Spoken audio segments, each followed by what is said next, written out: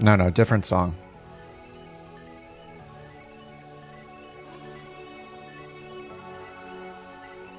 Good afternoon. Listen, I understand if you want to watch Oshkosh for the 4th day in a row. Do it. Do it. Do it. Next song. Okay, I'm in the DA50. Oh my god, the visibility in this thing. Oh no, what have I done? Oh, it's... Yeah, that happens. What's up, Zach? What's up, Josh? Cyber. Water cooled. Underdog. Hey, Logan. Cone. Thanks for the Couch Captain's membership, Cone. Welcome. Pull up your dirty stool. Wait, that sounds bad. Your dirty wooden seating, circular seating apparatus that is not yet a couch. Okay, so before I get into the 737, this could take hours because I don't know what to expect from these. But SayIntentions, like last week, released this feature called Tour Tuner. So you can, with the assistance of AI, you can basically make a guided tour using the AI tour that the AI tour guides will read out. So they're like 30 something, I don't know. 60, I don't know how many are per page here, maybe 20, 25. So there's like maybe 50 or 60 tours in here. And I started drafting one actually yesterday. So like I didn't finish it, but here I like started one. I was like, okay, let me try this before the stream yesterday. Chicago to Oshkosh. And I started creating it. And you can like, you just give it a title, you give it a description, altitude, and you put in the departure and arrival airports. And then along the way, I put in a bunch of waypoints, but I put these in just like, I just put in the code of the airport and it pulled all this information. And then you can give further instructions to the AI like, hey, don't forget to talk about these landmarks and this historical thing and this stadium that's over here, whatever. And you can kind of guide it with extra information. I didn't publish mine or finish mine, but the ones over here, these are the ones that are finished and people have published, and I guess they have ratings as well. So like only a couple of them are rated so far. And they're just all over the place. Like, look, some of these are like 300 miles, 500 miles with 13 stops. And then over here on the right, there's a little drop down. If you click this, it gives you access to the map editor so you can see all the points and download a PLN file and then import it. So I just really quickly grabbed one. Actually, I might have to, I think I grabbed like a Scottish one. Oh yeah, I just grabbed this one. Island Hopping Adventure. Orkney and Shetland Unleashed by Flight Sim Today. And it says there are 19 stops. Like, I just want to use it briefly just to check it out before I get to the 737, just so we can see what it's about.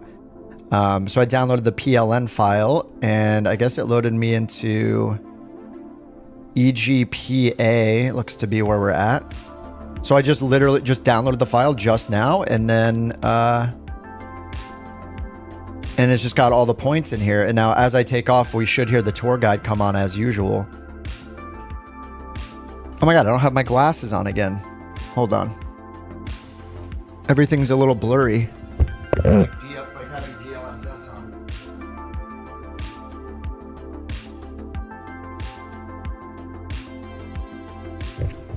All right, there we go. Okay, glasses activated. Yeah, okay. Well, let me get this thing started. Whoops, electric master. Engine master. Engine start.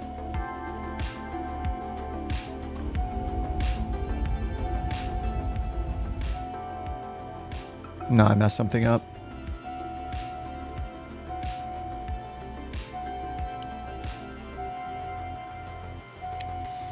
Fuel is on normal.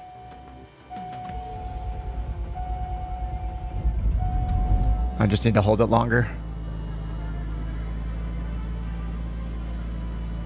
Oh, G1000, I've missed you.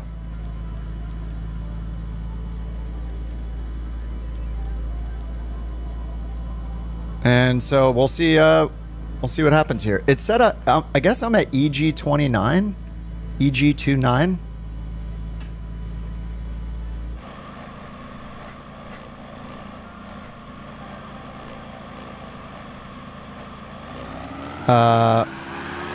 Orink says you can ask the tour guide for tours that are around you. Oh, that's true. Yeah, yeah. There aren't too many added yet, so I don't know how effective that's going to be yet.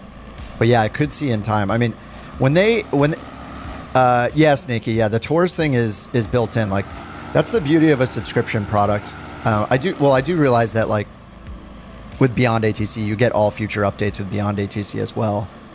But yeah, I haven't tried it yet, and people have been asking the last couple days. Or this guy, Matt, specifically has been asking me to check it out.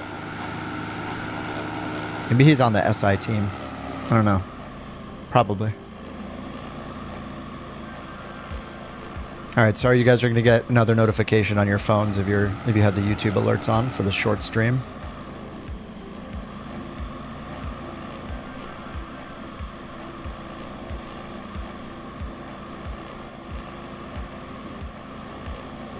You've been doing a pilot's life with the A320 for a long time. Nice. Yeah, maybe switch to some props. It's pretty cool. I mean, we'll see how good it is. I think that it's gonna really matter on how much info is seeded by the tour creator to make it more interesting. But I think this is a cool idea. I am a fan. I mean, I usually go to the World Tours website, like worldtour.flights, and that website is pretty good, but it just I think I'm like running out of tours to find on there, really, or ones I'm interested in. A lot of these that people have put into SayIntentions seem to have a lot of stops on them, which is what I usually look for. Some of the ones on World Tour flights, they just have like 2 points, you know, and like no stops in between. But this should be pretty fun. All right, pitot heat's on. Yeah, I'm just gonna start the flight and then we'll just listen to it and see how they sound.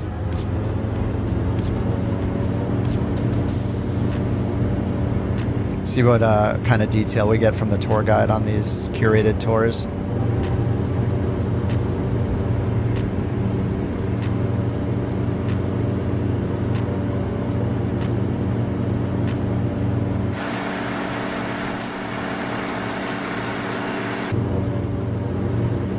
So I'm just going to take off, get up to a certain altitude, and let me check in with Janet. I turned on Janet. Janet, you there? I forgot avionics master. About 7 kilometers out, you'll see Castile Mall. It's an old ruined castle, probably built by someone who thought walls were a good idea. My friend Toby once tried to impress Oh no, she's going to talk about Toby every time. There. He ended up falling into a ditch and had to be rescued by a passing sheep. Actually, maybe we should turn on Sarah. Someone a little more professional. She's not going to shut up about Toby. We're going to switch to Sarah for now. Hey Sarah, thanks for giving us this tour.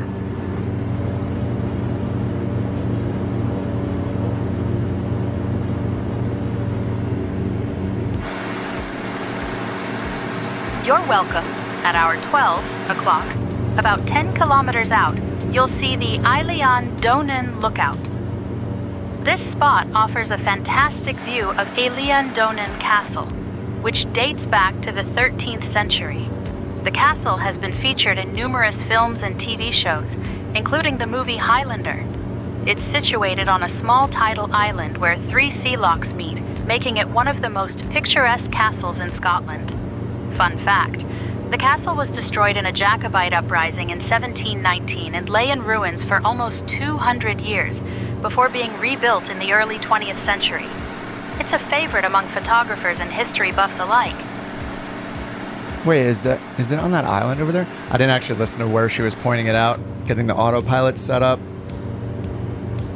Dang, Toby. Try my San Diego tour? Maybe after this one, sure.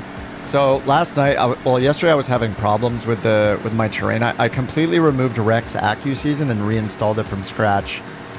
And then also, I'm using the map enhancement thing still. I don't see the trees. What was happening last night is all the trees below me, no matter where we were turning like dead, like light brown color. Even though in the distance they're green, as we come up to them, they all turn like brown, like tan color, and just died. So was trying to troubleshoot that. So hopefully that is fixed. Guess we'll find out.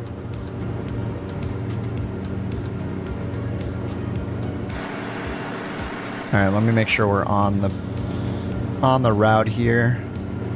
Okay, we are. All right, so let's see if she calls something out at each one of these waypoints.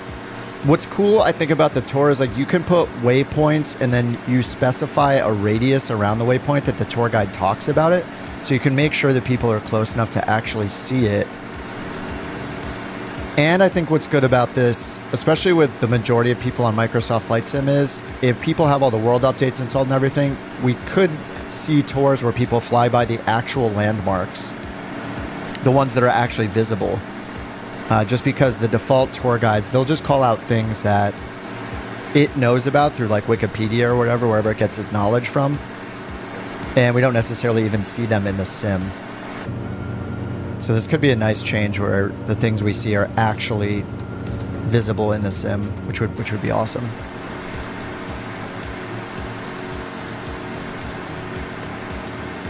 Janet's more fun. I like her a lot. I don't need a story about Toby every sentence. That's the problem. I wish there was like a random chance that she told a story about Toby. It just gets exhausting.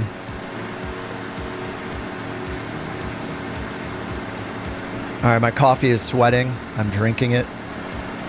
The classic cold brew oat milk combo. Yeah, UK is always cloudy.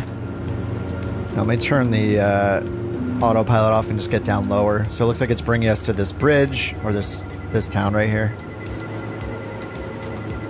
Check gear.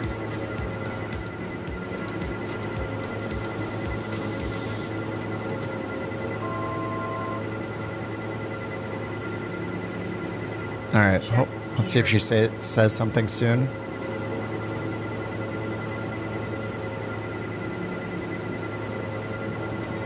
Actually, I didn't even look at what I need to do to activate this. I assume I just need to fly around the area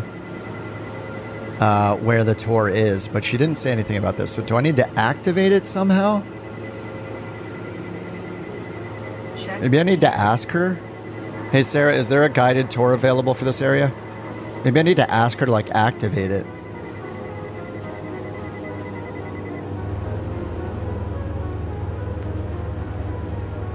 I should have read the instructions.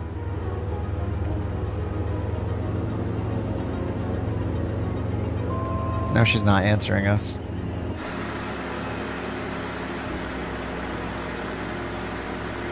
So I assume she was supposed to say something about that bridge or that city over there. Hey, Kip.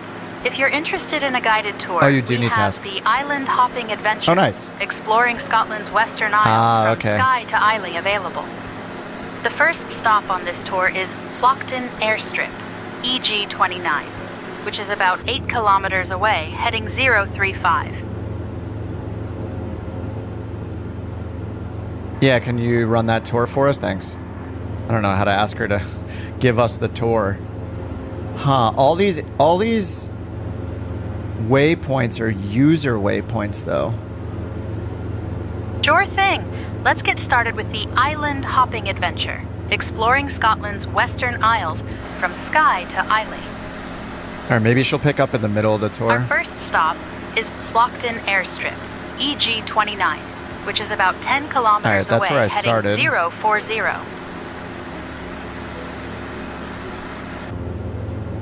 Okay, I guess I need to go back. Can you skip ahead to the 4th waypoint in the tour?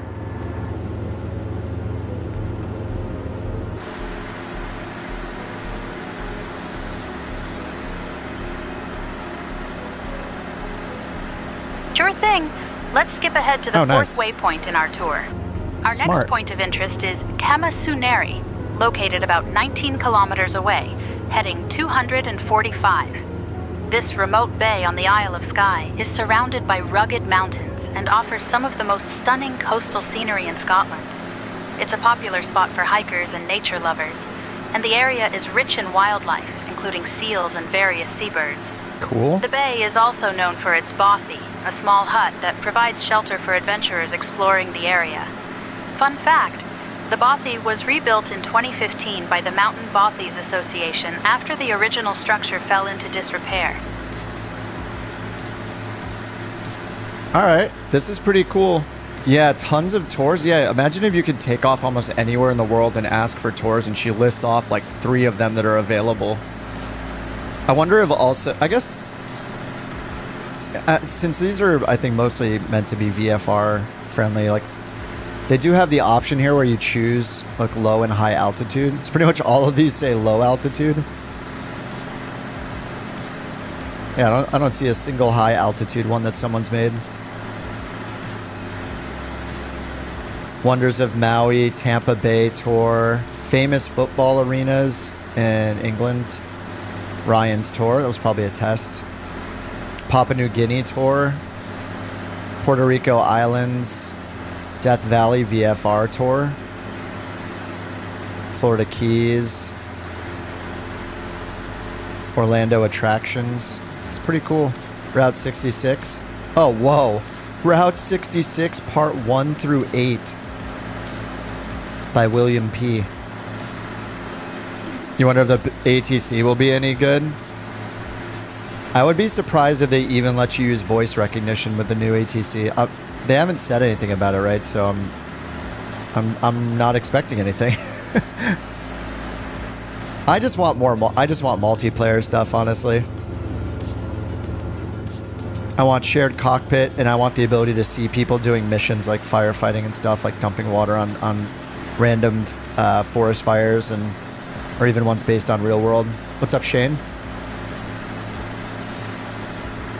I just think it'd be so cool to be flying along and you look out to the side and you see like a group of 3 helicopters fighting a fire over here, multiplayer, and you just see that off the side. Like, that would be incredible. You know, things that you would see potentially in real life. And shared cockpit, also things that happen in real life. Passengers being in a plane, not flying the plane, things that happen in real life.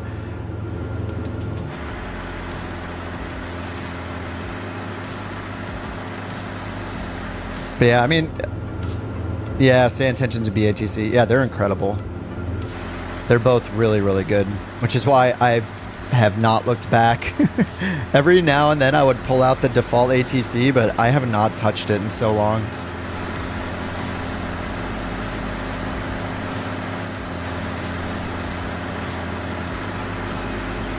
The graphics improvements are going to be great. Nobody's going to complain about those. Hey Melanie, welcome back. So it looks like my map issues may be fixed. We'll see when we get to a more like lush area with more green trees and stuff. If you've been simming for 30 years, this is the best time ever ATC wise, yeah. Yo Tim, oh, you're in Sacramento now?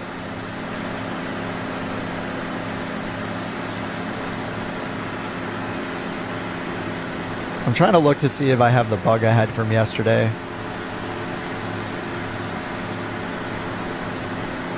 Josh just says, ew. Yeah, Tim, I'll be on for a few hours, at least. We're checking out the SayIntentions Tours first, and then after 1 or 2 of these, I don't know if I'll do the whole tour or not. This one's kind of cool, though. It's a little plane. I love this plane, by the way, the DA-50. This is such like a versatile, like easy to fly plane, and has a bit more speed than like the DA-40 or like the DV-20.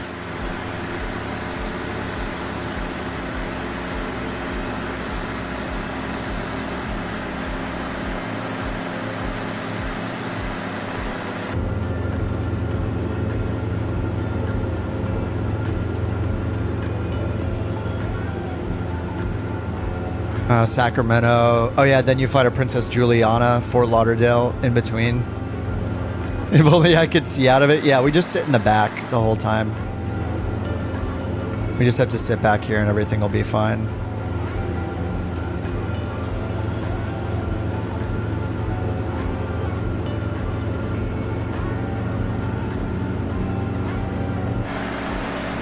What add-ons are a must? Are you on PC, weird kid? I like GA planes better, Adept, but I don't know. I've been having a really good time flying the 737, so.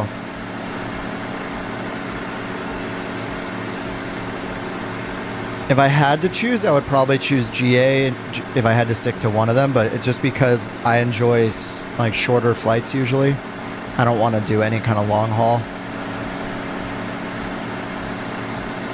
And when you're low to the ground like this, like the detail you see is just so nice, but you're on PC. If you do IFR, I would say that Beyond ATC is a must-have now. If you do IFR and you want ATC, get Beyond ATC. If you can afford it, get SayIntentions. Like, those are things that'll change your sim experience. There's a lot of nice things, like graphics-wise or certain planes and stuff, but things that affect every flight are the best things to get, in my opinion. So I'm using the map enhancement mod right now because you guys recommended it. I can tell the difference is pretty amazing, and that's free. So I'll try that out. GSX, I do have it, but I don't think that like changes my life in the sim. It's kind of cool to see the passengers, but you're usually just sitting there doing your flight planning anyway, so it's just kind of whatever. I think it's cool that it exists, but I don't think that it's like game changing. But I think things like ATC, like SayIntentions and Beyond ATC, those affect every single flight you fly. So that's a good thing. And then I would say like Navigraph, if you don't have Navigraph, you know, we're going to get charts like Lido charts with Flight Sim 2024. I think that's great. GSX or Pilot's Life, it's not, those aren't two similar things. So if you don't have a career mode app, John, get Pilot's Life. GSX doesn't help you fly like a career mode, you know. GSX is just a vanity thing. You know, it just lets you see passengers loading on. In my opinion, it's nice, but it doesn't change the way you play the game. It doesn't change the way that you sim. You can still do real-time passenger boarding without GSX, and real-time IRS alignment in your airliner without GSX. Those don't change how you play the game. It's just a nice to have that you see in the background sometimes. Whereas a Pilot's Life is going to dictate where you fly to, what your goals are. You have progression with different airlines, how you move up, how you move from one hub to the other in the world. So a Pilot's Life, I think, is infinitely more valuable than GSX. When you're setting the plane up in the flight deck anyway, what are you going to, like, you're already setting the plane up, getting your route settled, doing ATC potentially, and then what, you look out for 3 seconds a couple times here and there while you're getting ready to see a few passengers. You know, it's just kind of, it's kind of whatever.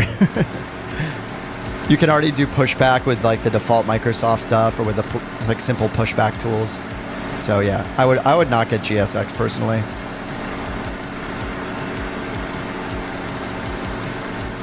So she hasn't been saying anything, right? Hey Janet, you didn't say anything about waypoint 5, or just passing over it now. Or sorry, Sarah. But she's not even talking to us anymore. How much is Beyond ATC? It's $30 US one-time cost. Ah, I see we just passed over the Talisker Distillery. This Distillery? iconic distillery is nestled on the shores of Loch Harport, on the Isle of Skye. We got Sarah today. Founded in 1830 I just didn't want to hear about Toby. It's the oldest working distillery on the island. Talisker is renowned for its single malt Scotch whiskey, which has a distinct smoky and peaty flavor, thanks to the local peat used in the malting process. The distillery's location offers stunning views of the Quean Mountains, making it a favorite spot for both whiskey enthusiasts and nature lovers. Fun fact, Robert Louis Stevenson, the famous author, once referred to Talisker as the king of drinks in his poem, The Scotsman's Return from Abroad. Cheers to that. I don't know if we're like, are we too high or something? Is that why she didn't call it out? Pancake, I'm just checking out this like tour of, wait, are we in Scotland?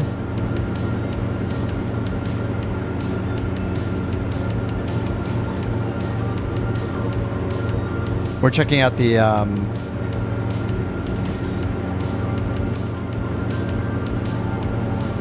SayIntentions Tours.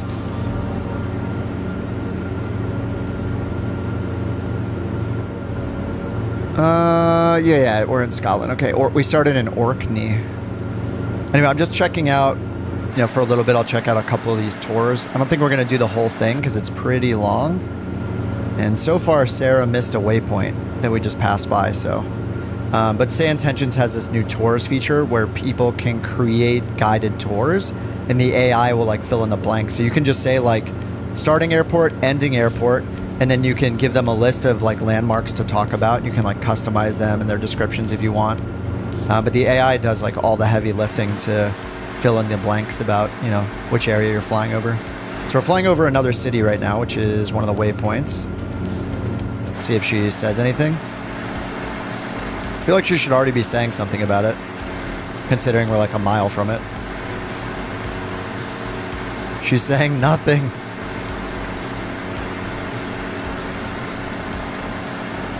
I don't understand why she's not talking. Is it because is my transponder on? Do I need altitude reporting mode? Maybe she doesn't have the information she needs. Sarah, you just forgot to tell us about another waypoint we just passed over. Do I know how to fix flight sim showing a window in VR? I don't know what that means. Instead of 3? Ninja? I'm not sure what you mean. Many aircraft incorporate their own pushback. Yeah, I don't know why. The default pushback is fine, especially if you get the pushback tool that just lets you hit the button to tell it to turn left or right. And the Aerosoft one is great too. Like the planned pushback thing on that is great. It's been working fine for me. Yeah, she forgot to talk about that waypoint too. So far the tour's not working too good. Sarah, are you even there anymore? Sarah's really dropping the ball.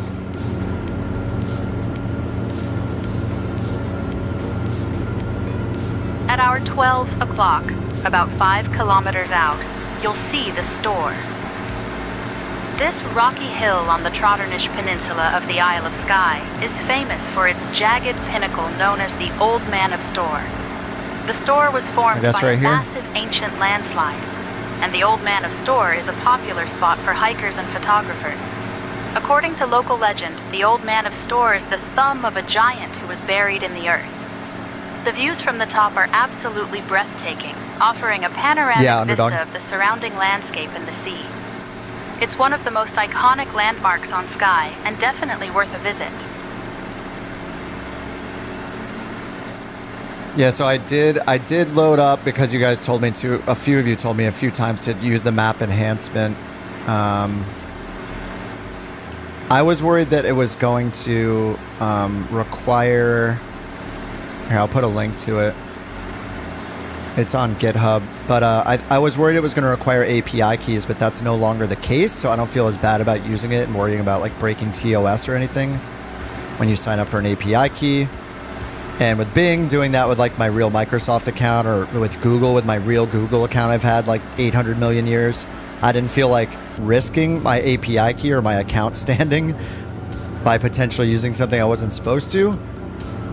So anyway, I guess now those are public.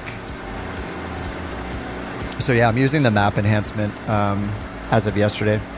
Yeah, it's updated data. It has a bunch of different map sources to replace the satellite imagery that's using it at the bottom. So I'm using the Bing latest version, but it also has Google Maps and a bunch of other ones. It has some hybrid maps.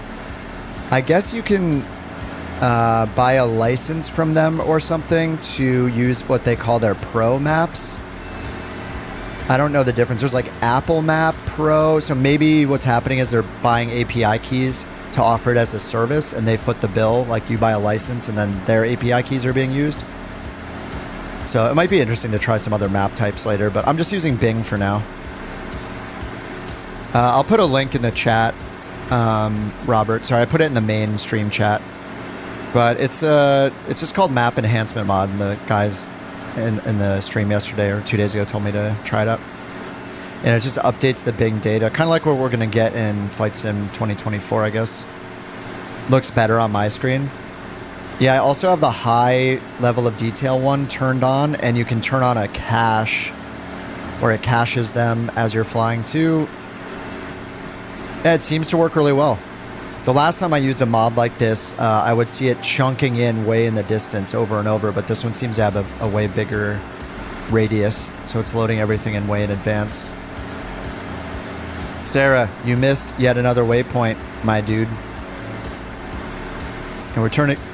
It just... There's something is wrong with the tour guide doesn't pick up where we are. You know what? It could be because Our next point of interest didn't start is at the first waypoint. Castle.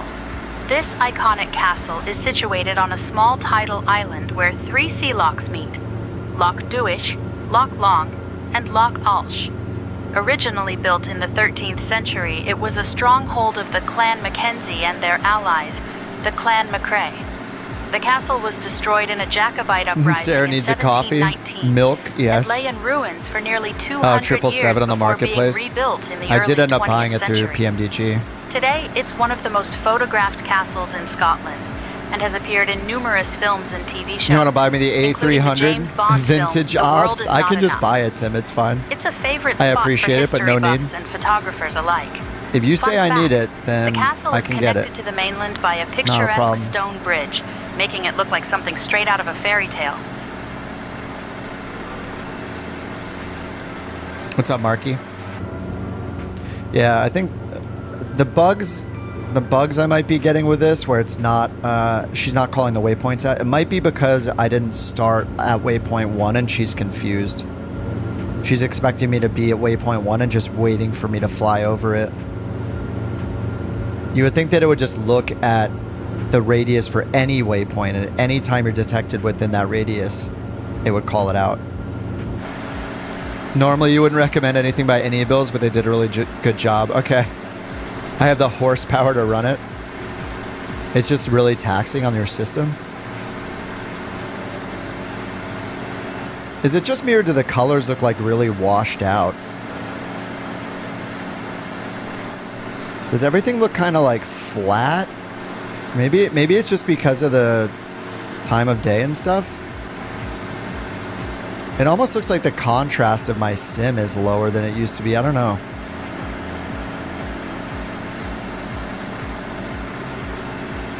I don't think that... that doesn't make any sense, but... It looks too blue? Huh. I mean, like, the screens... These screens look the normal, like... These look normal for the G1000. And this is much more blue than, like, the water, for example, right next to it. And down here in the corner. So maybe it's fine. I don't have anything... I'm not changing anything in the sim or any filters or anything like that, so... See a lover? Currently doing your first American route. Spirit Wings, Houston. Oh, on VATSIM. Nice. Houston to Vegas.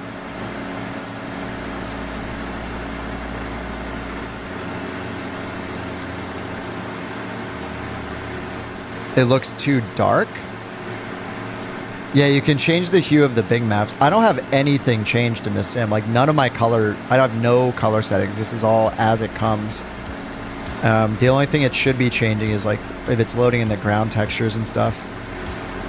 And yeah, there are settings with the map replacement, the map enhancement thing, where I can up the saturation. Here, I'll tell it to up the saturation to 20. You can go plus 50. We'll see. It does look a little too dull.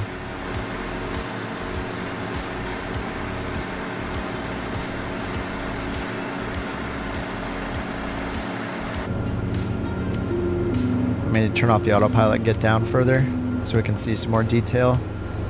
Not that we can see anything in this plane, but you know. Man, the Tomahawk yesterday had such good... Tomahawk has such good visibility. What's up, E-Hooked?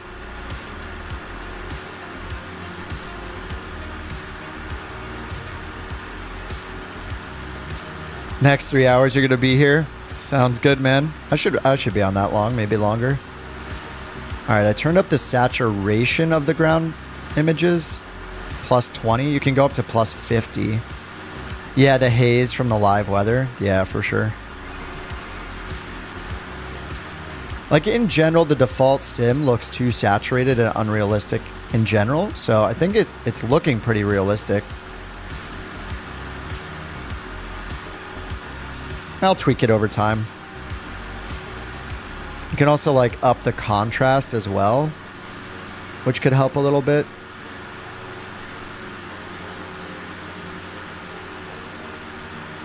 Oh, look. Is it killing the trees again? All right. Yeah, you see what's happening? It's still doing it. I have no idea why this is happening. So look at the ground. See how it's green in front of me? Watch as I get closer.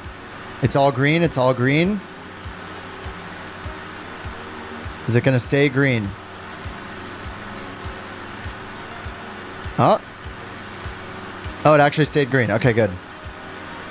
The ground was loading in near my feet. Okay, this is staying green, so that's good. Last night, everything was turning like dirt brown.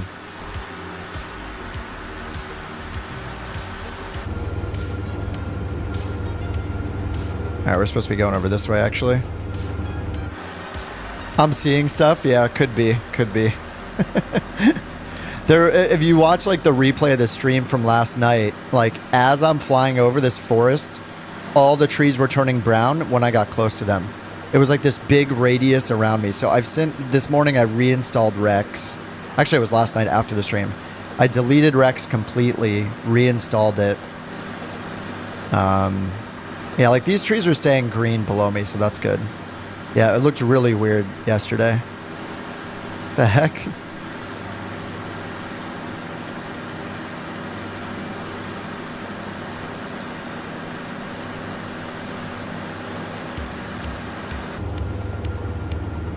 All right, I think we should try another tour and start it from the beginning.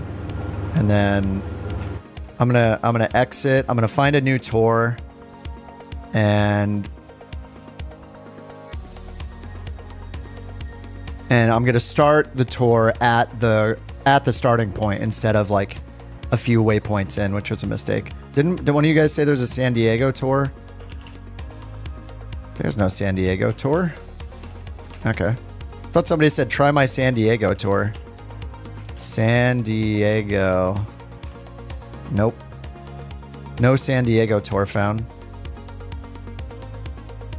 No California. Nothing with the word Pacific. All right, we gotta change the plane. What has better visibility than the DA50? We got the Sting. The Sting has incredible visibility. This thing only goes 120 knots. Yeah, this is a great plane. I'll do banana yellow. Tampa tour. All right, Tampa Bay tour. So we just load in here. Brooksville, Tampa Bay. Wait, is this a huge airport? Oh, no, that's pretty small. Okay, nice. All right, I'm just going to start on the runway. Runway 21. And we'll just start the tour when we get there. Oh, whoops, I should have... I'm gonna have to back out. I'm going to download the plan file and then load that in. Oops. 23 stops, 168 miles. Low altitude. All right, I'm going to go back to the world map. Shane, Armin, Jesse, thanks for the subs, guys.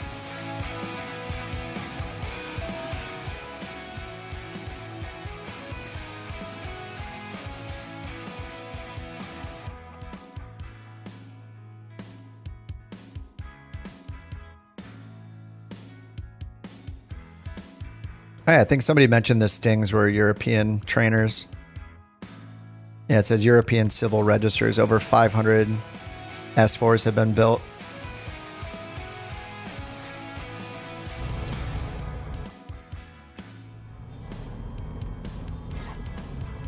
Look at the visibility in this. It almost looks like there's not even glass.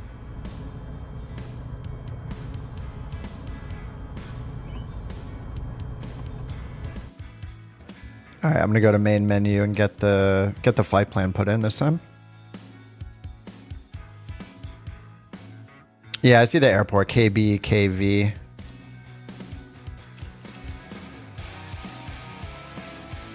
Tampa Bay tour. And starting at runway 3. Whoa. What the heck, dude? What is going on with this? This has got to be a bug, right? Why would we... Are we like scanning the city? What's happening here?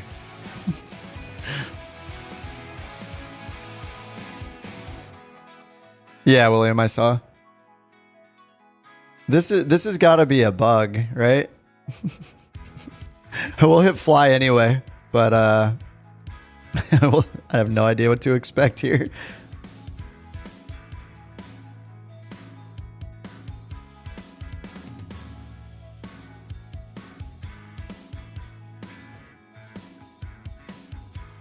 Tampa spaghetti.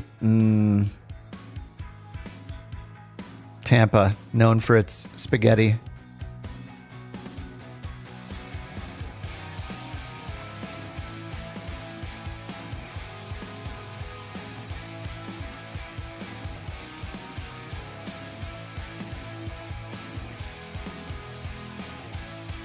Aiden, what's going on?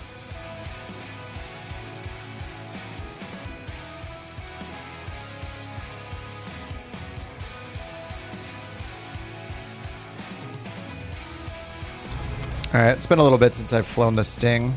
Sting's pretty cool.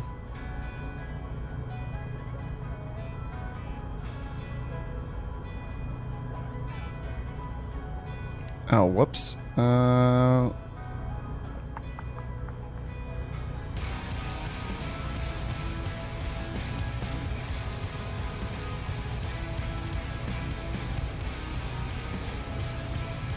right, parking brake is off. The inside of this... Actually, can I turn off the glass on this thing? See how dark it looks on the inside? You have like this tinted glass everywhere. Maybe I can turn that off here.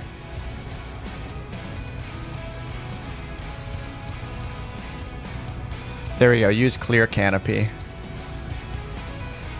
Yeah, this is how it is by default. It's got this shade on it, so you can turn that off. Use clear canopy. Beautiful.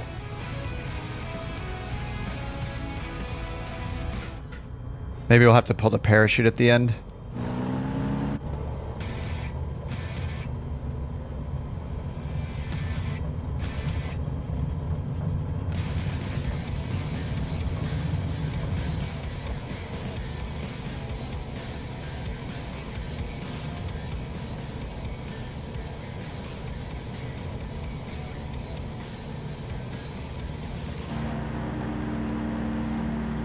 Oh, I forgot to start the tour guide.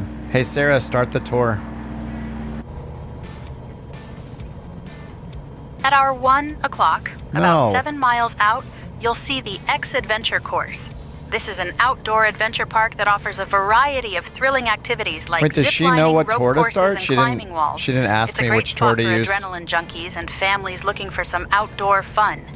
The park is set in a beautiful natural area, so you get to enjoy the scenery while having an adventure. Fun fact, the zip lines here are some of the longest in Florida, she needs to stop. offering an exhilarating ride through the treetops.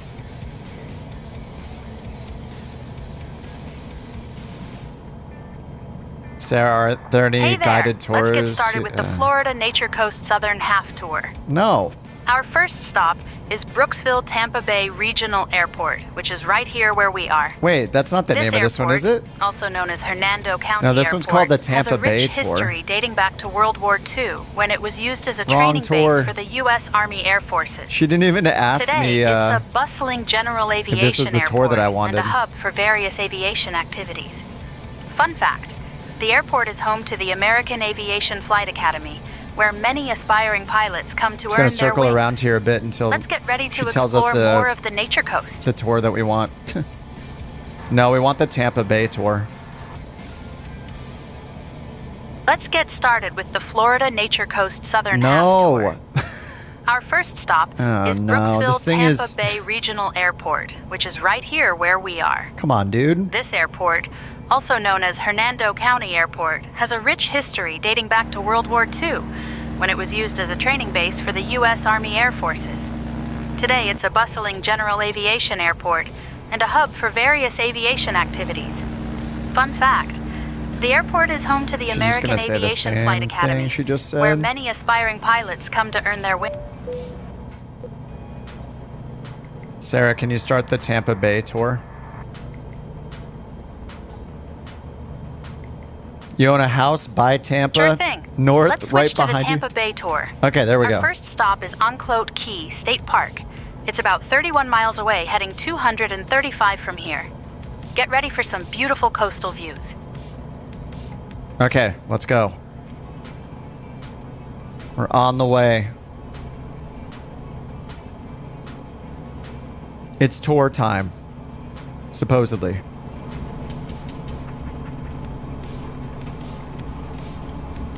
Alright, we're going this direction.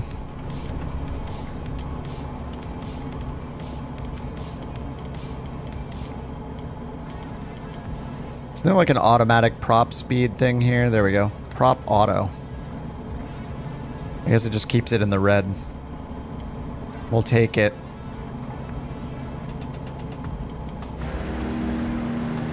Alright, let's see where this tour is going to take us. Sarah, what's the first stop on the tour? Okay, the prop is back in the yellow. Sure thing. Let's switch to the Tampa Bay tour. What? No. Our first stop is Enclote Key State Park. It's about 29 miles away, heading 235 from here. Get ready for some beautiful coastal views.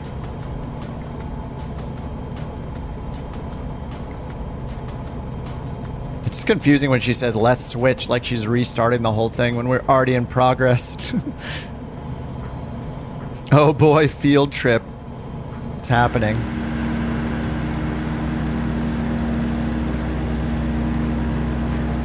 Alright, this is with the Bing Map saturation at plus 20. I feel like it still looks really dull down there. I feel like I need to raise it higher.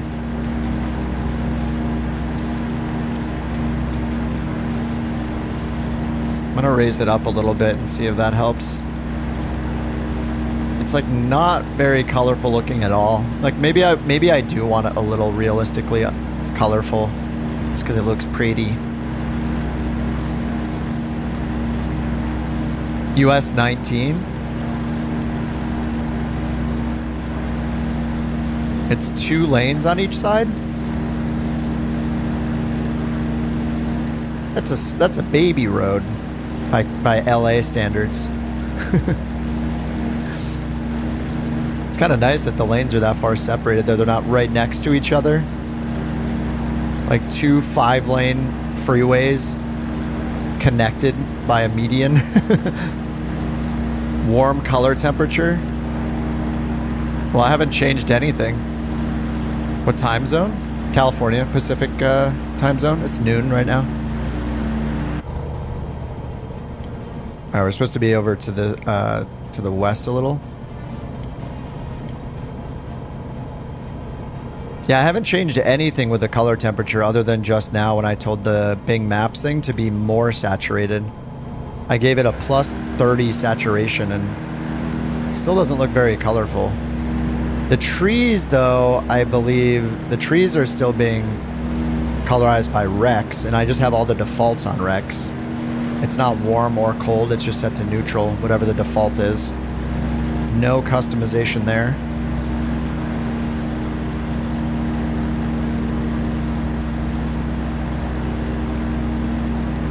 I'm just launching it to make sure, but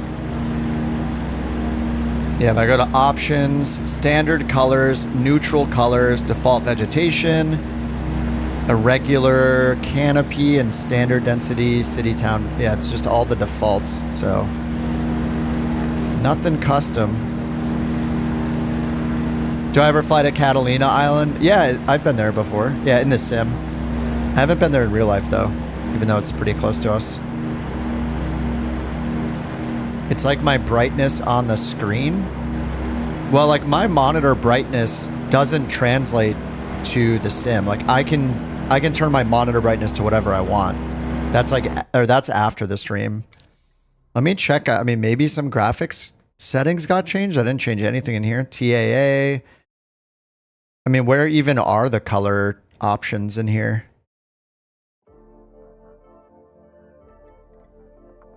I'm on full screen TAA. No VSync because I have a G-Sync monitor.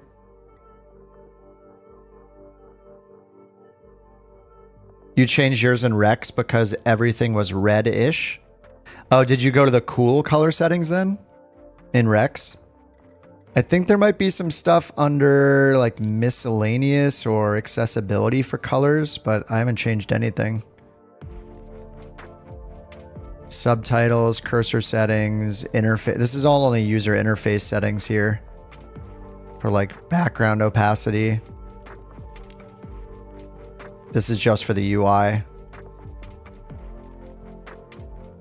Default, everything's default. I'm not sure. Oh, you changed it in Rex. Yeah, mine's just set to the default.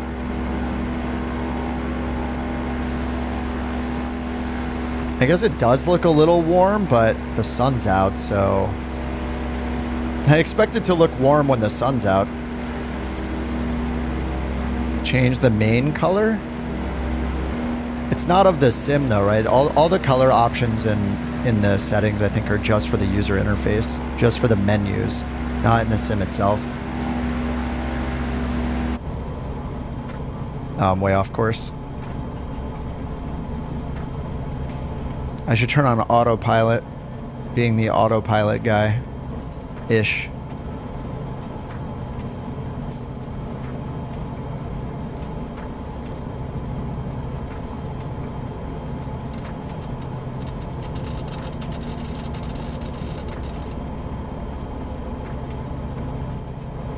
All right, heading GPS.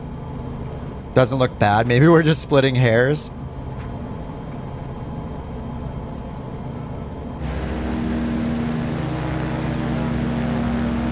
Yeah, I just have Rex AccuSeason and then the map mod turned on, the Bing Maps.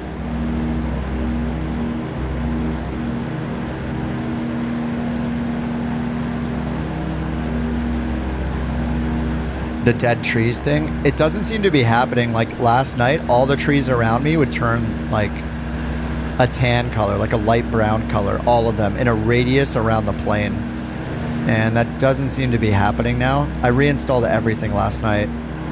I completely deleted Rex and reinstalled it. Deleted all the folders.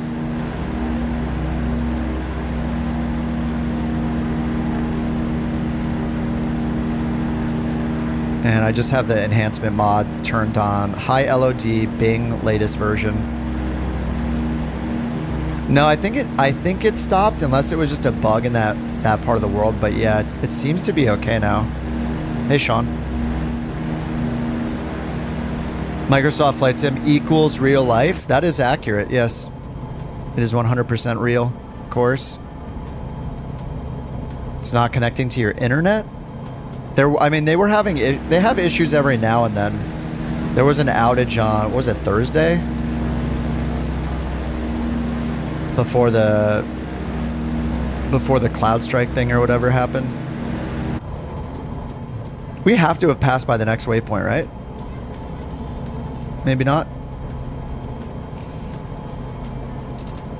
Okay, we haven't yet. This is the most spaghetti map I've ever seen. Like, why do we... This is waypoint 0, and then we go south a bunch, then we turn around and go north a bunch, and we're just, like, going north and south. I don't know. Maybe it'll make sense once we get there. It's freezing. Nice. Do I play any other sim games? No. No, just Flight Sim.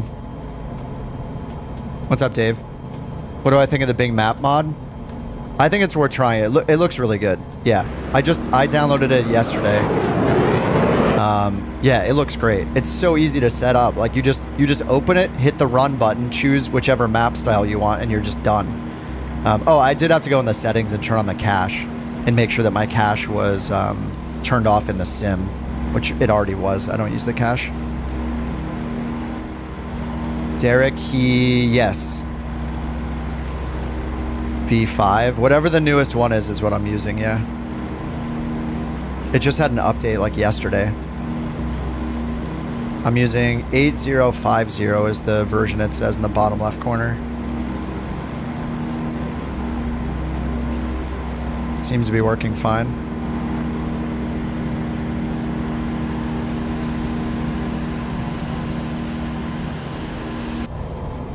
All right, so we're on course now. We're coming up to waypoint 0.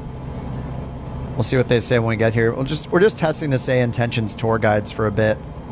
Flying around the Tampa area right now because somebody made a tour guide for Tampa, or a tour for Tampa. And yeah, basically like the tour guides in the past, they would just do their best to call out things you're passing by in an automatic way. But now you can make your own tour guide or your own tours, and the tour guides will use your points of interest you called out during the tour. And then you can download the file for it and import it into the sim. So I have this Tampa Bay tour pulled in that goes all over Tampa Bay. We're just flying and we're just waiting to hear the tour guide call something out to us up here. Yeah, I think the map enhancement mod looks insanely good. Like I can just tell, like just all the detail down here is the fidelity. Like look how good the roads look. The roads like never look this good in the sim. So it's it seems like a huge improvement. And you don't even have to sign up for an account or anything. You just download it and run it. And you can pick whether you want like Google Maps or Bing Maps. I just chose Bing Maps. But there are a bunch of other options I think you can pay for. There's like a pro version or something where it like combines different sources, or even Apple Maps is an option if you license it. So maybe I will check that out at some point. Could be cool just to try all the different possible map styles to see what you think is best. Yeah, it says Apple Map Pro. It says this is a professional map. You need an active license. Your device can enable pro versions. Oh, after you link your license link. I don't know what that means. A license can only link on one device. Old equipment will be added. Okay. Enter your name. Enter your mailbox. Does that mean email address? What does enter mailbox mean? Link device. Fails. Name and email not found. Okay, I guess... Oh, there's a buy button. Okay. Maybe I should try these. This is all legit, right? Have any of you guys purchased the pro version?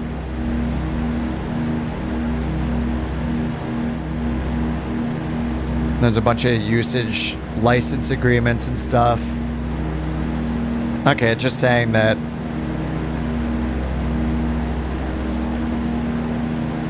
the map is public, the copyrights belong to so-and-so. I should try the Apple ones and the other Pro ones just to see what it looks like. Okay, a 1-year license is $30.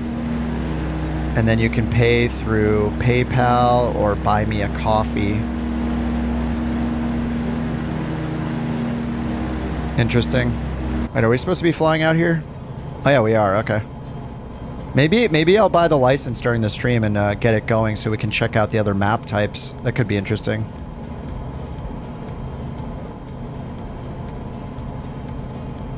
Sim Island Pilot created a video about it with side-to-side comparison. Yeah, default and Bing latest. Yeah, I want to see the Apple ones and the other Pro ones though. There are a bunch of other maps you can unlock by paying for a license for a year, so I think that would be cool to see the difference. I have a feeling like Bing is probably going to be the best. Maybe Google second best. I don't have much faith in the Apple maps, but it would be cool to try it just to see the difference.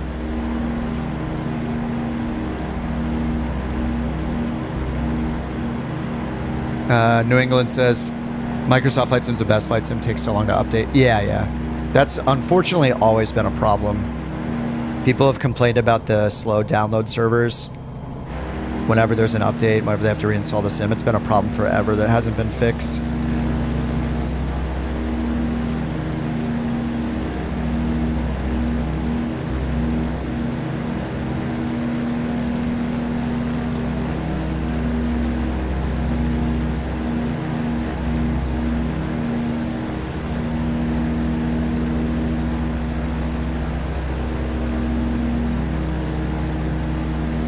try to... Maybe I'll buy the license at some point. I don't know. We'll see. Apple Maps is decent in the app.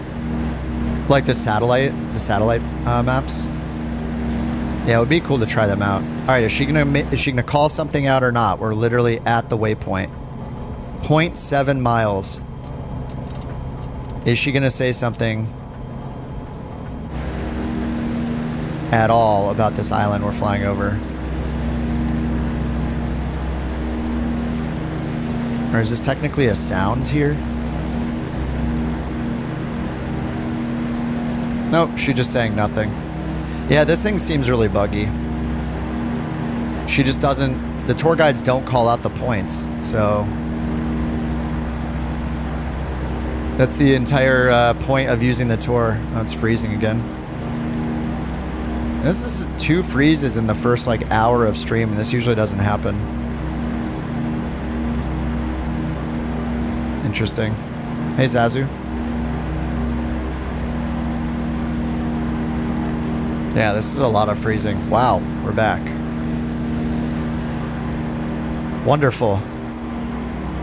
Yeah, the tour guide just says nothing, so...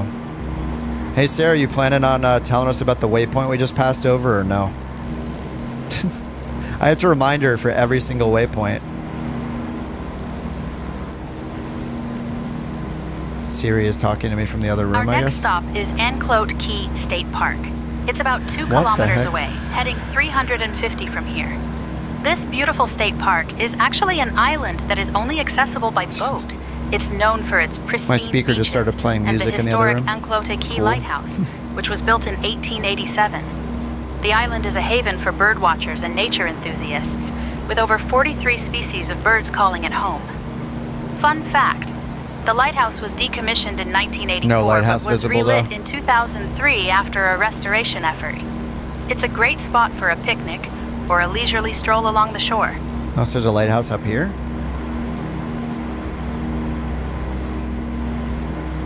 Yeah, this is not... The tours are not working well right now, so...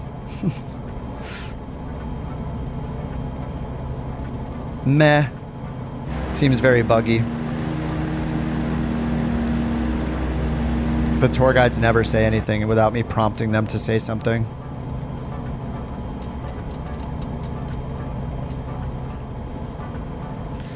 Needs bug fixes.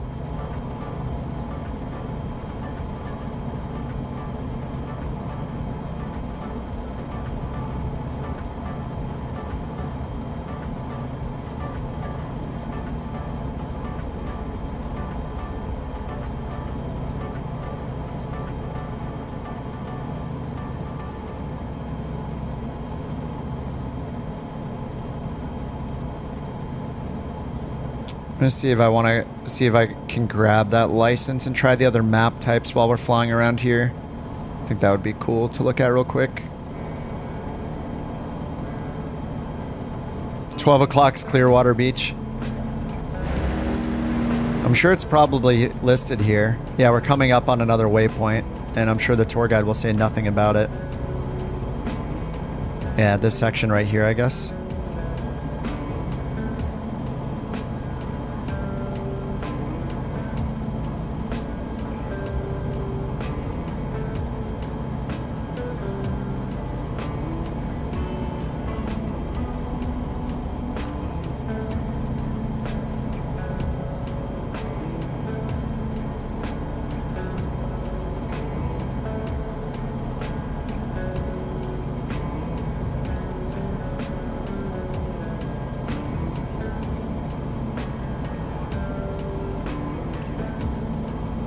Sorry, I'm just gonna get the license in the background here. Alright, will she say anything about the beach?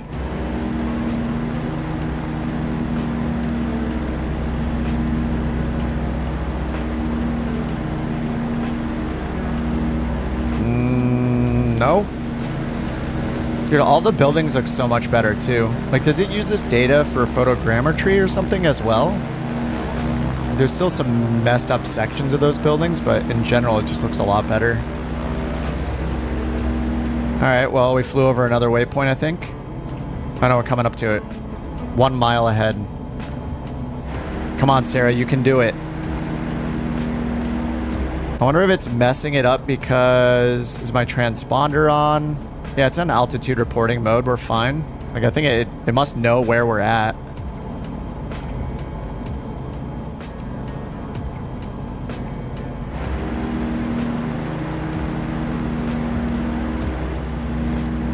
Sarah has been a big letdown. 1 mile to talk.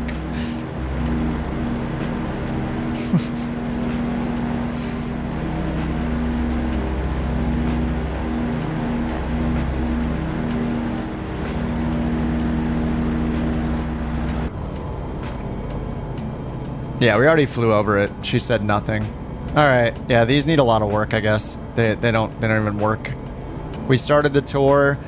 She told us what waypoint we were heading to first, and then she never said anything after that unless prompted, so...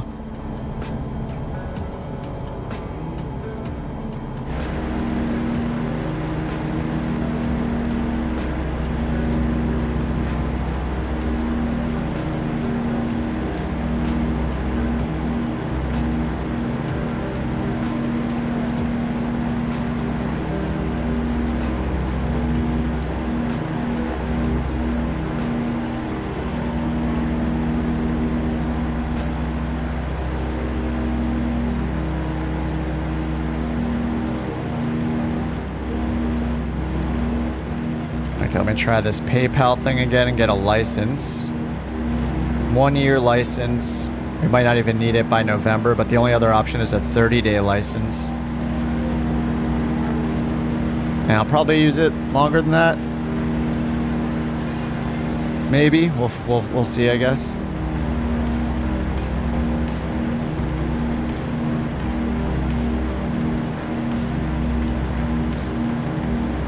Complete purchase. Okay, I ordered it. Let's get our license key. License type. Transaction ID. Oh, enter your name and email to activate. Okay, let's do that.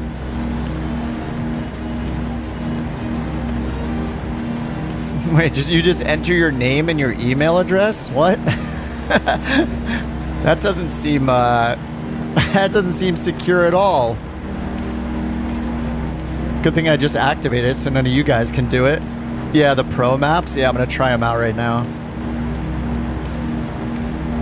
Okay, I have my license activated. And now let's go ahead and choose. So there's Google Map 1 and 2 Pro. I'm actually curious about Apple Map. There's also Mapbox. All right, I'm going to change to Apple Map Pro right now.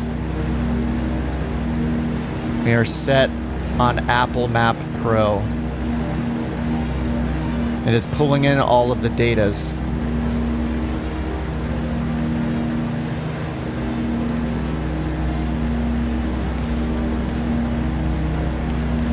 We can all use your license if, well, everybody knows my email address. No, you can't because I've already activated it, and you can only activate it on one. And actually, luckily for my first name, I didn't just put Kip, so I'm glad I didn't just write that. But yeah, that doesn't seem secure at all. All right, I don't know if it's already showing Apple Maps or not, but this is Apple Maps enabled now.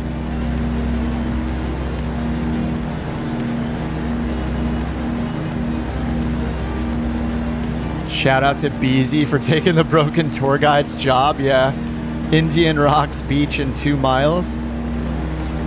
So this is going to be hard to tell the difference between the map types when we're just flying and I'm changing them. I have a feeling they're just all going to look really good just because everything's going to look better than the old Bing data that we have in.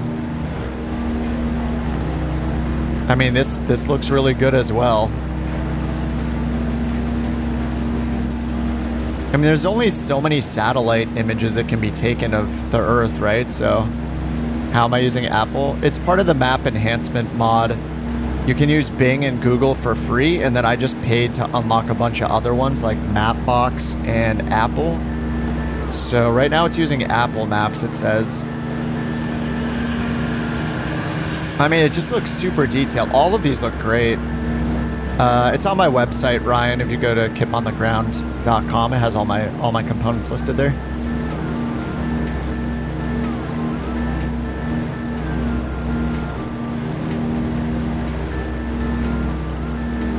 Here, I'll put that in the message at the top.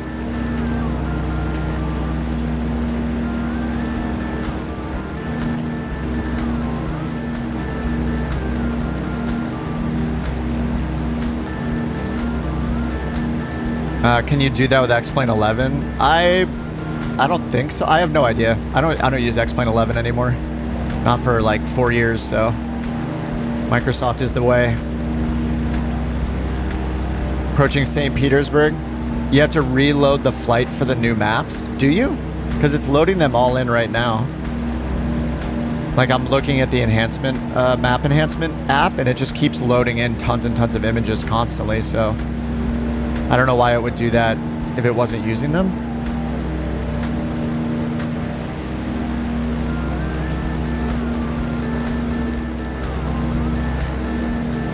Let me try to change it again. Let's try Mapbox Pro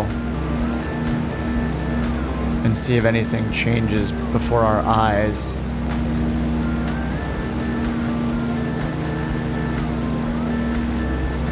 I remember liking Mapbox actually whenever I've seen it embedded on websites before, but it's, I think, a way less known map service.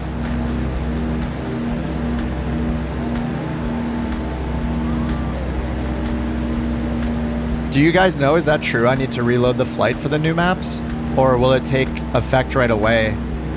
Because as soon as I change it in the app, I see it loading new map data because it shows you all the thumbnails it's loading.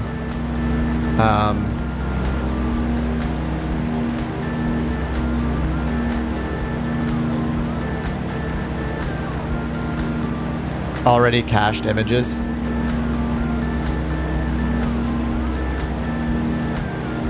Ooh, this road. Look how different the road color is from there to there. Maybe that's the difference between...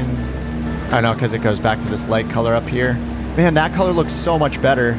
That darker asphalt color. And then this light one just looks like cheap.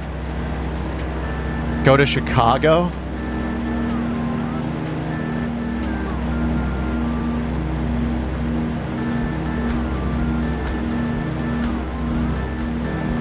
I don't think the caching, like it shouldn't use what's cached unless we've been to this area already, right? So I guess I could turn the cache off for now. That's also an option. There, I just disabled the cache. So it'll just load it into memory. Josh says, I see the same things. The roads here and the default Bing map look at the same as what you see. Interesting.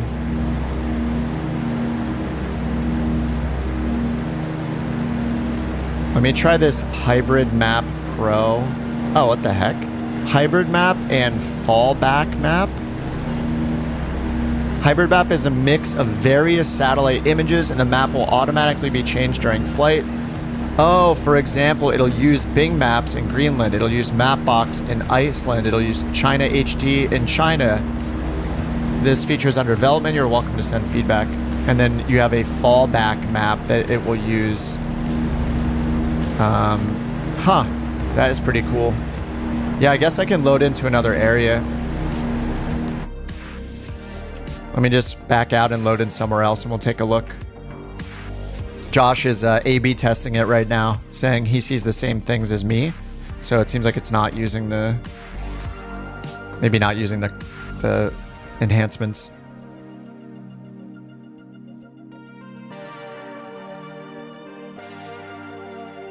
Sunshine Skyway. I'm just gonna fly somewhere different in the country just so we're nowhere near Florida. Yeah, the tour guides are a good idea, but they're clearly not working because they never talk to me without me talking to them first, so something is wrong.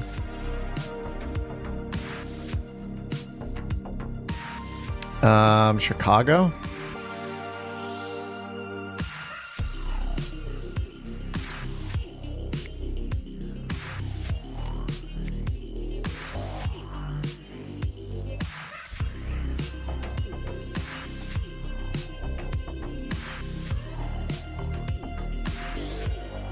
Okay, we're loading. Ben? Dude, what are you doing, dude? What? Hank Schrader? Okay, Ben? What are you, crazy, dude? Stop. What?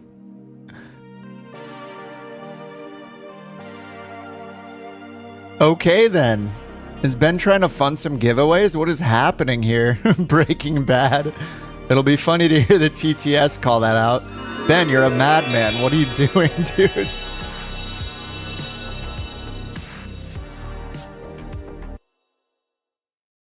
We need to hear this. My name is Walter Hartwell White.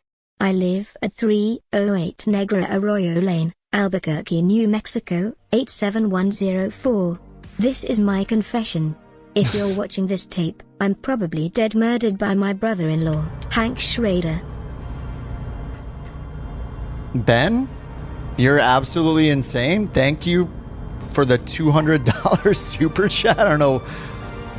I guess you really like the looking at the map experiments we're doing right here. You're insane, dude. Thank you. And I've almost... Can I hit... I wish I could like hit a refund button because that's just too much money. That's insane. I think I'm gonna have to do another giveaway or something. Are we sure Ben is okay? Thank you so much, Ben. The madman. Oh man, is this loading satellite data? Because right now it looks really bad. I just took off from DuPage. At our 3 o'clock, Added about 2 zeros 2 by miles away, accident. You'll see Turtle Splash Water Park. This fun-filled Okay, whatever it's destination using is a hit right with now looks families and horrible. kids, offering a variety of Look at water how dull slides, everything a lazy looks. river, and a splash pad. The park is part of the larger Reed Kepler Park, which spans Okay, we're gonna turn her 89 off real quick. Hold on, let me hit pause here.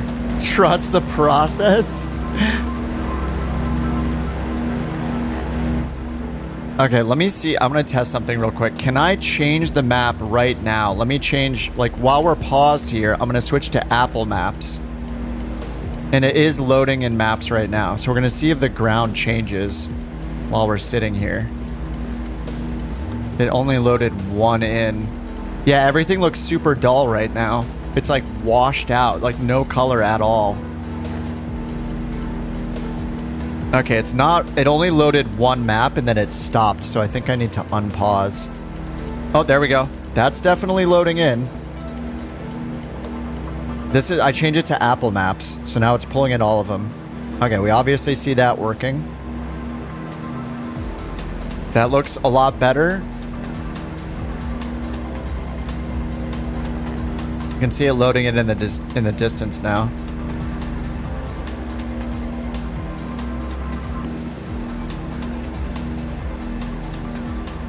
It's also, here, let me change the weather as well. Like, the way the weather is right now, the clouds are pretty...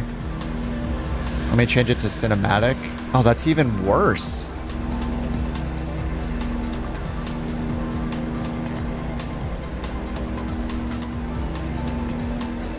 Yeah, it just looks totally washed out again, right?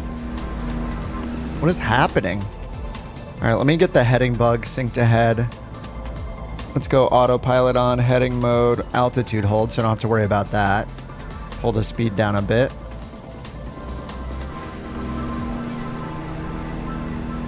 Yeah, it looks all washed out again.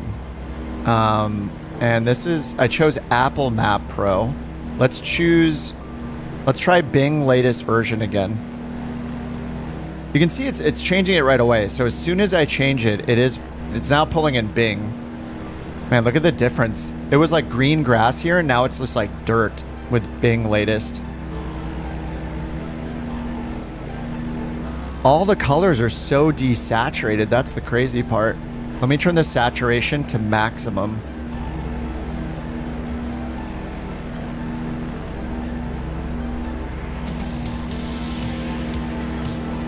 Everything just looks so washed out. Like look at the inset map down here.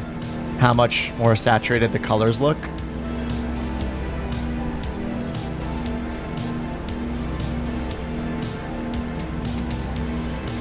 I almost feel like I should get rid of Rex AccuSeason and see if that's causing the problem. That's way different than what you see. But I don't think it looks better, right? This looks worse. I don't know what's going on with all the colors. It just looks completely washed out. Hasn't been the same since Jordan left.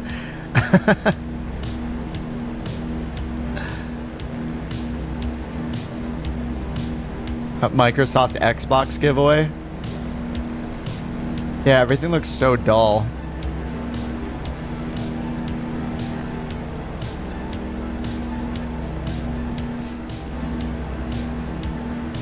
Yeah, it just doesn't look... It just looks horrible.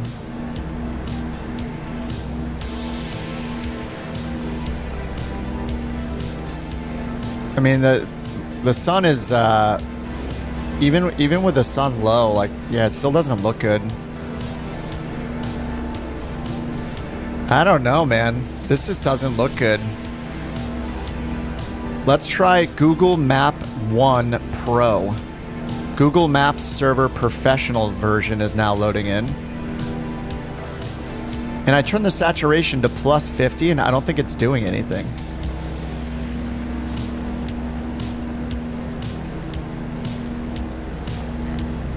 Okay, maybe it is. Yeah, look how blue the water is down there. Okay, the saturation is working on this one, for sure. Let me get a little lower to the ground. Default looks way better than that. Okay, it's definitely doing the saturation thing. See how, like, blue the concrete down here looks in the parking lot? That's definitely being oversaturated. So the saturation setting is working on this one. Oh, it's not. It's set to 0. I'm so confused.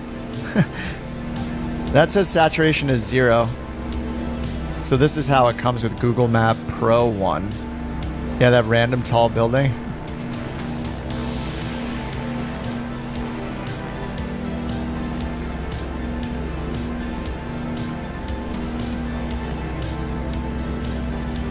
Okay, let's try Google Map 2 Pro.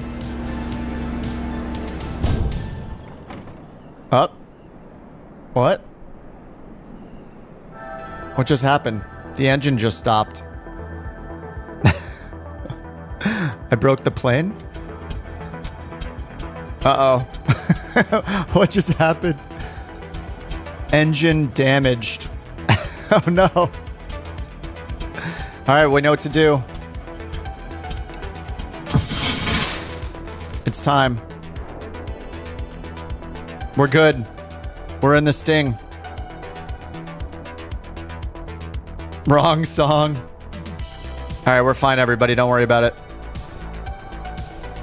Now we can check out these maps. These maps are way too saturated, though. It looks like somebody turned the color blast mode on. I don't know that the Pro stuff is worth it. Alright, let's turn on Apple Maps Pro again while we're falling here and get a nice A/B test going.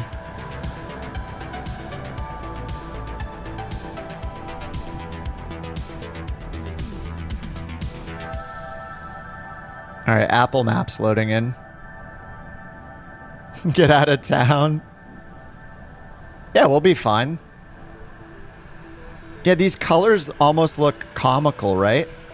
Don't they look weird? Am I seeing things again? Or doesn't this stuff look weird? I'm making it worse? Yeah, there's something very strange about this. It's replacing it with the Apple Maps right now. I think so far, the latest Bing ones look the best. And... okay, this is looking better. Okay, the Google Maps one is bad. Okay, this is better. Apple Maps for this area, this looks way better as it's loading in. That's pretty nice. It's not too much color blast mode. No gas in it. Oh, did I run out of fuel? No, we're good. We got 9.3 gallons in. It's probably just just running the engine too hard the whole time. Yeah, way more detail. Yeah, Apple Maps is looking pretty good. I think the Bing, let me turn on Bing again. Bing latest version. I think Bing, I don't know that there's any reason to buy the Pro version. The Bing ones look really good. Now it's loading in Bing. You're in the middle of a field, but on my screen, you're in a parking lot. I guess they made a parking lot there.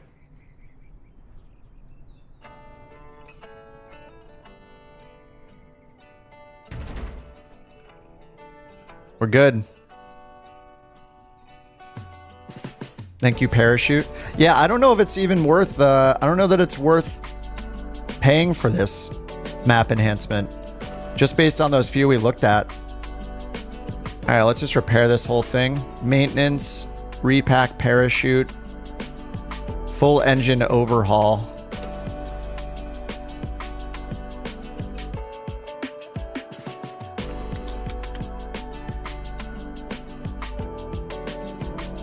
Okay, I guess it's just done.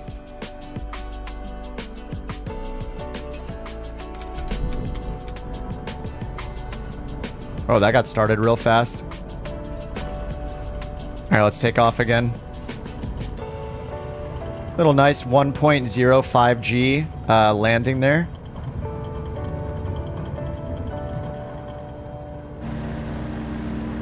All right, yeah, we're back to the Bing Maps latest edition.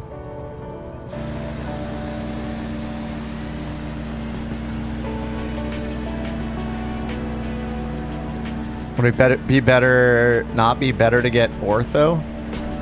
I mean, it's a satellite map replacement tool is what we're using.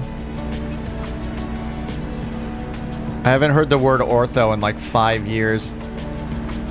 It's a very like X-plane thing.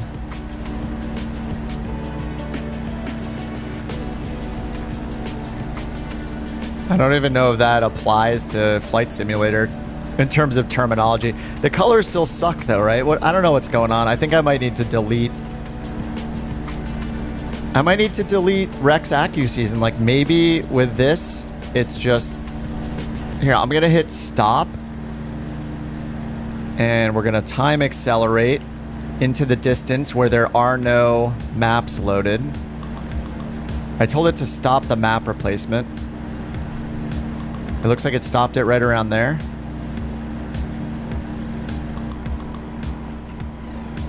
Okay, now I think we're back to real time. So I think this should be with no map replacement stuff.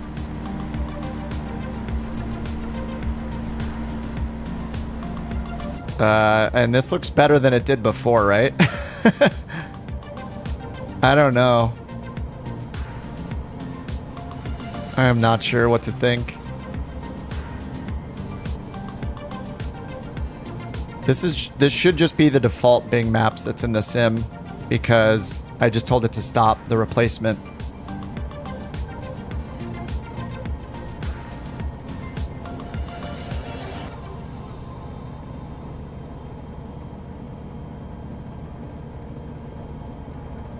All right, now I turned on Google. Google is on and replacing. Oh wow, the watercolor.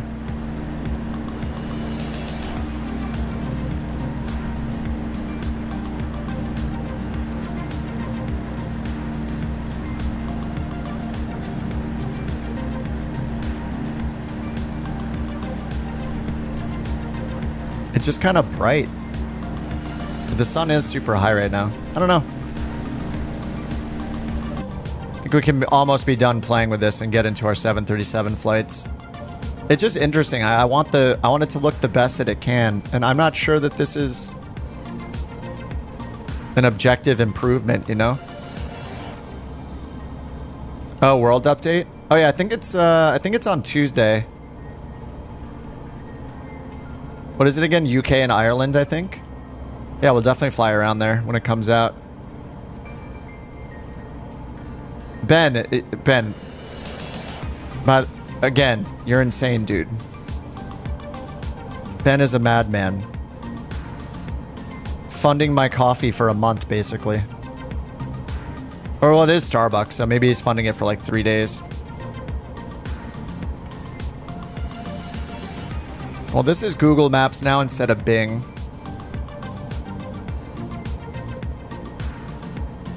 My colors are way more washed out. Yeah, I just don't understand how my colors are changing so much, even when I turn the map off. Like, I don't know what's going on. It's almost like I have like a filter turned on, but I don't. So I don't understand what's happening with my sim right now.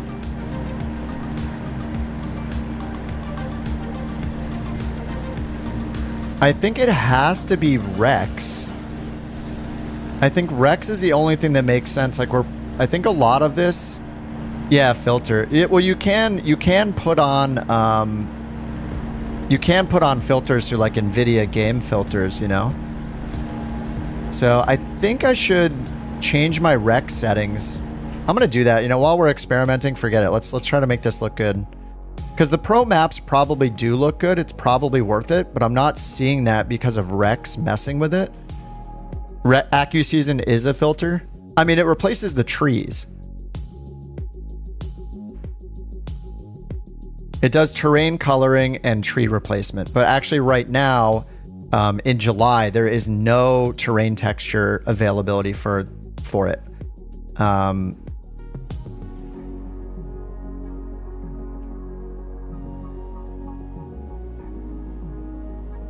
More than just trees? It's trees and terrain, right? That's all it says in the options. You have vegetation height, deciduous canopy type, city and town vegetation density, vegetation color tones, and that's it.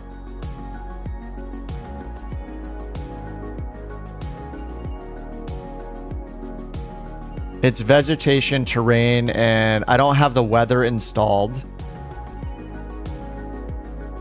Yeah, it says terrain darkens. So right now, let's see.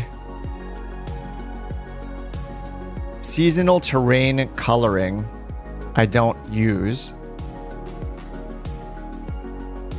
There's vegetation presets, which I don't use. I basically just open it. I choose the seasonal vegetation and terrain by date. And I choose the current month and week, and when I choose July, it says terrain texture is not available for this time of year. So maybe I should just try cool colors and maybe resilient colors.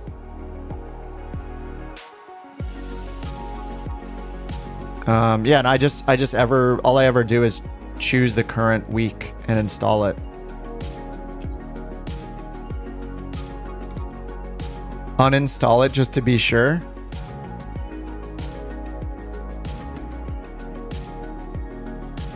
Okay. You guys think I should uninstall Rex completely and just see how different it looks? I know all the trees are going to look crappy because all the default trees are like the exact same round shape like everywhere in the world pretty much. So it's going to look very basic. That's what I'm expecting.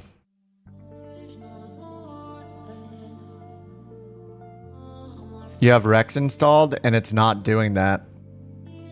Like I deleted Rex completely and reinstalled it. You had Rex Airport. Yes, I do have Rex Airport textures as well. I have Rex Airport textures from Orbex. But that's just airports, so it should have nothing to do with anything else, right? If Rex Airport textures are changing terrain in forested areas, then, you know, that would be crazy. Why did you remove it, Steve? The Rex Airport one? Yeah, I have real global airport textures, and that just points to the ground textures. That should have nothing to do with it.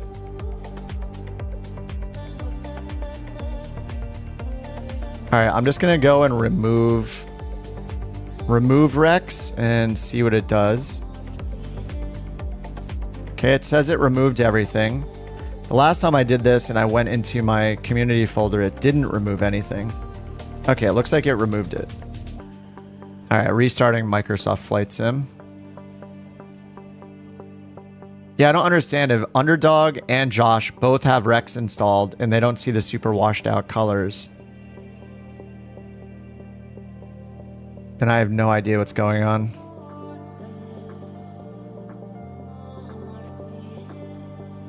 737. Yeah, I'll be doing 737.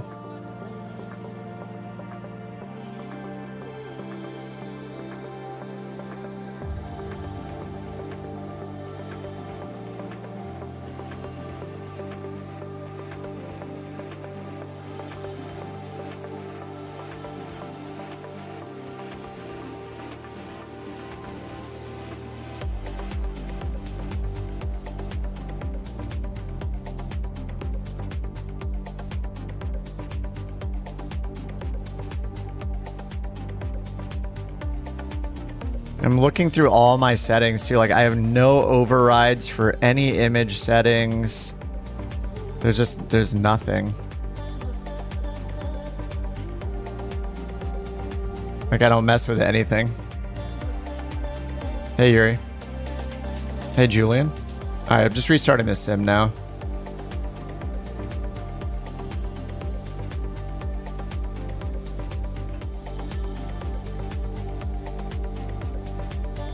That's weird. I have no... There's no background image here. What the heck? How is there no background image? It's just black. That's new. Oh, see a fish. Yeah, I don't get it how you guys are not having any issues with Rex and I am. Oh, there's the background image. Okay. It has loaded. That was weird.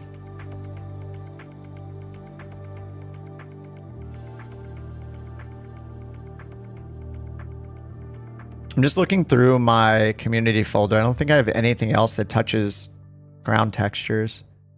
I have like We Love VFR.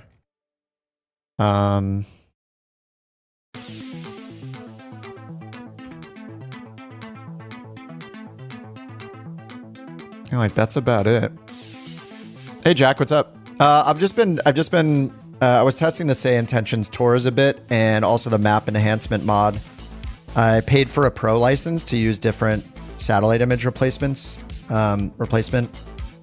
sources like Apple Maps and Mapbox. So I was trying those and just noticing all the colors are super washed out in my sim and I have no idea why. I even reinstalled Rex yesterday after the stream because of some weird issues we were having. We were seeing like all the trees were green in the distance and as I got closer to them, they turned to like a light brown, like dead tree color. So I was trying to figure that out as well. So I'm not really sure what's going on. So I just uninstalled Rex AccuSeason and restarted the sim. So I'm just going to start around the same area in the world and fly around just to look at the maps again. Then we'll do some 737 flights. I'll get a Pilot's Life started up here.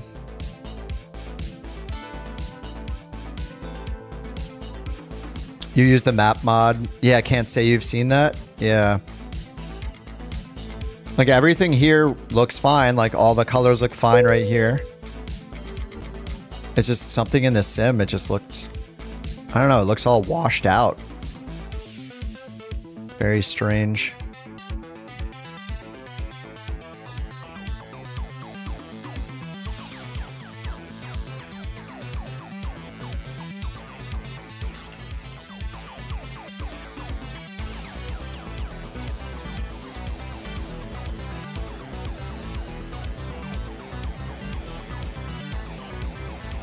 Let's see. Yeah, I don't know. Might be able to join for a flight. Nice. Let's do it. Yeah, I'll be in the 737 shortly. I'm just gonna test this. I'm gonna fly around to get in the Sting real quick. See if the maps look less poopy, and then we'll resume our Pilot's Life stuff here. I only have one scheduled flight left on this schedule to complete it. Edmonton to Terrence. 534 miles. Might have to use time acceleration for that one. I guess in the background I can start doing the sim brief planning back here while we wait 250 minutes for Flight Simulator to load.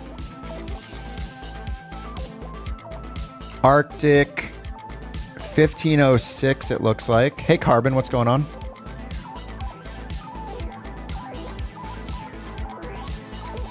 And I should wait on this really because we'll have to update our departure time, and then the predicted weather and winds and all that I guess could be different in 30 minutes.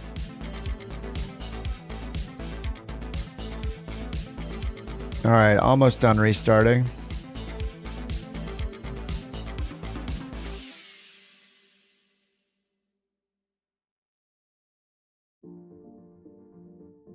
What's up, BSS?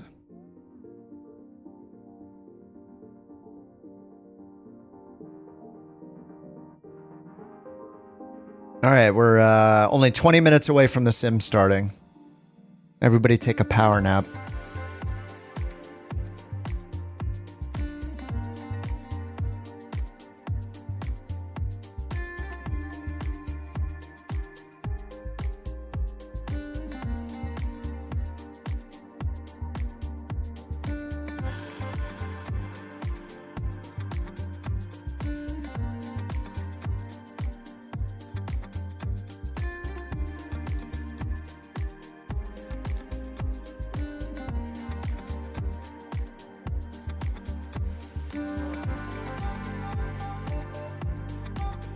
Avarice says, looking into playing career mode, which one would I recommend? Do you fly airliners mostly? If you fly airliners mostly, get a pilot's life. All right, we made it. Yeah, please hold. Your call's important to us. Yes. All right, let's just go anywhere in the world. Doesn't really matter. Somewhere green. Let's go up here. All right, CYHD. Actually, I should probably go in the US just because the satellite imagery through these providers is probably better in the US than other places. Dixon. Oh no, airport there. All right, here we go. M02. In the sling again. What's up, Paul? Yeah, Avarice, I have become less and less of an on-air company fan over time just because it feels like a full-time job when you use it.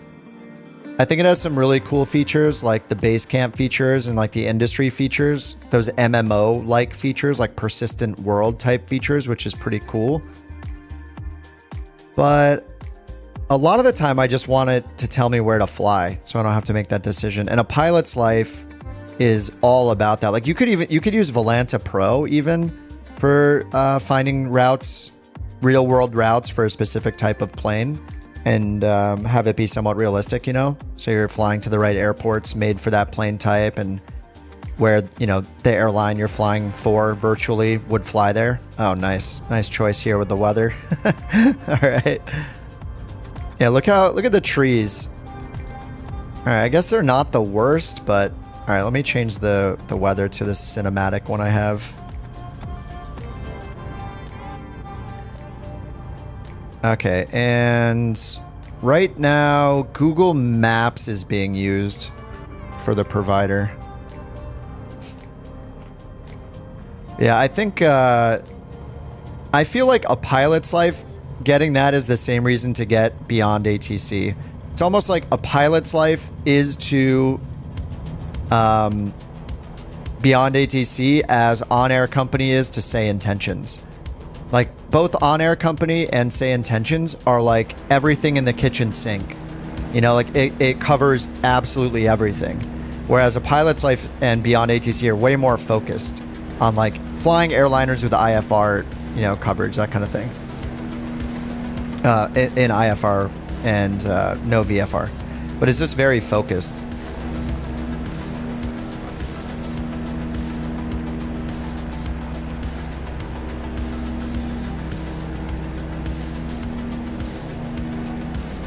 So, is this better? The trees look worse, of course, because AccuSeason does better trees.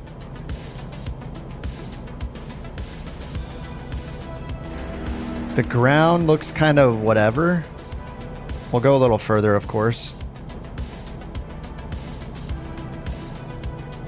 Let's turn on heading mode, altitude hold, and autopilot.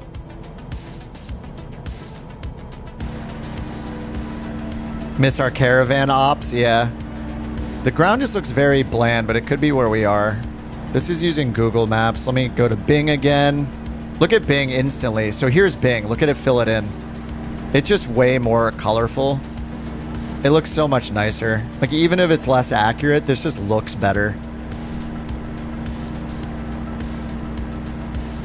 Yeah, it's filling it in the distance now, too. So I'd say, I mean, Bing is definitely... Oh, what's going on back there? Wait, now it's... What? What the heck? Now it's turning it off. What just happened? So confused.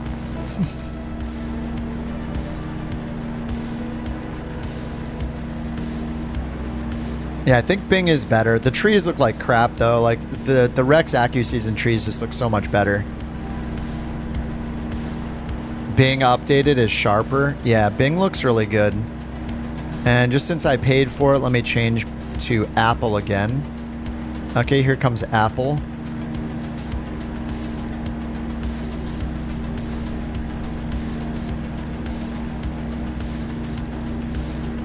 So funny how green the trees look and then everything around it looks not green. Blue handle, this is the Sting S4. It has a working parachute. It's a nice little two-seater trainer. Apple looks pretty good too. I think of those three, Google is the worst. Bing is free. You have to pay for the license for the Apple one. Yeah, it's in the marketplace. Yeah, the Sting S4 by FS Reborn. If you want something faster than this, though, the same developer makes my favorite plane, which is the Meridian, the Piper Meridian. It's the FSR 500. Look at this kind of stuff, though, where the trees... Like, this is a tree issue, though, right? Because, like, look, the trees are just changing from green to whatever color these trees are. The colorless trees. That is super funny. Wait, do I need to turn off Bing in the settings? Is this the problem? Do I need to go here and turn off Bing under data? Oh, that turns photogrammetry off, though. I don't need to turn this off, right? Color changes fall. Yeah, it's fall. It's fall once you cross this line. Look, we're not in fall here, but when you take a step here... This line is so funny. What's going on? Is this how the world works? One tree is in summer, one tree is in fall? Or one is in spring and one is in fall? I guess it's summer and fall. I don't know. I don't know what's going on, if this is worth it. We're going to be flying so high in the 737 it doesn't even matter. Minecraft biomes, yeah, exactly. Global warming. Flight Sim 2024 can't come soon enough with all the improvements they're going to make to the biomes and the satellite data, and then I don't have to worry about this stuff again. It doesn't look bad. I think the Apple maps look pretty good.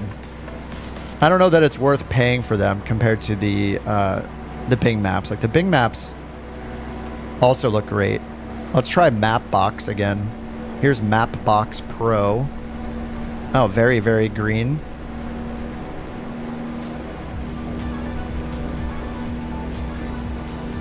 Oh, it doesn't use the enhanced data over flight level, over 10,000 feet. Got it. That does make sense. Yeah, the Mapbox setting is much greener in this area.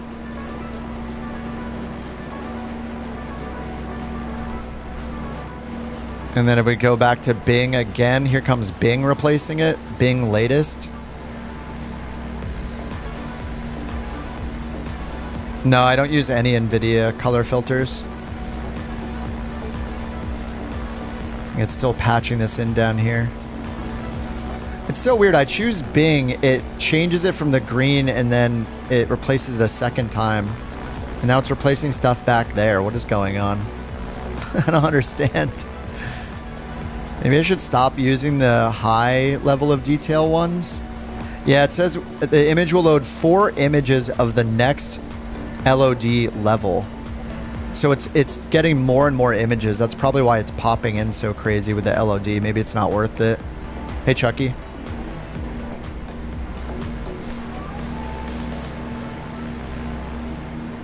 I mean, it's looking good. Yeah, I think it's not worth buying the Pro one. Bing latest version looks great. So I don't know, like, it's hard for me to test if this is... Why is it doing that, though? Way back here. I don't know. I think Rex AccuSeason, like, the trees just look so much better. I do love using Rex. I think just the Rex Bing latest version combo might be the best. It also has this hybrid mode. So here, if I turn on hybrid mode, it's going to pick... Mattering where you are in the world, it picks a different map provider. Mattering where you're flying. Have I been getting the same bug? Which bug, Chucky? I don't know what bug you're talking about, so I can't answer you. Yes, I guess I have. No, I don't know what bug. All right, I think I'm going to reinstall Rex, and then we'll maybe I'll install it with the cool color tones instead.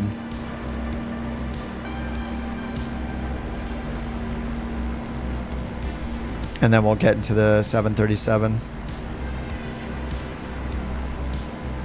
All right, let's do that.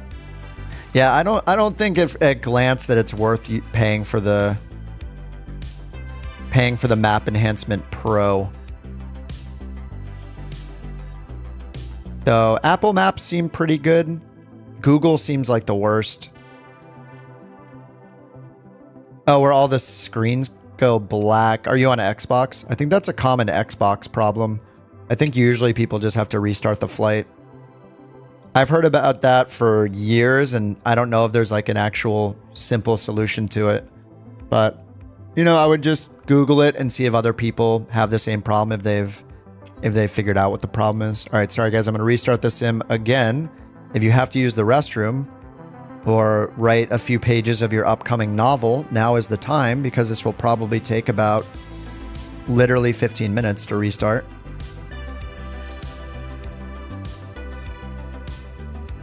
What's up, Deuce? Which plane? The Sting S4 is really cool. It's just very slow. So like the Sting S4 and the Tomahawk are both awesome. They're just so slow that I don't think a lot of people are necessarily interested in flying a plane that slow when you're just going like 100 knots. They're definitely good planes, but you're buying a trainer that's very slow. So, this will be here till the stream is over. Yeah.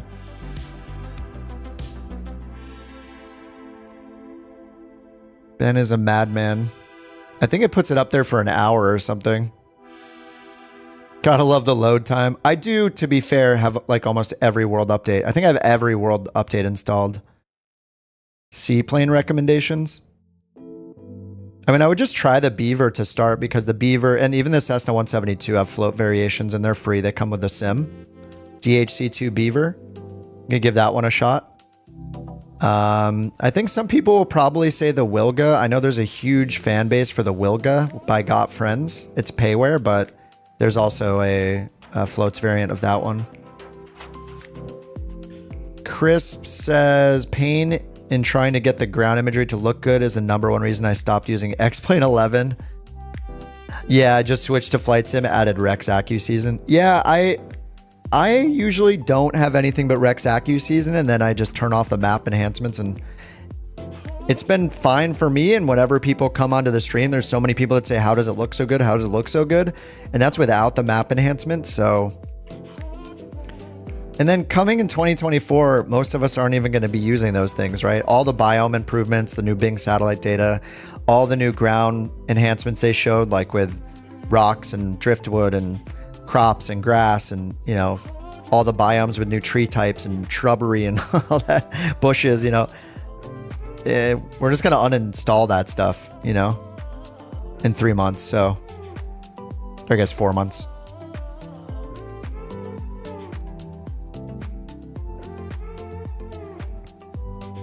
So yeah, I prefer to run the stock stuff whenever possible, but them having only like one tree type, or maybe there's like 3 tree types globally in Flight Sim 2020, that's just like, that's something that needs improvement right away. It's just, yeah, I'm excited for 2024.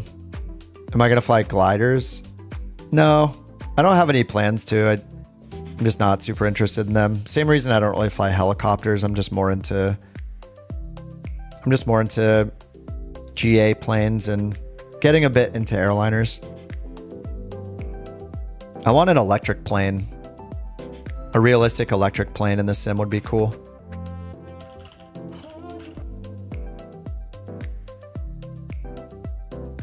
Oh, there's a DA40 electric on flightsim.to from last year. I didn't even know that was in there. DA40 electric. 80 kilowatt battery. That's kind of cool. Looks like this. This was posted in October, I guess, on flightsim.to. So much trolling will be on with shared cockpit. No, it'll be like any other multiplayer game where you can join a group. You'll have permission settings where it's like anyone can join me, only friends can join me. You know, they have to have that. Or, you know, it'll ask, like, it'll be a request that pops up in the corner. So-and-so wants to join your plane as passenger 3 or as co-pilot, you know, as first officer. You have to say okay to approve them.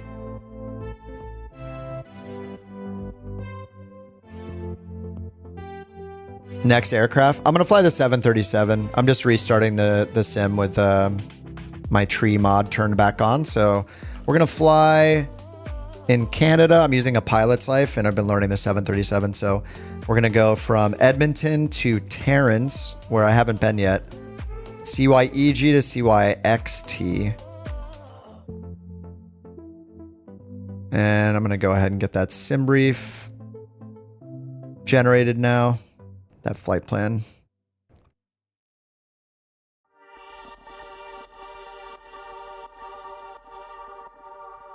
What's up, Ryan? Mentor pilot showed an electric airplane a flight school uses. Nice. I don't think I saw that one. That video.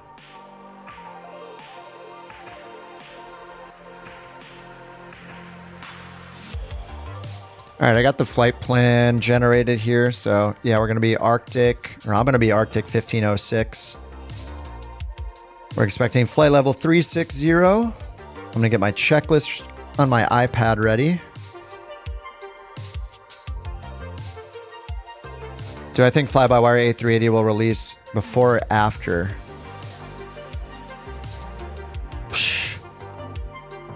I have no idea. I mean, nobody knows. Before. I'll just say before. It's a coin flip. I have no idea. We're all just guessing. Giveaway from the donation? I have no idea. I have to plan it. Maybe I'll just be greedy, take the money, and buy myself 300 coffees. After YouTube takes their cut. I don't really plan giveaways though, because I don't want people tuning in just for the giveaway. I want people hanging out here because they like hanging out here. So I never announce giveaways. They'll just be seemingly random days if they ever happen. But yeah, Jeff had donated for a 777 giveaway, so I matched him, like, what was that, last week? And we did a bunch of Just Flight gift card giveaways. Okay, let's pull in the 737 700 because that's what we're flying right now. And I need the Canadian North. I'm gonna go for the red livery. All right, we're flying from Edmonton. Back to Edmonton we go. Are these gates here? Okay, these are gates.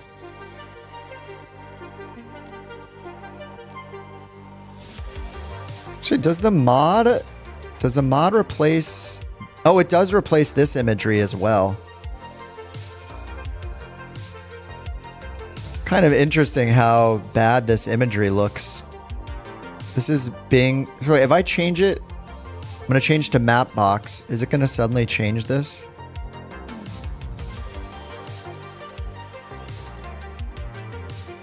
Oh, it's updating everything away from the airports.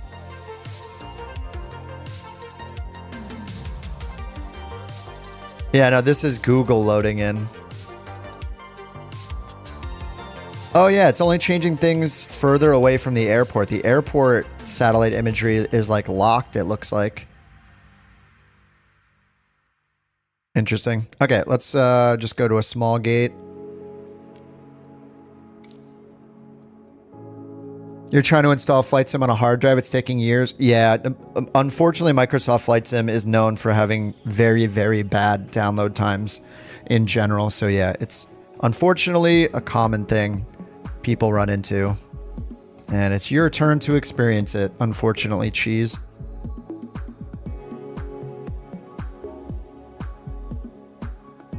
Oh, Canada is right. Do I think the flight... Oh yeah, most anticipated plane.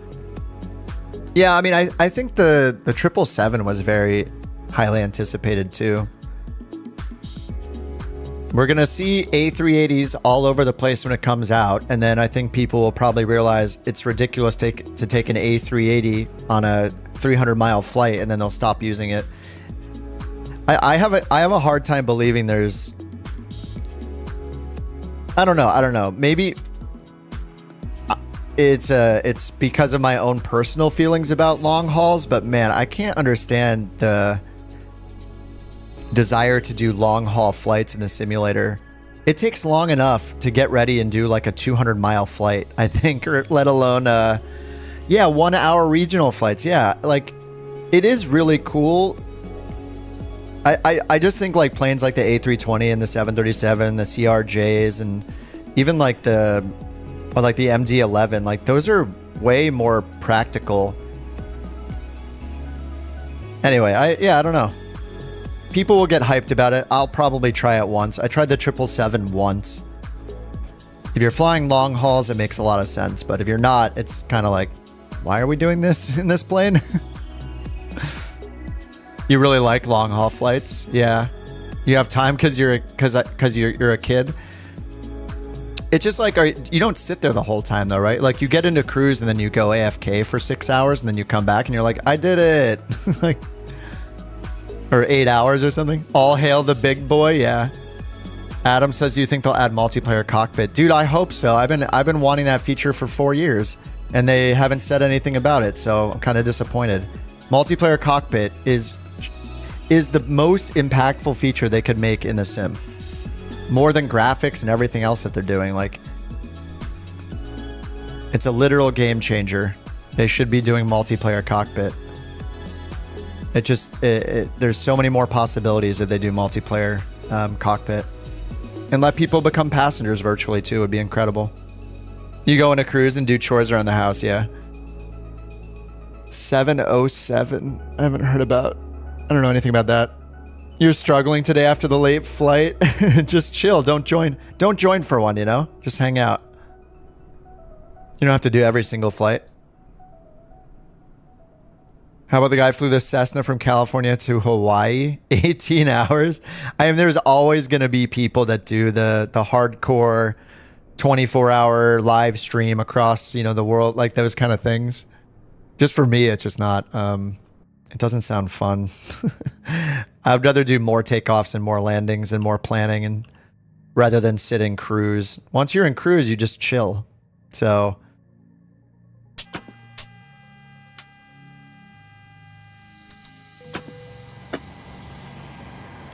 all right, ground power's on.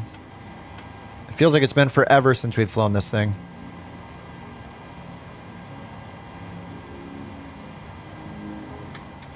Window heat, hydraulic pumps, and yaw damper. All right, checklist. Good to see you again. Nav, yes. Auto pack signs, and window heat is on. And next is going to be the APU, so we'll do the sim brief import.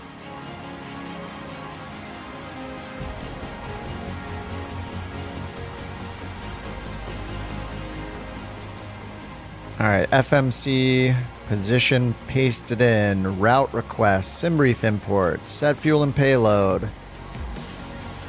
Bam. Did I figure out the ILS approach?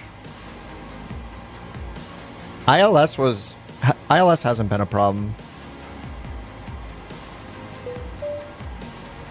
CYXT is Terrence? Oh, whoops, my throttle was pushed forward still. That's why it's yelling at me. Terrence. Oh, he was recreating an actual Cessna delivery. Nice. He didn't think he would make it.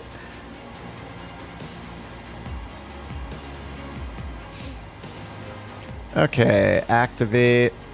There we go. Let's do the departure and arrival. Let me grab the route and I'll paste it in the chat. We have no SIDS, no stars.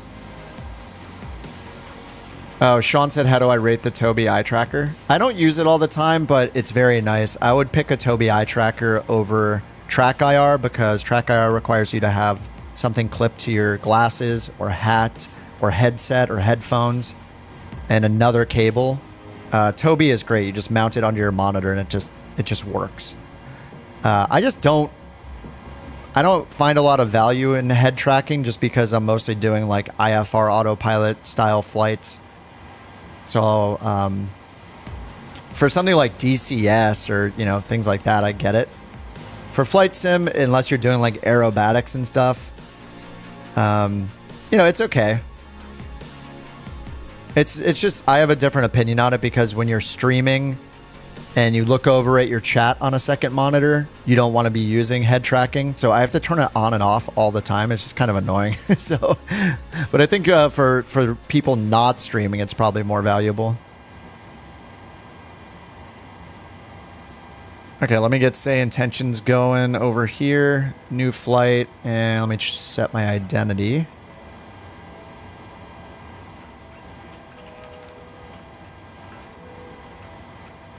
We are Arctic 1506. All right, let's grab the ATIS here at Edmonton. You have information Kilo. All right, Edmonton Kilo. International Airport. Information Kilo. 1922 Zulu. Wind calm. Visibility 8. Sky conditions. Visibility 8. You at 24000 feet. Temperature 30. Dew point 20. QNH 1022. Arriving and departing runways 20, 30. Visual approach. It's giving us QNH. Advise on course heading. They must have fixed that bug, so it was giving us inches before. All right, so let's get it to HPA and put in 1022. All right, 1022 is set. And they said runways 20 and 30 are in use. And of course, our sim brief tells us runway 12 is what we're expecting. It's never the same. Always weird.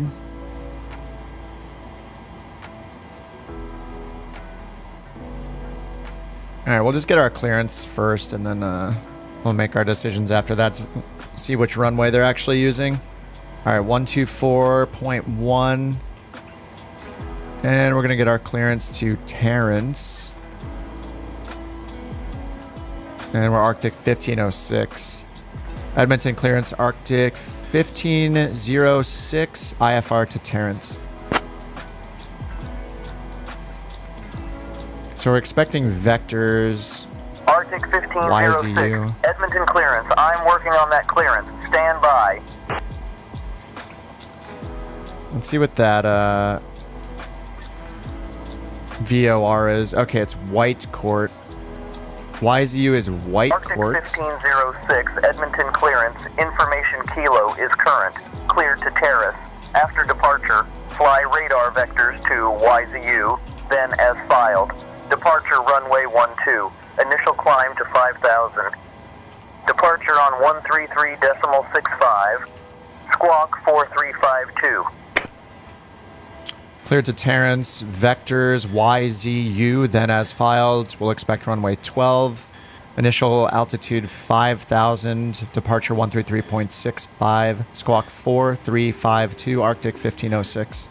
Correction, Arctic 1506. Guess I can put in 1506. Arctic 1506, read back correct? Thanks. Thanks. What a nice guy. So we're expecting flight level 360 from SimBrief. Throw that in.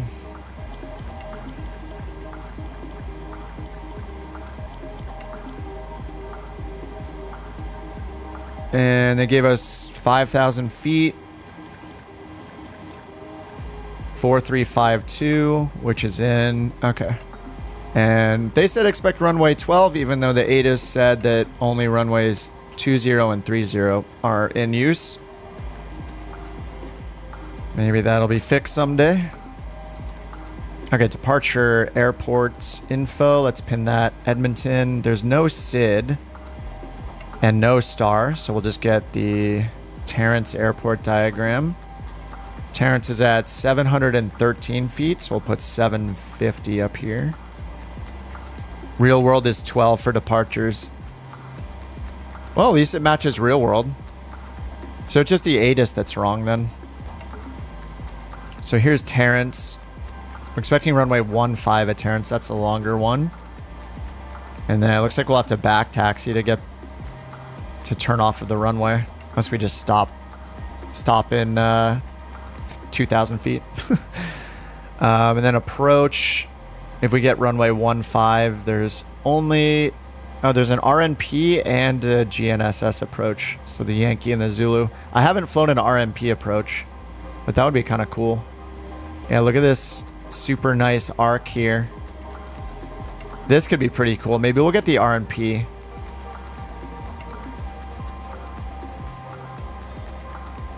And I assume it's an RNP RA. Edmonton clearance, WestJet 1545. With information yes, Jack is here. To Terrence. Oh yeah, that's our boy Jack. Oh, yeah, let's get the cabin crew turned on as well. We'll listen to... Let's try quitting time. Edmonton clearance. Give me 1 second for that clearance. Cabin crew quitting time. Oh, the sim is freezing. Lovely. WestJet 1545. Yeah, Void, you can join. The airports are in the top right. We're on the USAOS server. Initial climb to 5,000. Departure sim is still frozen. Lots of freezing happening. I think I wouldn't be surprised if it's because the map enhancement mod. Like, that's the only new thing I'm running, and the sim is freezing much more often than usual. So not great, Bob. Jim. Doors shut. We're pushing. Oh, back. this is the new Jim Stay in your voice. seats. Belts on. Turn off your gadgets. We're leaving Edmonton. He sounds Heading to high. Edmonton. Terrence, after Flight departure, times, radar whatever. vectors, white Weather's course. hot. Runway 12. 86 degrees Fahrenheit. Initial climb 5,000 What is wrong with him? Departure on 133.65. Squawk Follow our 6175. instructions WestJet or don't. 1545. Safety's important, apparently. Enjoy the WestJet ride. 1545. I am working on that clearance. Stand by. All right, yeah, Jim sounds kind of out of it. He sounds a bit out of it. All right, let's get the APU started. Fuel pump is on. APU to start and monitoring APU power. Information kilo is current. Cleared to terrace. After departure, fly radar vectors to YZU, then as filed. Departure runway 12. Initial climb to 5,000. Departure on 133.65. Squawk 6175. Do I prefer Boeing or Airbus? After departure, I've spent more time flying the Boeing. I think the Airbus is easier to fly. Initial climb 5,000. Departure on 133.65. Squawk 6175. WestJet 1545. Jack just sounds like a pro every time, dude. 45. Read back correct. I aspire to sound like a professional. All right, we should get our APU gen ready to go here. In like 3, 2, 1, 0. 0. There it is. See? Perfectly timed. I knew exactly when.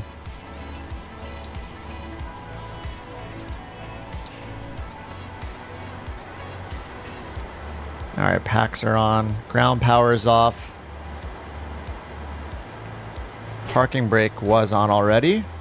Cool. And let's get rid of the chocks. No idea why they give you a full clearance twice. It's been doing that a lot. Like every time there's so many times where it gives me a climb instruction or a descent instruction, and then I read it back, and then it reads it back again to me. And it's... The bugs are numerous lately. Not great, Bob. Not great. Okay, departure, we have none, but we're using runway 12.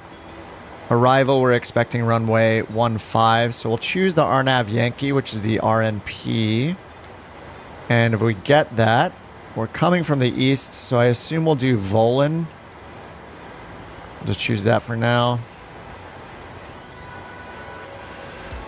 And then there's a discontinuity, so I guess we'll just assume we're going to go Volin.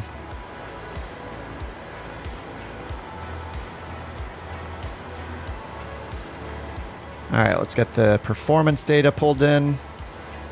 While that's working, we'll go and do our takeoff.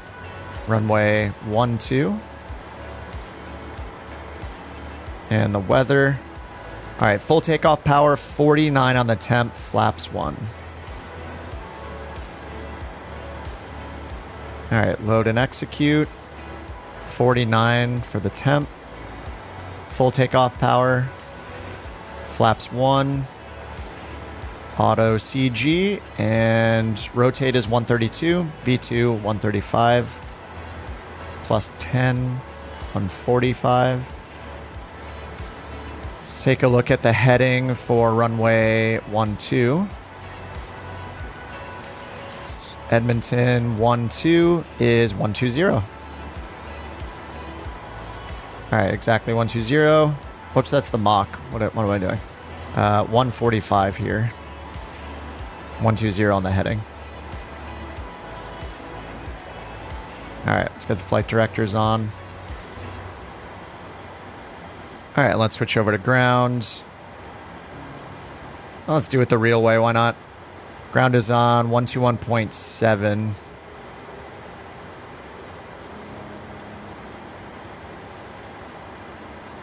Alright, 1217. And then 1183 for tower, I think. Alright, 1183 on standby. Edmonton ground, Arctic 1506, ready for pushback and startup. Rajiv, Fernando, Mian, and Surian. Thanks for the subs. Startup approved. Expect runway 12. Push and start approved. Expect runway 12, Arctic 1506. Electric fuel. That's just because we don't have the engine started yet. All right, let's get anti-collision light on. Let's get the pushback tug in place. Cockpit to ground. Whoa. That is super loud now. This is ground. Stand by. It fixed the volume, I guess. It wasn't working last time. There we go. That was super loud. Better than unable to hear it. Cockpit to ground.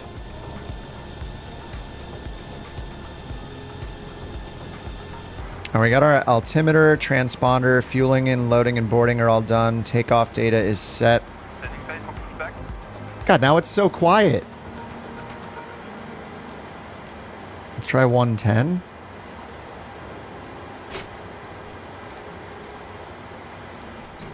Alright, let's plan the pushback. Which way do we want the... We're going to runway 12, so nose to the right. Edmonton ground, WestJet 1545, request push and start. Let's see, can we move back this way? Maybe we'll just have it turn us all the way around like this if it can. WestJet 1545. Oh no, someone is Edmonton over ground, there. Push and start approved. I don't know where to have it move us. This is another gate right here. We needed to push us like all the way back. 1545. I'm just gonna have us push us back here. And then here. Cockpit to ground. Go ahead. Alright, so You're MCP cleared is for set. Start and push. 145, 125,000. Okay, clear for push and start. Please release parking bikes.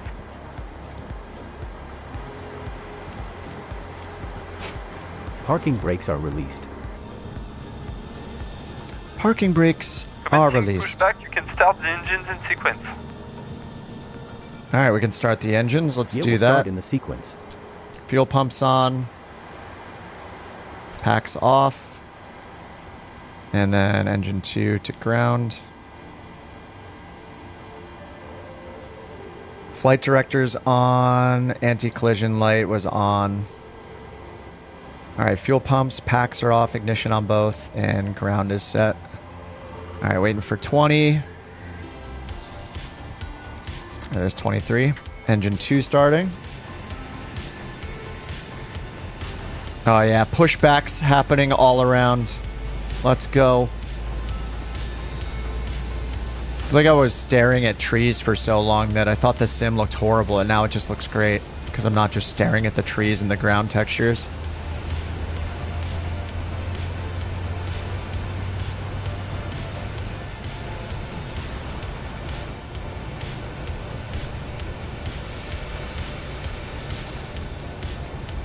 I should have pushed back behind this lane here, I guess, but that's fine. Alright, engine 1 time.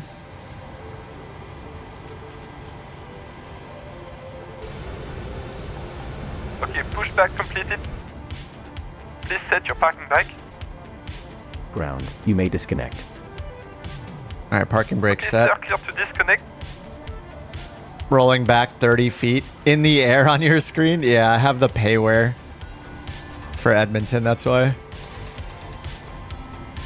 That always happens. Alright, we got Gen 2 volts. Waiting for Gen 1.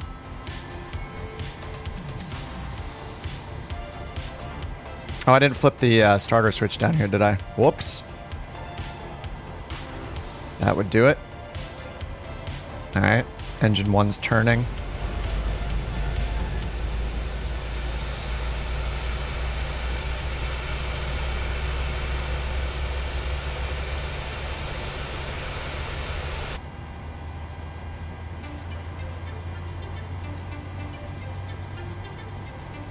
Jim, how's it going back there? Any rowdy passengers? Or are they relatively calm? It's fine, Captain. No riots yet. This dude sounds like he's on something. Jim, are you feeling okay? You sound a little out of breath. Westjet 1545, request taxi. Alright, let's get Gen 1 on. Gen 2 on. These are starters are set to off. We're showing AC amps. Good. 1 and 2 bleeds I'm are fine, on. Captain. Just thrilled to be here, as always. Jeez. Probe heat on. And then bleed, APU bleed off. APU off. Bravo, Westjet 1545. Alright, everything looks good. Let's get our flaps down to 1. Check our trim. 5.26. Jim sounds stoned. Yeah, 100%. Jim, you're not on any drugs right now, are you? No, Alright. Captain. I'm not on any drugs.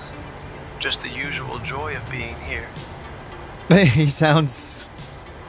Yeah, he doesn't sound with it. Not at all. Alright, we're going to go VNAV for the climb. And we're expecting vectors, so we'll do runway heading first. So heading select is on.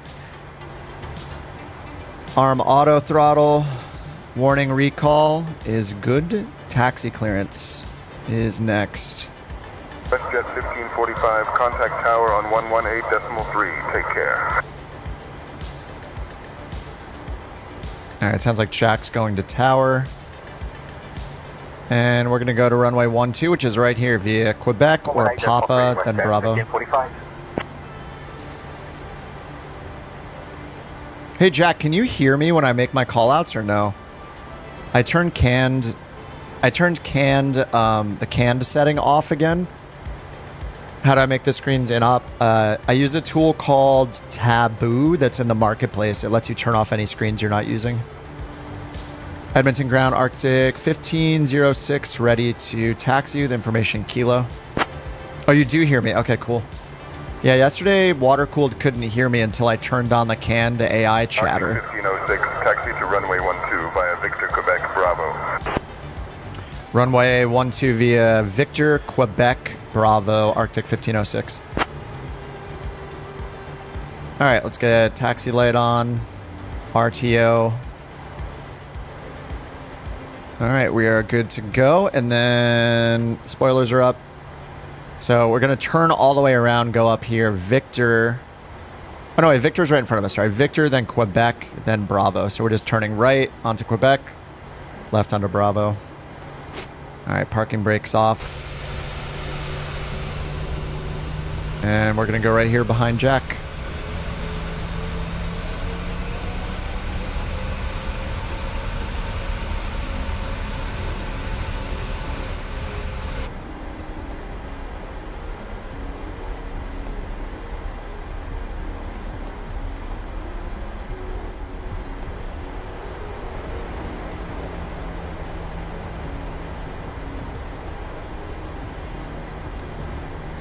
Alright, so we're going to fly runway heading first.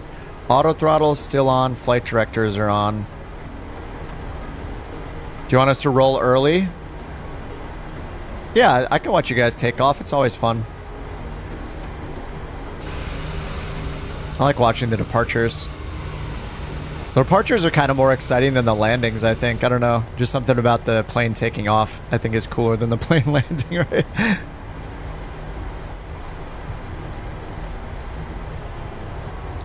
Alright, once we get over here, we're going to switch to tower. I'm just going to switch now.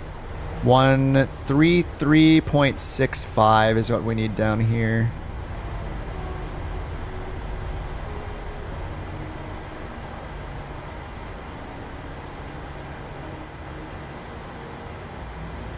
Our 133.65 is on standby. And what do we have a caution for?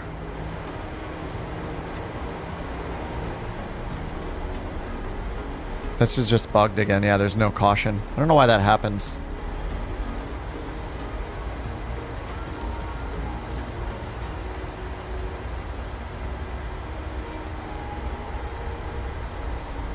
Yeah, the recall just gets stuck. It's super weird. You pay $70 for a plane. You think it won't have weird little tiny bugs. Can't help but complain when it's like one of the most expensive planes you can buy. Alright, I'm chilling. I'll catch up to you guys, I guess. Nice livery. 420 Texas, appropriately in the Lone Star livery. You do love to see it.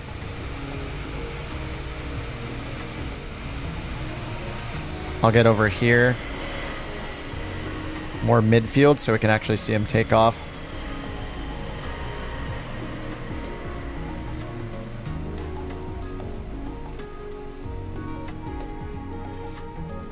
We'll just stand here in this patch of grass. Alright. Southwest Lone Star livery. On the takeoff roll. Richard, thanks for the sub.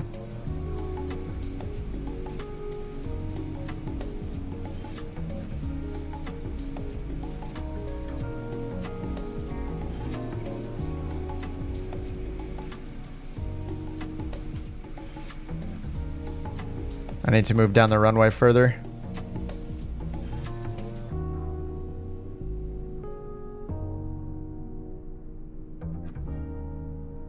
The tail into the ground. That livery looks awesome.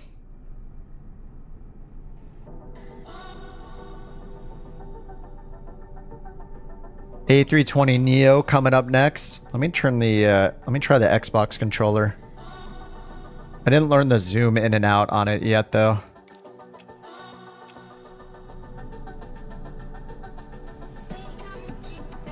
Edmonton Tower, WestJet 1545 at Alpha, ready for departure.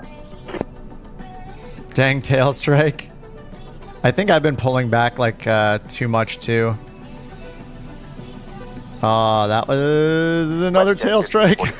I don't know if it's even accurate because like you guys are probably at different you're at different elevations than me potentially, right?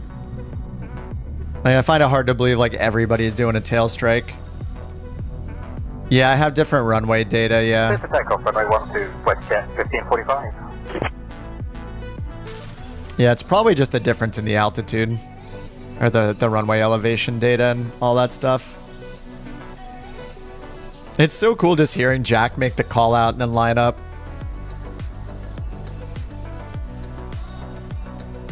We don't have to worry about snarky controllers or anything.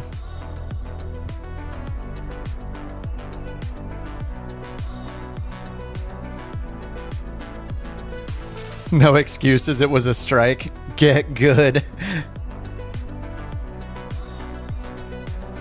Jack looks a little slow. Maybe he's having the auto throttle problem I had. Or maybe he's doing a derated takeoff. He's in the 800. I had that auto throttle disconnect problem that one time where I was like going at like 60% power down the runway.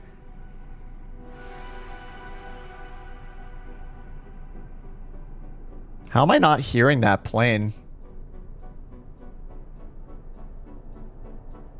Yeah, it must be the elevation data thing because his nose comes up, but you don't see the plane taking off for way too long. It's probably because he's actually taking off and he's gaining altitude on his screen, but for mine it thinks he's underground, like he's under in negative AGLs, you know, because of the elevation difference. That's probably it. 12 or 15 degree.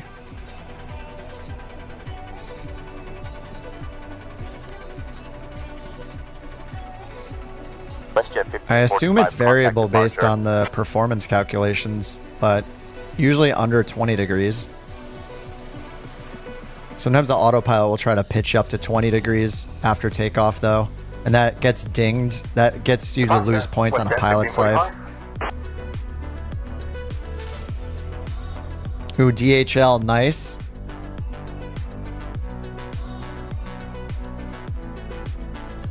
So you can just follow the flight director on takeoff wherever the crosshairs are pointing. Just aim for that.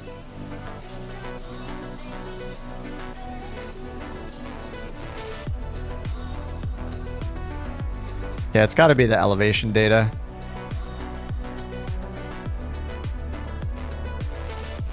Can we see the gear come up or no?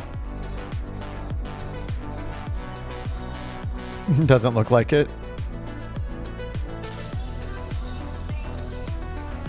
Assume I stream 24/7. I have been streaming more often than usual. Oh no, I locked on. How did that happen? I locked onto Rex. I think he's waiting for me, actually. Alright, Austin is going. Let's see if I can lock onto Austin.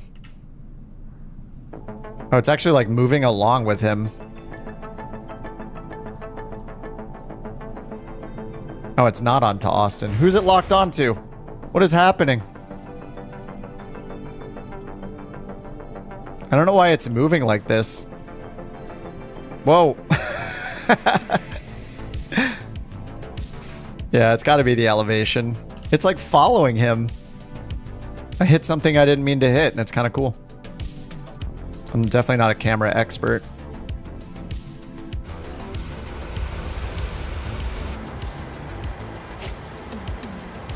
Edmonton Tower Arctic 1506, holding short runway 12, ready for departure.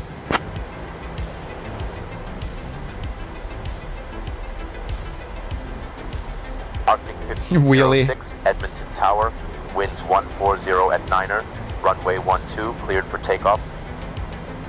Runway 12, clear for takeoff, Arctic 1506.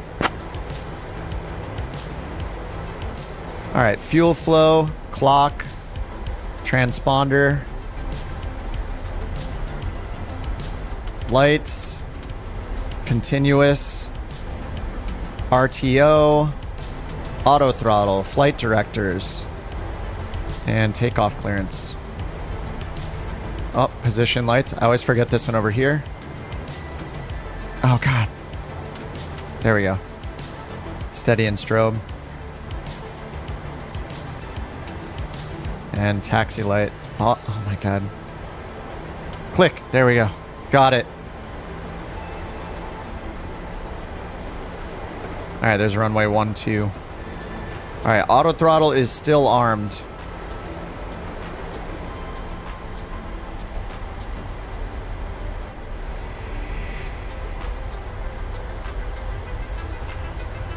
Okay, toga is hit. I see toga, N1, auto throttle arms. 130 is V1. I think 135 is rotate. 80 knots.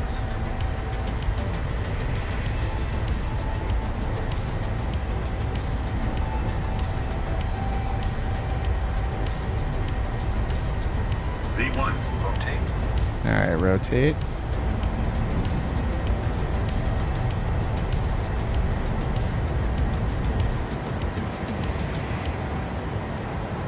Positive rate of climb. Gear up.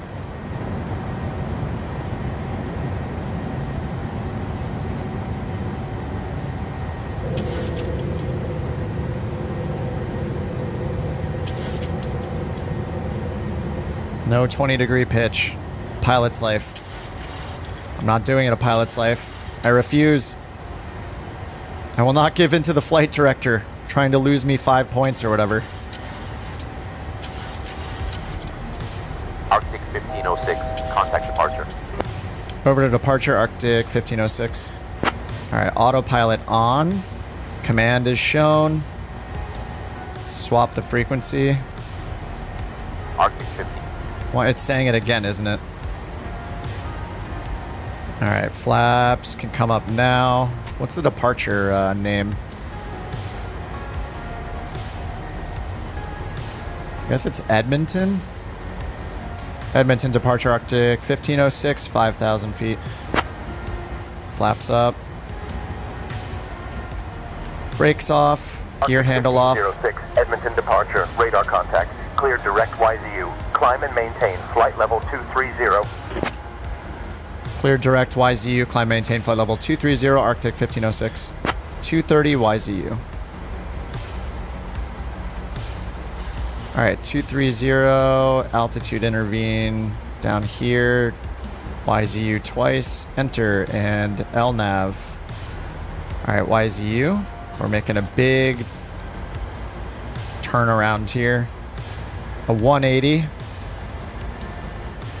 Climb 1, LNAV, VNAV speed, N1, auto throttle, everything's still good. Add the HUD. I like it without the HUD.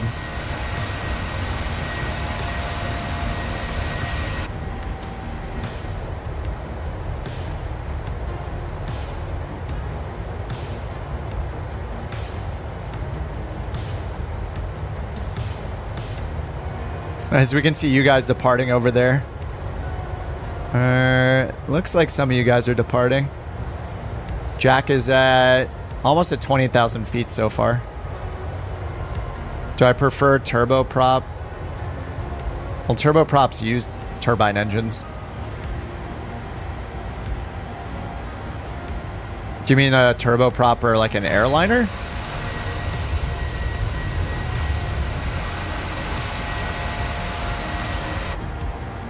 They're just different.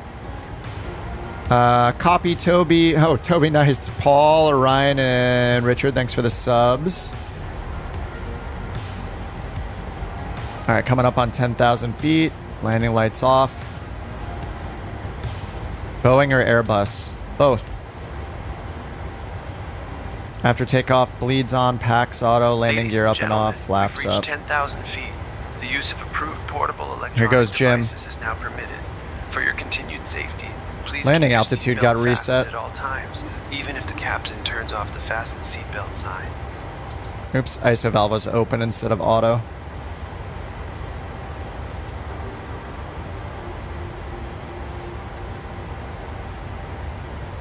Alright, we have no SID, no star, so we'll just watch the moving map for a while. I don't know why I keep zooming the map out. What are you doing? I'm clicking zoom in, it's zooming out. What is happening? PMDG, please. What is going on? What? Guys. Climb and maintain flight level 290. Climb, maintain flight level 290, Arctic 1506. 290. Alright, we're at 12,000. Let's try using the PMDG tablet again. I zoomed in twice, it zooms out twice. This is ridiculous. Look, I'm not even touching it. It just keeps zooming me all the way out. This is crazy. What a ridiculous bug. Yikes. What ATC? SayIntentions. I pretty much always use SayIntentions unless I don't want to talk. If I don't feel like talking, contact Edmonton Center on then I'll use Beyond ATC. 132.775 Arctic 1506, yeah. Alright, over to Edmonton Center. Let's swap it. I'll be very excited if they add a co-pilot feature for SayIntentions. Be really cool. Edmonton Center, Arctic 1506, 16,000, climbing, flight level 290. Alright, when we get to 18, we're going to switch to standard pressure. I guess we're not watching our flight on the tablet today. Edmonton Center. Good afternoon, Edmonton QNH 30.15. What? 3015. Alright, I guess we're switching to inches. We're gonna switch off that in a second anyway. Almost 3,000 feet per minute. Feels good. Took the EFB 2 years to implement. Yeah, that's pretty crazy.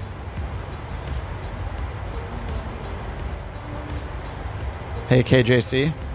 Alright, there's standard altimeter. Arctic 1506, Edmonton Center, climb and maintain flight level 350.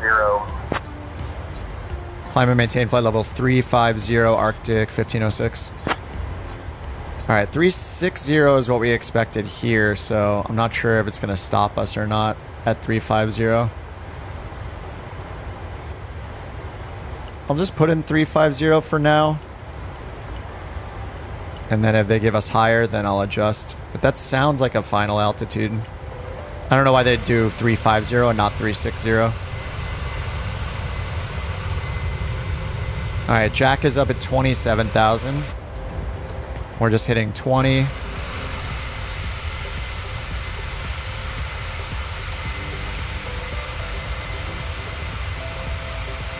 Is the FA high? It's the cabin crew, but yeah.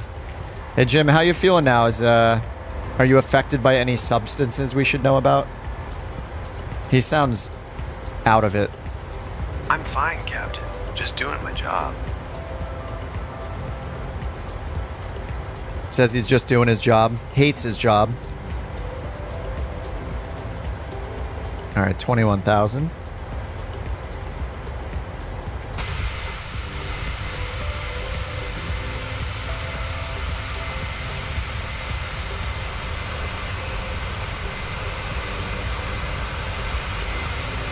You know, why is everything so bright?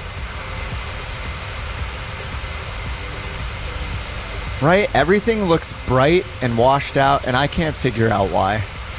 I haven't changed anything. Wait a minute, did it turn HDR on or something? I don't think so. I've never used HDR. HDR is supported, but it's turned off. So that's not it.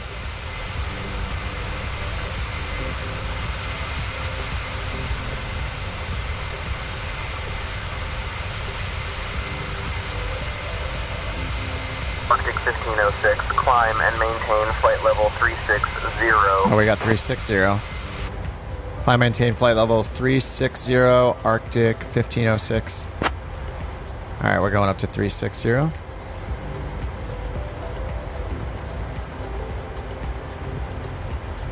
right, done. Let me grab the forecasted winds for descent. You always use HDR. I don't, because streams do not support HDR. If I use HDR it affects the stream, and then, well, that was weird. My display just like reset. The heck was that? Yeah, if I use HDR for streaming and somebody isn't on an HDR display, it looks very, very washed out. I've actually seen some streamers on Twitch do that, and you can tell because there's no color contrast to anything. You just know they're using HDR.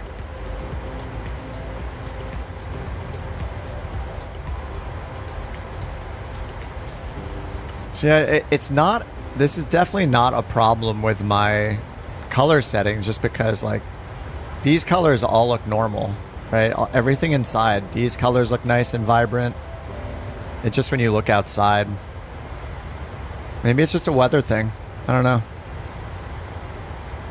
I'll never stop talking about it. This is the new point of the stream. We're just going to be here talking about the colors and if they look good or not. How do I navigate between the panels? I use Control 1 through 9, and they're different camera presets for each plane. But once you memorize them, yeah, you just start using them. So I know if I need to change my transponder or my radio, it's Control 4, which goes down here.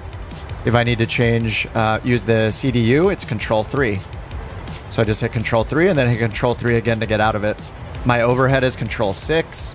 So I've just learned, 3, 4, 6. Those are the 3 main ones that I use. And then for the ones in the back, I set 2 preset cameras of my own. For Alt 1 and Alt 2 give me the 2 wing views. And then I also have a button on my stick that just resets me to the default pilot view in case I get lost with the camera. Yeah, it matters the plane that you're in. Some of the instrument camera presets are better than others. It just is up to the developer. But yeah, just play with Control 1 through 9. And then I also use a hat on my stick to do the forward, especially like this one. I just hit down on my hat to get here. And left and right on my hat to do the left and right turns. You fly with track IR. Yeah, the issue with... So if you use track IR to like look down at your instruments or something, if you're hitting turbulence, then it's going to be shaky. Like if I just zoom in like this and we're hitting turbulence, it's going to potentially move around as I'm trying to click stuff. So if I like if I point over here, maybe we'll see it. There might not be too many bumps right now, but it's possible that the plane will move like under my pointer. When you use an instrument camera preset, it fixes the camera and it can't move right now. So pointing at the letter B, like it'll never be thrown off no matter the turbulence. It kind of disconnects itself. So it's just fully static here with no plane movement. If you use the camera presets like Alt 1, 2, 3, and you set those like I set back here, these also will react to turbulence. You can see if you look at the very bottom of the screen, see the window frame moving ever so slightly?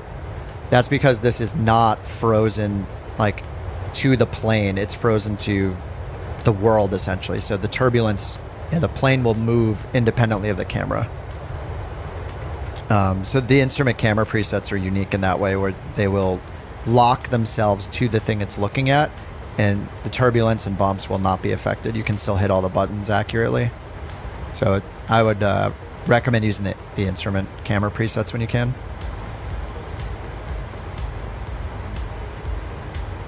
Do -15 on the brightness in the Bing Maps app. Okay. The recommendation is -10. Oh, okay. Why isn't the default the recommendation then? Oh, you're right. Look, I just hit it. Look, it's replacing it right now. Oh, you're right. -15. This looks pretty good. Look, it's replacing them all the tiles out there right now. Oh, that is better. Yeah, that's so bright. It'll take a bit for it to replace everything. I actually have it on Apple because I paid for it, but we'll see. Yeah, that looks nicer. DCS? Never. I have no interest in combat sims.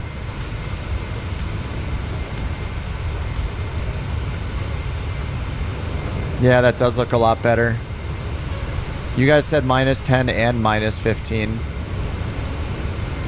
Maybe I'll do -12.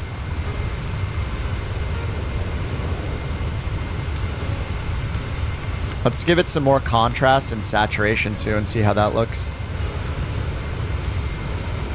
Jack for the win.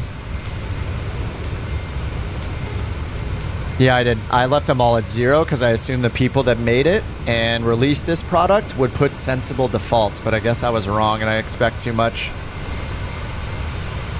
I do like it down. Yeah, it definitely looks better at -10 or more than that. I just turned the saturation up to +10 and the contrast up to +10 as well to see how that looks. Yeah, this is looking a lot better already, thanks.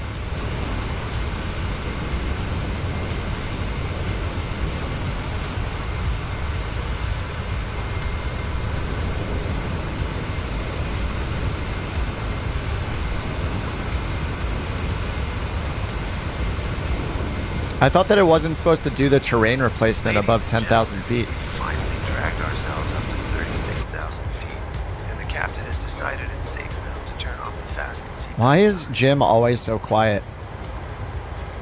For your safety, Canadian North requires... He's like half the volume of the other two. At all times while seated. Snack and drink service will be coming around soon, so try to contain your excitement. Enjoy the rest of your flight, if that's even possible. He's so quiet, I don't get it. I pretty much don't use the quitting time one much because I'm constantly having to grab my little mixer volume slider for the ATC and turning it up, which is something I don't want to have to do.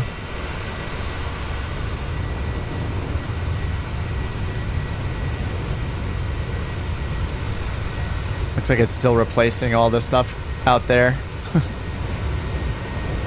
Yeah, I think maybe that's a little too dark.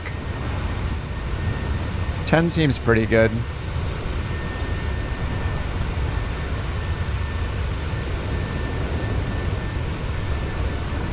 I'm gonna play with those settings forever.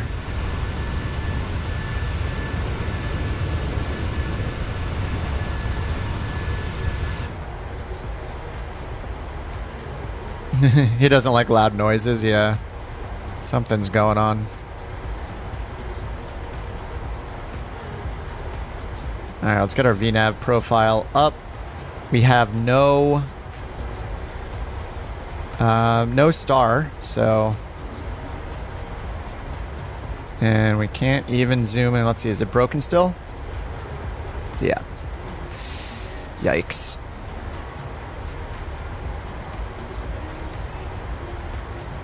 Oh look, it doesn't do it on this map. But this doesn't give us the city names, so... I kind of like this, the default world map on this so we can see the city names, which is interesting. Oh, we can do the world map. Here we go.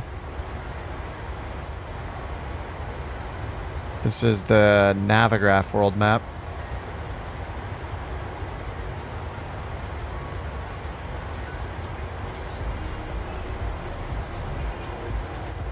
All right, let's look at those tiles loading in.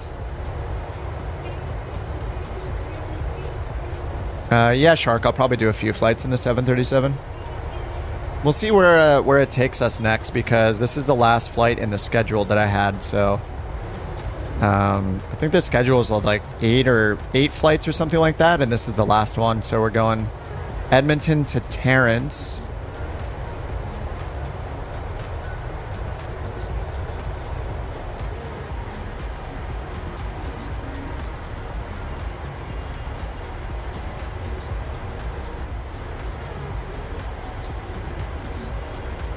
Oh, weird. I just noticed my... Huh. My streaming software is not showing my sim anymore. What is wrong with this thing? Yeah, it looks like it's right on the sim. You guys can see everything I'm looking at, but over on my streaming software, it's no longer showing me an accurate preview. Oh, weird. Okay. OBS bugs now. Why does every software have so many bugs? It's crazy. What's going on?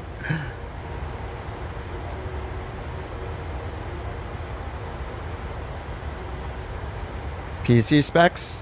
They're on my website, or you can type exclamation specs. But I have a 4080 and 7800 X3D. Those are the main ones.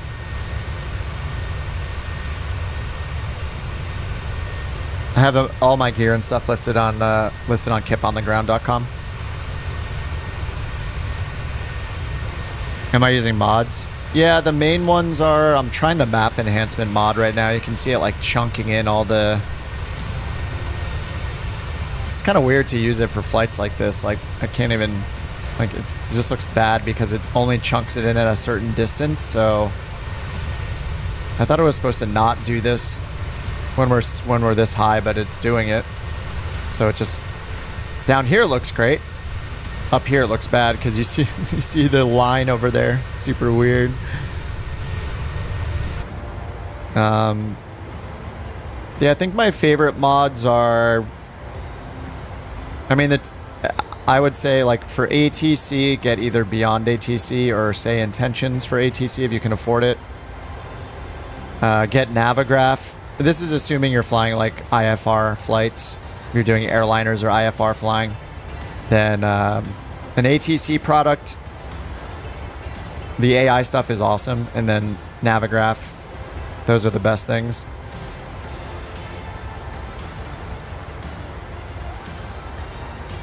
Yeah, I haven't tried auto FPS yet. It turns the terrain level of detail nice and high. I think I have mine at 200. Maybe I'm gonna have to have auto FPS now. It's getting to the point where I'm getting so many mods, I almost want to delete all of them and just not care about it. I mean, the improved ground textures look awesome though. Like the satellite imagery down there looks really good right now. It looks very detailed compared to what it normally is.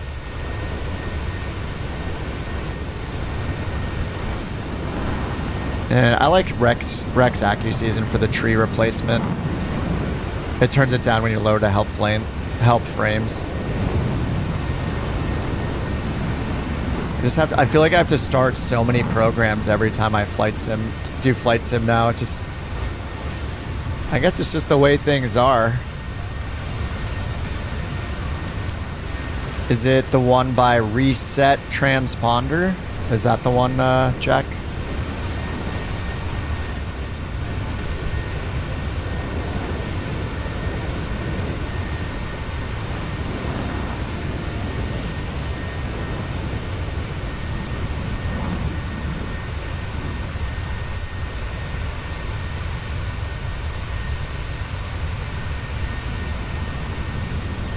Okay, yeah. msfs 2020 Auto FPS installer.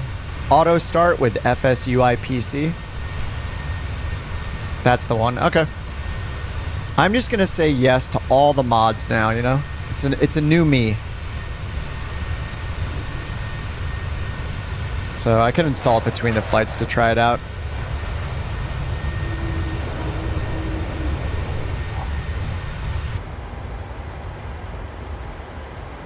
All right, let's see where our top of descent is going to be. 363 miles. Oh my God. What is this, a long haul in the A380? What are we doing? What are we doing here?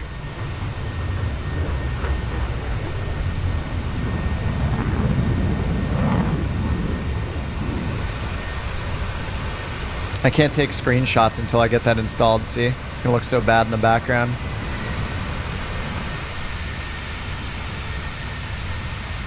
Oh, the 737-6. Did you slow down, Austin, or is that your planned cruise speed?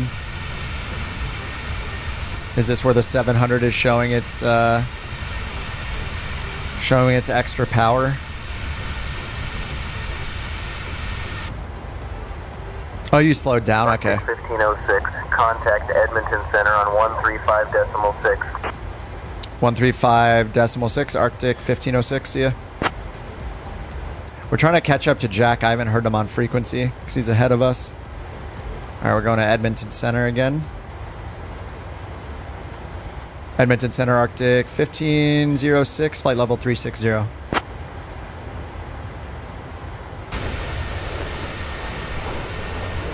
Arctic 1506, Edmonton Center, good afternoon. Good afternoon. Yeah, Keith, of course, let it fly. I want everybody's opinion. Oh, at the moment, your terrain level details 300. You can see all the way to the horizon. Nice. Yeah, mine's at 200 right now, so that makes sense. If this is like 100, 200, 300, like way out there. Why would I dump the map? Why would I dump the map enhancement, though, Keith? Why wouldn't I use both? Because the map enhancement looks great. Like, look at the detail in the satellite imagery. Looks great. I have it on Apple right now. I paid for it. I better use it. Though I think Bing looks so good. There's no reason to buy the other one.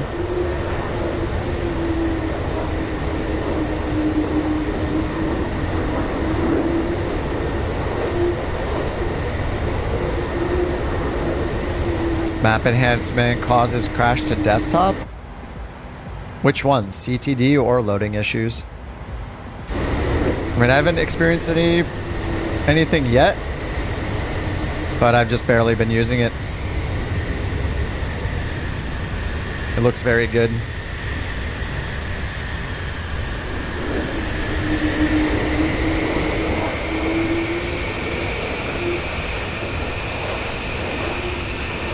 I bought Pro so you don't have to, yeah.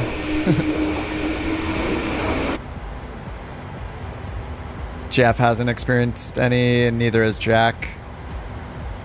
I mean, until I experience it myself, or unless everybody says it's a problem and avoid it, then I don't see it as a problem trying it. Where can you get the mods, Albert? Which one? The map enhancement? You didn't use paid servers? I don't think it matters. Like, I was just trying the paid server one to see what Apple looked like compared to Bing, but the Bing latest looks really good. I don't think there's really a reason to pay for it. The map enhancement, it's just called, let me find the link.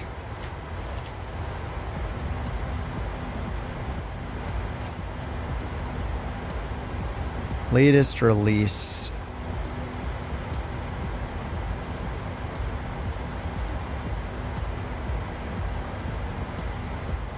I'll throw a link in the chat for you, Albert. Or you can just Google it, but that's the one.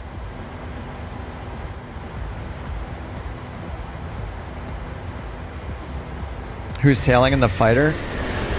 It's probably Epic. Oh, it's Rex, sorry. It's Rex in the Lightning 2.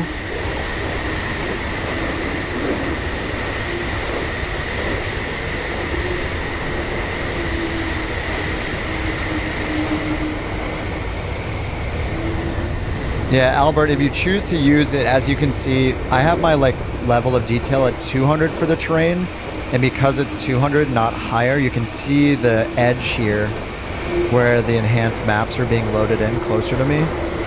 So the guys in the mainstream chat are recommending using something like Auto FPS.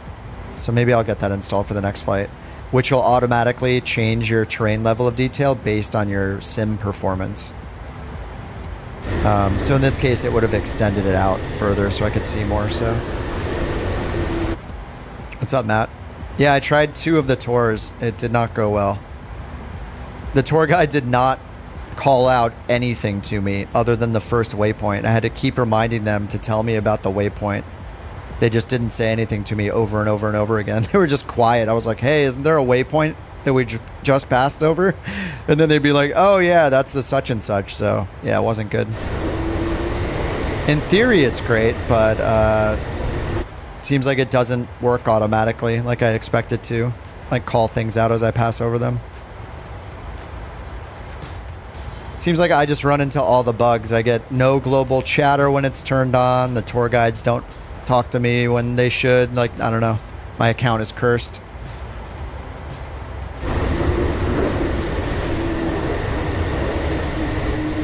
Where am I streaming? Just the main stream. You're on the shorts stream, Albert, which is why it's in a vertical format. See the pinned link in the chat at the bottom that's pinned? That says main stream and points to the full screen stream. And it's also mentioned at the top of the screen too. I'm trying to make it obvious without that there's a main stream by pinning it in the chat and putting a message at the top of the screen, but I don't know. I don't know how else I can make.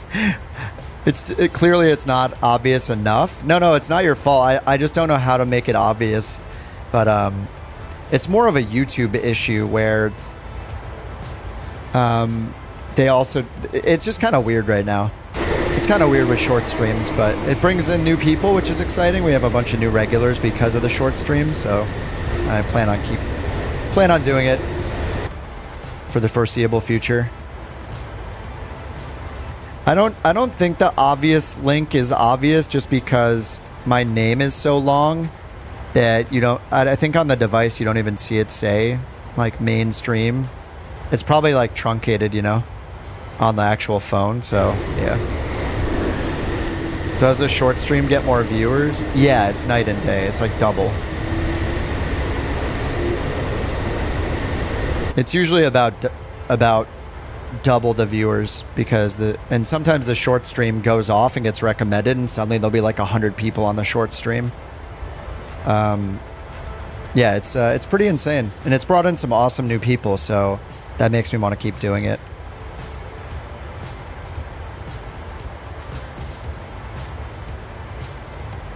But it's just like a new YouTube thing, so it's not perfect yet, and you have to basically run 2 streams at the same time. So yeah, it's a little weird, and then you guys will get an alert just for the short stream, which is kind of weird. Like they shouldn't have the short stream amongst just the regular videos on YouTube. So they have some improvements to make. We get the doom scrollers, yeah. No, not a real pilot. Which is for the best, because if I made a mistake and I was a real pilot, I would scare people away from flying. Real sim pilot, yes.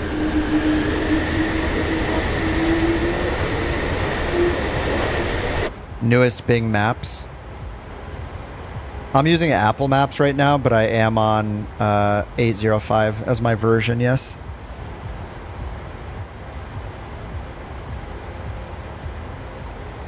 All right, yeah, we still have 300 miles to go. Do you guys all want to accelerate? Do we want to do 2x for a while? We can save some time from our lives here. I think we should do it. I'm going to go to 2x. Jack, heads up ahead. Going to go to 2x for a bit because this is a pretty long flight. All right, as soon as I hit 2x, this clock is gonna turn yellow to remind me I'm in 2x mode. All right, double time activated. And while that's happening, I'm gonna go grab a snack from the fridge. Be right back.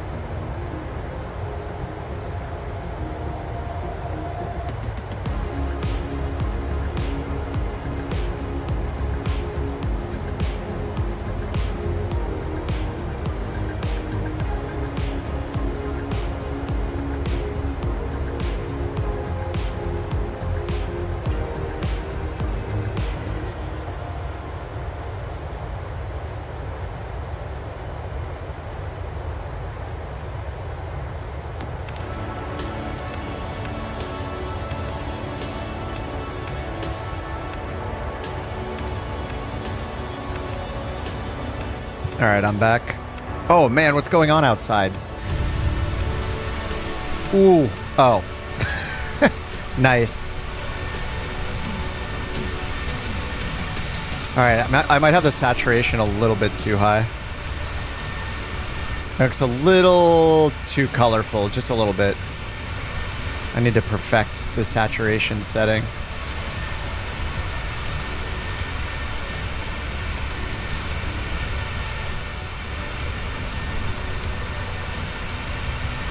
How do you make it warm? Yeah, it's just PMDG, yeah. It's just there by default.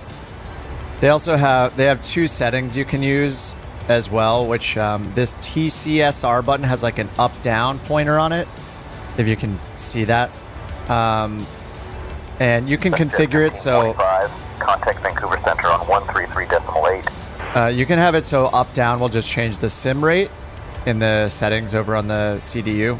Or you can have it so when you hit up, it'll accelerate automatically up to a certain rate until you get to top of descent. That's another option.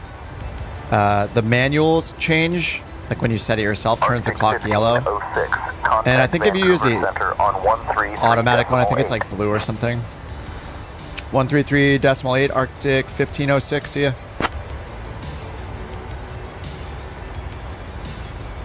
Alright, I think they just had Jack switch over, maybe?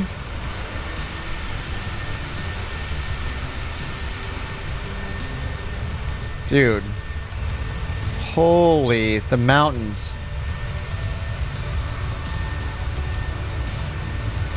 Vancouver Center, WestJet 1545, flight level 360.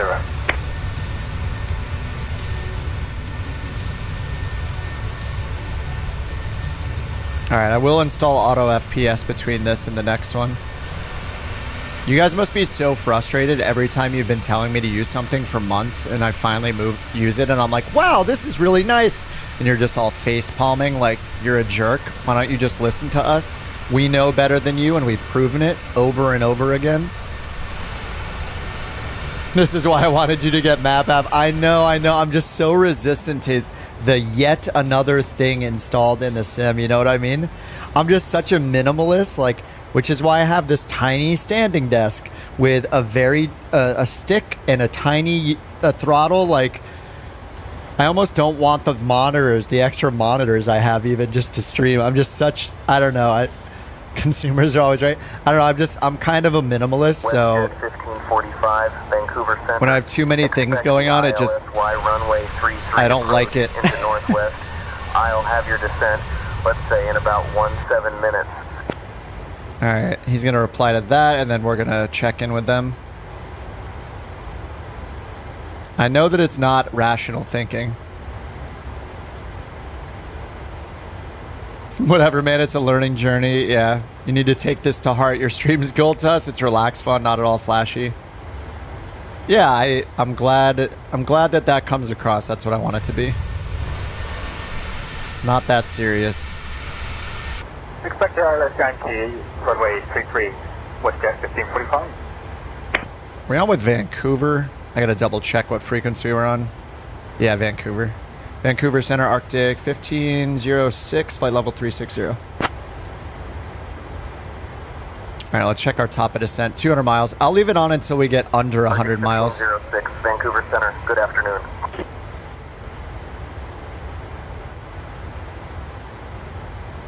Cool, that is when we crossed over into Vancouver's airspace over there, so fun to see.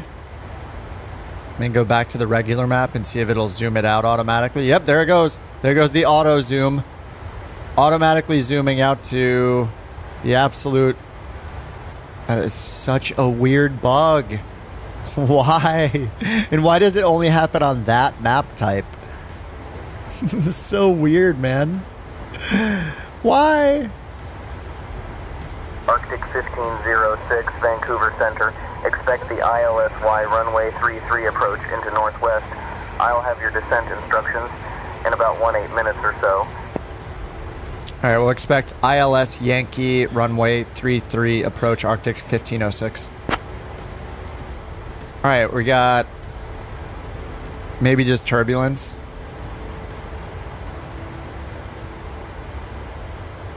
Arctic 1506, expect the ILS Yankee. runway 33 approach, alright?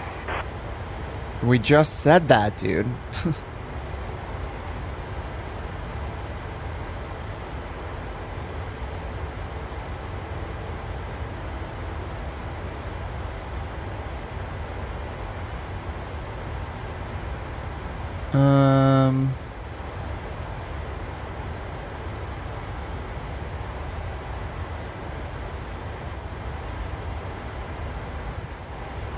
Okay, what should you get, the F-35 or A-10 Thunderbolt?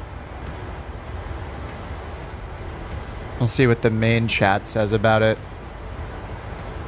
Alright, ILS Yankee 33. Where are we right now? We're in Canada. Right here.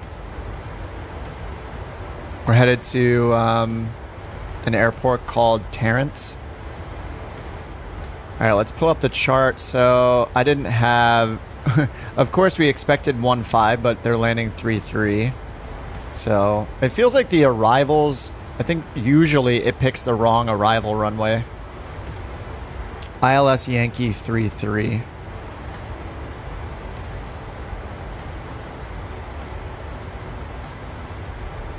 Alright, here's the ILS Yankee runway 3.3.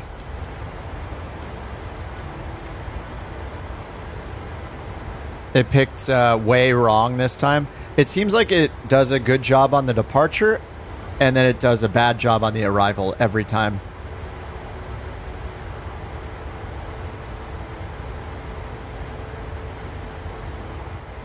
Alright, so we're coming from the east, so maybe Dupka will be our initial approach fix. So let's change all this. ILS Yankee 3.3 Dupka, execute. And we'll just assume Dupka, I guess.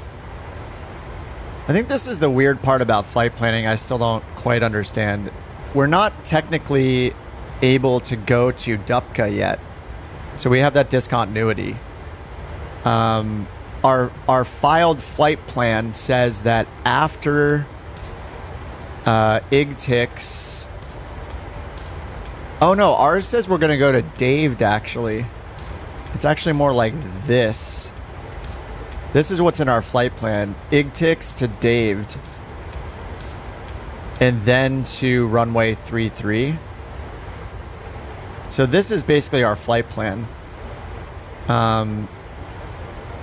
So because that's what's filed, we shouldn't deviate from what's filed, right? Because otherwise we're going somewhere we didn't say we would be going. Until they give us instructions to go somewhere else. And we're not on a star either, so it's kind of hard to set up for an approach a little bit like this way. We don't know the initial approach fix. They're telling us ILS Yankee 3.3. I can choose Yankee 3.3, but I can't really pick a transition waypoint, or at least I can't pick one and then go to it because we're not cleared to it. And then if I do this and I hit execute and go back to legs, well, now it's going IGTIX, and then Dave isn't there anymore, so our original flight plan is modified. So it's kind of, I don't know, it's a little weird. So I almost feel like you can't load it in. Like, technically, I should just be doing this and this, because this is what I filed. And then until they tell us the ILS is ready, I can't go to the initial approach fix. Until they give us a vector, they give us a cleared for the ILS, or clear direct Dupka or anything like that. But I'll pin ILS Yankee 3.3. We have the chart over here ready to go. We know that Dupka is going to be our initial approach fix probably, or they'll just vector us. And we can put in the localizer info. So 110.1, 1101. And let's see if it has DME. It does, so we'll just put 1101 for both. 1101. 11010. Sound like a robot. I am the binary robot. 1101. That's set. Final approach course 333. 333. 333. Minimums. This is 250 AGL. We're class C though, so 948. 270 AGL. All right, 948 for the minimums. 948 Barrow. 1545. Contact Vancouver Center on 123.875. There's 700, 948, 948. All right, 948 set down here. 123.875, let's get 1545.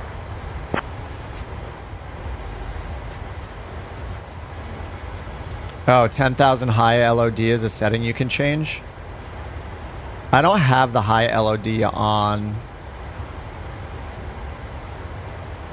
Oh yeah, I see that. Only enable high LOD when below the altitude 10,000. I just have it off right now. It looks good enough even without the high LOD.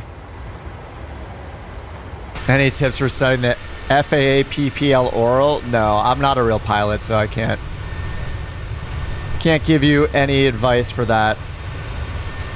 Other real pilots would be qualified. I have taken no training. Never even touched a yoke.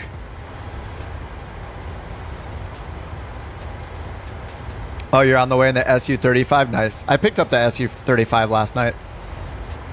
High LOD is great for GA. Arctic 1506. All right. Contact Vancouver Center on I'll turn it on for low. 123.875. Oh, that was already on, actually.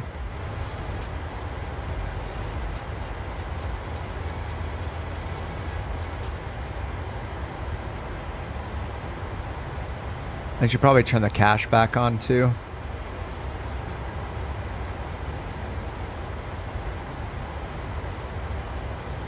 I'm just putting those settings on. All right. 123.875 Arctic 1506, yeah. All right, let's swap it. 123.875. Let's see our top of descent. Oh, 44 miles. Okay, I'm going back to normal speed, guys. Back to 1x. 1x speed. 1x speed. Yeah, Brian I just saw that. Yes, right now. Before the top of descent, yeah.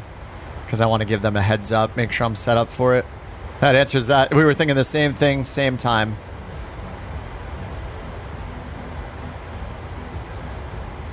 Yeah, this is Flight Sim 2020. 2024 comes out in November.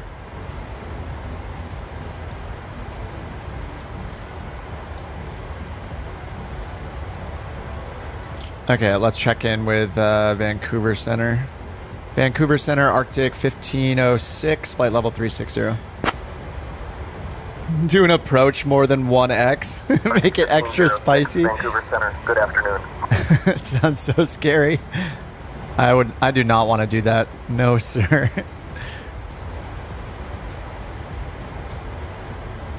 All right, we're pretty much ready for our descent. I want to see if they give it to us in the next few minutes, and if not, we'll call for it. So ILS runway 33, FAF altitude is 5,800, it looks like. And then missed approach is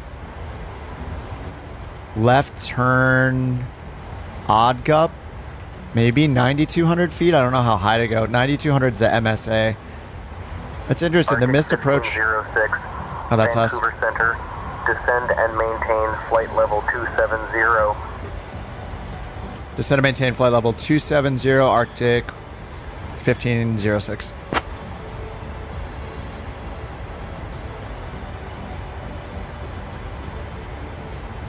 Arctic 1506, maintain flight level 270. Yeah.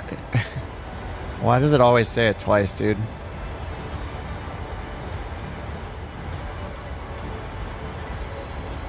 WestJet 1545, descend and maintain flight level 180.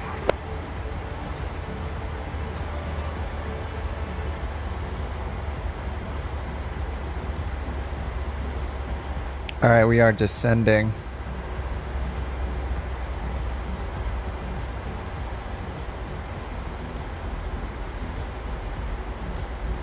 I'm not sure, Sonya. pretty new to airliners. Ladies and gentlemen, this is Jim. The captain, in his infinite wisdom, Probably on the top of the tail, though. It's time to start our descent I don't know. into So buckle up. They have them on the wings. And Jenny will be coming Navigation lights on the wings, the normal white strobes, green and red. Thanks for making our day just that much longer. Yeah, I'm not sure. I would go to Google for that answer. SayIntentions needs to get better at the top of descent. I actually had, just as I say that they give you a descent, actually the last like day or two it's been better. 1506, descend and maintain flight level 180. Descend and maintain flight level 180, Arctic 1506. Alright, 180. With jet 1545, confirm descend flight level 180.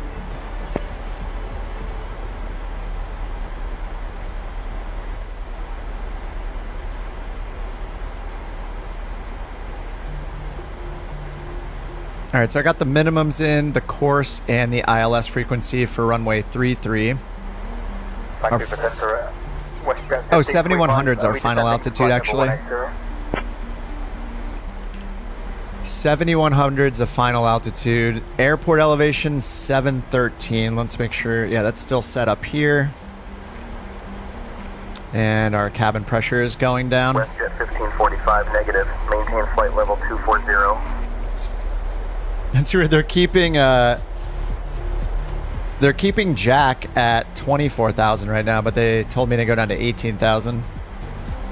All downhill from here, yeah. Okay, we'll maintain flight level 240, WestJet 1545. I wonder why they're keeping him at 240.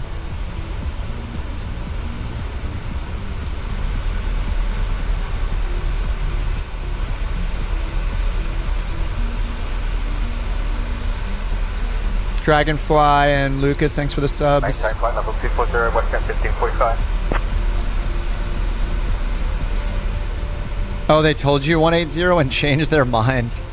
That's always the best.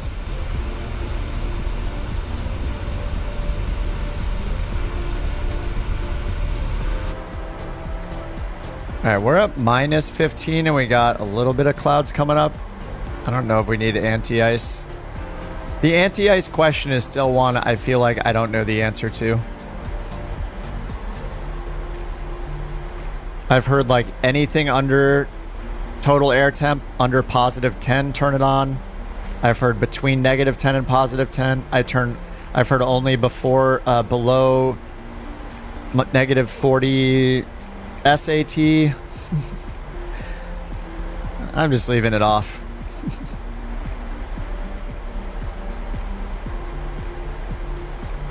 If I could choose any plane in the world to fly, like myself, if I'm the pilot, well, considering I've never flown a plane, I wouldn't pick something complicated because I wouldn't have having no real plane experience. That would freak me out. So I would pick something small.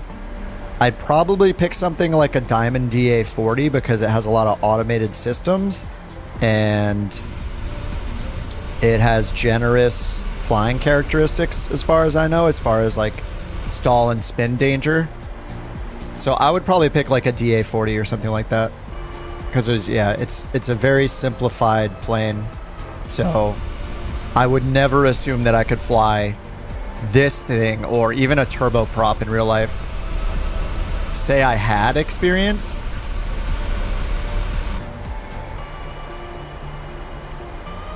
In-game ATC tried to fly you into a mountain? Wait, in-game ATC? Not SayIntentions, right? In-game, okay. Flight level change wouldn't activate. I was like, why? And I looked outside, I was 1,000 feet above a peak. Yeah, that's a common thing that happens with the in-game ATC. No, Chucky, it's SayIntentions. Jack is trying to get a further descent up there. Alright, let's check our landing calculations here. I have been neglecting my checklist, so let me bring that up. Descent checklist, so destination weather. descend and maintain flight We can just level import it here. 180. Auto brakes 3, and we're landing on runway 33. Okay, that's auto brakes 3. I'm gonna do max auto brakes. What? Descend and maintain flight level 180, WestJet 1545. Predicted required landing distance exceeds available distance? What are you talking about? What? How can I can't use max auto braking? Wait, what the heck? What is happening here? Why did it calculate it the first time and now it's failing? I don't get it. Terrence, runway 33. Is it saying we can't land on 33? Runway length? Yeah, it's 7,400 feet. This one's only 4,000. Yeah, 33 is a much longer runway. And now I can't calculate. I don't get it.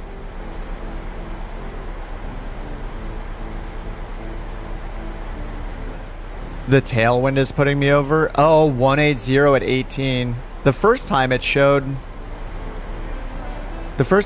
me landing like stopping over here, like 2/3 of the way down the runway. So you think I should ask for 1.5 instead? No, 1.5 doesn't work either. Oh, now 1.5 works. Now 3. Okay. I don't know. I'm just gonna use max auto braking. Divert? Never. No way.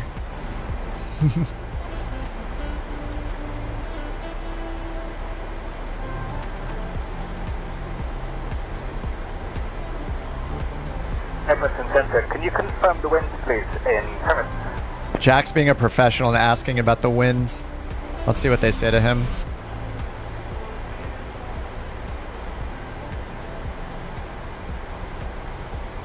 We're gonna listen in.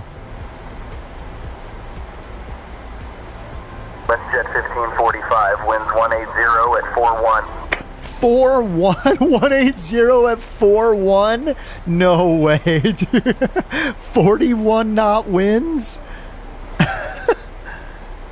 Here it's saying 18. 41? But with runway 15 be better, WestJet 1545. Wouldn't runway 15 be better? Good luck on 3-3.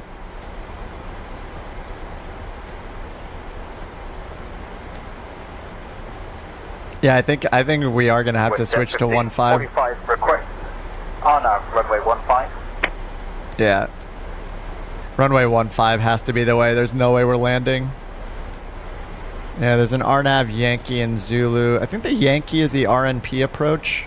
It'd be cool to try that. That's right, I'm not. 1545. Oh, there we go. Cleared for the RNAV approach to runway 15. Alright, he's getting cleared for the approach. He can just start it right now then.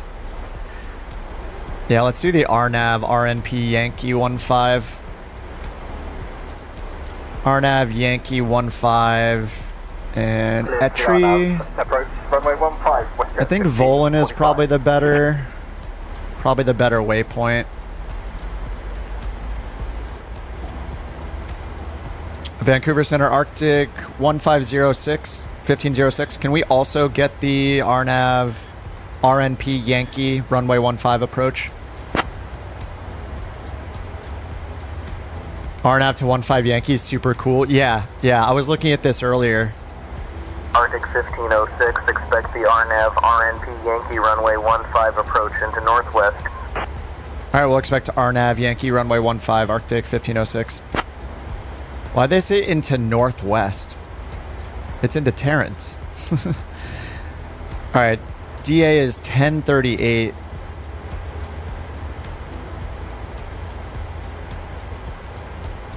Alright, 1038 is set, and we'll just leave the ILS tuned in anyway, I guess. We're not going to need it. Actually, no, the ILS doesn't make any sense since it's for 3-3. That might just confuse me. I'm just going to turn off the ILS frequency. Good call, Jack. Good call. Yeah, Northwest Territory, I guess. Mahad, we're on USA West.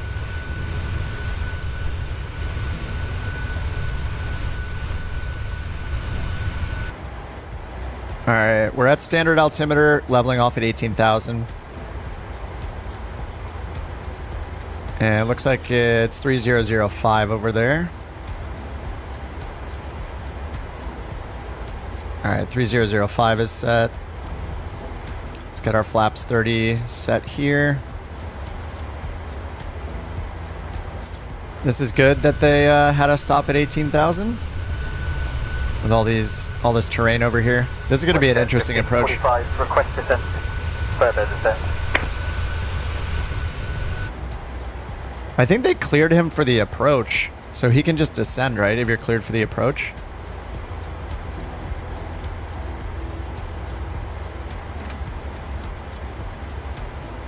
WestJet 1545, descend and maintain 7,000. 7,000. The MSA is 9,200.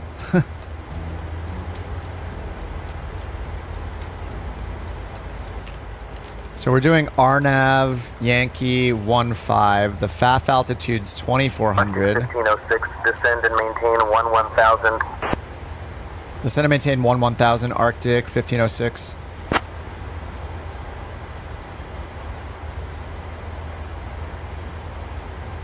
Descend and maintain 7,000, WestJet 1545. Can we get the altimeter setting? Arctic 1506. I think it's 3005. I'm going to put that in. They're supposed to give us an altimeter whenever we're going to local pressure. Arctic 1506, say again. Can we get the latest altimeter setting? Arctic 1506. Give us the pressure, man. Oh my god, this area looks so cool. Arctic 1506, QNH 30.03. 3003. Alright, that's set.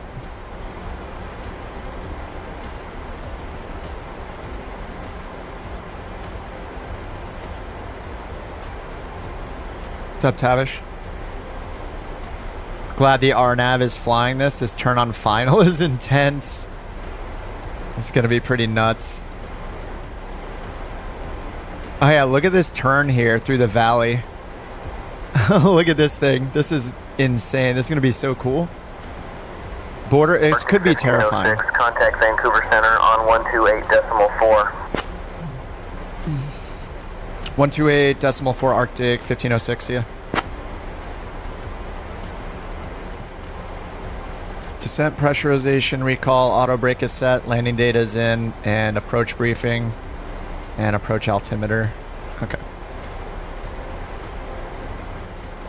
So we're still, are we on our way to Volan? No, we're on our way to Igtix still. And then Daved after that. And then we start the approach at Volan. Unless they, yeah, they might save us. Igtix and Daved are up here. We're gonna have to make this big, like, S turn.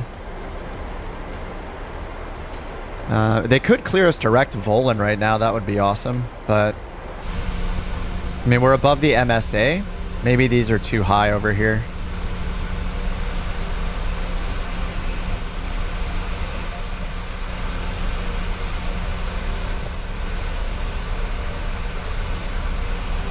This is going to be such a cool approach. You landed? Favorite approach you've ever flown in Flight Sim? Heck yeah. Alright, I'm looking forward to it.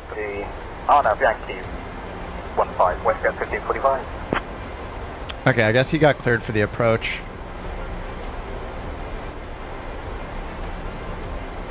So where... 1545, Vancouver Center. Good afternoon, Kitimat, QNH 30.06. Jack's over here. We are just way off in the boonies over here. Yeah, the hills are getting bigger. Yes. We're gonna turn on terrain.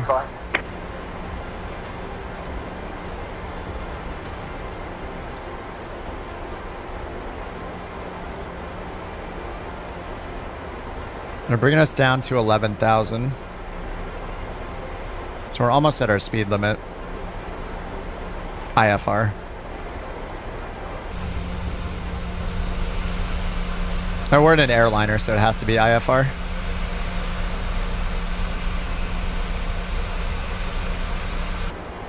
As far as I know, there is no such thing as a VFR commercial airline flight. Oh, next flight. Yeah, IFR. Turn right heading 315 vectors for the RNAV runway 15 approach. Was that us?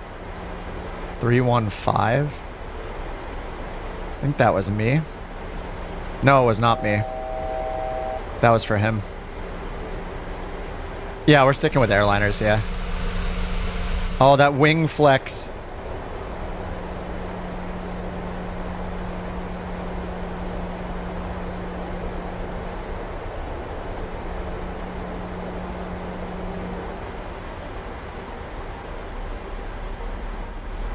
We're just chilling here. Sure about vectors, WestJet 1545. Jack's going, are you sure about that? You sure about that?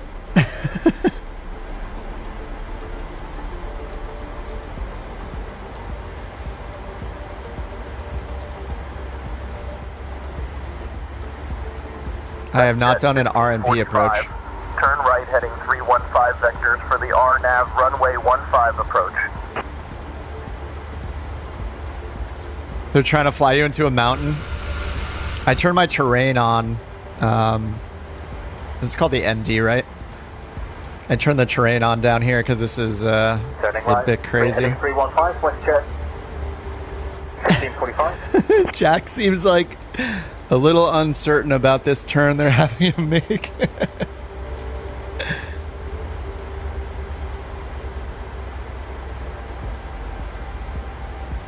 He's like,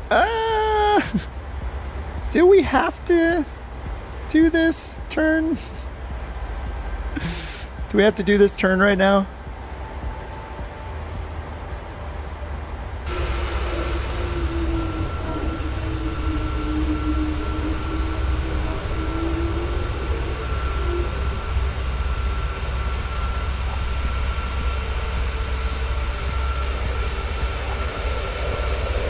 This is pretty epic.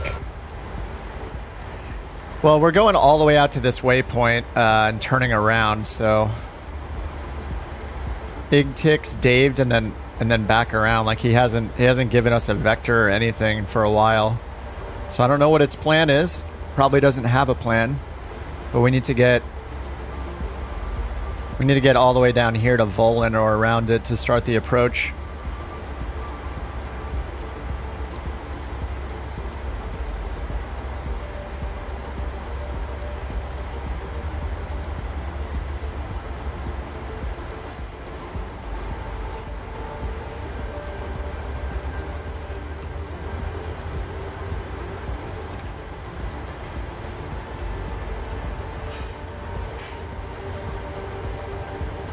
Alright, because I haven't done RNP, I had to Google these two things. I do see the RNP, which is like the accuracy, the navigation performance, and this is our actual performance, so I think the lower the number, the better, right? This is in terms of like precision.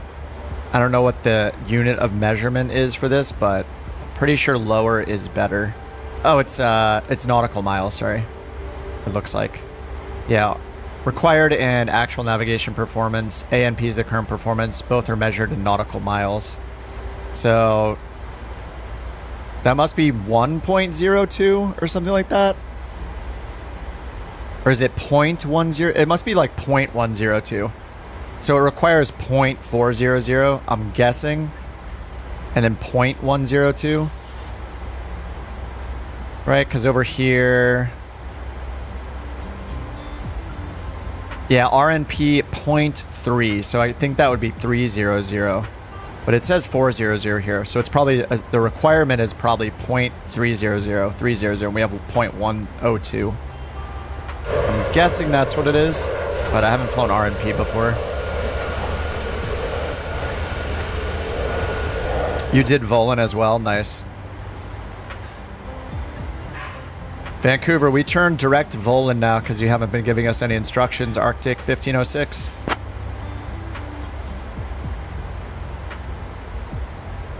Well, the minimum safe altitude's 9100 or 92. 1506, Vancouver Center.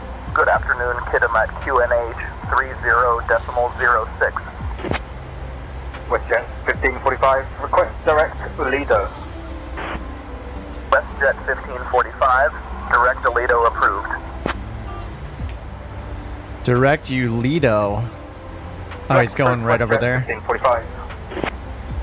So Volin is 11,100. Direct Lido approved. And then we eventually get down all the way to 2,400 at Ulido. Arctic 1506, Vancouver Center. Turn right heading 160 vectors for the ILS runway 33 approach. Direct Lido approved. WestJet 1545. ILS.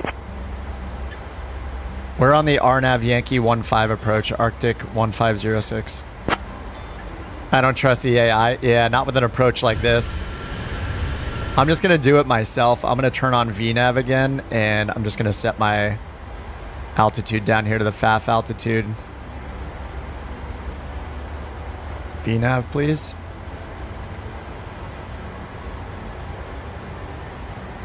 Why can't I turn on VNAV?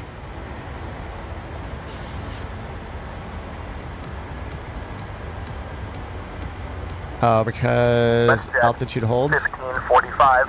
Descend Okay, there we and go. maintain 5,000 turn right, heading 280. 2400's our final. All right, 2400 VNAV, LNAV, FMC speed has control. Okay, I trust this. I'm not going to listen to the controller unless he's just clearing me for the approach. Arctic 1506, proceed direct, Dave. Descend and maintain 7,000 until established on the localizer. Cleared for the ILS runway 33 approach. Turn right heading 280, WestJet 1545, descend 5,000 feet. We're on the RNAV Yankee 15 approach, Arctic 1506. Correction, Arctic 1506. 225 descend and maintain 2,000 until established. 2,000. Cleared for the RNAV runway 15 approach. I can't descend to 2500. 1506, roger. Continue RNAV RNP Yankee runway 15 approach. Continuing RNAV Yankee 15 approach, Arctic 1506. Imagine this with fog, yeah. It might actually be less scary because you're like, I'm certainly safe. I can't see anything, la la la. 225, descend 2,000 until established, WestJet. No, yeah, it would be terrifying. Oh no, runway 15. Alright, so is it supposed to turn left soon? Yeah, we're going to start this RMP approach. Never done an RMP approach. We're going to see how this goes. I guess I keep LNAV, VNAV turned on. I don't even know how to do an RNAV approach on this plane, so I assume I hit approach mode once we're getting towards the final approach. It's, I guess it's the FAP. Is this final approach point? RNP FAP meaning FAP. Yeah, final approach point or feeder waypoint. Final approach point. The FAP. Alright. We're on our way to the FAP.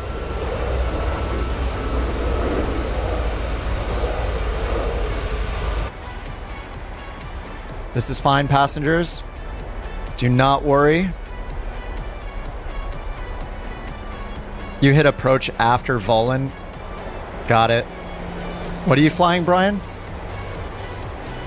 Alright, here's our descent. Yeah, I'm just going to hit approach. Yeah, it just says FAC and GP, kind of like an ILS, so final approach course, glide path. And it's got control. Well, it's in arm right now because it's trying to... It's going to need drag. That's the problem. Alright, landing lights on. We got auto brake set to max and speed brake is at flight detent now. We're speeding under 10,000 feet, so rip. Ladies and gentlemen, we've started our descent. Oh, here he goes. Turn off all electronic devices and stow them until we're at the gate. Put your tray tables away, seat backs up, and make sure your seatbelt is fastened. Pass any trash to us. Thanks.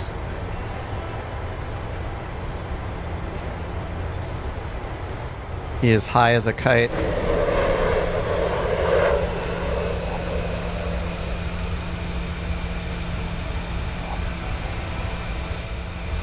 Yeah, this isn't bad. The scenery, not too bad. Not too bad at all.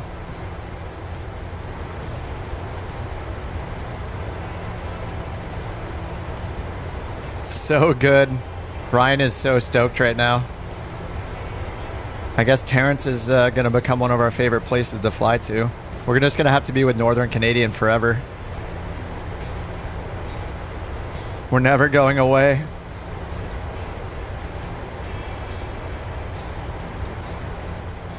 It drops us through the notch on the right.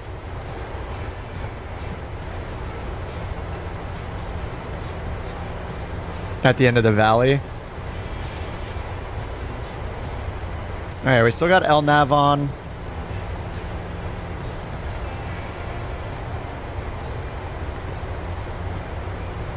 And yeah, it's slowing us down now. It's got 210 as the next MCP speed.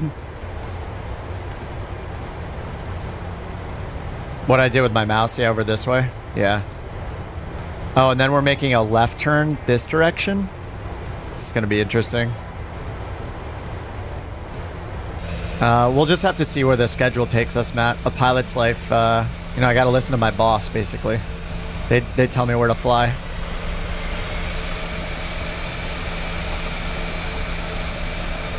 We work for the man.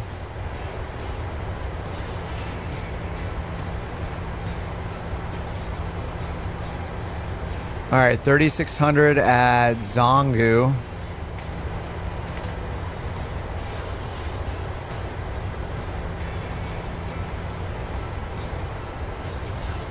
Oh, and then we're going all the way around over here, yeah. We can see the field now. This is so cool.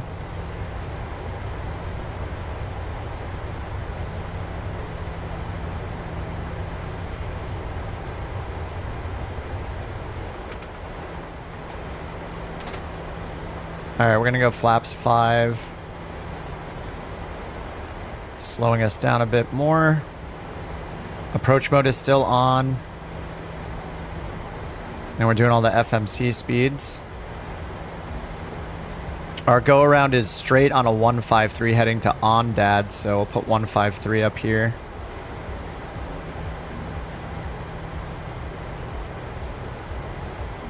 All right, flaps 5. And it'll be a left turn coming up, and then Ulido.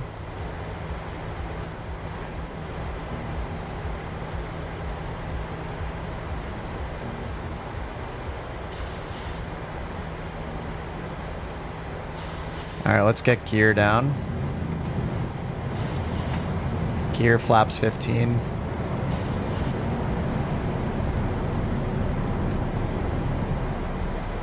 And our VREF is 135.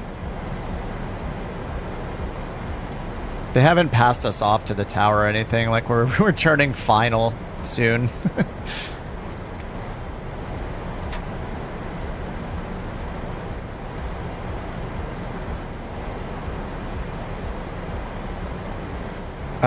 Why are we at 5,000 feet still, though? This doesn't seem right. Okay, here it goes. It's diving down to 2,400 right now.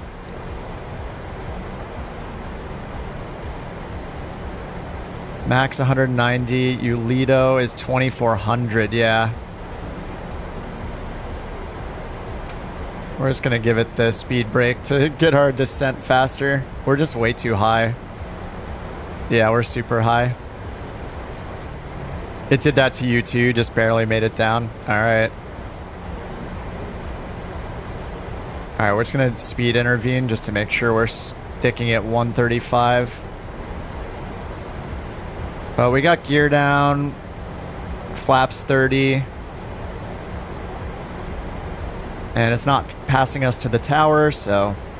Alright, we got LNAV. We have glide path. Oh man, it's going to dive for the glide path again. It's 2 dots below us. I mean, visually it doesn't look bad, but according to the glide path, it's bad. 6 Northwest Airport at your 1 o'clock, 5 miles. Change to advisory frequency approved. Report cancellation of IFR or missed approach this frequency. So long. Frequency change approved, Arctic 1506.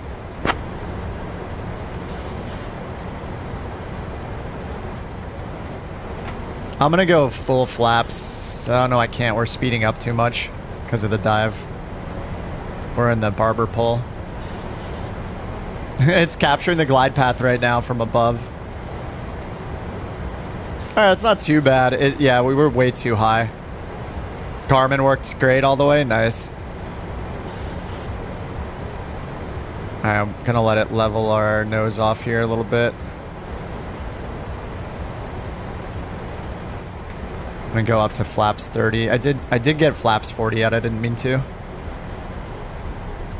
Alright, we're on the glide path now. Nice. I'm not even gonna bother with this CTAF. It just, I have to look it up and change to it manually, and now is not the time for that. Approaching. Alright, we got a 20 knot wind from the front right. And we're almost at minimums. Minimums. What? Oh, we're dead. What is it doing? Why did it bring our air? It's just it's the winds. All right, everybody, hold on to your asses. We're going in. This is a go around. Sync rate. 50. 30. 20. 10. Realistically, that's a go around for sure. We're just gonna max brake. We have max auto brake, so I think we'll be fine. Yeah, that is that would have been a go around, but I'm impatient. So, all right, 50 knots, auto brakes off, speed brakes off. Ladies and gentlemen, welcome to Tampa. The local time Jim. is 3:28 p.m. For your safety, remain seated with your We had a decent amount of runway, so it was fine. And the captain turns off the fasten seatbelts. 121 feet per minute, not bad. 1.07 Gs. All right, I can feel decent about that. 85 degrees Fahrenheit. Fun fact: Tampa is known for Tampa, yeah. coast beaches. He's saying Tampa. Thanks for flying with us. Enjoy your stay or don't. Enjoy your stay or don't. Whatever.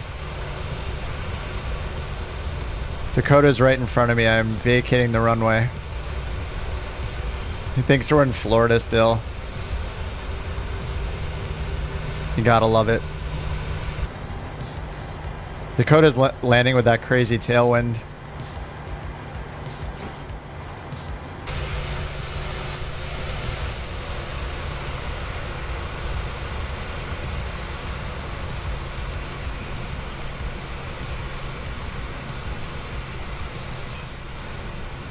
Tailwind landing. He's got like a 15 knot tailwind.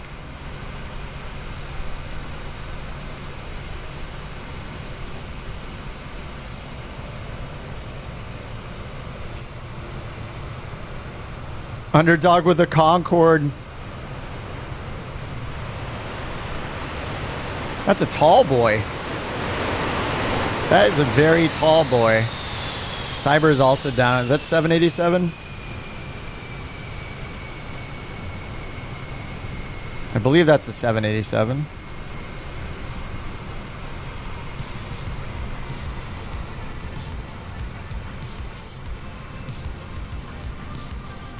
Yeah, that RMP approach was not handled well by the autopilot at all. Apparently the Garmin is way better. The consumer, the prosumer level avionics are better than the PMDG 737 avionics. Nothing scary about that at all. It is real life, obviously, so.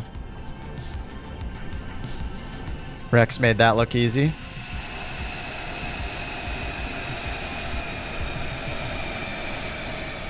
This is such a cool location, though.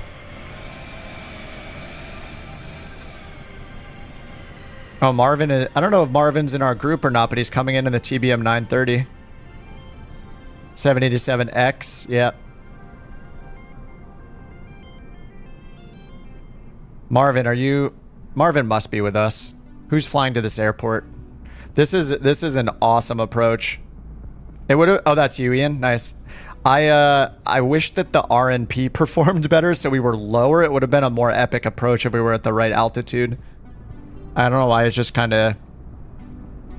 Something caused it to stick at like 5,000 feet when it was supposed to be down to 2,400. And I had the selected altitude at 2,400, so I'm not sure. Not sure why it decided to do that. Yeah, more epic when you're 2,000 feet lower, I bet, yeah. What a cool spot, though.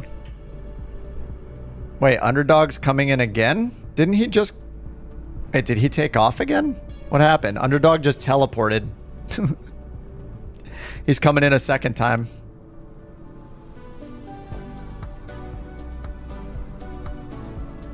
How to turn on multiplayer? I have in the video description how to do it, Matt. You have to make a setting change on the world map and then choose USA West for your server. Underdog reset so we could watch him land in the Concorde. Here he comes. His nose is pointing down. Oh, he's behind the trees. Hey, AvGeek. Whoa.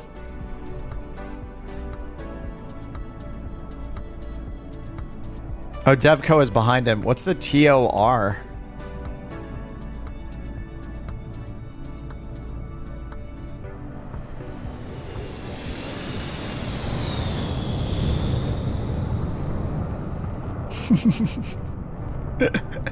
It's going around. I don't know what the TOR is.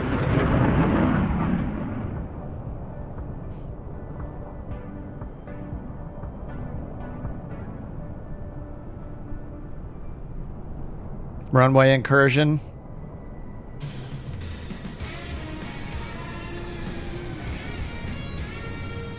Yeah, I don't know what plane Dev is in. Top of regret? What is that? Top of regret? Avarice is coming in. A320 Neo. This is a great place to watch landings. I am going to restart the sim after this to get auto FPS going. So you guys are happy about me using the right things. Regret you bought it.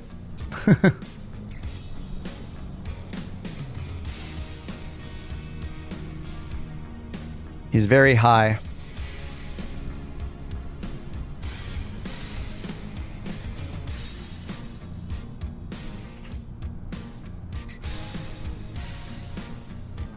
Very high.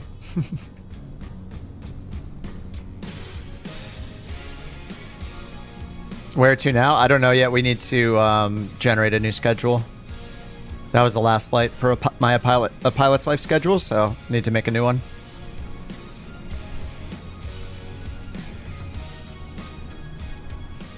Not as high as Jim in the cabin crew. Yeah, Underdog's doing pattern work, yeah.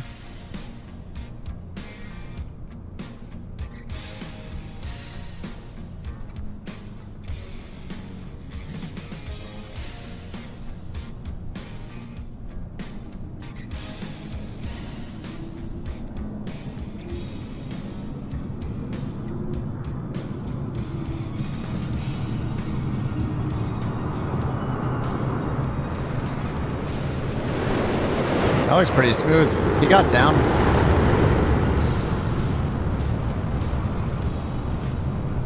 Let me get this thing settled here. Taxi light was off.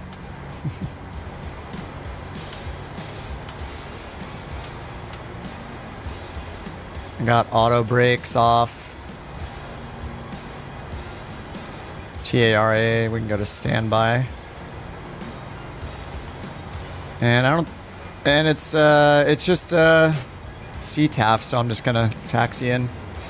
So we'll generate a new schedule, and we will restart the sim with the auto FPS installed and see how that goes. Yeah, the caution turns on think it's because I have to get the APU started, but I'm not going to do that. Or it's on because I turned the probe heat off up here, which is part of the after landing checklist. What an approach.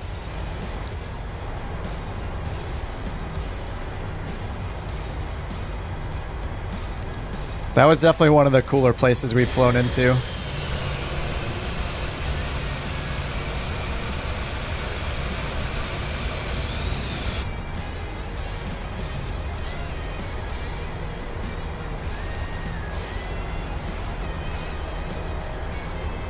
Fast taxi.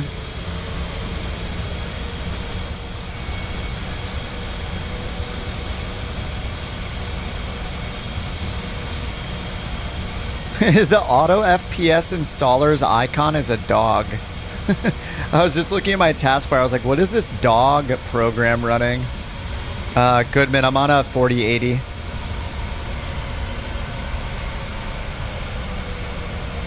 You only see a few of us in the sim?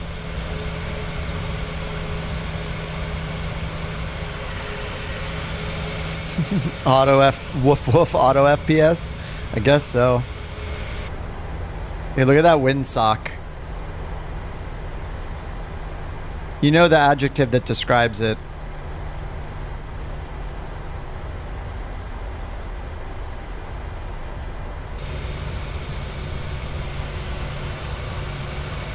Yeah, flying on 3-3 would have been a really bad idea.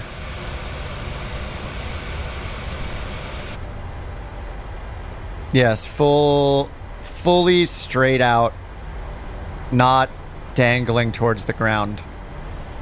That's the adjective. Level, yes. Horizontal. Fully horizontal. Your grandpa has a 172, nice. Looking forward to 24, yeah. Yeah, Goodman, it's gonna be awesome. I'm excited for all of the map data improvements, and the global lighting system looks pretty incredible. More than anything, I want shared cockpit, and they didn't talk about it at all, so I'll still be excited for it, but I feel like they're not making the things that are game-changing. They're making the things that are prettier, but it won't really change how we play the sim. Increasing graphics doesn't change anything about how we play the sim, really. So I wish they would do more things that change how we play. And we don't know yet what the career mode is going to involve, but we already have career mode apps. So we'll see. I hope it's more than a glorified mission pack.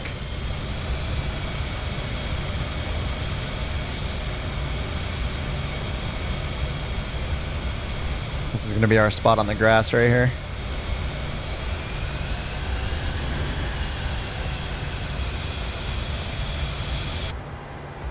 And kicked up the dirt. Alright, let's get the engine shut down.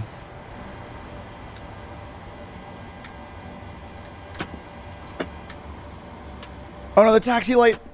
Oh, did I get it in time? I don't know. I may not have gotten it in time. Alright, over to a pilot's life. Let's see how crappy my rating was. I'm going to quit the sim while we're looking at a pilot's life. And I'm going to install auto FPS. Alright, so that completed our schedule. On air or Neofly? A pilot's life. Alright, 95. That's pretty good. Oh, you're going to call it here? 11 p.m. Gotta get to bed for work. Sounds good, Jack. Good to hear you on the comms again. If you're gone, I might change from SayIntentions over to Beyond ATC for the next flight. Let the co-pilot do some work. Oh yeah, I failed my landing lights. That's one. And the landing lights were on the taxi. And all of my problems were landing lights and taxiing too fast, so. But I do need to generate a new... Need to generate a new flight plan. 737, 738, or a new schedule. So we can do random trips from hubs. I don't want to do long or medium hauls. I still don't want to do those. Terrence, Edmonton. The problem is it's only gonna, oh yeah, I'm gonna do random trips. Let's not do from hubs. Let's do random continued trips starting from here. Starting from Terrence. So we can depart here. All right, I'm gonna quit the sim to desktop. So I'll be restarting that in the background. And I'm going to start installing, Auto FPS installer. Auto start with FSUI PC, I guess. Finish successfully.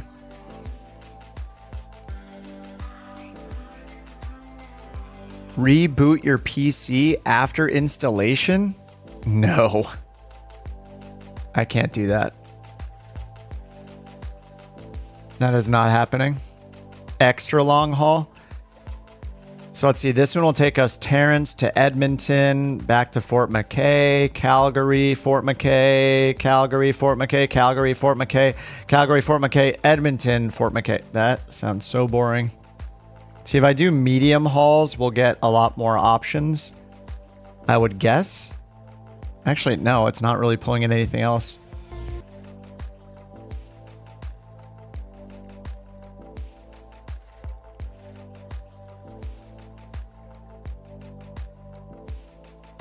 It's just, I just think it's because I'm flying for a small airline, so it's not, they don't have many places they fly. So we're pretty much seeing all of them. Look, look at this one, 2,400 miles.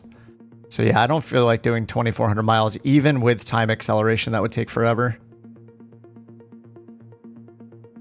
So yeah, it looks like we're just going to be here.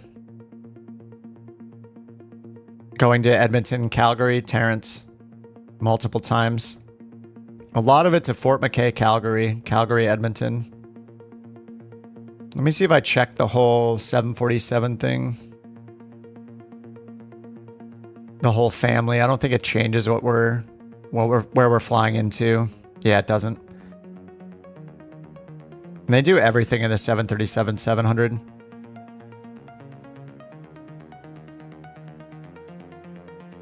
And if I check the dashboard, actually, it shows a map here of where all the flights could be. Yeah, why isn't it giving us any of these? Oh, this is where I've flown to, huh? Yeah, this is just where I've flown to. These are the flights that I've done. Okay, so yeah, I think it just doesn't... I just think the Canadian North doesn't have a lot of scheduled routes that it does. Oh yeah, it goes super far north. So why aren't we getting these? Yeah, it goes way far north. It's probably because I'm not flying the correct type of plane. AT-43. Is that the ATR? AT-43? Yeah, that's the ATR. No, that says ATR 42 and 72.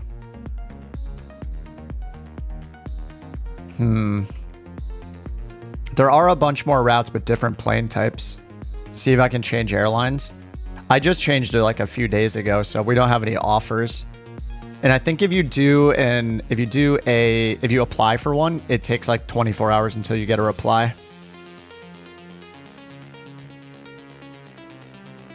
Yeah, it just looks like we're going to be flying around Canada more, which is fine. We're putting in the work. This is the pilot's life, I guess. We don't get to choose where we're flying, so it makes sense. So how do I know if auto FPS is even running? I assume it's going to auto launch it at the bottom.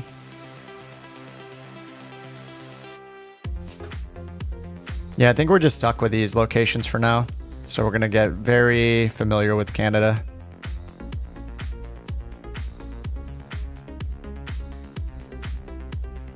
And I think the random continued trips is good. Oh, this is Yellowknife. Wait, it pulled in some different ones. Yellowknife to Norman Wells. And then Terrence is included. Okay. This isn't bad. We'd have to start at Yellowknife instead. We didn't do Yellowknife, did we? I don't think we did. I wonder why that was being filtered out from before. Let me put in starting from Terrence and then see if it'll generate one that has Terrence and Yellowknife in the same schedule. No Yellowknife in this one. I bet we need like the 600 or something like that. Oh, it's Terrace? Oh, it's Terrace, not Terrence? No, I'm not doing that on purpose. Oh, it's Terrace. Oh my God, I thought it was Terrence. No, I'm not doing that on purpose. Terrace. Oh, Yellowknife's a 737 300. That doesn't even exist, does it? We've been trying to tell you. Yeah, sorry, I'm busy here. I'm flying airplanes, you know. Sometimes I miss the same message when it's typed 45 times.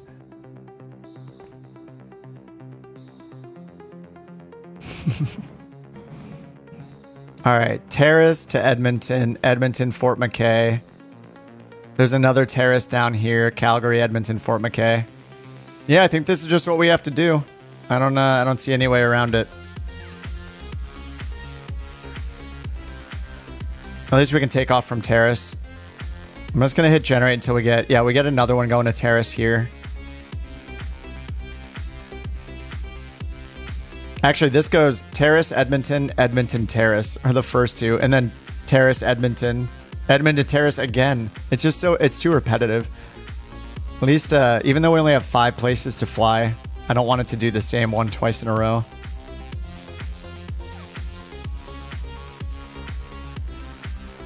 Any more options with the 600? Let me try. I don't see anything new coming up. Fort McKay, Calgary, Edmonton, and Terrace. Those are just like the 4 always. No, just those 4. I could try random trips, but it's kind of the same thing. It just doesn't connect them. Yeah, it's the same thing. So I think random continued trips is the next way to do it. The sim is still restarting. Yeah, I have no idea how to tell if auto FPS starts. I'm keeping an eye on my dock or my system tray. And I don't see anything new launching down there yet.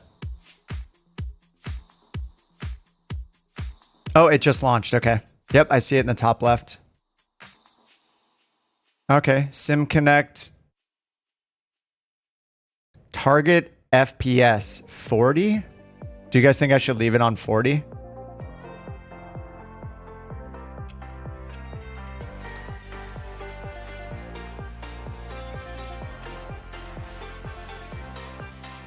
Auto target FPS? I mean, my target is 60. IFR. Latest app version is installed. Yeah, the streams only Twitch and YouTube. You can only do FPS on a stream.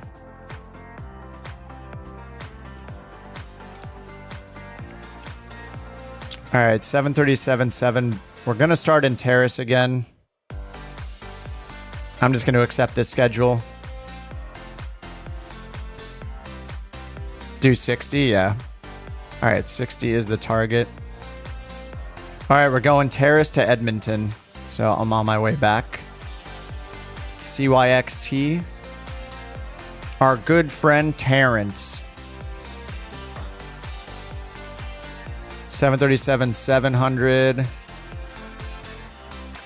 All right, we will see how this auto FPS thing does.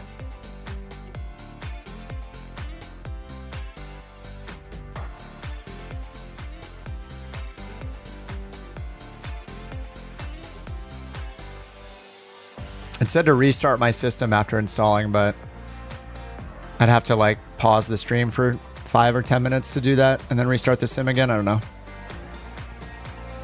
Carl and Allah? Thanks for the subs. This is some dance music.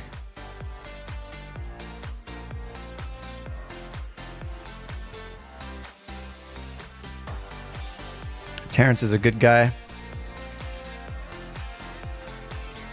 Wow. All right, black screen. All right, we're in. That's probably PMDG. Okay, it is running.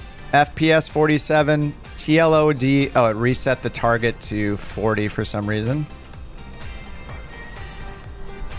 I will change it to 60. Oh, you can double click to hide the options. All right, there we go. Now we're at 54 FPS. LOD is 100 right now.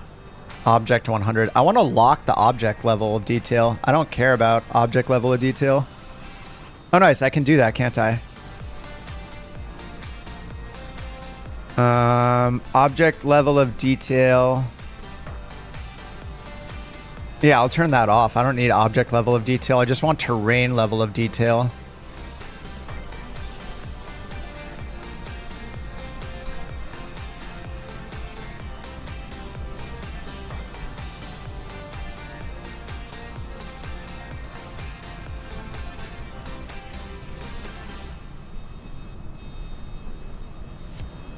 I don't know. Okay, I'll leave it on. I'll just leave it on the defaults. I'm gonna stop messing with it. I'll just trust.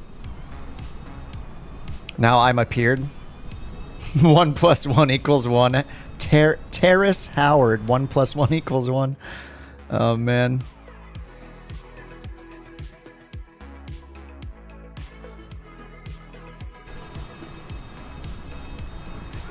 This blue and white one's WestJet for you? Yeah, I don't see any liveries. Oh, I see this lightning bolt one. I don't see any. Are any of you guys in custom liveries? Look, is this auto FPS at work?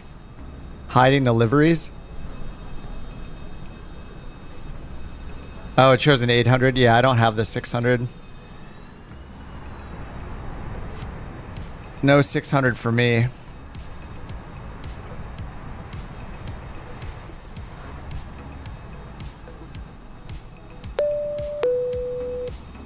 All right, let's go back to Edmonton.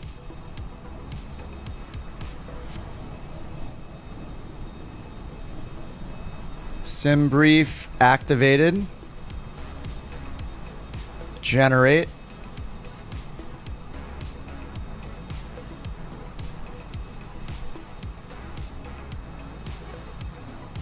And I'm gonna let the co-pilot do all the work for this one. No talking required for me. Here's the route that it gave me.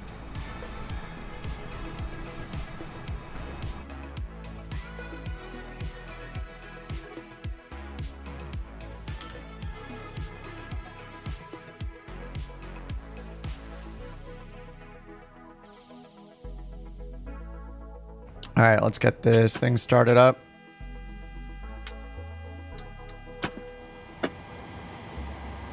Ground power's on. Window heat. Hydraulic pumps.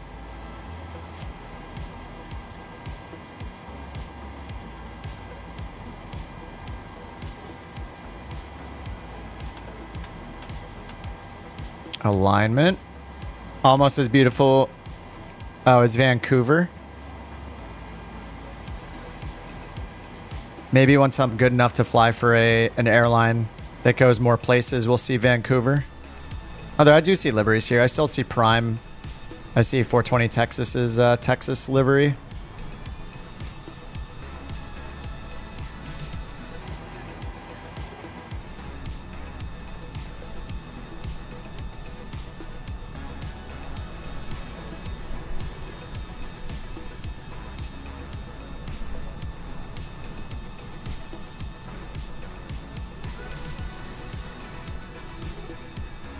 CYXT. It's Terrace in Canada, in BC.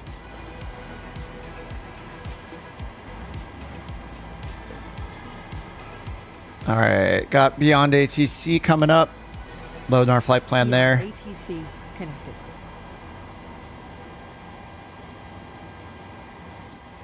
Arctic 1507. And we just have center, so no ATIS or anything. Arctic 1507, request IFR clearance to Edmonton Airport. Arctic 1507, Vancouver Center. Expect runway 15. Climb 7,000 feet on runway centerline, then expect radar vectors Z-key. Squawk 4124. Expect runway 15.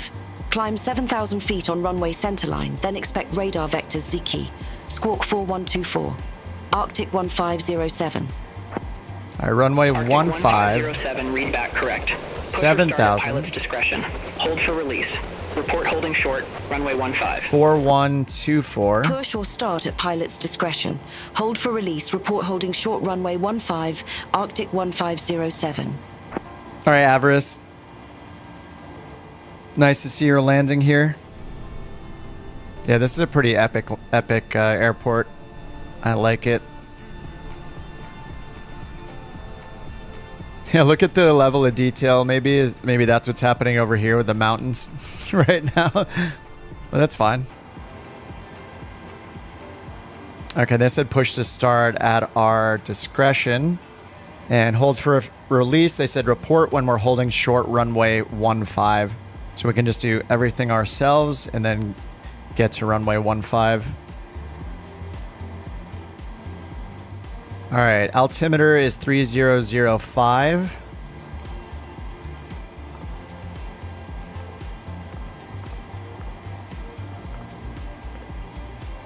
Set our fuel and payload. Runway 15. I appear as a Ethiopian livery. 2024. It's probably not going to share livery. That would be so cool if it did, though. It would just have to download everything in real time and cache everything. That would be great. So tired of downloading liveries and yeah, people not being able to see each other's liveries is such a bummer. Like they could make it so it has to be a marketplace livery in order to show up or something because they don't want somebody to be able to upload anything they want. Then all of a sudden everybody sees it and they put some like vulgar stuff on the side of their plane, you know? There's that kind of stuff could happen. All right, runway 15, and we're doing the Elks 3. Expecting runway 12. I think we did Obsuck the last time we flew this direction.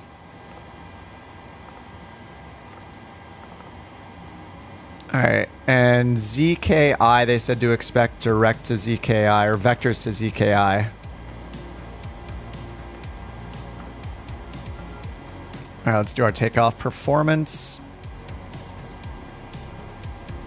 Runway 15.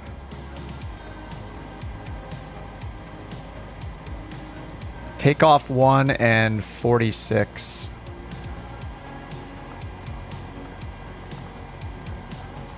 Takeoff 1 and 46 for the temperature.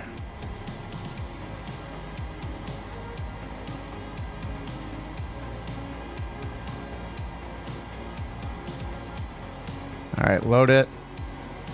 Execute. 46. Takeoff 1, derated takeoff. Flaps 1. All right, 133 rotate. 136 V2. 146 up here. 7,000 and the heading.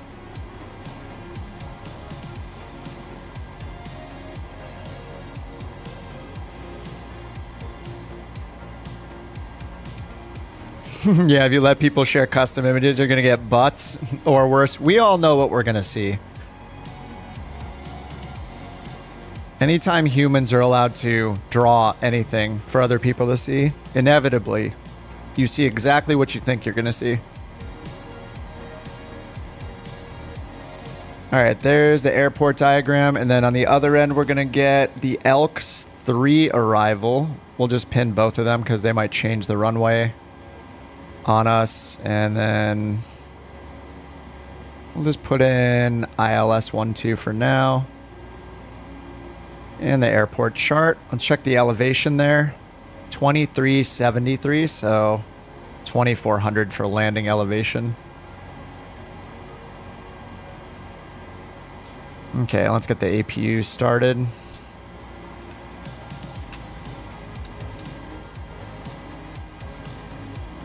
I'll be back in 20 seconds.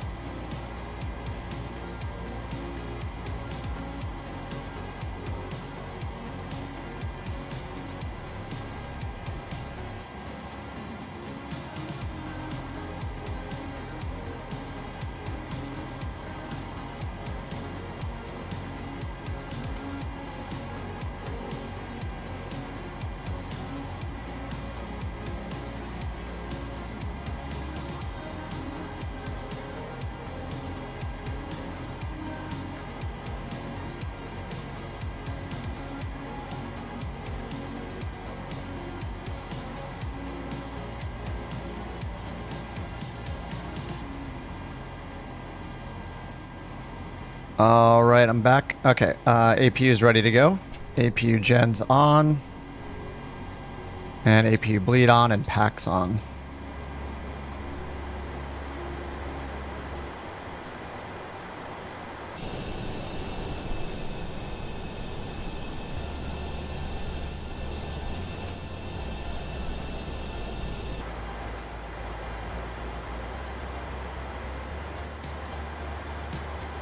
Alright, I don't want to use my checklist because I'm so lazy, but I will do it.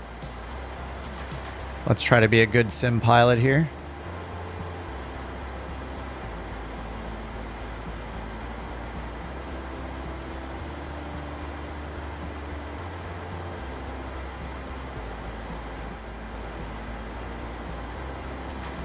Alright, so we got yaw damper already.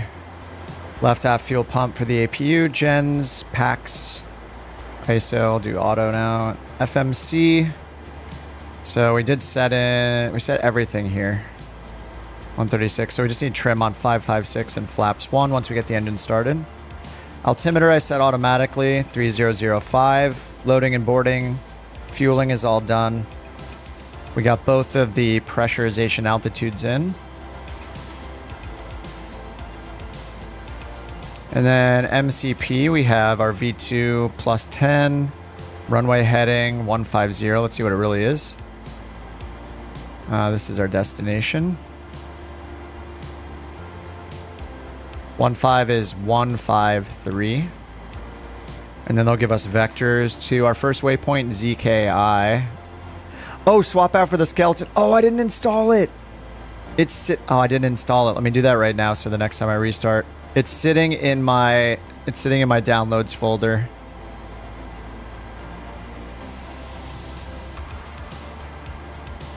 We can't see the co-pilot anyway here, so I guess it doesn't matter.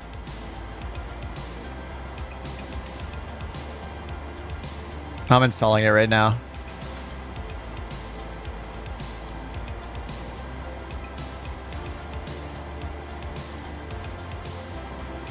Skeleton.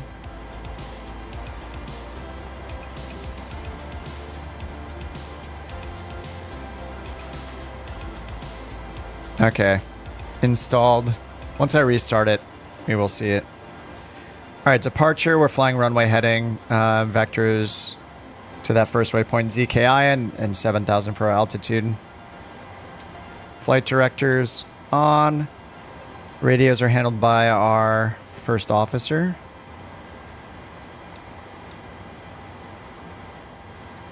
Alright, and push and start clearance is on us, so we'll just go ahead. Yeah, there's a skeleton co-pilot available, kind of like I have the dogs and cats in the co-pilot seat. They released, Got Friends released one that's a skeleton. They also added a duck to the man's best friend ones, and the streamer ones are free now, so if you want like two-tone Murphy sitting next to you. He's also free. Alright, anti-collision light. And let's get the pushback going. I think we're kind of fine. We're just going to turn our nose to the right. Let's not even worry about the pushback.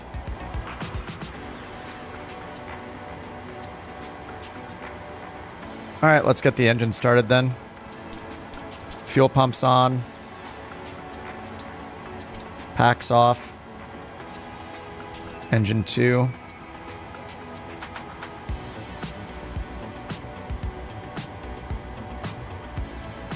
What am I talking about? Wait, did you... Maybe you sent that before I explained it. Alright, there's 20 on the N2.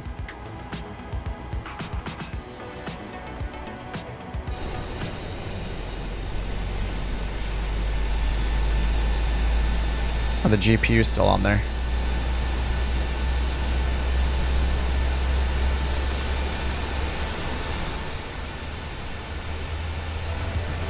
Let's make sure that the APU is being used.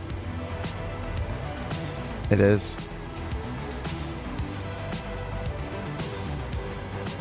Alright, chocks are gone. Okay, engine 2 is done. Engine 1.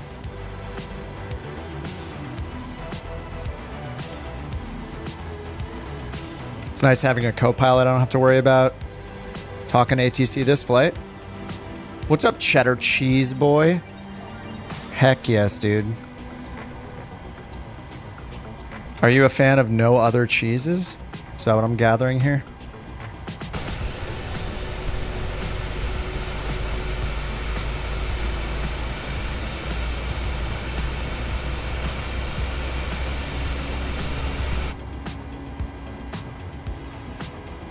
Gotta go. All right, standard. Have a good one, dude. Thanks for joining as usual. All right, Gen 2 is good to go. Gen 1, there it is. Okay, starters off. Gen 1 on. Gen 2 on. Showing AC amps and amps. Probe heat on. Packs to auto. Engine 1 and 2 bleeds are on. Recirc and ISO valve are on auto and auto. APU bleed and APU off. APU shows 0. Elevator trim, flaps. Alright, flaps 1. Elevator trim 5.56. 5.56.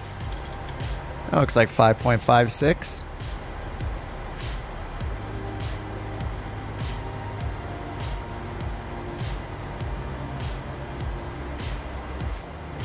Alright, flight controls are always full and free. No failures are on, so we're good there. VNAV and LNAV. We're going to do VNAV and heading select just like last time. Auto throttle is set to, or sorry, speed brakes RTO. Auto throttle is armed.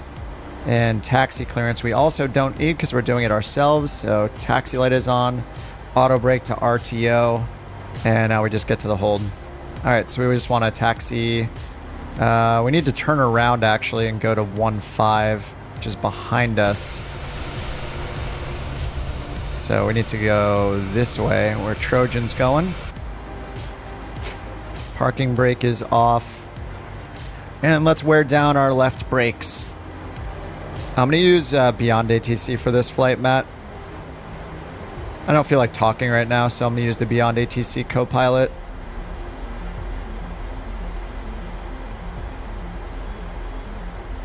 Really the only reason I load Beyond ATC lately is either if I run into a bunch of bugs with SayIntentions or if I don't feel like talking.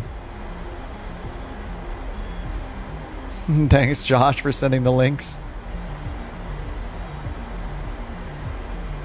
Maybe I'll put something on the short stream that points up. Yeah, premium characters, yes.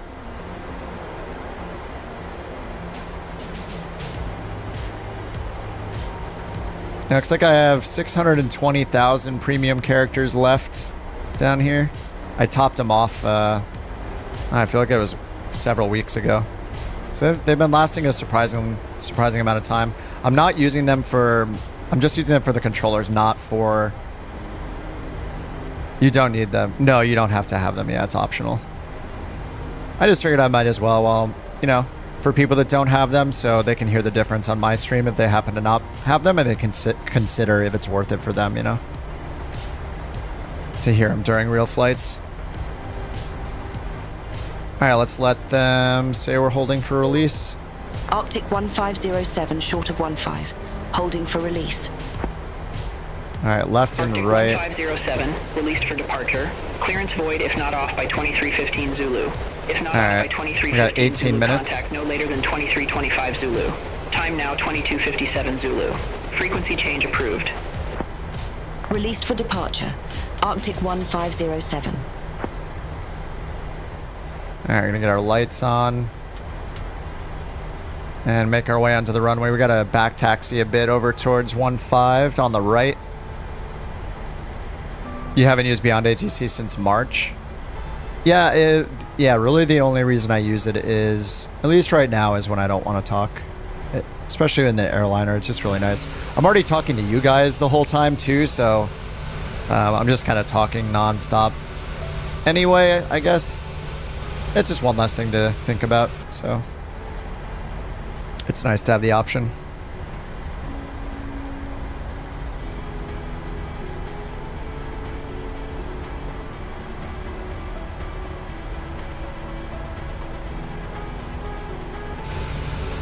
Sometimes you just don't want to talk. Do all the talking yourself. If SayIntentions gets a similar feature, then it'll be one less reason for me to use Beyond ATC. Sanya says, do you think I should start learning turbine jets? Well, I don't think there's a jet that doesn't have a turbine engine. Private jet or a 320. I mean, I'm a fan of starting smaller, so I would start with the Longitude or the CJ4. I like the CJ4 a lot because the avionics looks similar to these in the airliners. It uses the CJ4 uses the Collins Pro line, so you have a separate like CDU like this at the bottom that you type into just like this. So I think it's a good introduction to those kind of avionics instead of using the Longitude, which has a Garmin G5000 in it. So I would recommend the CJ4. It does not have auto throttle, but if you can get used to flying without auto throttle, it's going to be even easier when you have it. So yeah, CJ4, I'm a fan. And it got a lot of updates from the working title team. So it's in a really good spot. It's a great plane. They did a really good job on it.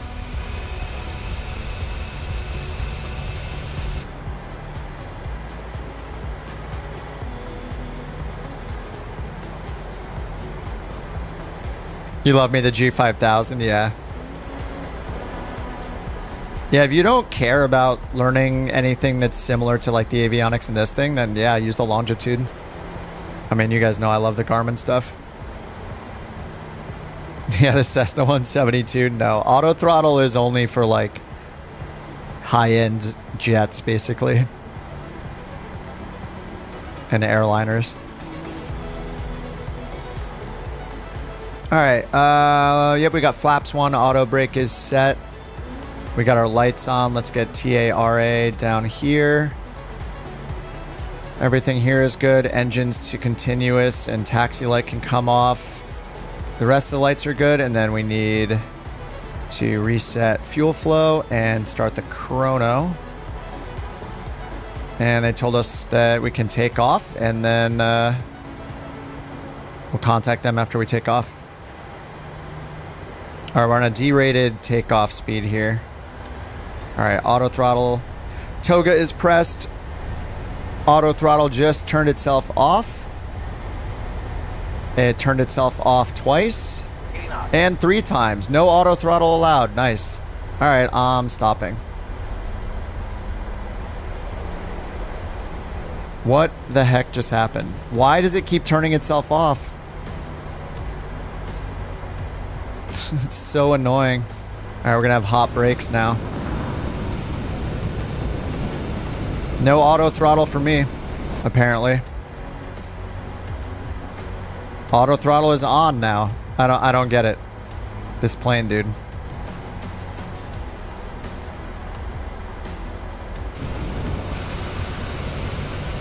Nice false start there.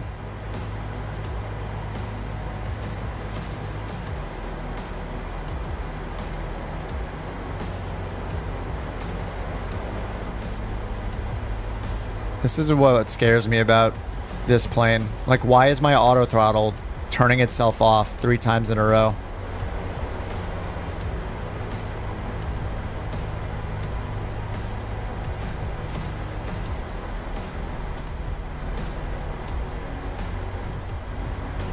I don't get it.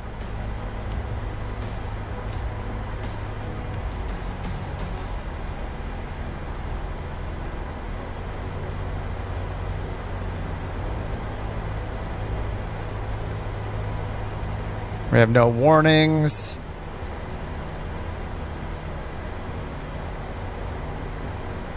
Oh, if the N1s aren't within 1%, it'll disconnect. So I had split throttle, is what you're saying? A split throttle issue? That would make sense. That might be it.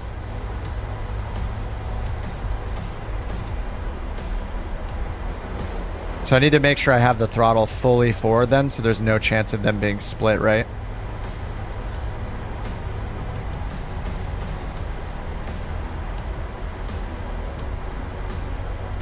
That would definitely explain it.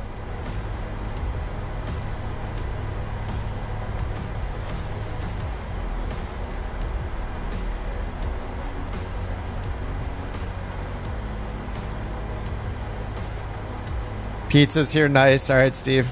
Enjoy your pizza, sir. Yeah, Sonny, CJ4, that's correct. Yeah, CJ4. Citation CJ4. There are 2 citations. Everybody has the CJ4. The longitude is part of the Premium Deluxe Edition.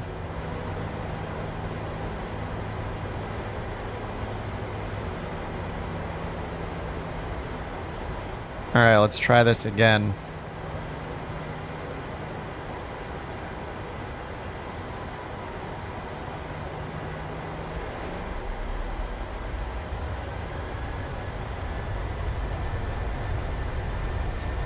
Alright, Toga. Auto throttle's still on. I think Jewel may have solved my problem. I think that was it. Jewel, you the man.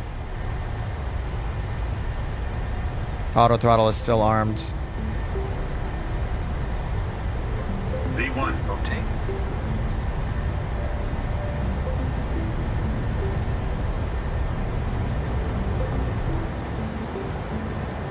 Positive rate of climb. Gear up.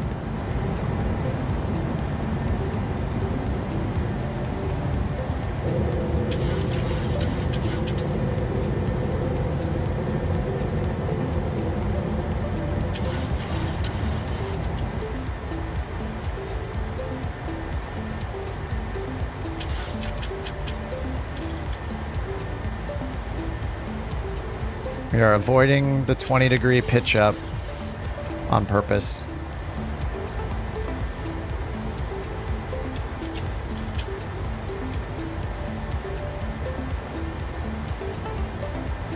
Alright, autopilot's on. Vancouver Center, Arctic 1507. Good day, 3,100 feet. Arctic 1507, Vancouver Center identified. Climb to flight level 190.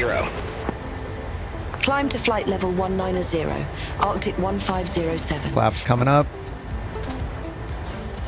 190. Alright, VNAV speed, auto throttle, command A, VNAV heading select. They're going to give us a turn or direct to ZX or ZKI at some point soon. Okay, flaps are up.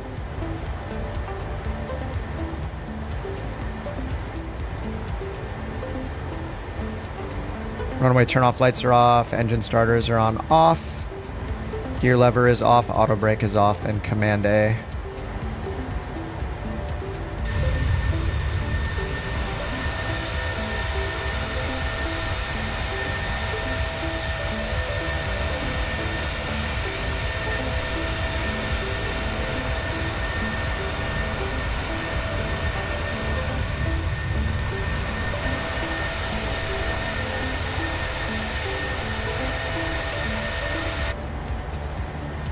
Alright, we're at 6,000 feet.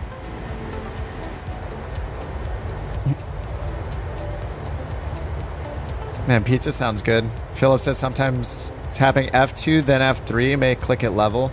Oh, yeah, that's a good point, Philip. Yeah, I do have the split throttle on my throttle quadrant right now, so it can definitely be a challenge. I very much push the left one more than the right one, just because of how my hand is shaped, so I think I have to learn to, like, put the heel of my hand on it instead, like way where my wrist is, instead of the palm of my hand. It's kind of hard to keep them even.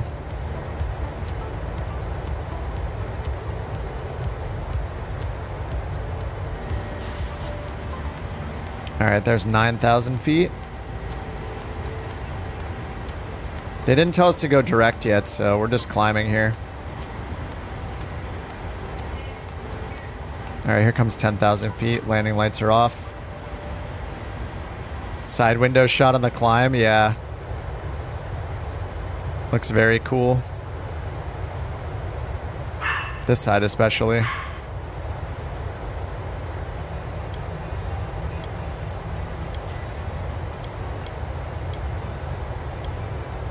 Duct tape them? No, I would just use one throttle axis instead. They would just be linked all the time. It's kind of cheating though.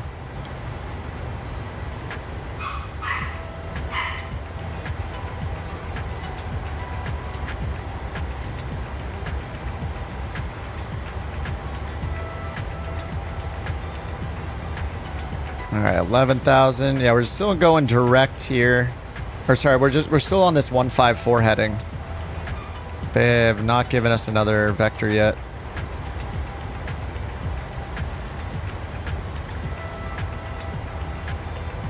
I wonder if the map can be used yet. Nope. PMDG is... They have some of the worst, like, simplest bugs. It's just crazy. How does this... Why is it zooming itself out? Only on this one map. All the other maps work fine. There's somebody coded in... Hey, how about what if we put in this code that every half a second automatically hits the zoom out button on this map we put in? Yeah. Great idea, Bob. Put it in the code. What? How does that even happen? Why would anything ever automatically zoom things in and out anyway? It makes no sense. Did I check in? Yeah, I did. Yeah, they just told us climb to 190, so we're doing that, but they haven't changed our... They haven't changed our lateral navigation at all. They gave us the climb.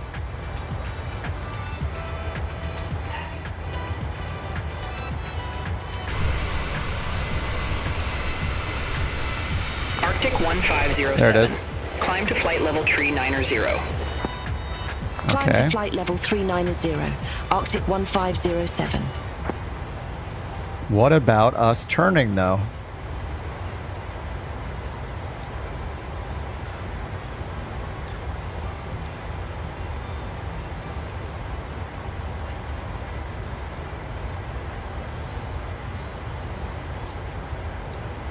We are almost past our first waypoint.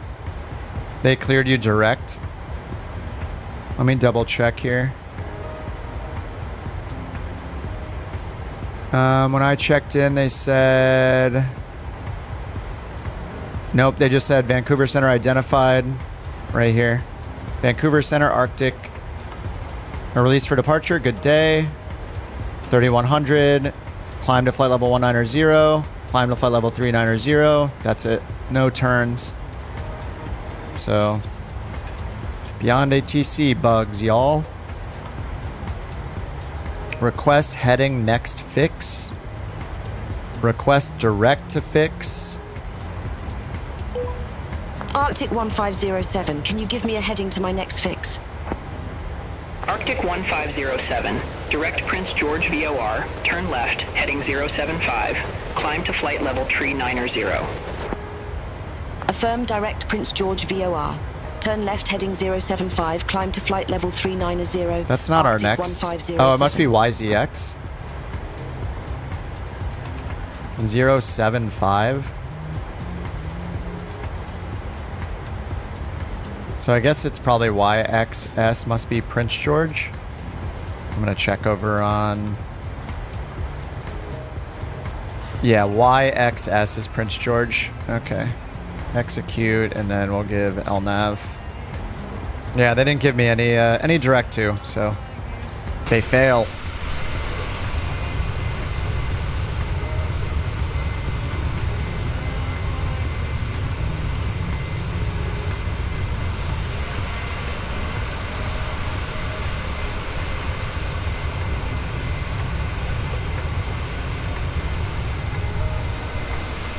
Alright, auto FPS seems to be doing its thing. It's got terrain level of detail at 200 right now. Object level of detail 20? Huh. That's surprising. So all this stuff is at 20?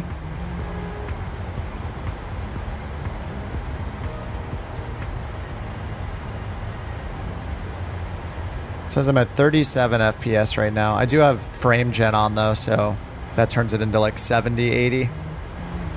Clouds Ultra. Terrain levels at 200 and object says 20. Ask why. Canada Airport. Oh, it has a Y after the C, means it's weather reporting. Huh. What's the other option? The CZ?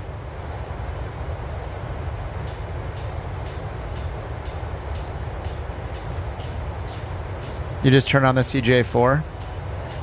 Didn't even use a checklist? You should definitely use a checklist, but that's good. Yeah, you just turn the battery on. The engines are really easy to start. And then turn climate control to normal. There's also, Sonya, if you go into the options, if you hit the index button, IDX button, index, you can drill through those options, and there's an option for a GPU card if you want ground power. You can access that through the CDU.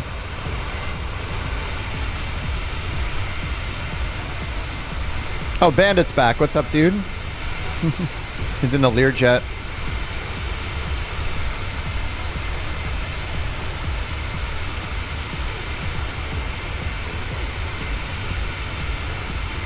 Look at the detail changing below us in real time though. Did it just up? It just turned terrain level of detail to 70. Oh man, it's just constantly changing it. 128, 138, 148, 158.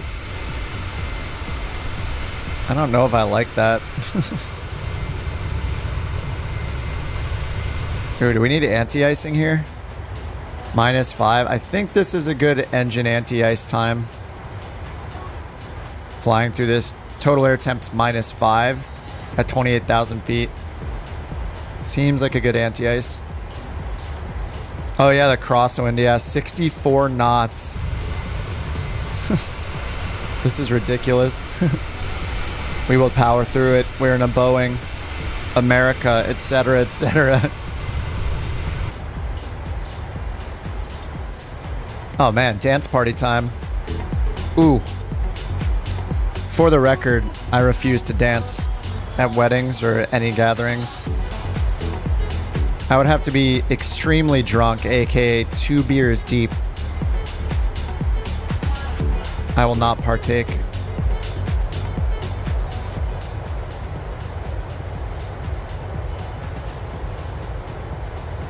Yeah, this is pretty, the clouds look awesome right now, though. I think this is one case where it's very obvious I should be using the engine anti-ice. Going through these clouds. We're going up 10,000 feet more, so. Arctic 1507. Contact Vancouver Center. You dance well after 3? Nice. Yeah, I refuse. I'm too embarrassed. Vancouver Center 128.8. Arctic 1507. Vancouver Center, Arctic 1507. Flight level 299er. Arctic 1507. What's up, Scentless Apprentice? First time watching a flight sim stream? Nice. Welcome, dude.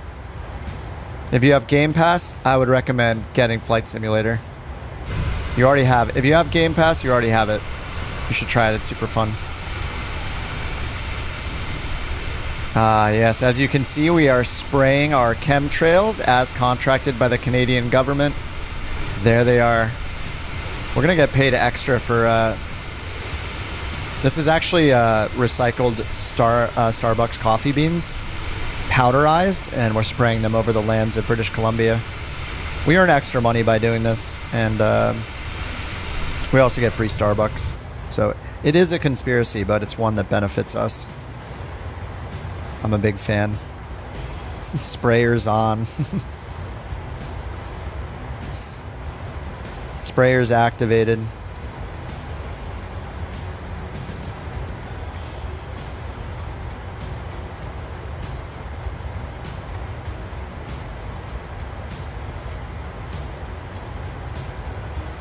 Where are we?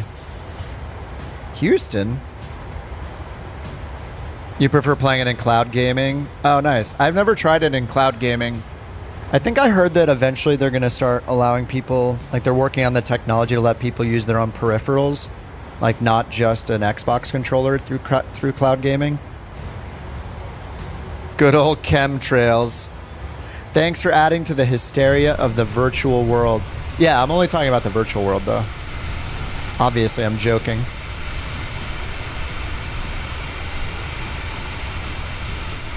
I mean, one could not trust being on an airplane and also believe in conspiracy theories, right? Like, how do you trust the science of flight, but you also think there are chemtrails being spread throughout the world for no one's benefit. You just got to be consistent, that's all. If you trust the science to fly, you know. Alright, maybe it is a conspiracy with the beans. Who knows? I like Starbucks, but there are enough people that dislike Starbucks that they would believe that we're spraying. We're infecting the population with the subpar Starbucks. The complete vaporization of Starbucks beans and dropping them on the population below. I see it as doing them a favor. They see it as an attack because they hate Starbucks. The beans, you know. Oh, and cloud gaming on iPhone, it has gyro controls. That sounds so difficult to fly with. I guess if you're in a small plane, you're in like a Pitts or something like that, that would probably be pretty fun. I remember trying gyro controls on a phone and not liking it. I'm sure it's an acquired skill. Is there a Flight Sim carbon footprint app? Define science? You know, 1 + 1. Math is part of science, right? You know, provable, repeatable, predictable things. Like where the sun's going to be tonight and what time it's setting. Science. If it's proven, predictable, repeatable, yeah, science. Define science. Virtual carbon footprint.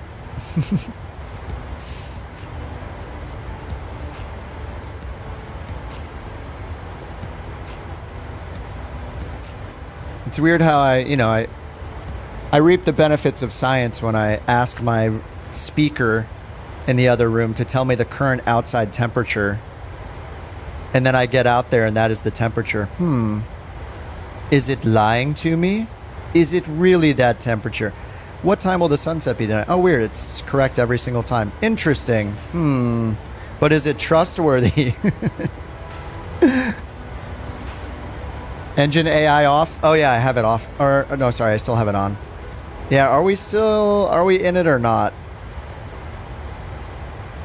I think we're above it. There's a little more coming up here. I guess it might be too cold now. We're -19. All right, let's turn it off. What happens if I leave it on?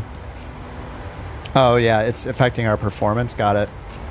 Yeah, 950 feet per minute. We're almost up to our cruise.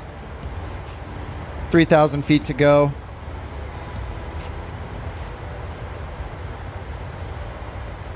A virtual carbon footprint map would be hilarious. Then you'll have somebody that thinks it's serious. They'll be like, I can't believe all you people flying near Edmonton right now. How dare you? It's like, we're playing a video game.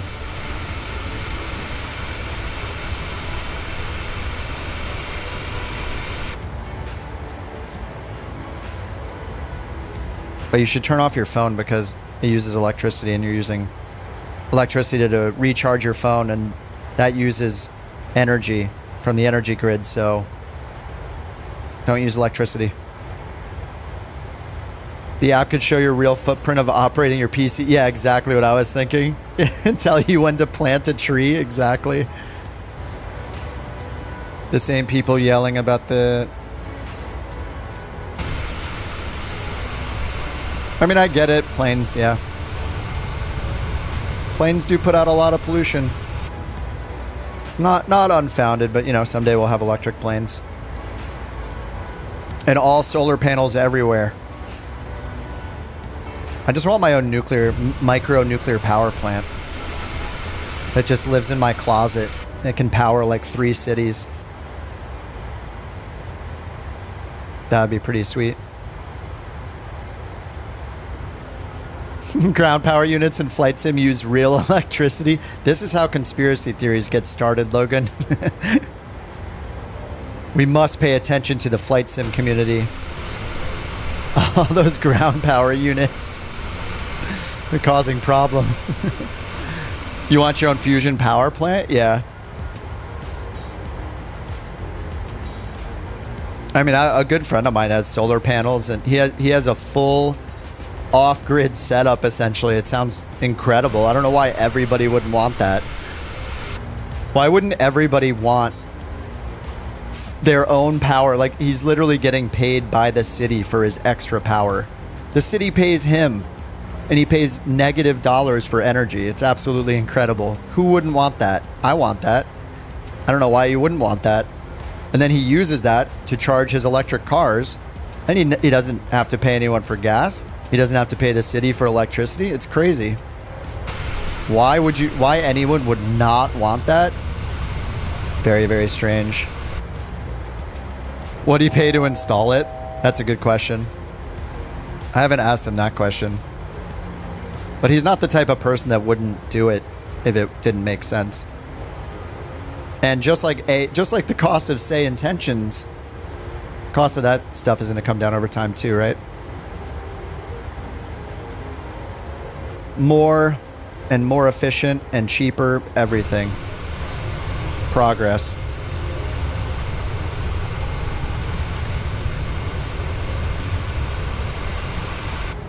All right, how's our climb going? All right, 400 feet to go. How's our pressurization look? Almost all the way up there. Electric is not the future? Wrong. You can't say that without providing an alternative. We got some weird conspiracy theorists coming into the chat now. I must be getting recommended to more people. It was bound to happen. Yeah, electric is the present. Where do you plug your phone into?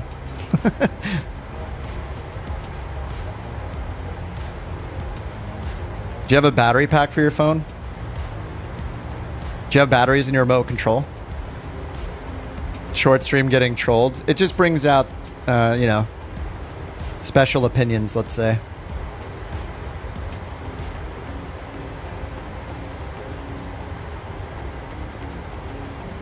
Don't use any batteries. If electric isn't the way, you better not be using any batteries.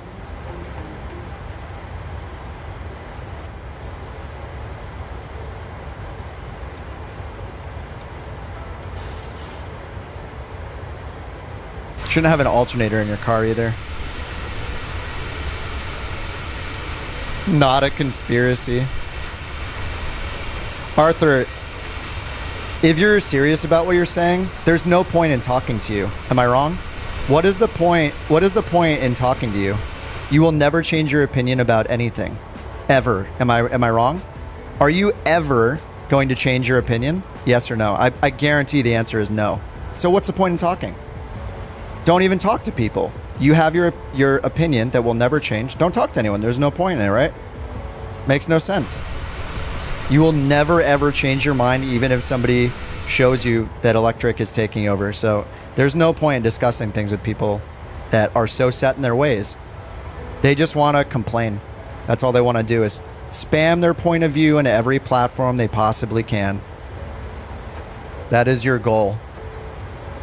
You're going to just say the same thing over and over and over again. It's fine. The shorts chat brings out some super weirdos.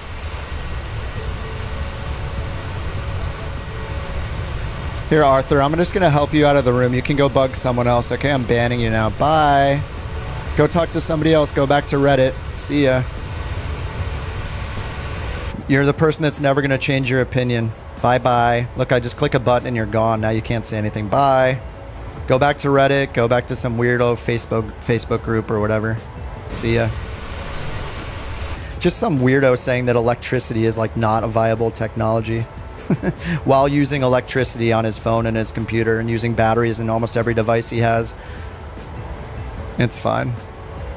The best thing is you can just click a button. Yes, of course I banned some troll saying that electric is not the future when electric has been the future for decades. It's ridiculous. It's somebody that will never change their opinion no matter what they see. It's super weird. What's up, Joel? Is it okay if you ask a noob question? Yeah, dude, of course. A3, oh, the flight management system on A320. YouTube, for sure. Oh, it's over on the shorts chat, ABBL. I have 2 streams going. One's just for YouTube shorts, because that's the only way you can do it. And it brings out a bunch of weirdos over on that stream. People that spam stuff, I knew as soon as I joked about chemtrails, we'd bring one weirdo conspiracy theorist out from the weeds, and there they are. It just happens on the shorts chat because there's more people that see it, so With more people comes more weirdos. How do you put on autopilot without overspeeding? It matters what plane you're in, E1. If you're in a plane with auto throttle, then generally your FMS or your FMC is going to have settings to manage the speed automatically for you. But if you're in a plane without auto throttle, like the Citation CJ4, you have to manage it yourself. How long's the flight? Oh, that's a good question. We're actually almost at our top of descent, right? Oh no, 294 miles. Or not. Yeah, we got a ways to go. We might need to use some time acceleration on this flight too. Electric planes are a long way off. Yeah, I mean, everything at one point was a long way off, right? Every technology was a long way off. A few years ago, people made fun of AI for having too many fingers on human photos it was making. And now it's making videos, full videos, that look like a marketing company made them on its own, you know, like...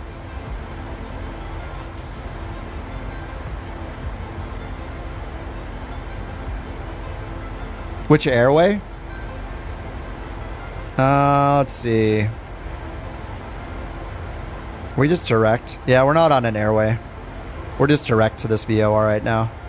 No airways on this flight plan. Short chat sure is chatting.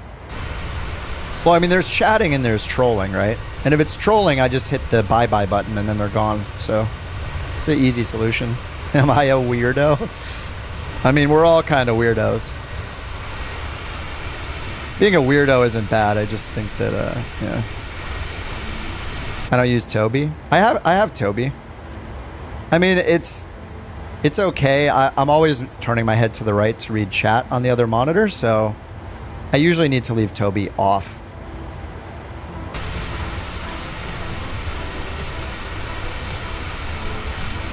Thanks, Hussein. Airway to heaven, yeah. We're at flight level 390. We're just chilling. Mach 0.791. Feels good. I'm excited for electric planes, especially in the sim. I think it'll be cool to have some like prototype electric plane stuff as they're being developed in the real world. There'll be new systems to learn. It'll be pretty rad. What other games?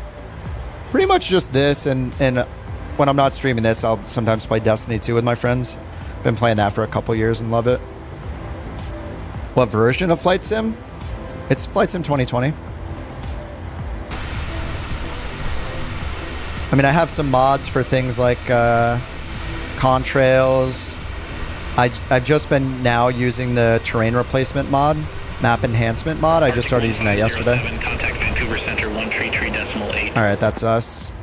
Contact Vancouver Center 133.8, Arctic 1507.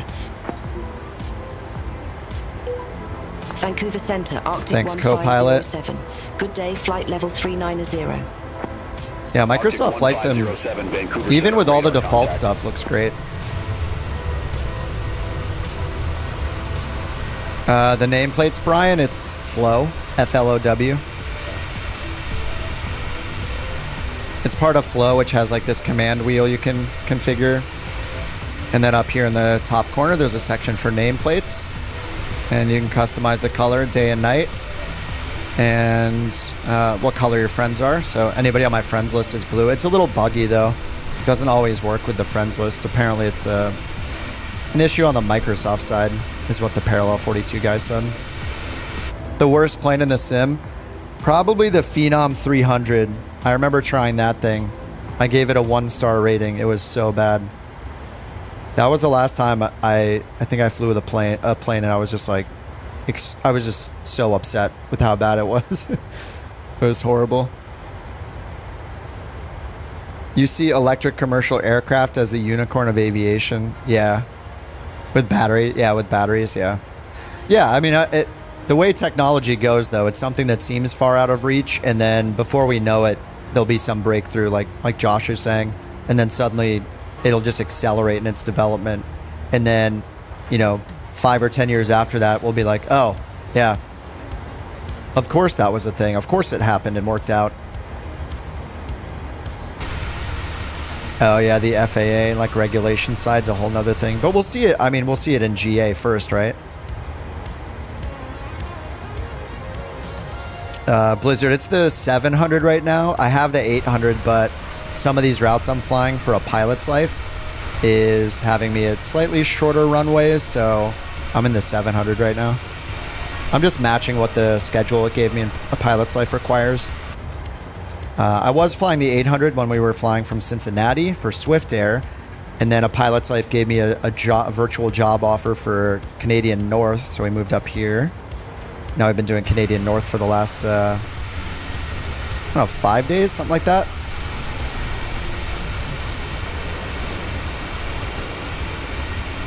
The Flight Sim Marketplace should clean itself up. Yeah, dude, Jeff, all of those things for like the VA systems, like real world A320 schedules, and they're like $25 each to tell you routes to fly is insane. The spam, just like the full saturation of those things in the marketplace is so annoying.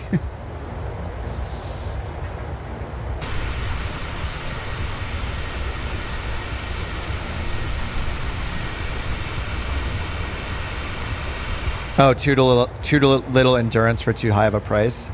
Is there like a currently is there a current like leading electric plane in GA, like a contender, the one that people think is, even though the endurance, if endurance is still the issue, that's like kind of the leader, or one that people point to like in a positive way, and they're like, hey, the progress here is pretty good. Speed up the sim rate. Okay, yeah, that sounds like a good idea. All right, yeah, 246. All right, guys, we're going to 2x. 2x activate.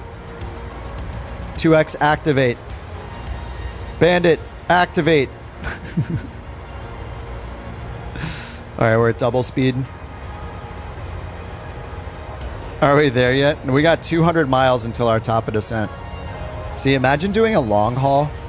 How many times you'd have to say, are we there yet?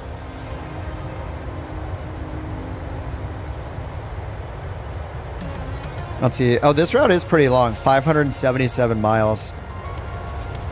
Oh, wait. I didn't have center tanks, right? Okay, good. No center tank fuel. I just haven't needed any fuel in the center tank with these flights we've been doing.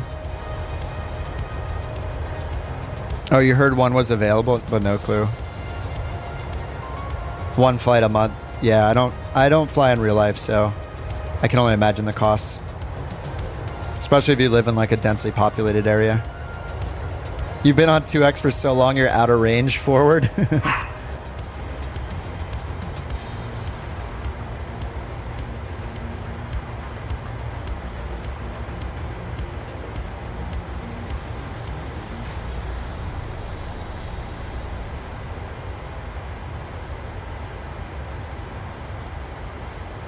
The dog was in the bathroom in here, just yelling at something. Such a weirdo little puppy. Is there a way to see the sim rate? No. Yeah, the dog's on the airplane. That's it. ATC online. I'm just using Beyond ATC.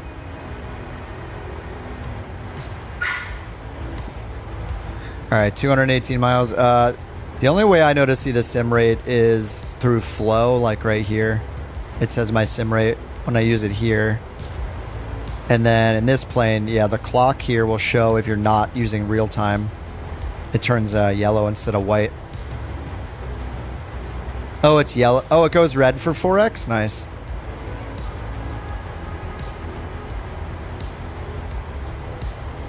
What is ground payware good for?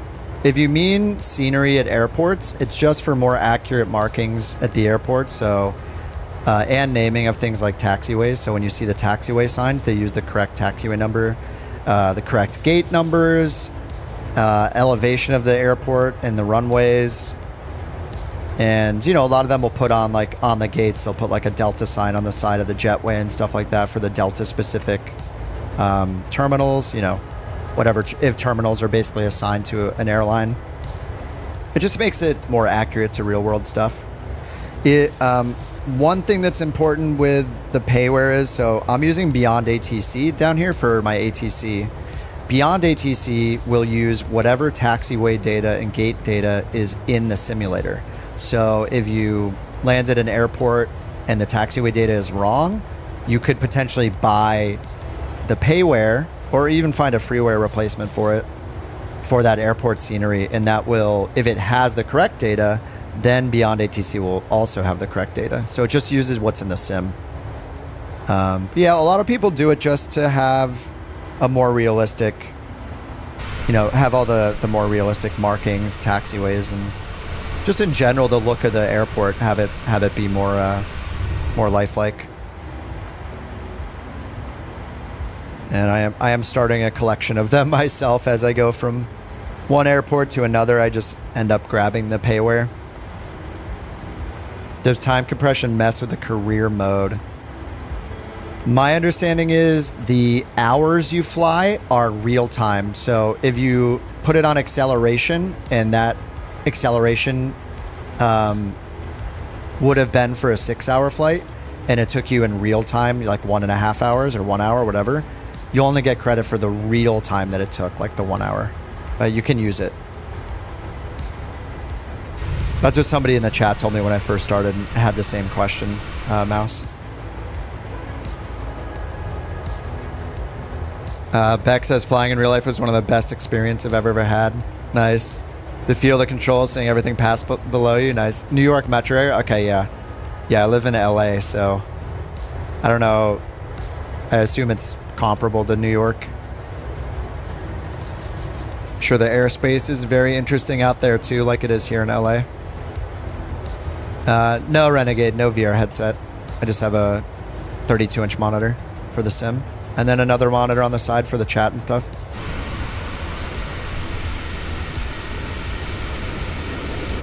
All right, let's see our top of descent. 166 miles still.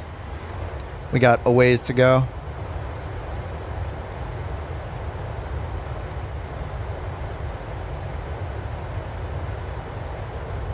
Oh, the pipistrel or pipistrel. I don't know how to pronounce that. Oh, nice. The Velis Electro. Yeah, that's awesome. Yeah, I want this in the sim. Actually, my girlfriend mentioned this plane like a couple days ago. I just forgot to look it up. So I was asking her about electric planes.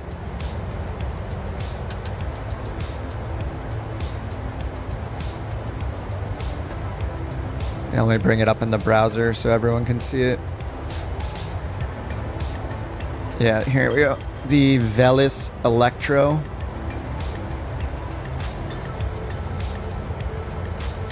$12,000 feet. Oh, 50 minutes. Max range 50 minutes. Arctic 1507, contact Vancouver Center 134.0. That looks cool. Bye-bye. Oh, they said bye-bye. Contact Vancouver Center 134.0. Arctic 1507. Have a good day. Vancouver Center, Arctic 1507. Flight level. All right, 144. We'll stop the descent at like 50 miles. Arctic 1507, Vancouver Center, radar contact. What's up, ugly? You think we're a little worse? Oh, a little worse than SoCal in terms of busyness. Multiple flights where it's impossible to call in for flight following. Oh yeah.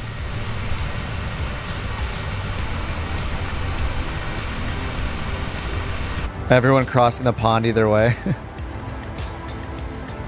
Yeah, not as common over the Pacific. Yeah, I guess that makes sense. Yeah, you're doing lots of Europe to JFK or whatever. Or is it Europe to, or is it mostly like, what are they, is it JFK or like Newark? Probably JFK, I would guess, right? Electric gliders? Guess that makes sense. Don't we have an electric glider in the sim, don't we? I think that larger one that they added when gliders came out has a battery powered like a battery powered motor you can turn on. Yeah, I remember seeing that in the sim.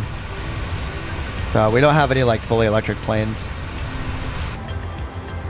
That pipistrel? Is it pipistrel or pipistrel? I want to say pipistrel, but it's P-P-I-P-I-S. Pipistrel? I don't know. Something.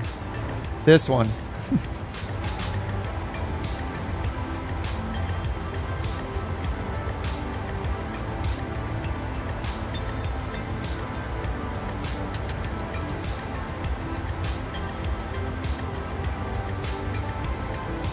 Is that a GTN 650 it looks like?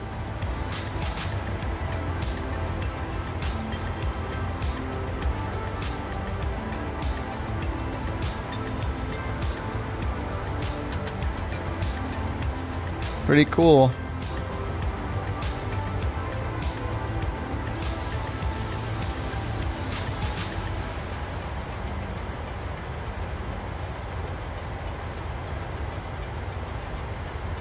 Payload weight 378 pounds. Cruising speed.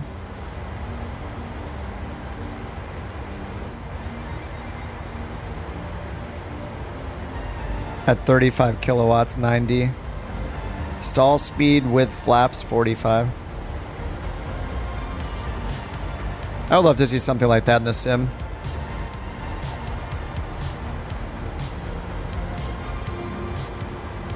Yeah, no startup. Be really weird flying electric. You'd think the prop wouldn't spin unless necessary. Yeah, you would be taxiing, and the prop would just be spinning around just in the air. Contact Edmonton Center 134.5. All right, 90 Arctic miles top of descent. 1507. Have a good day. Edmonton Center, Arctic 1507, flight level 390. Arctic 1507, Edmonton Center identified. Identified. A-Bars, Bumble, Max, Hussein, and Check. Thanks for the subs. Blizzard says I have a problem with my rudder pedals. When I push, you push it right and then it completely pulls to the left? Oh, after you let go? You mean like physically it like swings back over? Because of like the spring or whatever that it's using?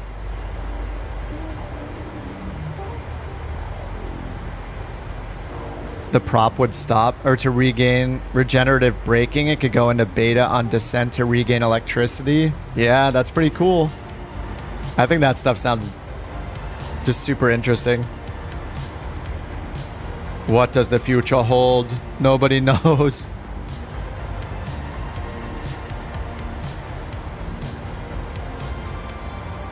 All right, descent checklist. So we'll see what they give us. We were expecting runway 12 from our original flight plan. All right, we're 69 miles. Nice. All right, I'm gonna go ahead and go back to full normal speed now. All right, we're 67 miles top of descent. So I'm gonna wait until like 30 miles to tell them, and we'll see if they do it themselves. We'll see if Beyond ATC gives us the command, gives us our descent before we ask for it. Arctic 1507, Edmonton Center, expect Elks Tree, runway 12. Elks 3, 12. Okay, we do have the Elks 3. That was good timing. Okay, 12, so we'll pull that star up. Nice. Okay, bottom altitude is 8,000, and then there's a max here. Huh. That's pretty cool. Yeah, so it's either going to leave, yeah, runway 12 up here, ends at Noxev. 1507, Edmonton Center, expect Elks Tree, runway 12. Oh yeah, I forgot I need to accept that. There we go. Expect Elks 3, runway 12. Arctic. Alright, so 8,000 is our bottom altitude. And then 12 leaves us off on a 300 heading. Alright, so in here we did have Elks 3, ILS 12, and then the transition. Let's see, Elks, so it'd be Bemig then? Yeah, it would be Bemig for runway 12. Let's check the legs. Elks, Apkit, Bemig, Noxev. Yeah, Elks, Apkit, Bemig, Noxev. And then over on the approach, we have initial approach fix is Bemig right here. So if they clear us for that, we can just turn right at Bemig. And then our FAF altitude, okay, it says recommend 5,000. So I'll say FAF 5,000. We'll get the glide slope at 3650. And then our go around is 5,000 on a 120 heading.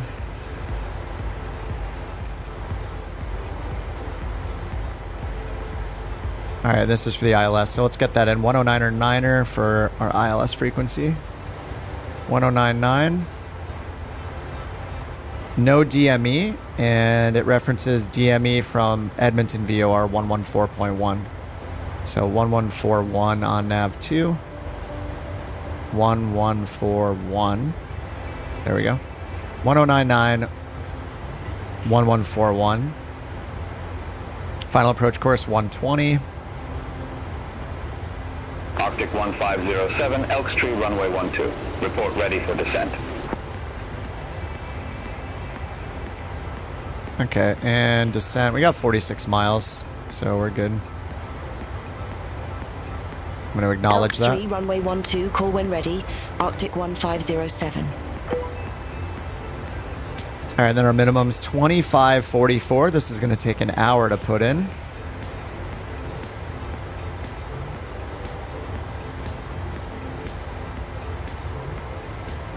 $25.44, or it's 600, 700.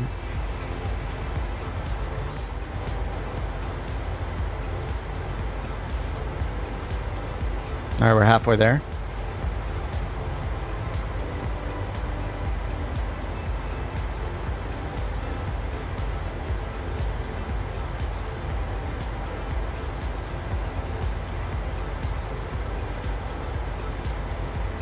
There's 2,000. I say 2544. 2544. How long do you have to turn this in real life? It's probably got some good acceleration on it that this does not have. All right, I did it. 507, descend to 4,700 feet, altimeter tree 014. What? Descend to 4,700 feet. Arctic 1507. How about we just use the star? Arctic 1507, contact Edmonton Center 132.05. Contact Edmonton. I'm just gonna let it descend on the star. 132.05. Descend to 4,700. Where are they getting 4,700 from? Edmonton Center, Arctic 1507. Descending 4,400 is the via MSA for the 390. approach.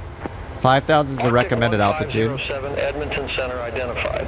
Uh-oh, there's 3,400 right here.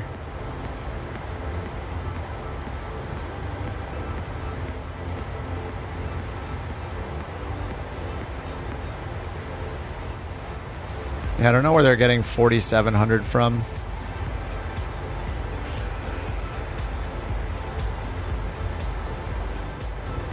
Is it on the star? I think the star ends at 8,000.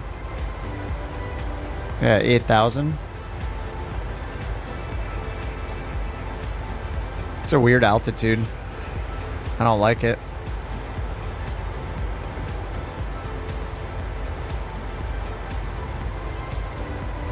We got taxed. They took 300 feet away from us. When I was considering on-cam, did I look into OBS? I use OBS. Yeah, pretty much everybody uses OBS as far as I know. OBS is definitely the go-to.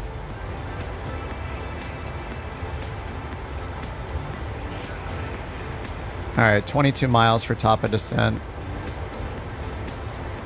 And we got the minimums in. We got our final approach course set, 120. We got the frequencies set for ILS and the VOR that we need for our DME. And let's just do our landing en route calculation.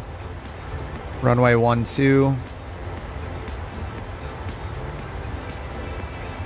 Looks like 3014 is the altimeter, and auto brakes 3. Winds are 110 at 7, so I'll have a decent headwind. Better than our crazy tailwind they tried to give us on SayIntentions. Auto brakes 3. And 135 for the VREF, so I'll set that down here. Flaps 30. Alright, we're direct Elks right now. 89 miles to Elks. And 25 minutes from landing, roughly.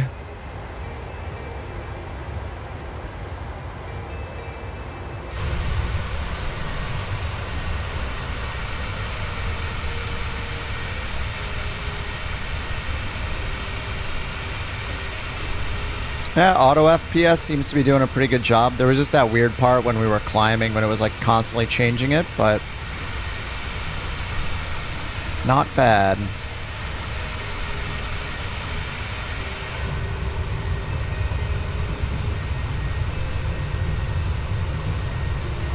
Oh, look, the level of detail isn't far enough, though. Why isn't it going up to 400, I wonder? Do I have to give it permission to go up to... Oh, there's a max. All right, let me set the max to 300. There we go. Now it's increasing it to 300. Okay, the default, it says... On the default, the max is only 200.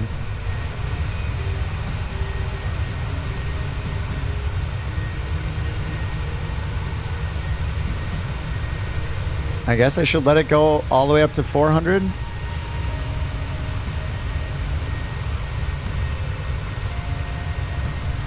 We'll see how it does. Alright, that took my FPS down to 30. Okay, it's doing 265 right now on the LOD. Or sorry, 365.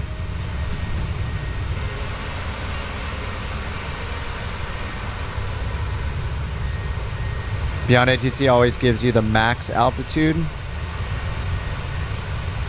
Whatever the SID.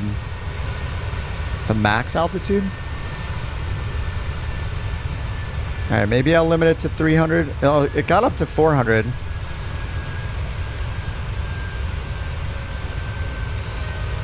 I'll just do 300 for now. That's good enough.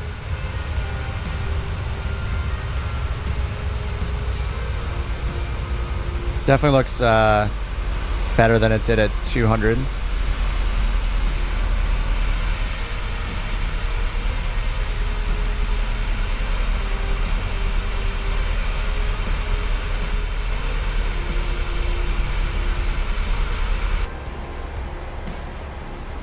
Oh yeah, that bug has been so annoying, Beck. Yeah, whenever you use the mouse and right click, it locks everything. So you can't be doing this while using your yoke or any controls, any of your primary controls. It's such an annoying thing.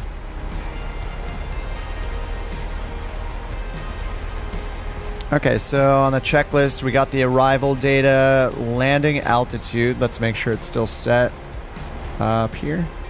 2400. ILS frequency is set. Anti-ice.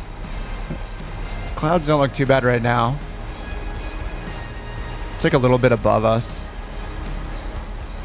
Warning. Yes, we got our altitude set to what they gave us. Altimeter, we need to... Let's see, we need to set the altimeter. They gave us 3014 for the altimeter setting. Alright, 3014 is set. Minimums are set, and our approach briefing. Let's see, the altimeter at the field is... Okay, 3014. So, first we have the star, Elks to app kit, NOXEV, and then we left off on this 300 course. And then we have ILS 12. Hopefully they'll just clear us for it, in which case we'll go direct BEMIG for the initial approach fix. So we do have a max 210 and then a max 190 BEMIG MEPOT. So let's check those. Yeah, 210 is here. MEPOT 190, so we have those limitations in the FMC. And then our missed approach is climbed to 5,000 on a 120 heading. SSALR, let me look that up.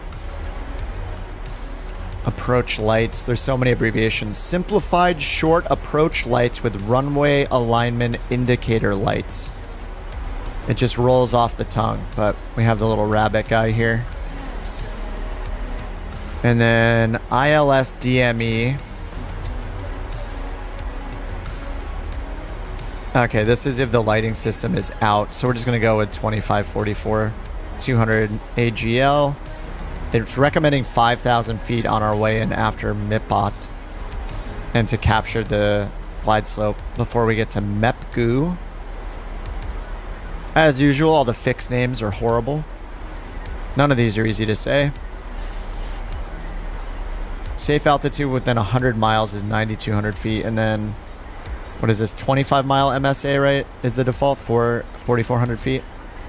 And they gave us 4,700. And then we got our co-pilot handling all the radios. Auto brake, we're going to do 3. Set that. And altimeter is set on standby, 28,000 feet. We're chilling.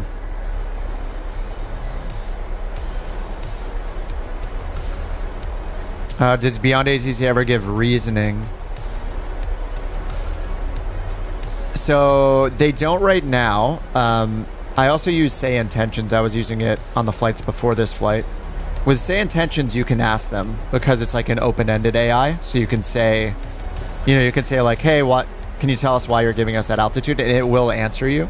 Beyond ATC, like people say, it's like on rails. It's more. You only have a limited number of things you can say to it. So if it's not in the whitelist of options, like these listed commands that are in the UI, those are the only things you can request of it. Beyond ATC is working on traffic injection, and so when you're taxiing on the ground and when you're flying, it will do traffic separation with AI injected traffic. And SayIntentions, that's not out yet though. Hopefully we'll have it by the end of the year, but it's not out yet. It's just the basic IFR controller and co-pilot stuff.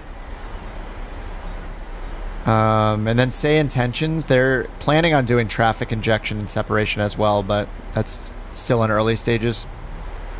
Nothing we can use yet. And yeah, you can request things like direct. So at least with Beyond ATC, with both of them you can. So with Beyond ATC, I can hit request direct to fix, request an arrival or runway change, request an altitude change. All those options are in there for Beyond ATC. And yeah, with SayIntentions, you can kind of do whatever you want. Like you can request all sorts of things. I've done like emergencies on it. It's pretty fun. And it has things like cabin crew, and you can hear other players talk on your frequency if they're also using SayIntentions. So that's been nice. It's actually one of the main reasons I use SayIntentions a lot of the time over Beyond ATC is it just feels less lonely. Just because Beyond ATC doesn't have injected or even fake chatter like SayIntentions does. And I don't think they have plans to do the multiplayer thing. But when I don't feel like talking, I pull out Beyond ATC because it has the co-pilot feature.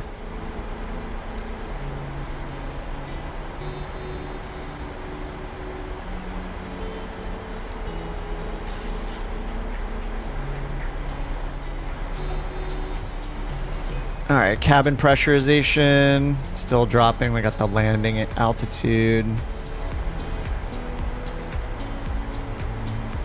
22,000. So we'll switch to local pressure when we get under 18. Yeah, I thought the FSLTL guy's working with Beyond ATC.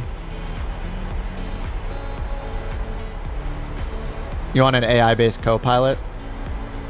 Arctic 1507. You could use Flight Sim First Officer. Flight Sim First Officer will have the co-pilot like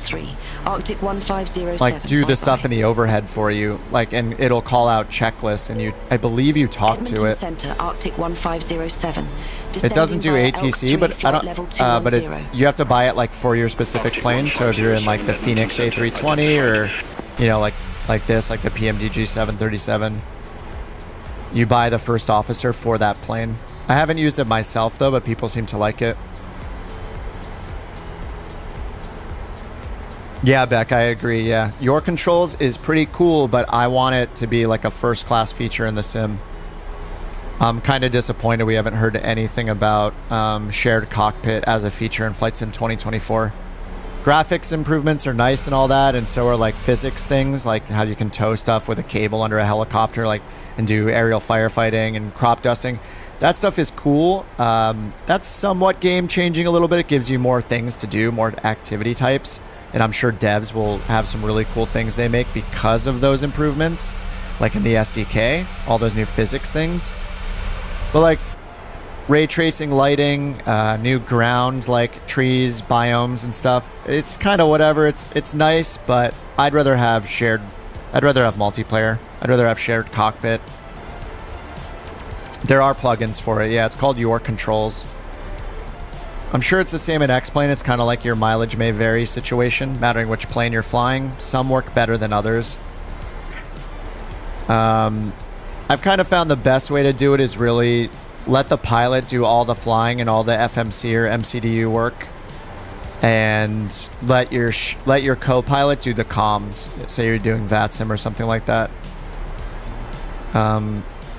There's just like inevitably the synchronization between the like computers and the state of the plane. It just eventually happens. It just kind of inevitably happens, I feel like. So that's why I want it to be like a first class feature that Microsoft works on.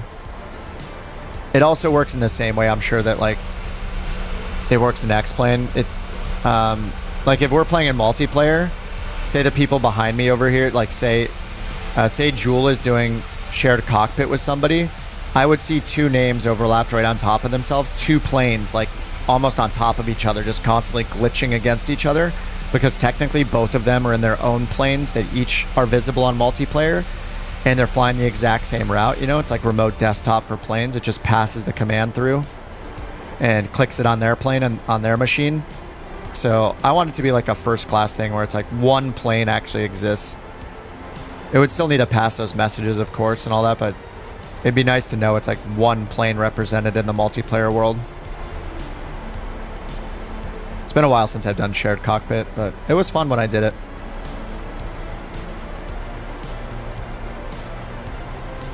Zebo 737, it's really consistent. No sync issues.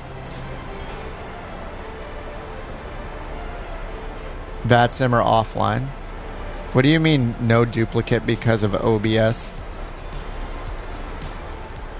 VR shared cockpit. I want them to do virtual passengers too. So if your friend's playing, you can hop in his plane, request co-pilot seat, request a passenger seat in his plane, and then you show up as an avatar in his plane and you're just chilling, and there's like local voice over your local intercom would be so cool. You could talk to each other through group voice chat while you're in the plane together.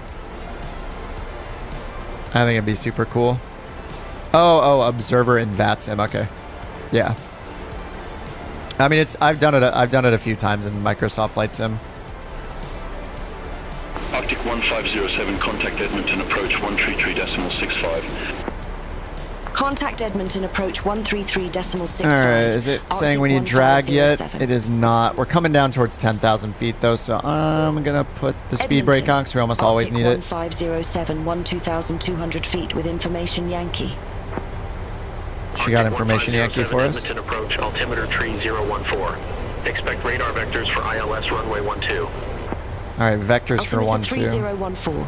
Expect radar vectors for ILS runway 12, Arctic 1507. Alright, we got the Edmonton VOR over here.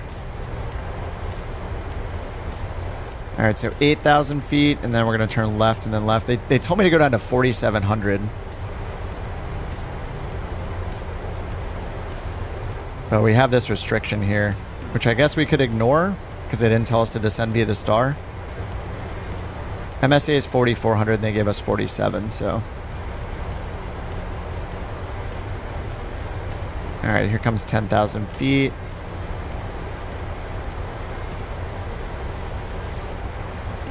Alright, it's bringing us down to 250.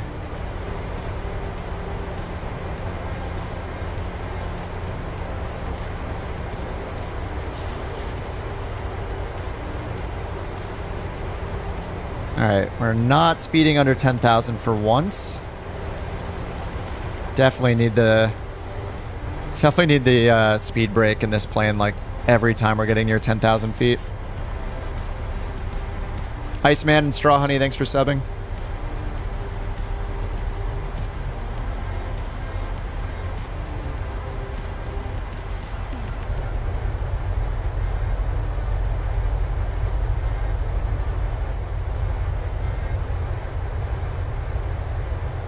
Yeah, Apple Maps is doing looking pretty good.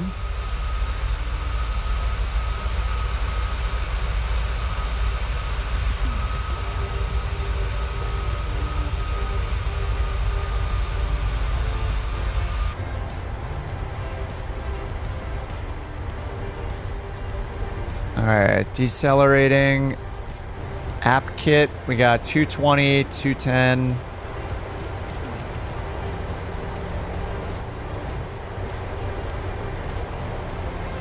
And it says decel. I guess I think I need flaps 1, right? I think I do. Yeah, now we're back on FMC speed.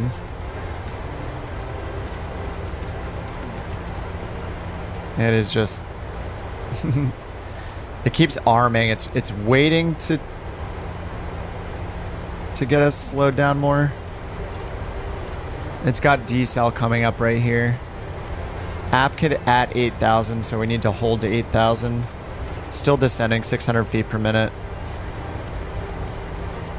Alright, there we go. It's getting down to 210. Or 220 right now, okay. 220 first and then 210. Alright, so I'm going to get the speed brake just to the armed position.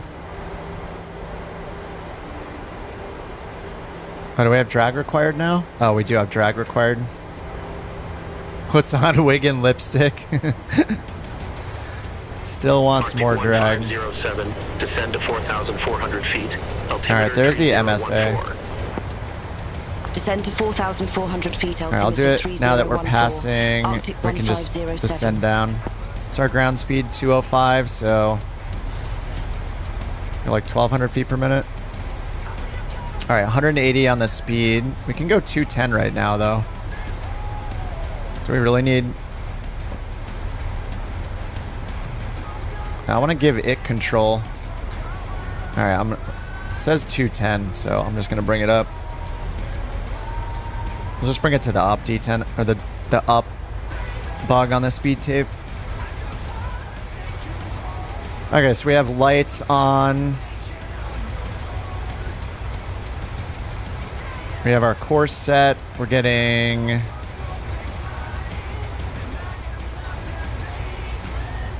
We got DME here, okay. From the VOR, but we need to get the localizer.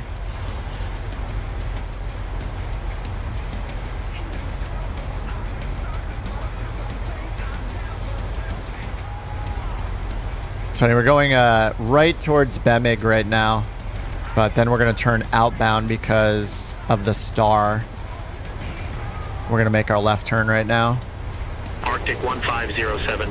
Maybe. BMIG heading 030. Expect radar vectors for ILS runway 12. Okay, they want us to leave at 030. 030. Expect radar vectors for ILS runway 12. Arctic 1507. Alright, we are turning and then leaving. Arctic 1507, cleared direct BMIG. Cross BMIG at or above 4,316 feet. Cleared ILS runway 12. Alright, now they clear us. Cross BMIG at or above 4,316 feet. Cleared ILS runway 12. Arctic 1507. Alright, let's do BMIG, VNAV. Okay, FMC speed is back.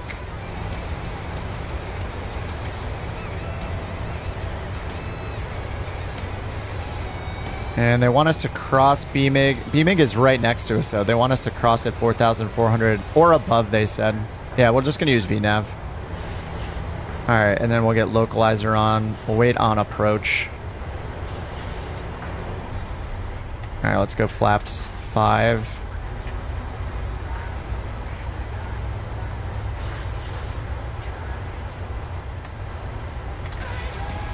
Alright, look. Localizer's on it. Localizer is armed. And I see the glide path, the white dot above us for now. FAF altitude is 5,000, but we can get as low as 3,400.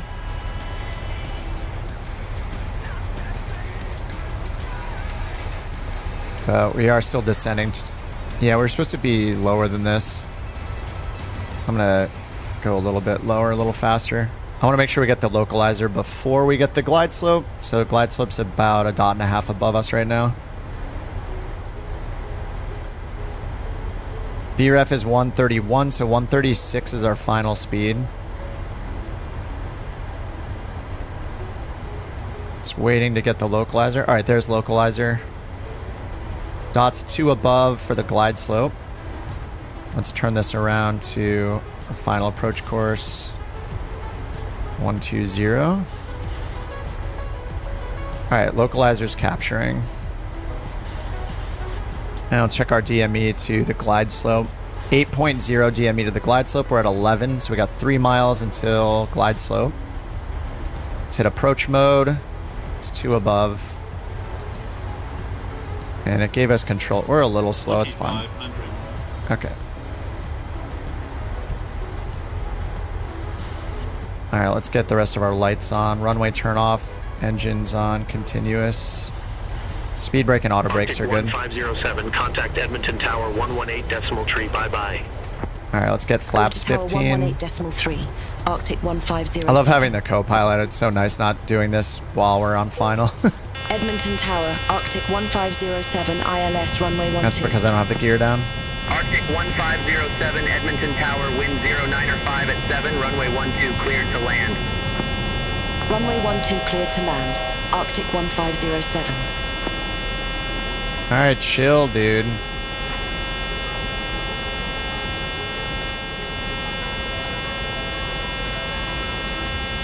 Shut up. Thank you. I think it's just because I didn't have my gear down before I did flaps 15, but we're flaps 30 now. I'm going to get us slowed down to our final approach speed, 136. I think that's what it's from.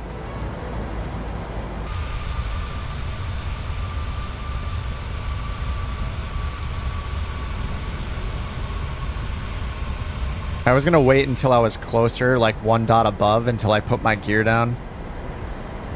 But we're still 2 dots above. I'm just going to slow our descent here.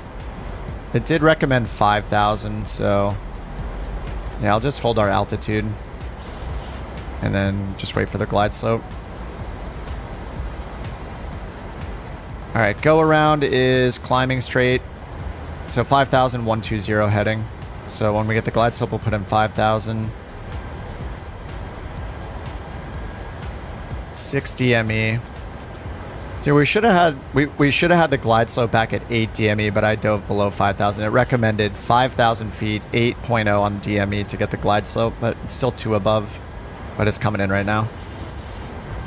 We got our final speed, auto throttle, approach mode. Altitude hold is on, but that'll be taken over in a second. Once we get the glide slope, we'll set 5,000 for go around. And we got 120 up here already.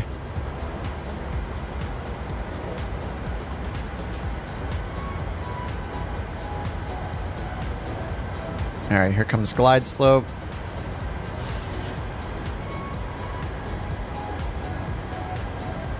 All right, there's glide slope. So it's at 5,000 go around and 120 on the heading. Speed is good. Flaps are at 30. 3 green, speed brake green, flaps green. Landing lights, continuous. 1,000. And our minimums are 25.44. 600 feet to go. Winds are, we got like a direct headwind between 10 and 14 knots.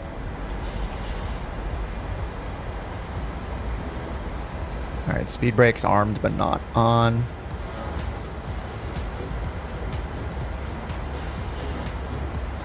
Oh, I hate that bug. All right, and we're gonna exit at Alpha 1 probably, maybe Alpha 3. Okay. Autopilot's off. Yeah, a little crosswind from the right.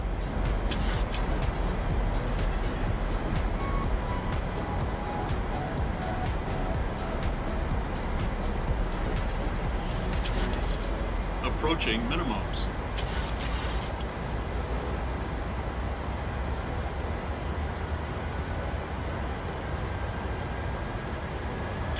Minimums. Little high. Very high. Oh no! I'm getting blown way up in the air, holy crap. 50. Alright. We're gonna exit at the end of the runway. It's fine. 20. 10.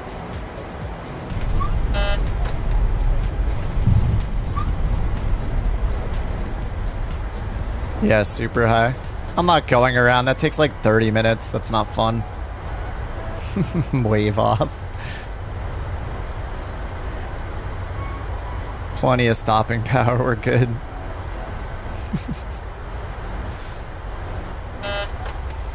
Arctic 1507, exit left at Alpha. Exit left at Alpha. Arctic 1507. Yeah, that wind just pushed me way up into the air. That was unexpected. At first, I was like getting pulled down really far, really fast, so I pulled up, and then all of a sudden I was going up way too high. I was too low, then I was too high.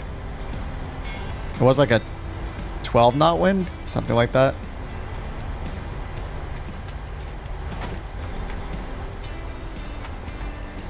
That was fun.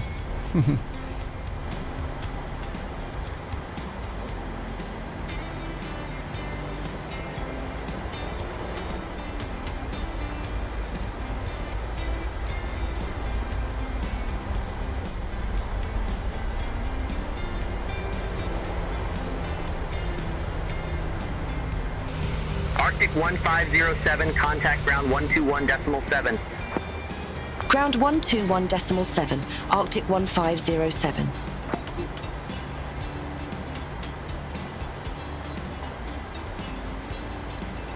Alright, flaps are up.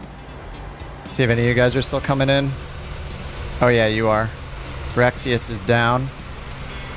Go-rounds are expensive fuel-wise.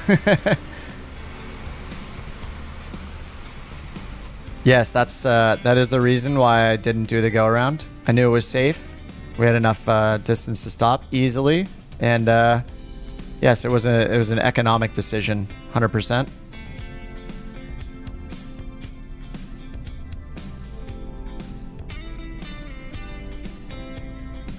Trojan is glitching.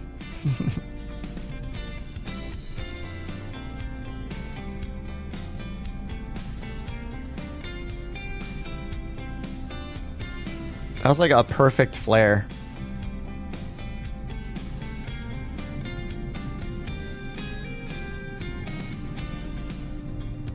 C-160, is that the Captain Sim? Not judging. Funny's coming in, 787? Well, you're in the Dash 8, I think, right? 1.2 Gs, yeah, not the best. Oh, he's in the, yeah, 787-8. Air Canada, very appropriate. Landing in Edmonton. That's such a cool livery.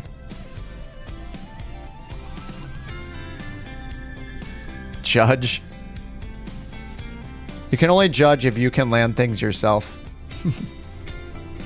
Edward and Pine, thanks for the subs.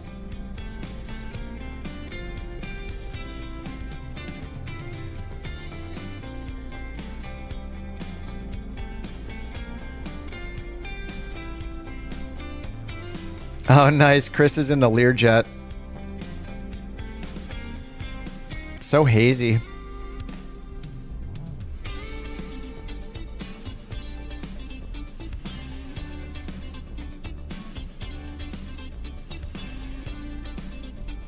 The Wendy's just floating.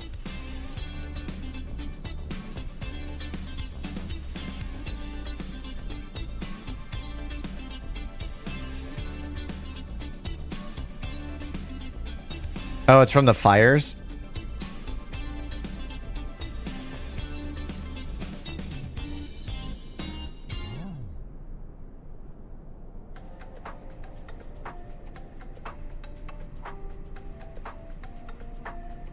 I think he doesn't have the scenery, so his runway's in a different spot than ours, probably.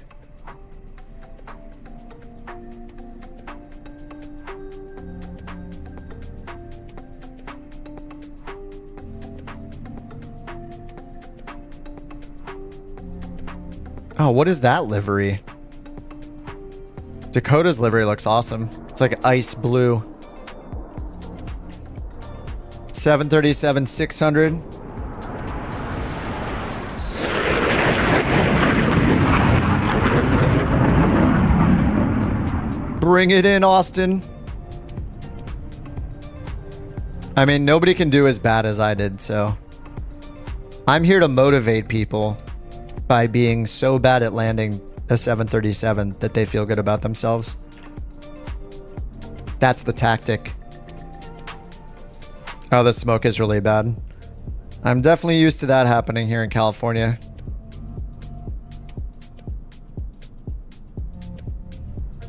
I think it's probably worse in Canada, though. I don't know any of the stats for the fires, like how bad they are up there or anything. But the ones here haven't impacted us where we are. Like sometimes like during them will like the air quality will definitely be worse, but it hasn't been super smoky.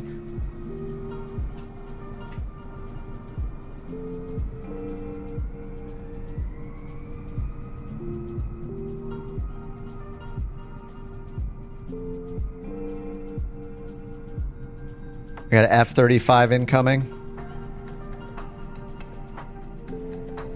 And then Cool Luke. And I Kill Cows in the 747.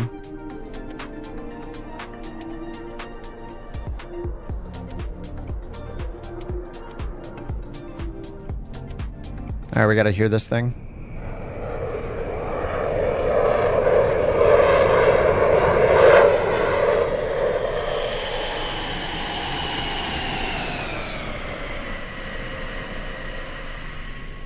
Belly landing, as usual, with most planes.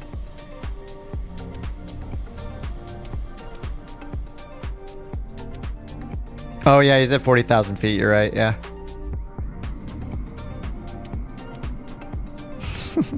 A lake pilot appears. All right, Luke's at 6,000 feet still, so he's got to turn to final. Arctic 1507. Request taxi to company gate. Arctic 1507, gate 73 Alpha taxi via Alpha Alpha Echo. Gate 73 Alpha taxi via Alpha. Alpha Echo, Arctic 1507. We can just go anywhere we want.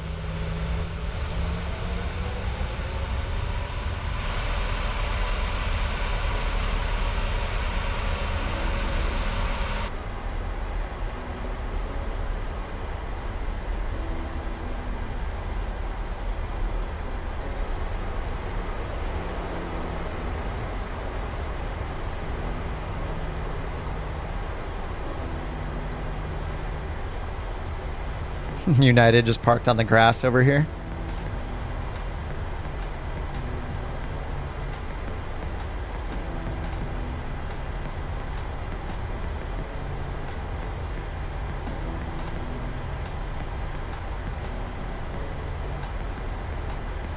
Dinner time for Josh.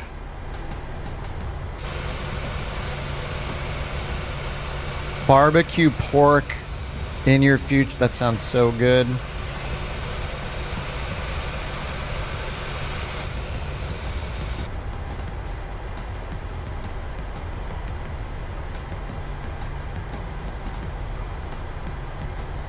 Liam, thanks for the sub.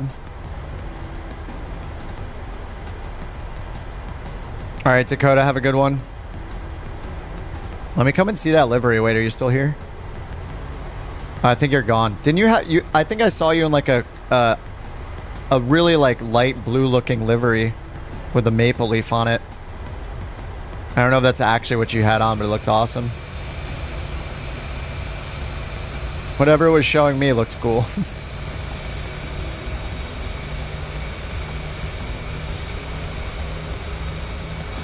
Oh, the old Canadian livery.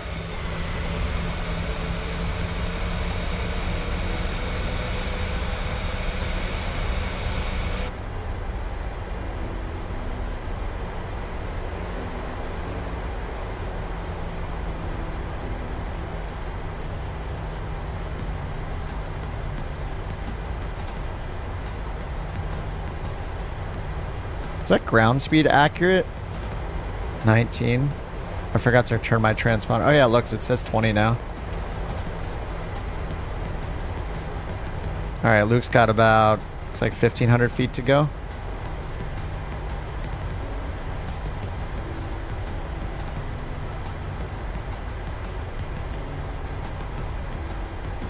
You're going for dinner too? Nice. Pizza in your future? Beautiful. I do have the taxi lights on. I need to turn them off before the shutdown. Thanks for the reminder, Jeff.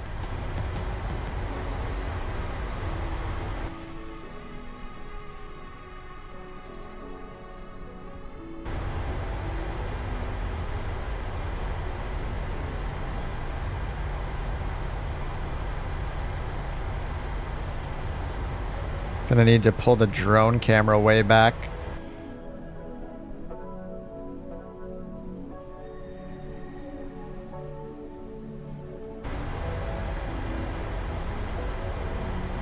Pizza's in your past, now I'm asleep. See ya, Chris.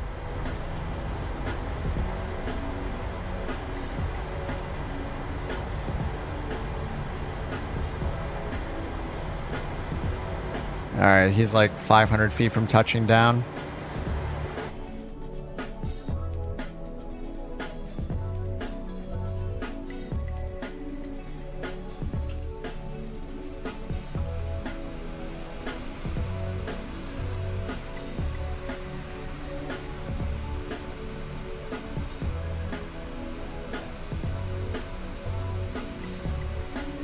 A320 incoming. I assume that's the Phoenix, right? Or is it the fly-by-wire? Is A320, if it's just A320 and without the N? I think A320 is the Phoenix, but I'm not sure if it's also the fly-by-wire.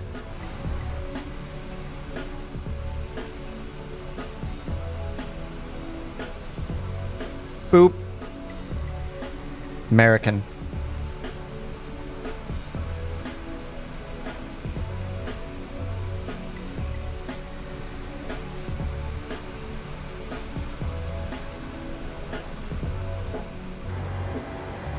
Another big boy plane on the ground. 3.5 hours until you're home. You're in a plane right now, Logan?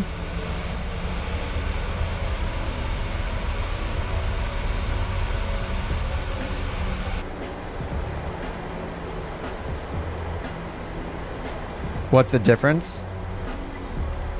Fly-by-wire is free.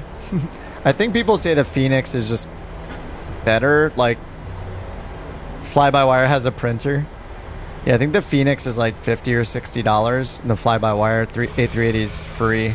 They both have great EFBs. I think people, when they get really, really into it, they probably run into certain things on the fly-by-wire that they don't like or that are better in the Phoenix, and then they switch. I'm not sure the details about why you would pick one over the other. I feel like people generally use the fly-by-wire and then eventually upgrade to the Phoenix. More complex in the Phoenix.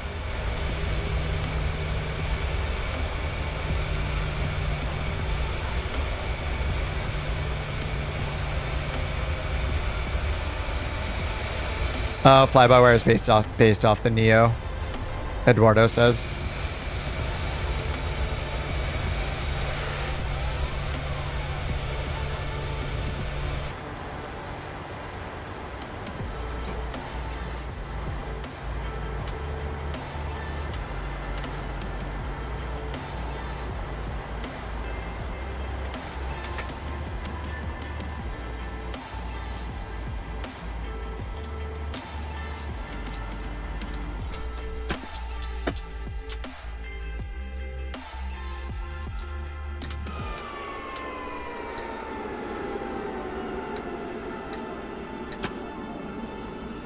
Alright, well I turned off the taxi light before I shut it down, so hopefully I won't get dinged for it. Flight has been submitted. The moment of truth. This is going to be a bad landing.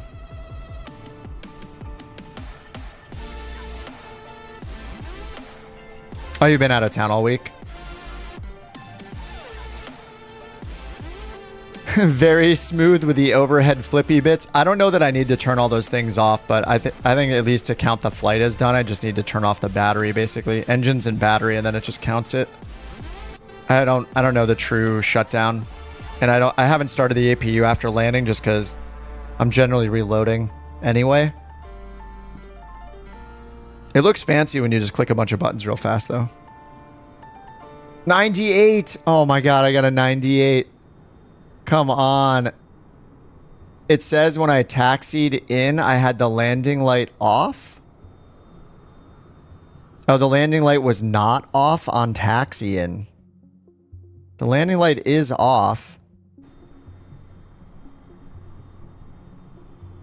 I don't know when I turned it off. I feel like this thing is buggy sometimes. And then it says that during the climb, my landing light was not off before 10,000 feet. I'm pretty sure it was. Maybe it's not using my like baro compensated altitude and it's using whatever the true altitude is. So maybe it's off by a little bit. I don't know. What's up, Tim? You're back. Nice. What's the move? Well, I guess we're going to keep flying then. I might have to do a little mukbang here on the stream and eat something, but we just keep going. We just got to Edmonton, so we had the pleasure of flying to Terrace in BC, and the approach was awesome. Lifetime says, I just got back from shooting another video from your YouTube channel. Saw you were on. Happy to do one landing. Heck yeah, do it. New flight plan. We're going to go... looks like Edmonton to Calgary is next up in my schedule. We're going to get so tired of these airports. I think it would be nice if every... I mean, I think our options are going to get a lot bigger. Like, this is the hardest part of a pilot's life, which is we're at these smaller airlines that have very limited routes. So once I put in the work and I get up to a more prestigious airline that has way more routes and way more planes, a bigger fleet, then it's going to be less and less common that we're flying to the exact same airports like constantly. So I'm just paying my dues here and put it in the time and just going to Edmonton, Calgary, and Fort McKay over and over again. So I'll just continue. Next is Edmonton to Calgary. Again.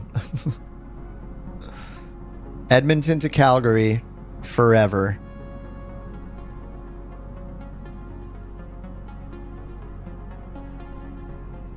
To Chicago, but that wouldn't help me with my pilot's life career, so I am a man. I'm doing what the man wants me to do, what my schedule is, so that is what I need to do. We got the Advox 9 for the next route. A classic at this point. I'm just gonna stick with Beyond ATC. I don't know if there is anybody. I'm definitely feeling like I'm done talking to ATC for now. So I'm going to stick with the Beyond ATC simplicity.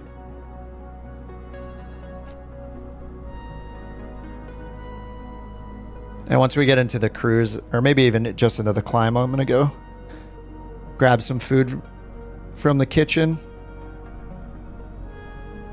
For landing lights, make sure they're on prior to entering the runway. Yep.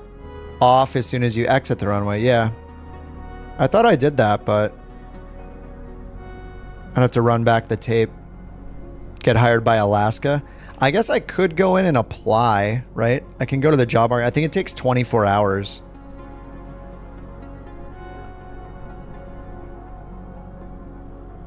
Alaska would be cool. Where's Alaska? Right here. It's a 4-star though. Do you think they'll actually... I don't think they'll accept my application. Yeah, apply so we can see it next round. Yeah. Probably need to go for like a 2-star though. They do fly the 737, 700, and 800, so that's good.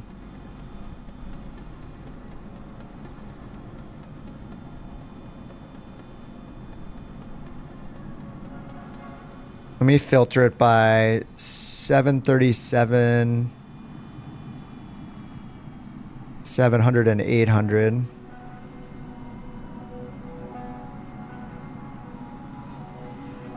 Okay, it's filtering. There we go. And let's keep it to North America as well. So here are my options for 737, 700 and 800 in North America. So we're at Canadian North, which is a 2-star. A Velo is a 3-star.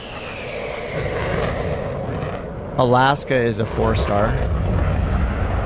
Then we have we got WestJet, Copa, and Bahamas Air. And then Southwest and United. Bahama would be cool. Yeah, and Bahamas got more jobs, right? So Canadian North is showing 15 jobs available. Bahamas Air has 26 available. Problem is, it might be the same issue where we're flying to like 3 different airports. Yeah, they only have 4 737s.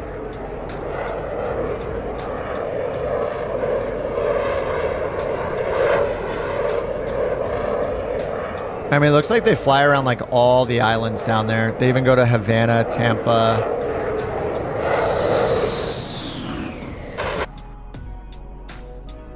Can I do more than one application? Why is United 5-star? Because it's one of the biggest airliners in the world, I guess. One of the biggest airline companies in the world. And between like United, American, and Delta.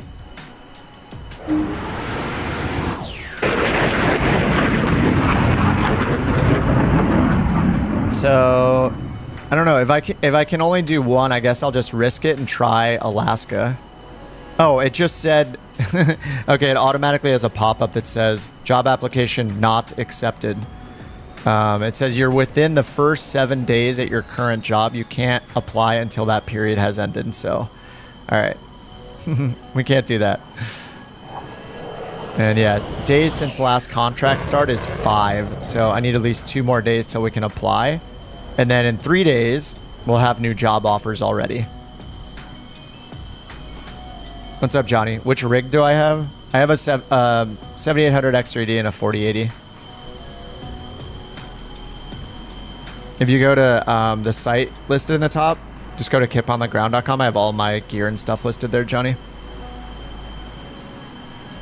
Okay, sim brief, dispatch. So, yes, here we go again. Back to Calgary. Expecting 1-2 for the departure and expecting 24,000. Oh, this is only 171 miles. We're only getting up to 24,000 feet. And the Advox 9 for the arrival. Advox. I am putting in my time at Canadian North.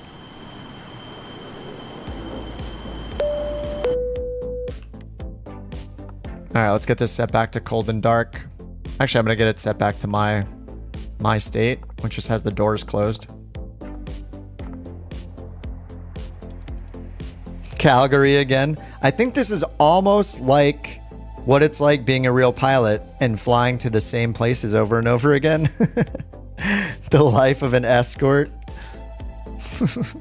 Well, then don't do it.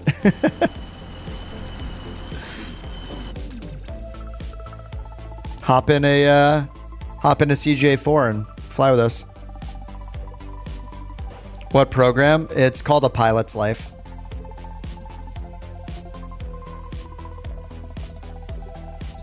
Then who will escort? I mean, we're all escorting each other, really. We're all taking off so near each other. It's like we're together anyway.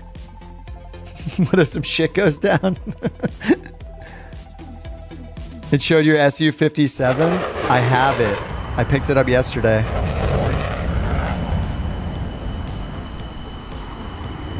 A couple of you were flying that, so I grabbed it. It was on sale too. Made the decision easy. So did Ben's insane super chat from earlier today, in hindsight. Elijah and Eric, thanks for the subs. Okay, let's get this sim brief imported over here.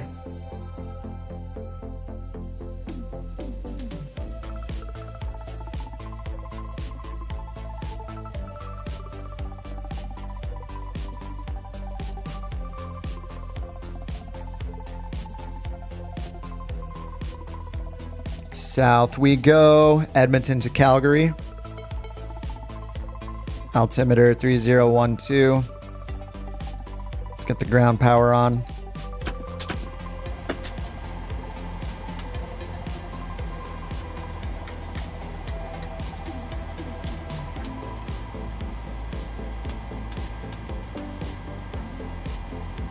You love it, but it doesn't have true thrust vectoring.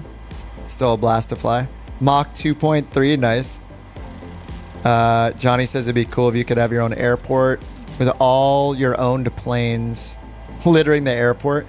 Yeah, I don't think any, even like on-air company and stuff, where you build a fleet in an on-air company, it doesn't like physically show the planes on the ground or anything.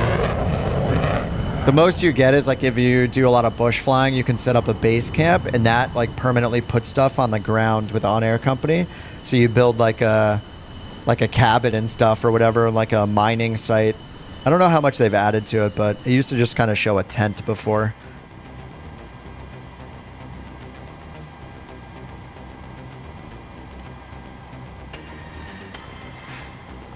That stuff in on-air company was always kind of cool though. It's just a lot of work. All right, set payload and fuel. Instantly boarded. So fast. Why don't I leave the plane on? I just haven't learned how to do it yet, so I'm relatively new to flying it, so I'm just setting it back to the state just in case I broke anything. I don't have failures turned on anyway. Not at that point just yet. I've only done, what, 20-ish flights? 25 flights? Maybe it is about time I start learning how to do that.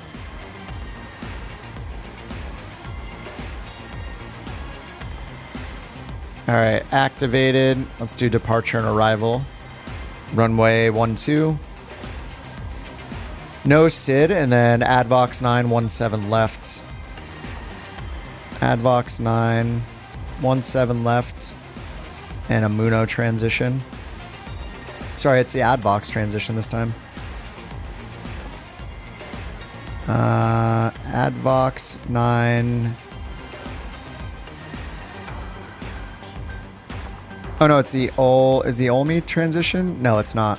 So we're just doing ADVOX to ADVOX 9, so no transition, I guess. Yeah, we just go a Muno. Wait, why is a Muno in there? It should be, oh, unless that's on the Quebec Airway. Let's see.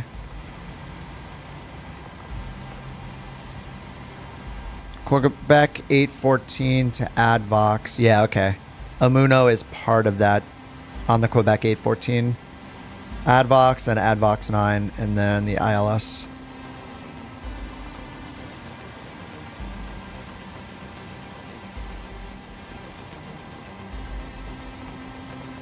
All right, performance init.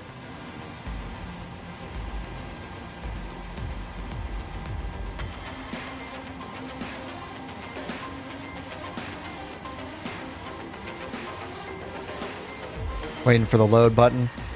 There we go. All right, that is set. Execute N1. Need the cell temp. Runway 12. 47 and takeoff 1. 47, takeoff 1. Flaps 1. Let me double check it's flaps 1. It is. 128. We're like lighter. We have better winds or something. 128, 131. All right, 141. And beyond ATC. Over to clearance. And we'll let her do that. Arctic 1749, request IFR clearance to Calgary. And runway 12, we'll look up the heading Arctic for that. 1749, Edmonton delivery. Expect runway 02. Climb 0-2. 8,000 feet on runway center line, then expect radar vectors Olimi. Squawk 4335. 4335. Expect runway 02. Climb 8,000 feet on runway centerline, then expect radar vectors Olimi. Squawk 4335. Arctic 1749. Alright, 02, 8,000 feet. Arctic And 1749, read back correct. 4355. Contact ground 121.7 when ready for pushback or engine start. Alright, Ground 4355. 121.7 when ready for pushback or engine start. Arctic 1749. As far as APL goes, it'll complete your flight when the engine's shut down. Yeah, okay. Oh, I just need to make sure the taxi light's off before I shut the engines down. That's where I keep getting dinged, that one taxi point.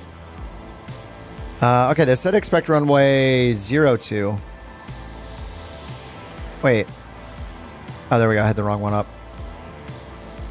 All right, runway 02020. Perfect. All right, 020, 141's our V2 plus 10, 8,000 feet. And let's get the APU started up.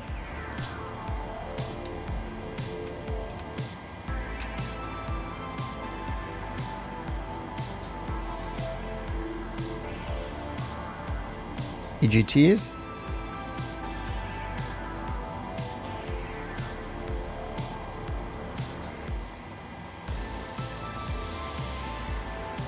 There we go.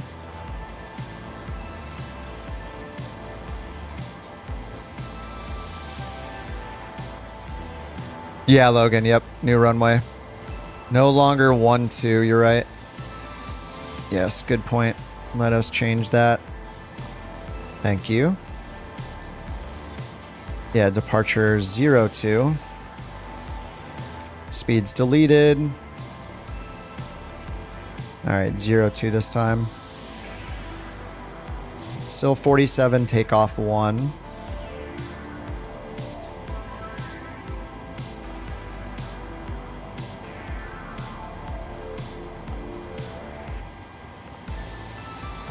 Alright, 47, takeoff 1. Flaps 1. CG's the same. 131. 141, sweet. Alright, it's the same, luckily. Alright, 8,000, 020. And still flaps 1.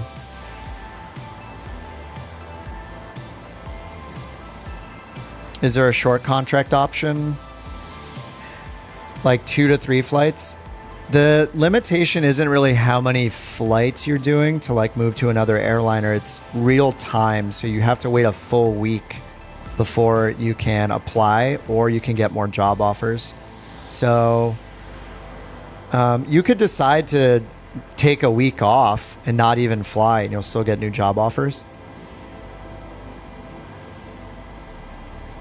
Yeah, I think the SU-57 was on sale when I grabbed it, yeah. 999 rubles. You mean 10 million rubles? Alright, APU generators on. APU bleed on. And packs on. Can almost feel the air conditioning. Alright, and yaw damper as well. Alright, still doing our alignment. Well, how come you... How do you do V2 plus 10? When you calculate your takeoff speeds, you get 131. So I just did what I've been told in the past, and you add 10 for what you put in the window here. I think it's probably just to account for wind and stuff like that. Just like a safety margin, I would guess. But I just listened to chat back when I first started flying it, and I never questioned them, which is a good idea. You never want to question people in the chat.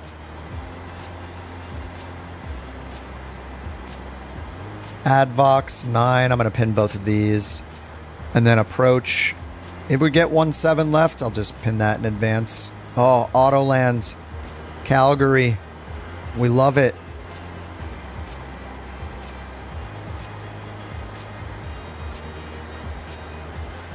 Wait, why do I have so confused?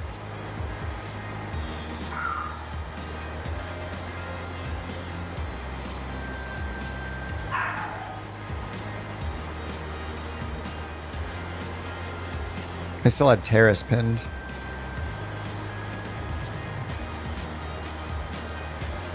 All right, there we go. Calgary and Edmonton. Okay.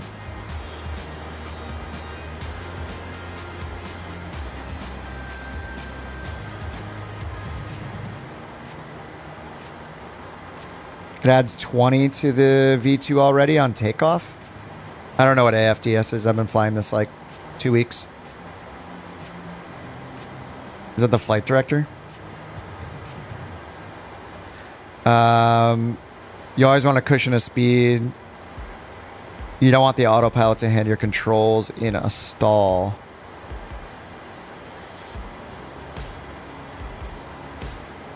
So is that what you would do, Tim, is V2 plus 10?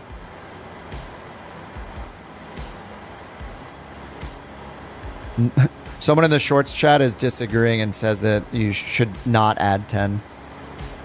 And then in the main chat, it's a good idea to add 10. So I'm just going to keep adding 10. I'm not going to feel bad about having an extra 10 knots. Not that I've ever needed it. It's a video game. We'll just go with it. It's fine. One of the many things I should read about, though. It's cool. All right, center.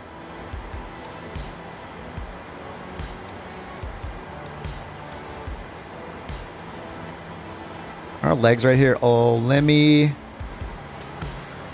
And then we're on the Quebec 814, I think. Let's check. Quebec 814 to Advox, then Advox 9, and then the approach. Okay.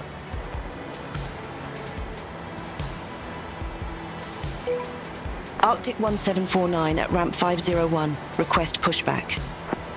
Arctic 1749, Edmonton ground. Pushback approved. Face southwest.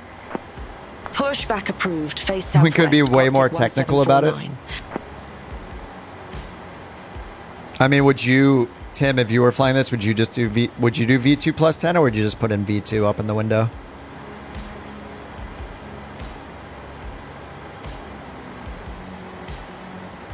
They didn't give us an expect for our cruise altitude. I think it was like 20. It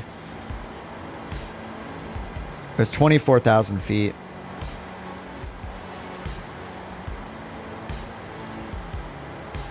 Cockpit to ground. Yeah, let's get our destination. Calgary 3606.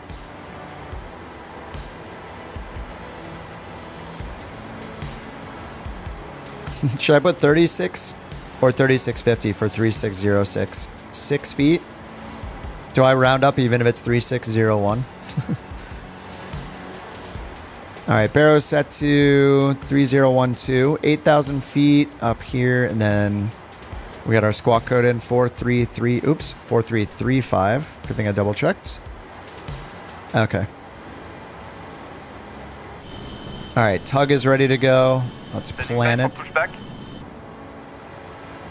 And we're going to runway 2. So I guess nose, yeah, nose left. Okay.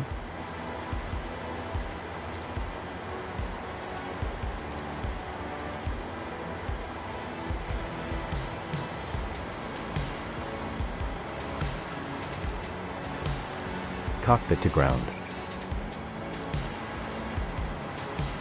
Go ahead. We are cleared for start and push. V2 plus 10 is good. Parking brakes are released. You always go a little over in real life. You have a way you determine if you want to. Yeah, you have a lot of information in your head about that specific flight, so you know if you need a little more. All right, yeah, I'll just do V2 plus 10 for now. Probably serve me fine forever in the sim.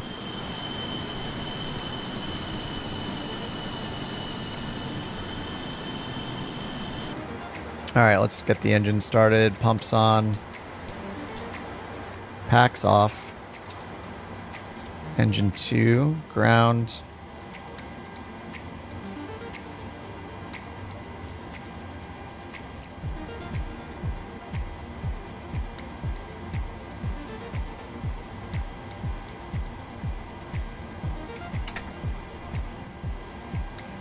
All right, 2's on idle.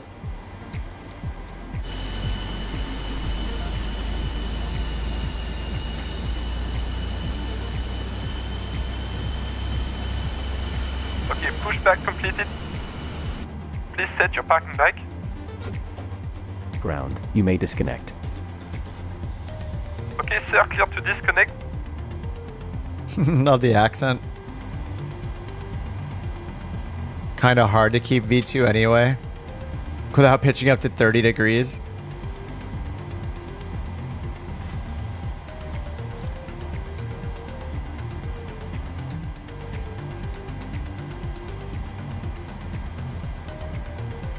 Yeah, I've never simulated having an engine failure, so I don't know what it's like. All right, 20, engine 1. I'm being bad and not using my checklist. What could go wrong? Oh, I already forgot my anti-collision light.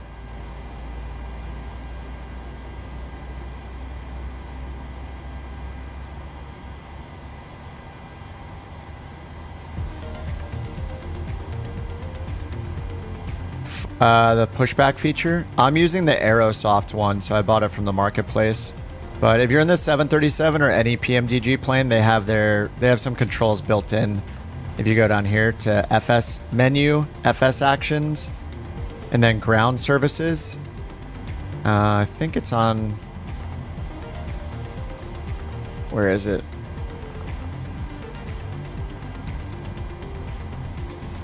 Oh, wait, it's not there, is it? Oh, just pushback. Sorry, I missed it. Right here, pushback under FS actions. So you can use this and tell it to start and stop and all that. Or I think you could just use the default, hate to say it, but the default ATC. And if you open the default ATC, you can go to a ground controller. So if I open up the default ATC window, even though we're not using it, and you can go to ground services and then request pushback, and then it'll give you left, right, stop, straight, and stop. You can just click those buttons to do it, which is basically what the pushback tool is doing, I think. I think it's just taking advantage of those commands.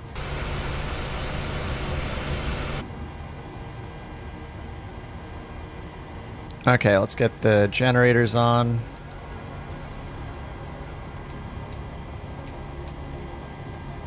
Okay, packs can come on, or probe heat, I guess. Packs, ISO valve auto, APU bleed off, APU off. Let's get our taxi instructions. Arctic 1749. Taxi light on. Request taxi to the active. Auto brake to RTO. 749, runway 02 taxi via Oscar Alpha. Runway Oscar 02 Alpha. taxi via Flight Oscar director. Alpha, Arctic 1749. Auto throttle. VNav and heading select, because we're going to get vectored. 8,020. Alright, they gave us Oscar Alpha, which is right here, and then Alpha is this taxiway, so we go, yeah, a little to the right, then we'll turn left on Oscar right onto Alpha, and then 02. Okay, we gotta set our flaps to 1 and takeoff trim.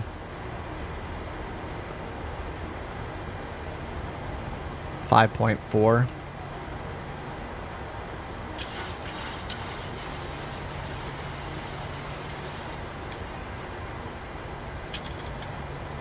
Alright, that looks fine. Alright, let's go. Straight ahead, Oscar Alpha. Yeah, toolbar pushback, yeah. I just remember it's from Aerosoft. Yeah, get an FMC. How do the buttons feel on that thing? I know you can use your iPad for some of them, right? Like the Phoenix.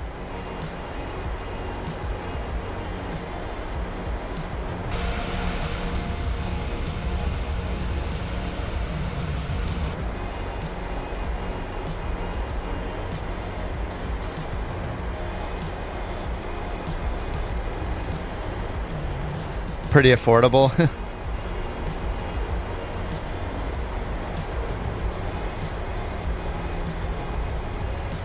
Oh, the wing. Been hearing a lot about Wing Wing recently.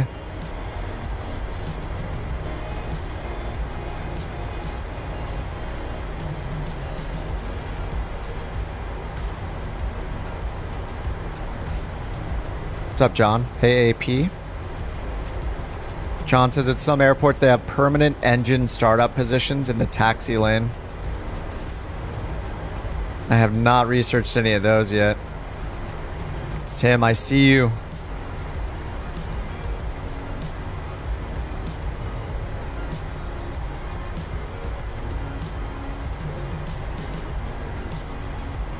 You see 2 live?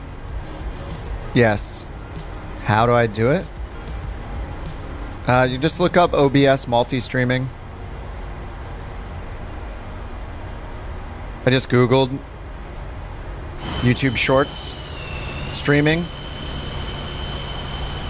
Followed the instructions and bam.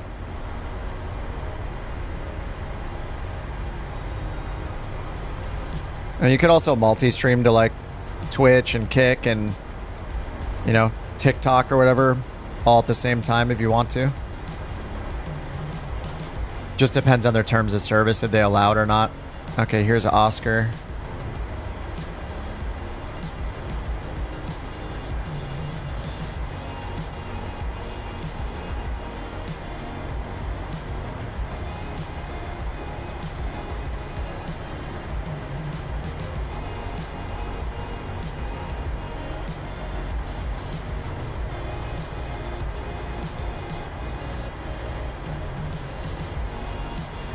Alright, I just set a button on my throttle over here to toggle the #1 command in Beyond ATC so I don't have to tab over to it to say I'm ready for departure and stuff like that. Or accept an arrival or a runway assignment. There I am. It's happening. I think during the climb I'll need to go grab some food from the kitchen. It's been 7 hours of streaming so far.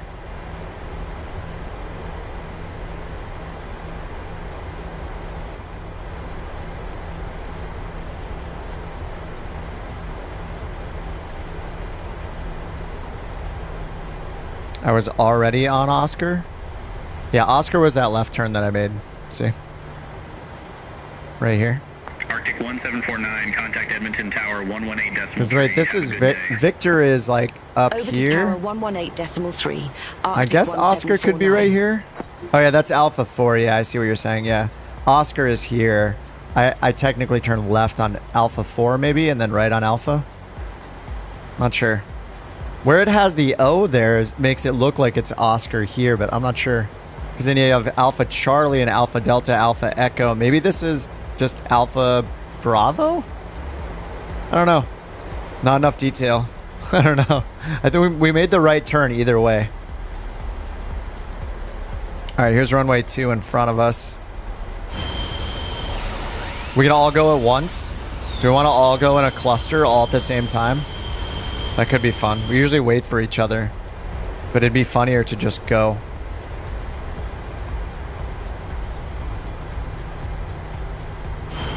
We'll just do a chaos. Look at that crosswind though.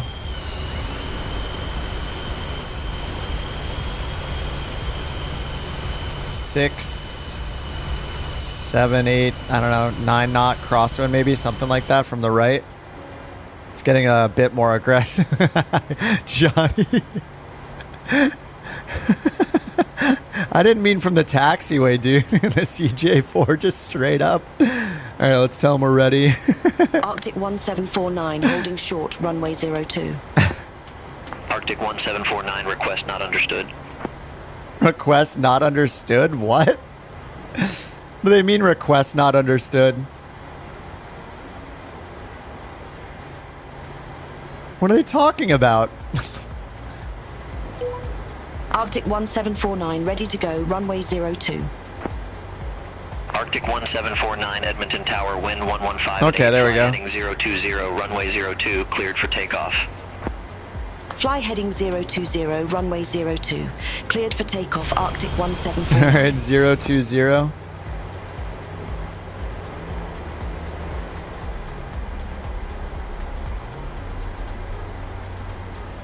All right, clock, fuel flow reset, auto throttles on, VNAV, heading select. Flaps 1. RTO on the auto brakes. TCAS TARA 4335. I see runway 02 on the paint. Flight directors are on. Auto throttles on. Continuous. Runway turn off lights and landing lights are on. Strobe and steady. Whoops. V1's 128. Alright. Wait for the throttle to be stabilized before, within 1% before turning on the auto throttle. 86, 87. Alright, Toga. 88.9, they match. Airspeed's alive. Nothing is yelling at me. 80 knots. Alright.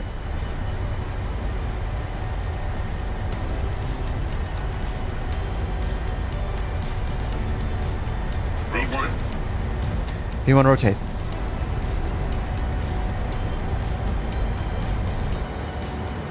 Positive rate of climb. Gear up.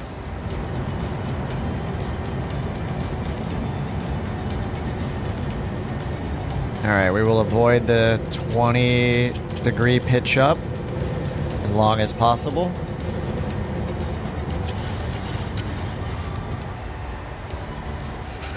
He's right over me. Arctic 1749, contact Edmonton departure 133.65.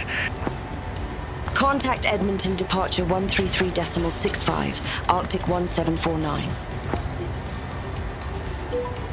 Edmonton, Arctic 1749, 3,900 feet. Arctic 1749, Edmonton departure identified. Alright, autopilot on. 2,000 feet, altimeter Command 3012. Climb to 2,000 feet, altimeter 3012, Arctic 1749. 12,000 feet. Arctic 1749, turn right, heading 200. Turn right, heading 200, Arctic 1749. Flaps up 200.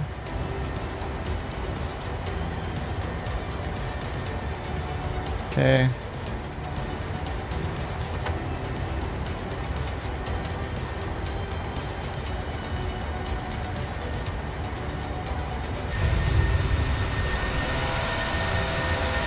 Yes.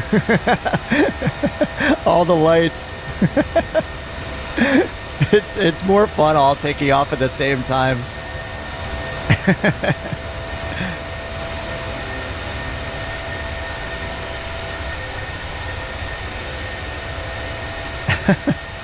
That's good stuff.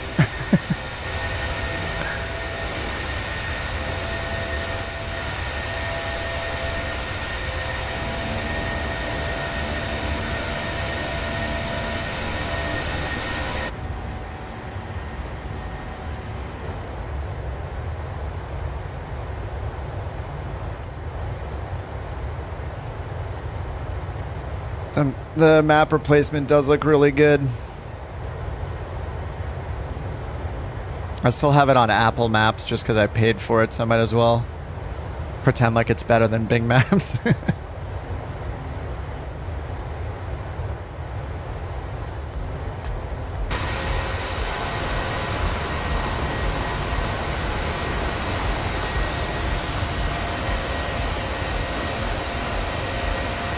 Arctic 1749, contact Edmonton Center 134.7.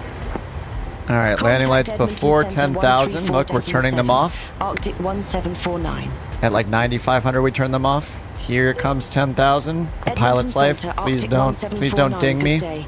Leaving 9,900. All right, we're gonna expect like a direct to here.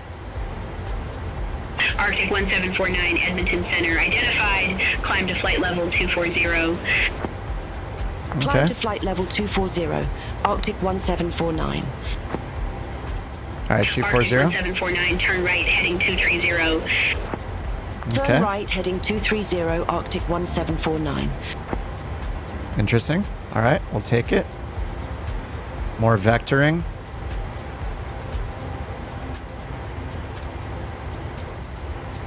They're kind of having us line back up with the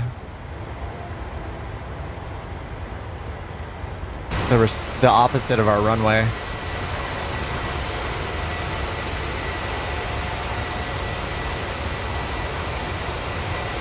Oh, it doesn't read the departure on the first call? Oh, that happened last time, right?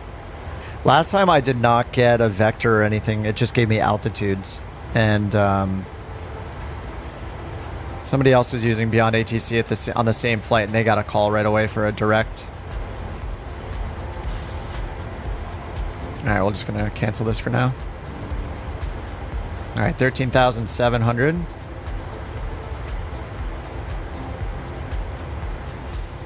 Advox, what, 1-7 left and right is what we're expecting. This is a pretty short flight, so. Top of climb 13 miles. 1749, cleared direct Olimi, Risumo navigation. Direct Olimi. Cleared direct Olimi. Risumo navigation, Arctic LNAV, 1749. Olimi, left turn. 24,000. That's set up there. I don't think it's set here. 22. Cruise at 24. Let's get our descent winds. Osama, Tharindu, Simulator, and Howard, thanks for the subs. Appreciate that, guys. Thank you so much. Wow. Thank you. Alright, winds are in. And we're going to 240. Alright, coming up on standard altimeter. And then we'll probably need to start our descent right away.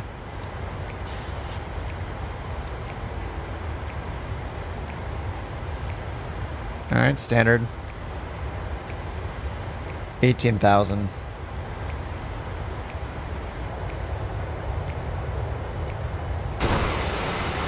Oh my god.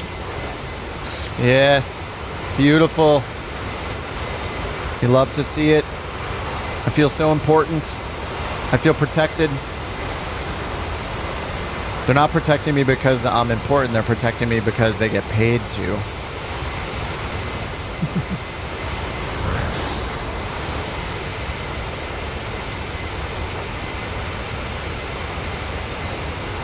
Okay, at least you don't look like a bonanza now. It's way better.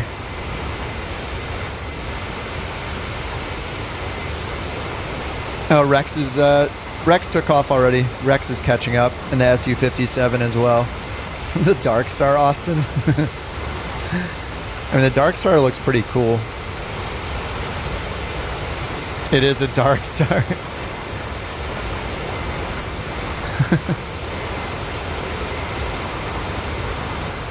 Get in the picture, boys. Get in the picture. It's like I'm trying, dude. That'll work.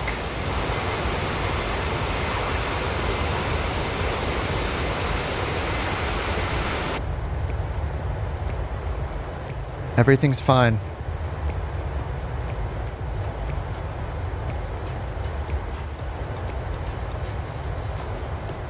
Taller planes to the back, yeah. Hey, Arctic.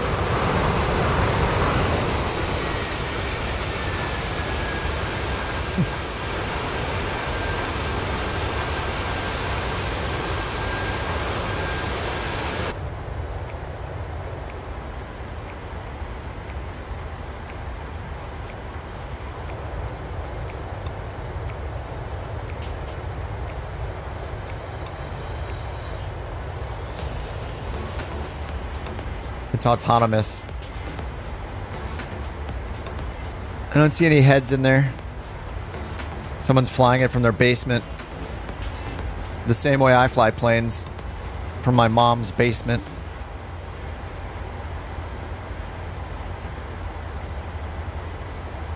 Alright, we're already at 24,000. Let's see at this top of descent.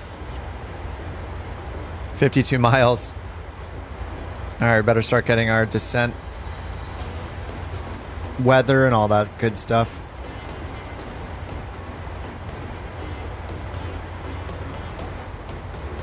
Alright, the METAR gives us 3018 at Calgary. 18. Landing elevation we have set already. And they haven't told us what to expect as far as an approach goes. So winds are 170 at 11. 17 left makes a lot of sense. So maybe we will get 17 left. I'll just set up for that. We'll see what they give us. This is an auto land. I can finally have a good landing. 109.15 for the ILS. 109.15. Good. Yes, it has DME, so we'll put that in the other one as well. And then 165 for the final approach course.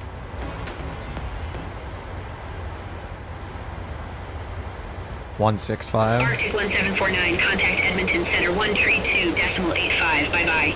Bye-bye. Contact Edmonton Center 132.85. Arctic 1749. No emergency landing. I don't know how to do it yet. Center, Arctic in this plane. 1749. Flight Negative. level 240. Unable. 1749 Edmonton Center. 109. Contact. 15. There we go.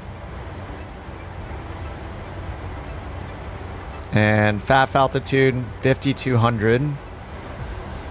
So ILS 17 left.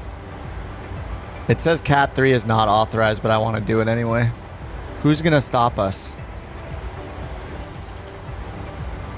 And the go around is 165 heading, 7,000 feet. Oh no, it's climb straight to 4,100 first, and then 7,000. So I would set it to 7,000, I guess, and put 165. Put the top altitude, the 7,000 in. Because then, yeah, we're holding it. Oksani.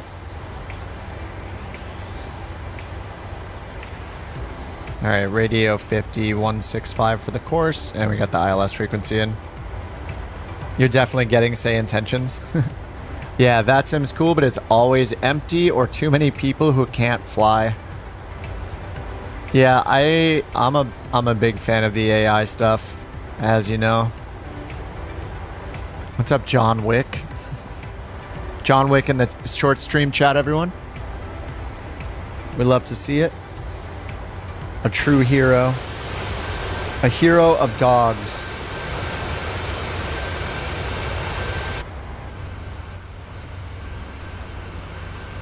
One of you is glitching badly.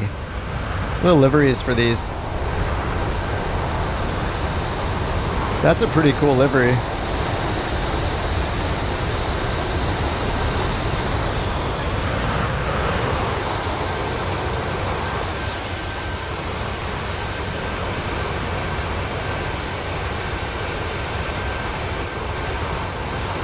Look at that trail of pollution we're leaving behind. It's beautiful. Look at it.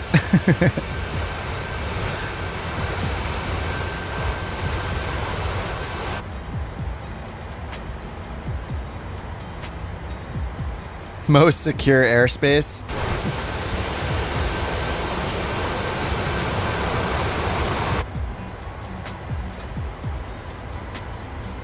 Alright, let's bring up the star then. Looks like we'll get 17 left or right, how the winds are. So our bottom altitude, 9,000 for runway 17 left and right. And then we'll end up at Sepso up here to the north and then get vectored around. So 9,000 is our bottom altitude. I'm just going to put it in now. Probably time to start our descent anyway. 23 miles. We'll wait until 10, see if they give it to us in advance. The BAE is so slow, but I love it. What is the cruise in it?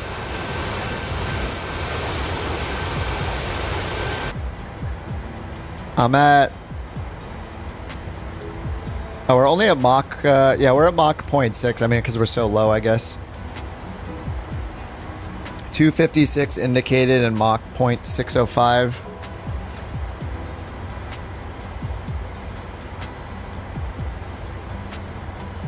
Maybe I should open the BAE up just to look at it sometime today.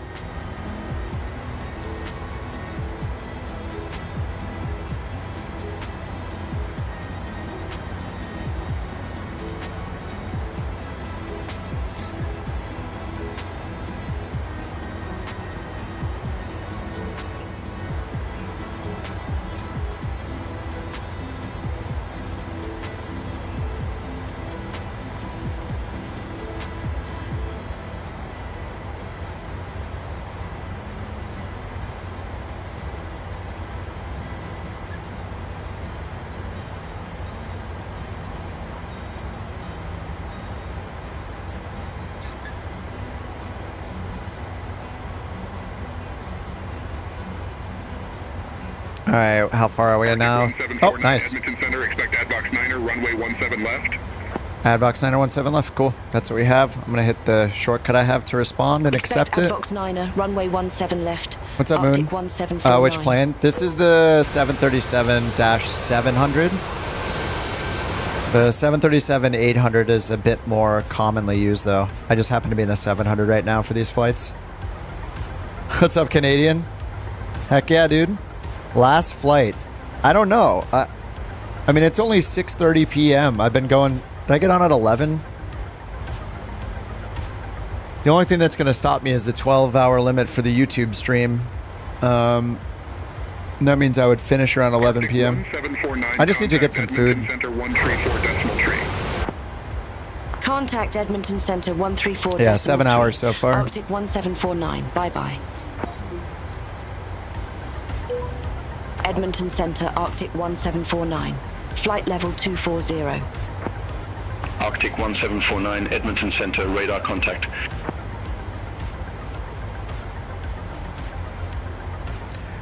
Radar contact.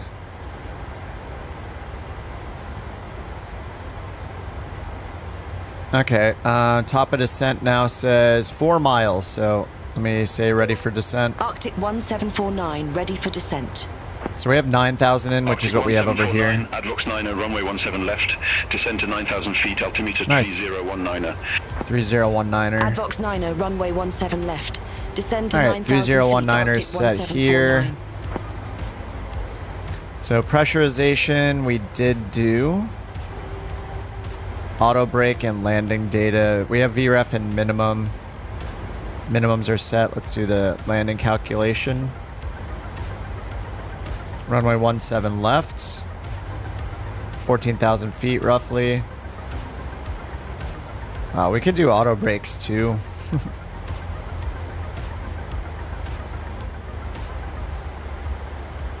There's not really a difference just because I'm not doing like the wear and tear stuff or failures or anything, so. Alright, so VREF 133. Flaps 30. 128, so plus 5 would be 133.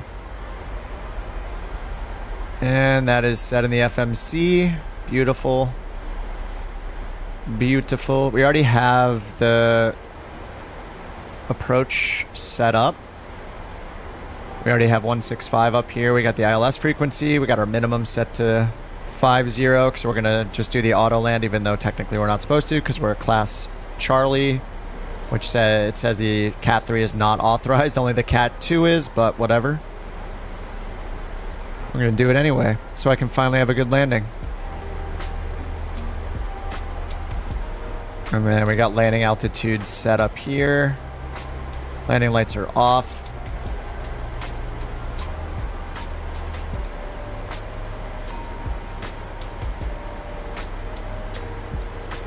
Alright, 21,000.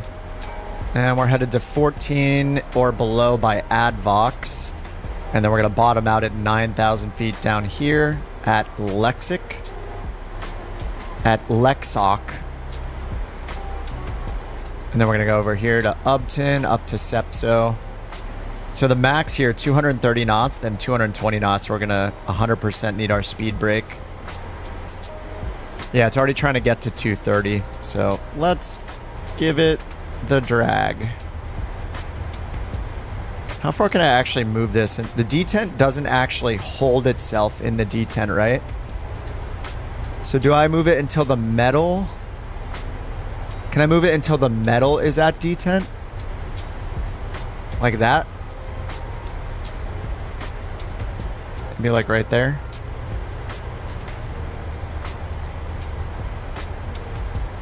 So I guess like I just wait for this metal part to line up with this. Alright, it has the drag it needs. Click the detent. The painted section? Oh, hey. Oh, that's super nice. Awesome, I didn't know that. Thanks, Jeff. Cool, now we got FMC speed. 777 has hidden clickable locations. Nice. That's a nice trick. I like it. Alright, we're coming up on an 18,000.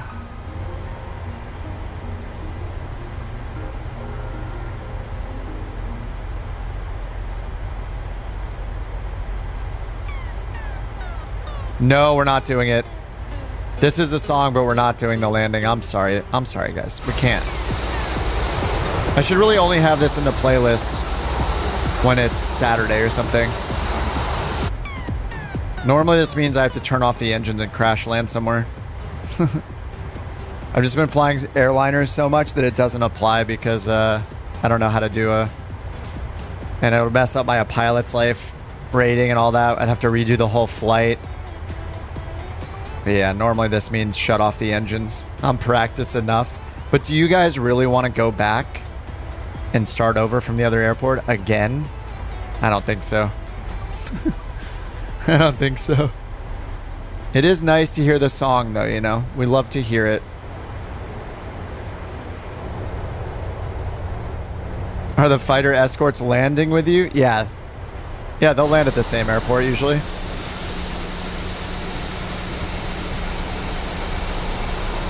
Yes, it's a short flight. Alright, standard altimeter.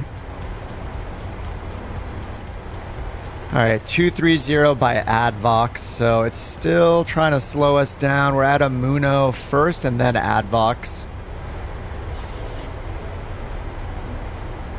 I always forget to hit this engine button to get it up here.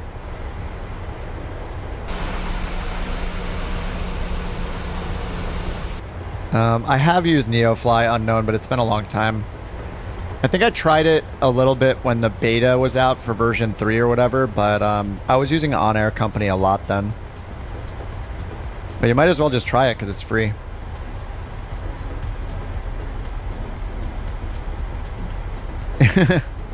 Yeah, Logan. Nice dog pick. Cody says, I just tuned in to see my pilot flying my butt around. Thank you. My tray is up, but the kid behind me is kicking the snot out of my seat. Oh man, I had that happen during an international flight once. I almost lost my mind. I was on like a, whatever, a 10 or 12 hour flight with this kid kneeing my back the entire time. I almost chose violence. All right, 14 and below. 1749, contact Edmonton Center 133.3. Contact Edmonton Center 133.3, Arctic 1749. Not enough alcohol to survive it. Arctic 1749. Tell the crew they love it. 4,100 feet. I probably should have. Arctic 1749, Edmonton Center identified. Alright, we're at 230 knots. Nice. FMC speed's holding up. 220 by Lexoc. Arctic 1749, contact Calgary approach 119.8. That was the quickest switch Contact ever. Calgary approach 119.8, Arctic 1749. Alright, we're gonna do auto brake 3, so let's get that set. 3,600 feet with information kilo. Arctic 1749. Calgary She got info kilo so fast. 018.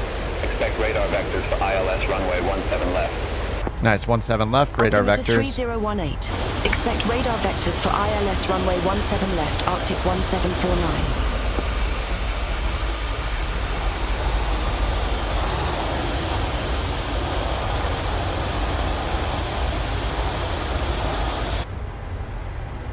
$12,000 feet. We'll get the landing lights soon.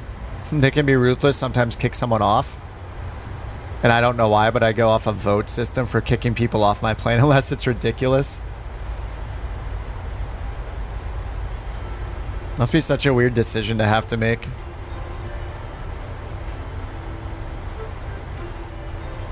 But if you're making it, I'm sure every other passenger is like, thank you. Alright, 220 at Lexoc and then 9,000 feet. We're still just cleared down to 9,000.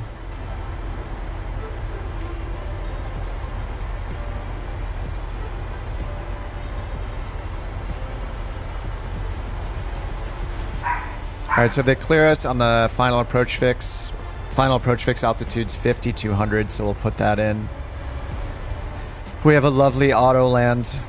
It does say we're not authorized for it, but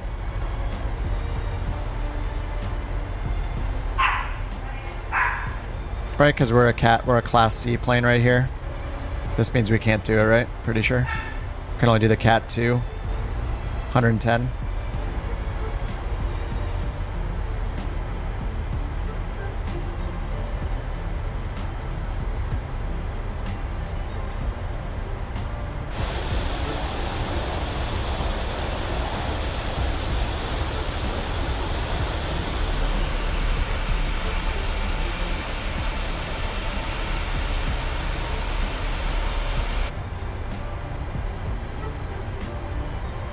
Alright, here comes 10,000. So do I turn them on before we hit 10,000 or after? I think it's below 10,000 I turn them on, right? I don't want it to yell at me for being above 10,000 with my landing lights on. So I'll wait till we're at like 97 or something.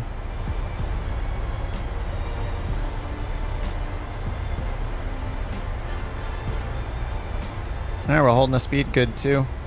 Alright, 220 by Lexoc, which is in 4 miles. Below 10, yeah. Oh, we are freezing. Is it interesting how it freezes at like exactly 10,000 feet? I wonder if this is because of the map enhancement. Because at 10,000 feet it loads in the higher detail.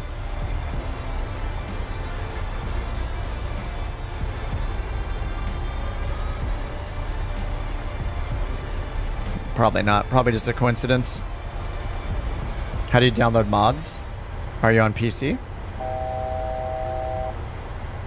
Alright, we're at 9,800. Landing lights on. If you're on PC, Subnerf, go to Flight Sim.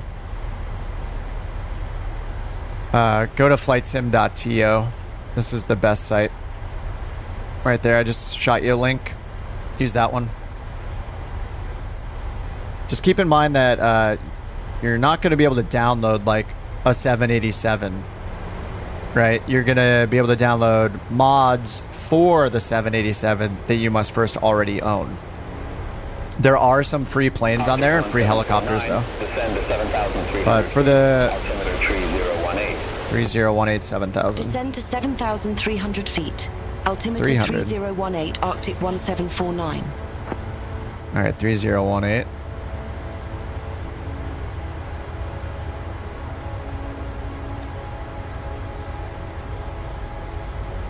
All right, we got the ILS with DME showing up, 15.5. And we're going to expect vectors. Let's get this turned around. So we want it turned to the reciprocal of 165, so 345. All right, 345, because then they'll give us vectors probably. All right, I'm gonna give flaps 1 down because we're getting in that speed range. 210 by Upton. So I guess it's not going for that anymore. And we can get the speed brake armed. So does it have a click spot for arming it then? Oh, it does. Nice. I should probably start using that. All right, airports. Is it right there?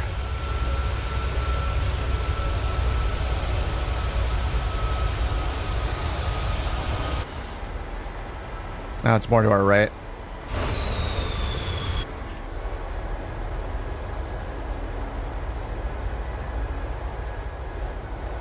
You had an ex-boyfriend's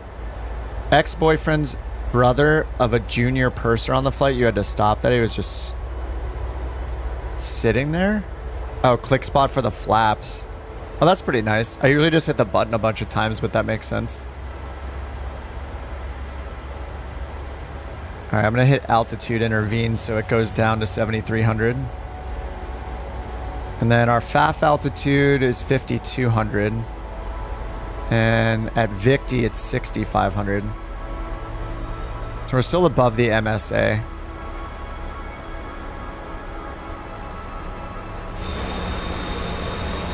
Arctic 1749. Leave SEPSO heading 010. Expect radar vectors for ILS runway 17 left. Leave SEPSO heading 010. Expect Alright, radar vectors we're for ILS half a mile runway from 17 SEPSO. left. Arctic I'm gonna do 1749. flaps 2. Arctic 1749, turn right heading 010. Vectors for the approach. Turn right heading 010. Arctic 1749. Alright, we got DME at 16 right now.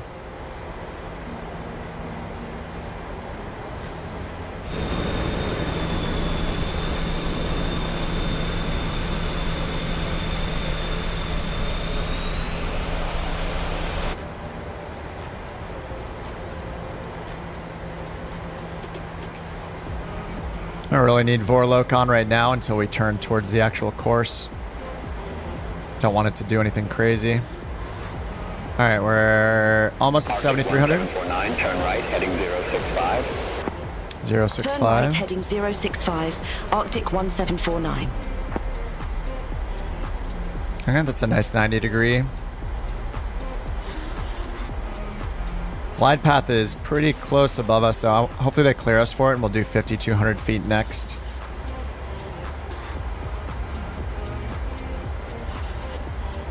Just gonna do altitude holds, and then set this to 5,400.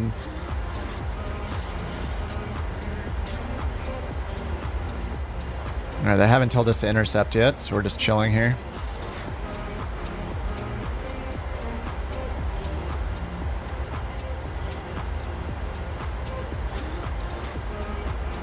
See another right turn, and then intercept the localizer. They'll clear us for ILS 17 left. And then we'll start our descent to 5,200. 1749, 9 miles from Vic T. Turn right heading 125. Maintain 125. 6,500 feet until established on the final approach course. Cleared 65. ILS runway 17 left. Turn right heading 125, 6,500 feet until established. Cleared ILS runway 17 left. Arctic 1749. Alright, 6,500 until the localizer, then 5,200 for the FAF. Vorlok is set. We're just at flaps 2 for now. DME is at 18. Glide slope is at like 5.5, it looks like. DME, around there.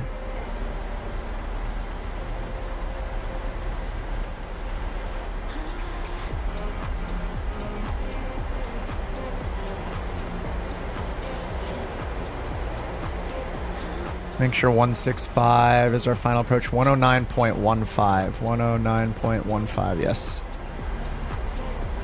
And ILG is the identifier. Yeah, we're all good there.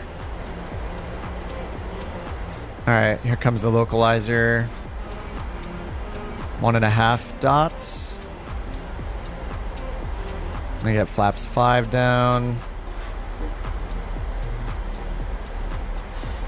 Alright, localizer's capturing. Now we can go down to 5,200.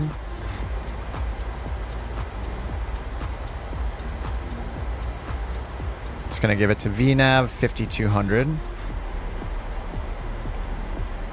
We have 65 or above here. Is 5,200 just a recommendation? 52 at EBCOP.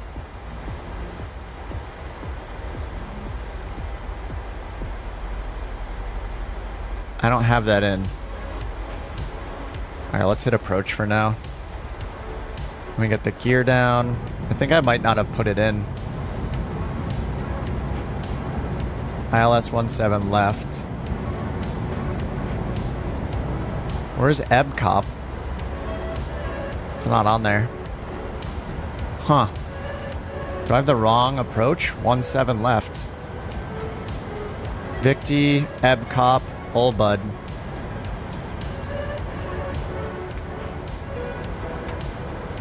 Alright, flaps 15. DME 1 is 12. Yeah, how am I getting the wrong? Somehow I'm getting the wrong approach in here. I'm not getting the right waypoints. Advox 9, ILS 17 left. CYYC. No transition. And when I go to legs, oh, there's Old Bud. So we have all bud, we just don't have ebb cop in there. So all bud 4890.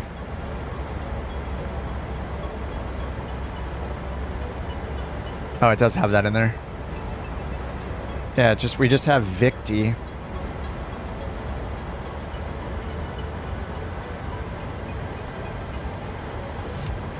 Alright, well, we're at DME 10. Alright, we're about to intercept it, potentially. There it is. Okay, we got glide slope. Alright, flaps 30. Gears already down, 3 greens. Speed brake armed, auto brake set to 3. We got our landing lights on, we'll get runway turn off lights on, engines to continuous.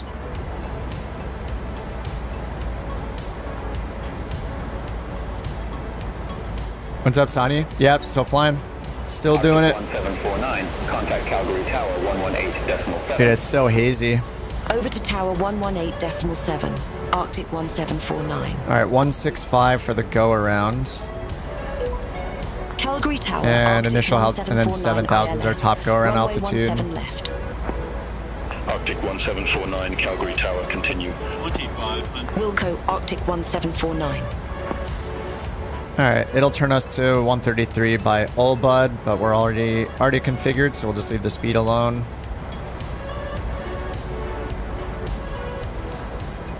No, I don't have a PPL, I just play the sim a lot.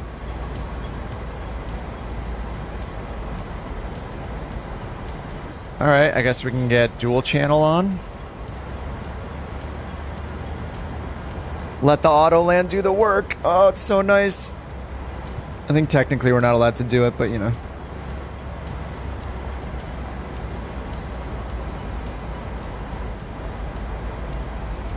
El Gato, thanks for the sub. It is so hazy. Why does YouTube let you put them in 2x speed? Because you can rewind.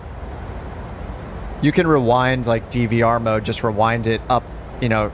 You obviously can't put it in 2x speed if you're on the live stream. If it's on live timer. 155 at 11, gusts 16, runway 17 left cleared to land. But you can definitely, you can rewind, and then the part you're replaying back, you can do 2x speed. So at any moment, you can just rewind back to the beginning of the stream if you want on YouTube. Manual landing? Yeah, I mean, usually you turn off the autopilot at like 1,000 AGL or so. This one is pretty hazy, and this approach happens to have an auto landing available, so I'm just using it. But usually that's not the case. At least the airports we're flying to, there is usually not an auto land available. I think technically I am not allowed to do this because I think our plane category is here, and it says not authorized. So we have to do the Cat 2, but that can bring us down to 110 above the ground. 1,000. We're at 1,000 above the ground right now. No, lawyer, not a pilot. Negative. You're getting your CPL. Learning from me. Don't learn. I mean, you're gonna learn from your real life instructor. But yeah, it's cool how you can practice procedures. Like if you're training for real world stuff, you can practice stuff in the sim. Review approaches that you might fly in the real world. It's kind of cool. But yeah, I'm not a real pilot. I'm not an instructor. I just play the sim. All right, I need it to slow us down to 133. All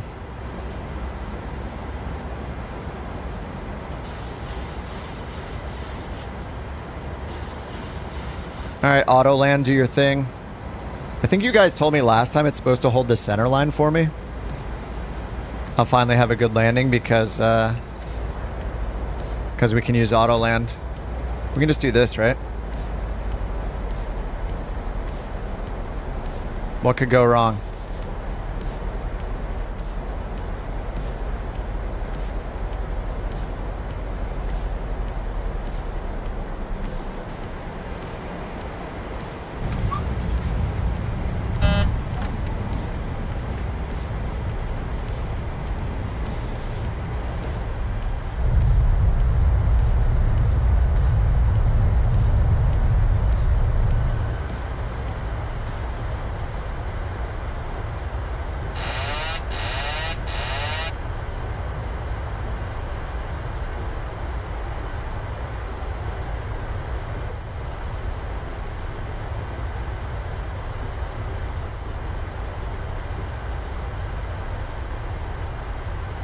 Arctic 1749, exit right at Delta 5.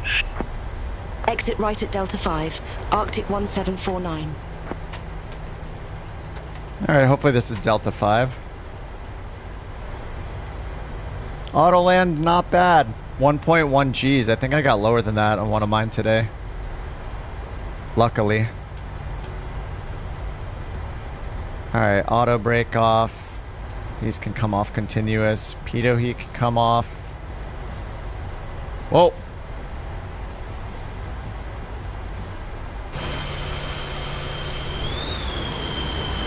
Arctic 1749, contact ground 125.35. Ground 125.35, Arctic 1749. Bye-bye. Bye-bye.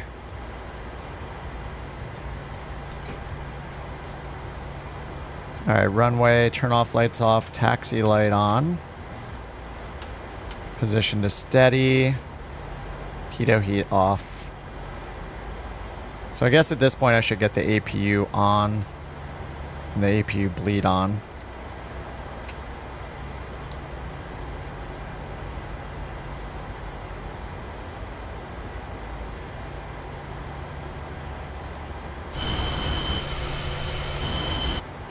Alright, is anybody still coming in?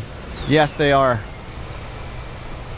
Oh, we gotta go look at the 142 over here. We gotta go stare at Tim's plane.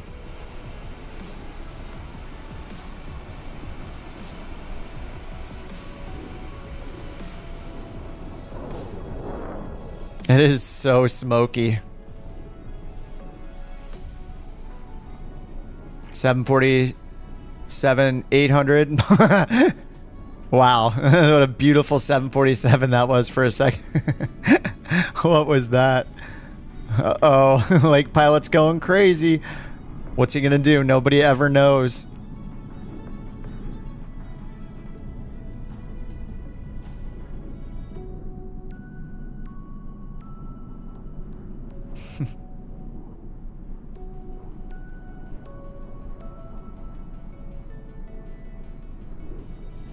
Oh, he's on the ground, right? I just thought he was floating the whole time. Hi ho hi. Oh, nope, he's going vertical. Alright, let's ask for our... We'll just say taxi to assigned gate. Arctic 1749, request taxi to company gate. Arctic 1749, gate 90 taxi via Delta 5 Delta Romeo Foxtrot. Gate 90 taxi via Delta 5 Delta Romeo Foxtrot, Arctic 1749.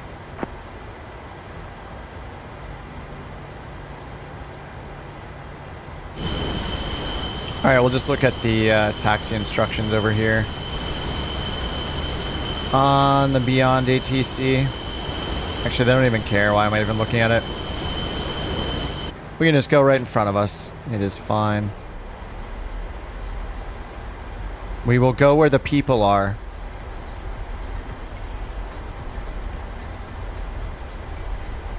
Is there a drama dial in the cockpit?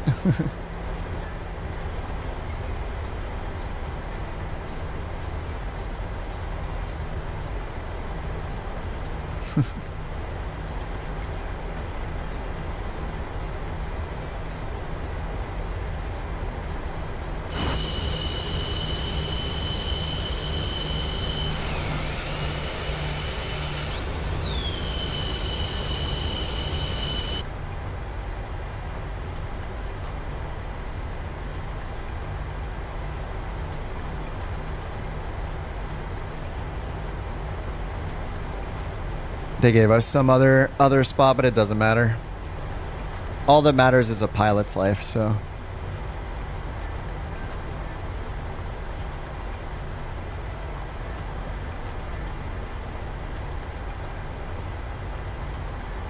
It's kind of smart to just not even go to the gate, then you don't have to push back. Just use one of the ramp spots here.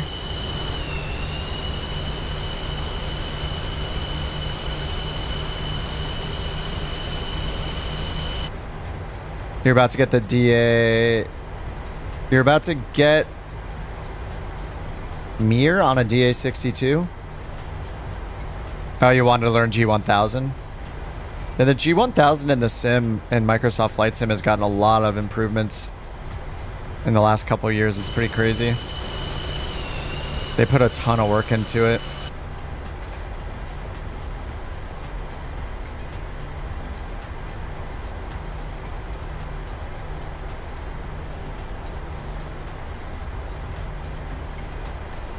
Oh, multi-engine instrument. Got you. Okay. I couldn't tell if it was a typo or not.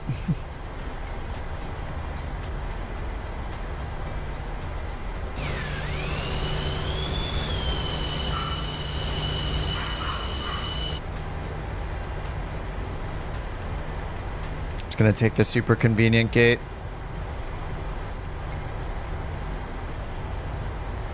So ominous, all the floating planes.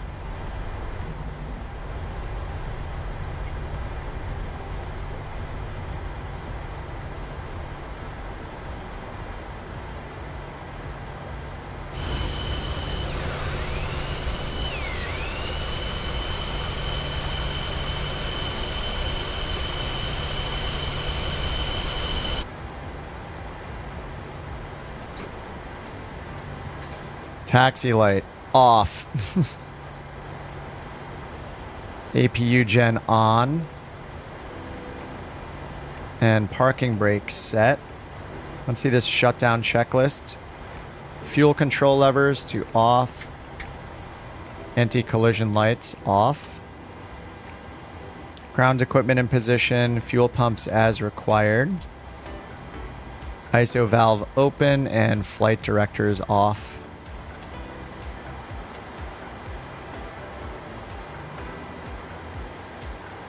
But I don't... Oh, a pilot's life does give me... Okay, it's... Yeah, engine's off. You were right. Somebody said earlier that with a pilot's life, as long as the engines turn off, it'll count it as a finished flight. Nice. Let's check the logbook. 98 again. What did I do wrong? Yeah, look, landing light was not off before 10,000 feet fail. I need to start turning it off at like 9,000 or something like that. And then again, taxi on the taxi in, it says the landing light wasn't off. I just turned it off before I shut down the engines. That's BS. I think that's 100. I think that is wrong. It's wrong. Nice. That was a pretty awesome shot. That was totally accidental. I just happened to have the camera over here. 90 degrees. What are the chances? He's just perched on top of the jetway almost. All right, what are you guys thinking? Are we done? 7 p.m. It's been 7 hours and 46 minutes. Haven't eaten yet. I could eat during the next flight. That's been kind of a lot in the 737. I think I might be done and do take a break, eat some stuff, and then maybe I'll hop in the 146 myself, Tim, and just play around with it, learn, like, just get the feel for it a little bit, and then see what I think. Stay 737. 15-minute recess, one last flight. Just one more. Just one more flight. I mean, let's see where we're going next. You're probably not going to like it. It's probably to Fort McKay. It is. It's from Calgary to Fort McKay.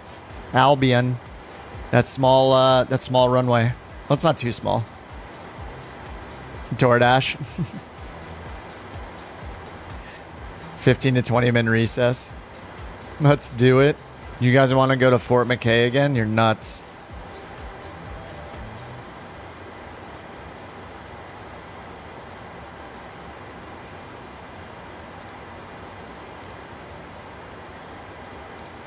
Chalks are set. We have to request the GPU. Call the catering truck.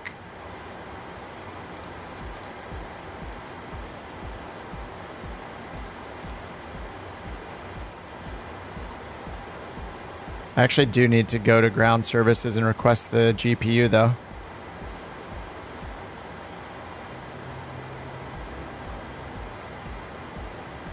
Ground power available.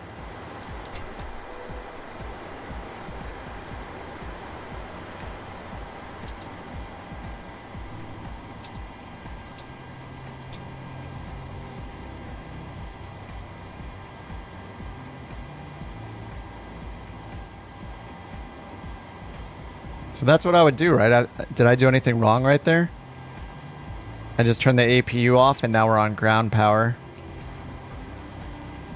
And we got the pumps off now so we can get refueled and get new passengers.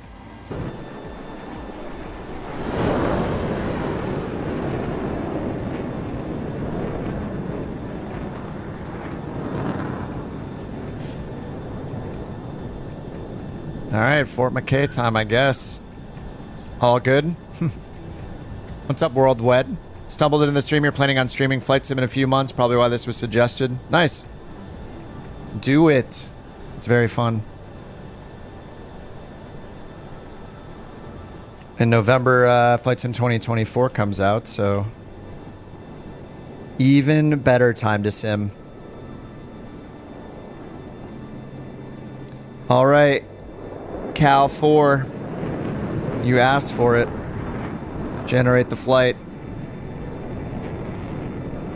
What controls? I have a Virpil side stick and mini throttle, and then MFG crosswind rudder pedals. If you go to my site that's shown at the top of the screen, I have all my gear, PC, links, all sorts of stuff there. With the flight tracking overlay, can you run it on a second PC? I would imagine you could, because I think how it works is the computer running the flight simulator pushes that data over the network. So you can use things like iPad apps with ForeFlight, you know, with Navigraph. I've never done it myself, so I have no idea. But you don't, I mean, are you using like a laptop for your streaming PC or something? Because nowadays, you don't really need a second PC for streaming, unless you're like extremely underpowered or something. Look, it's an FMC. If you're talking about like the WinWing stuff, no. I have pretty simple setup. I have like kind of a small desk, and I'm kind of a minimalist, so I don't want any more things on the desk than I have to have. And because I stream too, the hardware doesn't help anybody see what I'm doing, so I try to do as much as I can, show as much as I can in the sim, so it's not a mystery what I'm doing. If I wasn't streaming, I would maybe consider that, yeah, like more hardware. Should you get the PMDG 737-700? The 800 is going to be the most common. It really just matters where you're flying.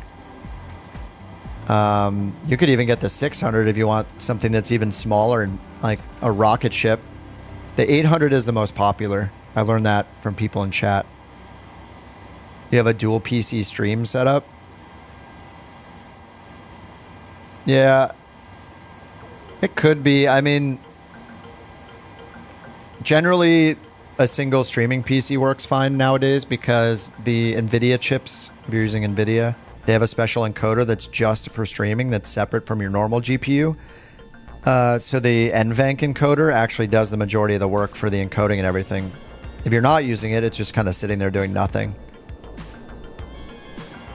So a single streaming PC is much simpler to deal with. I've never done the stream PC. I can imagine it is probably complicated. But yeah, I'm not 100% sure if it'll transmit the data for the overlay or not.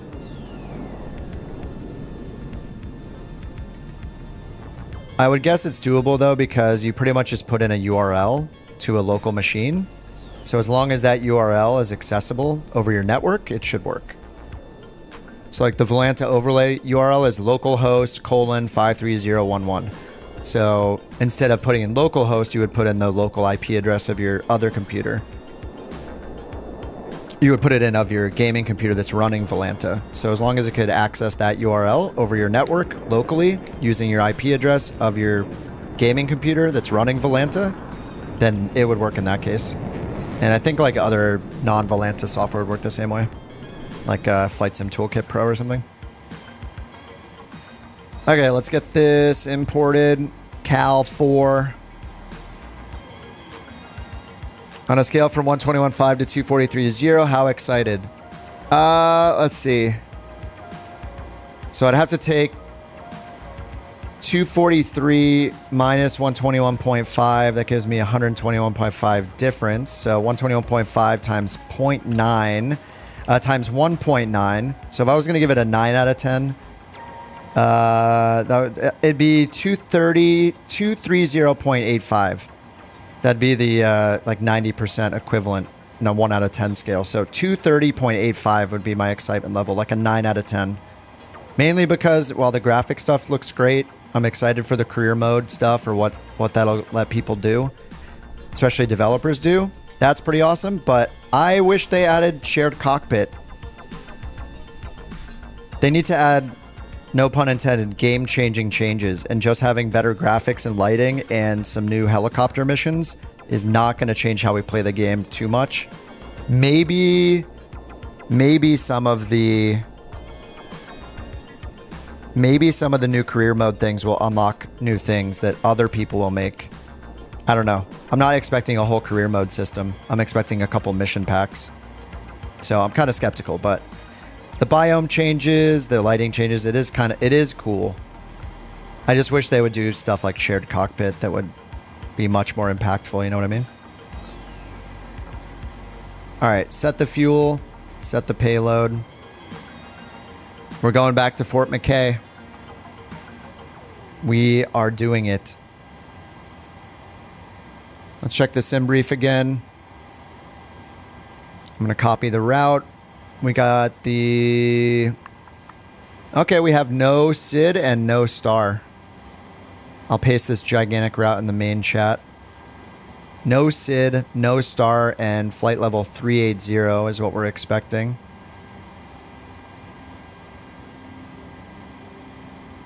Bilal and Charles? Charles? Thanks for the subs. All right, let's load it. What incarnation was that math?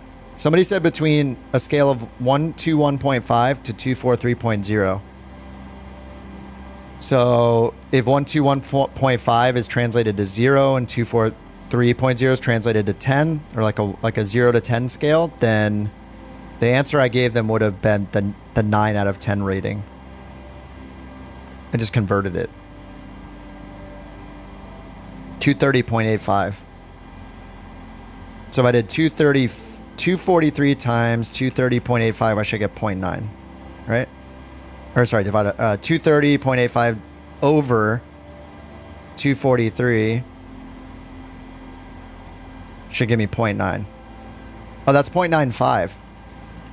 Oh, I gave it a 0.95 rating. Oops, not 0.9. Maybe I did my math wrong. Rip. Feels bad. All right, return. So the route is in. Wait, is the route in? Yes. Performance init. Request. Let's go do our takeoff calculation. Runway 17 left. Full takeoff power 43 for the temp.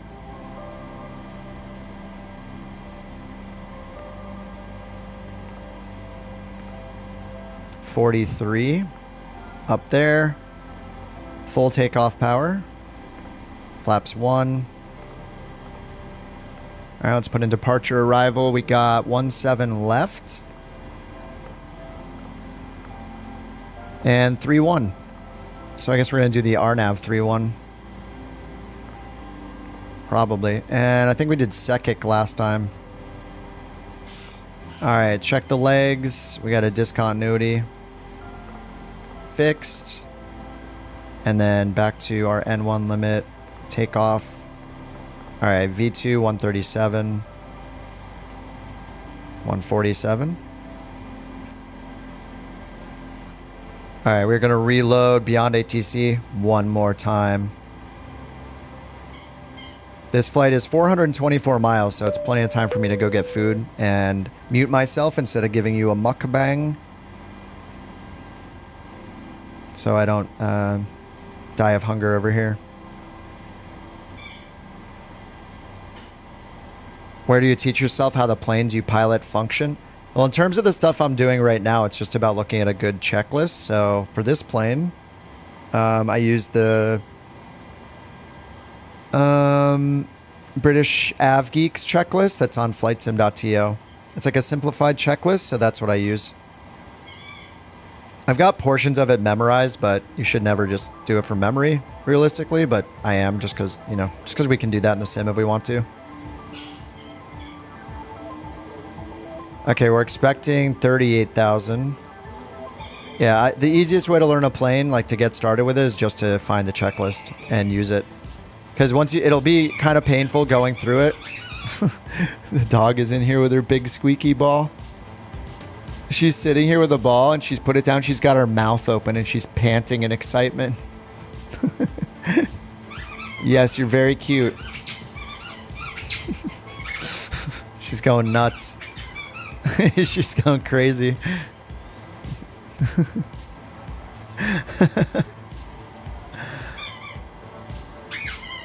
All right, let me unpin these charts and get the new ones pinned.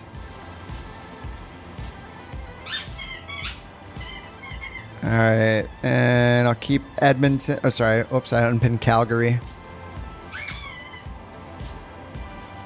All right, Calgary. Oh, sorry, that's... Oh, yeah, we did get Calgary.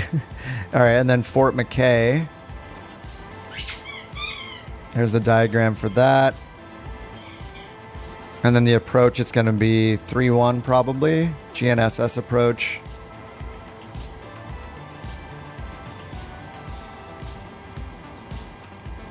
Am I going to go get Subway? Is that what people do? No, I got food in the fridge. I'm going to get Subway. Who does that? Do they go AFK, go get Subway while they're in cruise and then come back? It's a pretty good idea.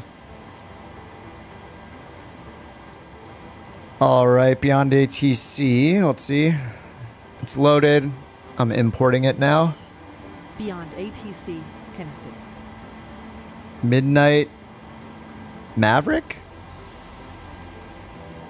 I don't really know too many simmers, to be honest, like other YouTubers and stuff. I think I mostly know the real world ones. How long have I been playing A Pilot's Life? Like, has it been 2 weeks yet? Maybe a week and a half? I do like it. I think if you're going to do commercial flights or cargo flights and you want realistic routes, I would use A Pilot's Life, especially if you're going to fly an airliner. I basically ended up using on-air company like a glorified route finder, and that's not really worth using it for just because, well, first of all, if you're playing on Thunder server, you have to keep the crash damage on, which is kind of annoying. And it doesn't give you the progression from like one airline company to another. So what's really cool about Pilot's Life is it determines where you fly from and the routes you fly in the plane type you're flying. Like, you're restricted by your plane type and the real world routes they know about. So you end up flying these realistic routes based on your plane. So I'm in the 737-700 right now because the 800 was too big for some of the other, the first company I worked for, which was Swift Air. So I did that out of Cincinnati for a week. Then I got a job offer from Canadian North and decided to move up there, you know, virtually to have a change of scenery and then fly the 700 instead of the 800. So it's just cool like that. Like, I want to work up the ranks and get to a bigger and bigger airline so that I have more places in the world to fly. So I'm not just restricted to like these 5 or 6 airports in Canada right now at this smaller company. So I think it's cool. It gets you flying in different places and the progression is neat. It's also really easy to use. Like, you just open it. After you pick your first company, it gives you your schedule and you just fly the schedule top to bottom. And as far as the flight tracking, it just automatically tracks it as long as you have it open. You don't have to like load the fuel and everything and get all that verified. Like, on-air company is a bit more hardcore. So I'm a fan. I think it's pretty awesome.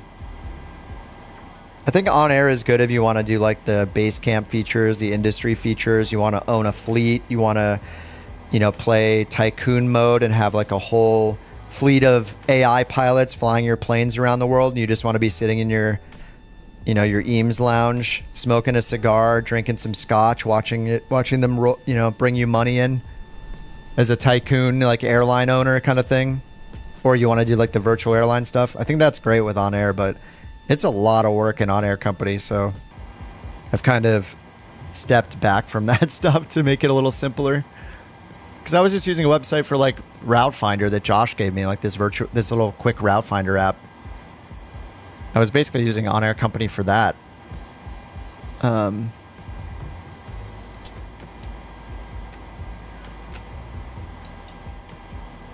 yeah, I mean, it's also cheaper, you know? It's not a subscription. I think like getting a A320 or a 737 or the fly-by-wire A320, grabbing a pilot's life and grabbing Beyond ATC is a great combination. Or SayIntentions if you can afford it. But in terms of paying for things once, pilot's life is a one-time payment, Beyond ATC is a one-time payment. It's kind of awesome. You can fly GA planes. I didn't look into it too much, but like I did see there's like a Grand Caravan in there. There's some business jets. I think the Learjet's in there supported. I don't know if you're able to check that stuff before buying it though. And you could do like, but it is built around commercial stuff because all the routes are based on real airlines, whether they're defunct or not. Like Swift Air, I was using at first. They went bankrupt a few months back. But yeah, you could potentially find like a FedEx feeder route in a Grand Caravan. That might be a thing. I didn't look at it specifically. I just started with a 737. Maybe their website has the info. I'm not too sure. It's definitely more geared towards flying an airliner, though. Like, you're going to find a lot more routes for it because there's just so many in the database for it. I've been having a good time with it. Okay, so, sorry, let's get the clearance here. Arctic 1400, request IFR clearance to Albion Airport. Arctic 1400, Calgary delivery. Expect runway 17 left. Climb 10,000 feet on runway centerline, then expect radar vectors AVROM, squawk 4241. Expect runway 17 left. Climb 10,000 feet on runway 4241. centerline, then expect radar vectors AVROM, squawk 4241. All right, 17 left. Arctic 1400. Arctic 1400, read back correct. All right, we got 17 left. 125.35 when ready for push or start. All right, let's get the APU gens Ground on. 125.35 when ready. Arctic 1400.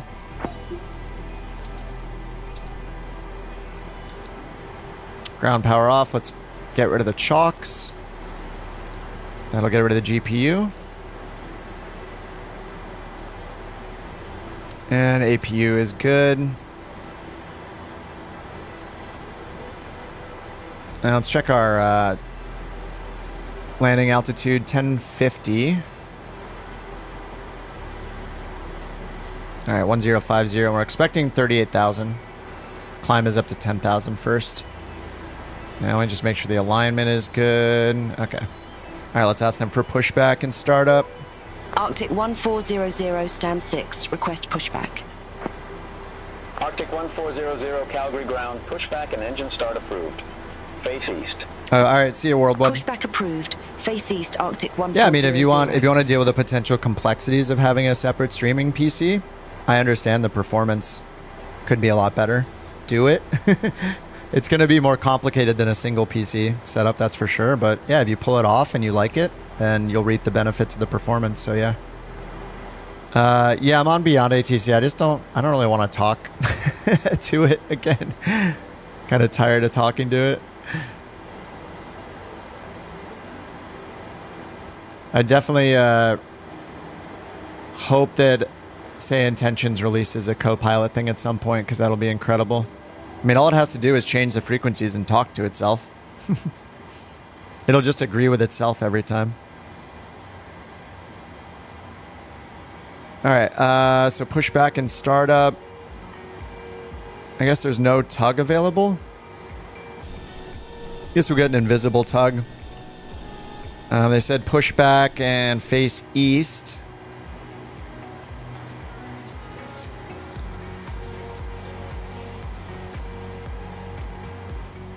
Nice bug, PMDG. All right, face east, so nose to the right, and then I guess we're doing 17 left, so that makes sense. Brian doesn't like the idea. That is super weird because If you want it to be realistic, then, and you're supporting IFR, anybody flying an airliner, the pilot flying will not be responsible for talking. Almost ever, so it doesn't make any sense. I don't want to talk every single time I fly, especially if I'm pilot flying on a commercial flight in a 737. It doesn't make any sense. It most definitely should have a co-pilot feature. It's unrealistic for the pilot to do the comms and the flying in a plane like this. If it was a GA only focused thing, then sure, but if you're supporting SIDS and stars and flight level 045 or 450, then kind of seems like you're meant to fly airliners on it too. Oh, what's up, Martin? All right, nose right.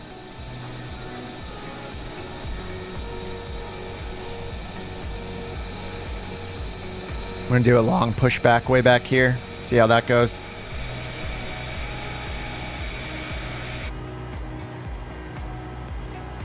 All right, let's get anti-collision light on. Parking brake off. And we'll see how this long pushback goes. Have it bring us like way over here where Captain's at. Captain Tiger.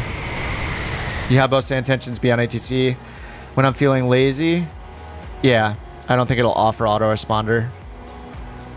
Yeah, I think that's weird, especially when your competitor offers it. And for me, it's a big reason to use beyond ATC when I'm tired of talking, or I feel like it's too taxing for me to do all of this and all of this and all of this at the same time as comms. Whenever I do that, I pull up beyond ATC right now. So I'll tell him again. They barely want the frequencies displayed. The problem with that, though, is that the frequencies being displayed is helpful to somebody new to ATC. It's costs, yeah. Having AI talk to AI. Yeah. Yeah, it is an interesting problem when it's not like canned AI phrases, which is what Beyond ATC uses pretty much, so yeah. But you know, as the customer, I can be ignorant to the technology and just say, I want a co-pilot because the other one has a co-pilot, and these are the reasons why it makes my life easier. I have the luxury of not worrying about the technical part of it as just a customer, you know? I'm just like, you know, I can just whine about it because, you know, it can be a wish list item of mine. But yeah, I'm sure it's complex. I mean, all this is complex, 100%. I get it. I'm sure it's way more complex than any of us can understand just because we're not in the weeds, you know? We have no idea how tough it is.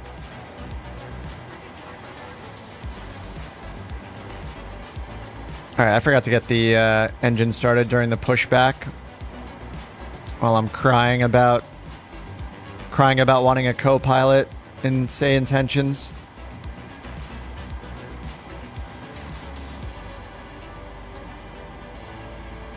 As a startup person, I wouldn't lead with the cost.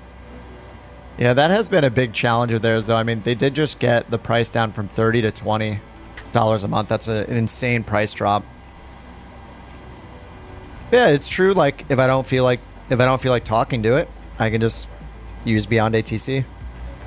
And then go back to SayIntentions when I want, you know, to do all the work.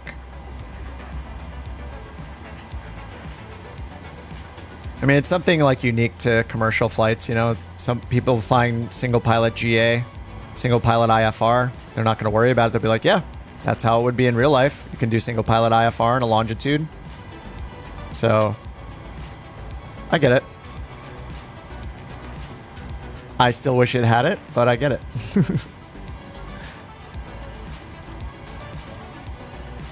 It can't have absolutely everything, you know? Or can it? I mean, I definitely pick SayIntentions like 3 out of 4 times pretty much because I want the multiplayer, I want the flexibility it offers me, sometimes I want VFR. All that stuff is why I pick it most of the time. Yeah, usually it's just when I'm feeling lazy or I've been streaming for 8 hours and 13 minutes and 31 seconds and I don't want to talk to ATC anymore. And it helps me fly a little better, not having to deal with the comms. I can focus on the flying.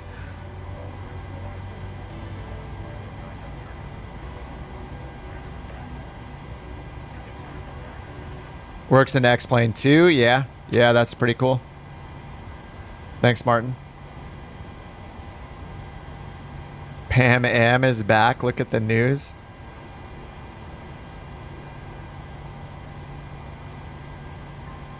What? What are you talking about? We're getting some weird stuff in the shorts chat again. Oops, I need to get the generators on. There we go.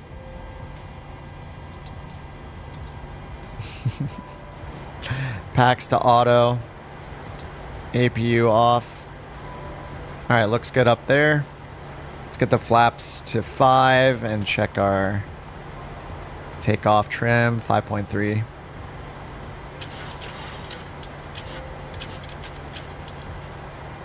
So this is 6. This is 5.5. 5.3 is maybe around there-ish.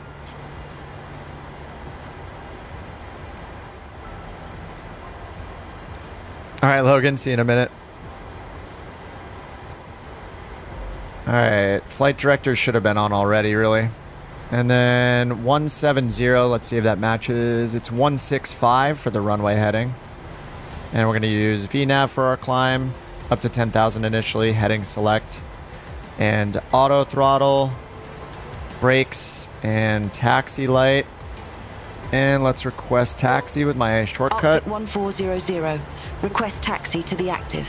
And this all looks good. Arctic 1400, runway 17 left taxi via Bravo Charlie Delta. Bravo Charlie Runway Delta. 17 left taxi via Bravo Charlie All right, Delta. Bravo Charlie is right Arctic there. 1400.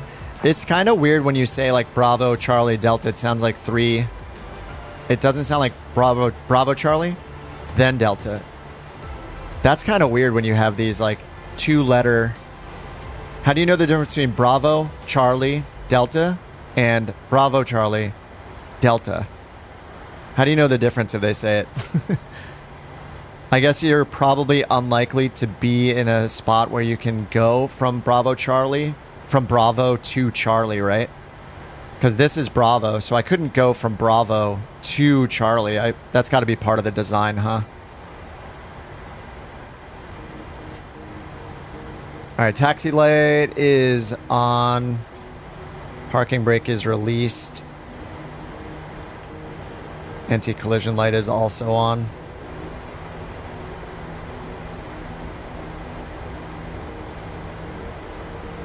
I know a shortcut. All right, we're turning left and going to Bravo Charlie.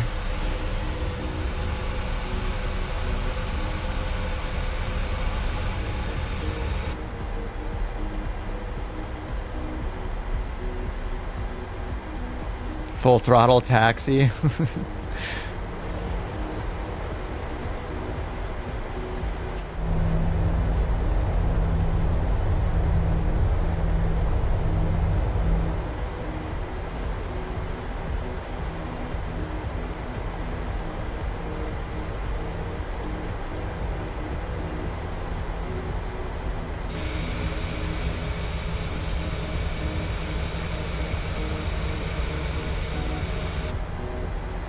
Alright, this is Bravo Alpha. Bravo Charlie's up here.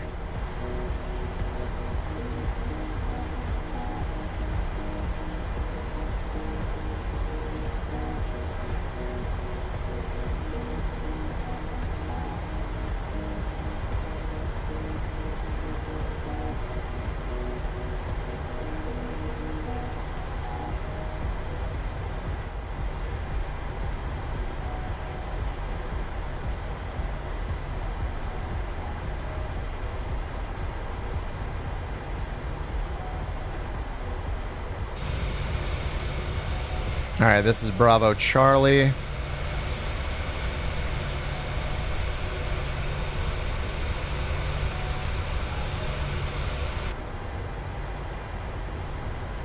And then Delta's this next left turn.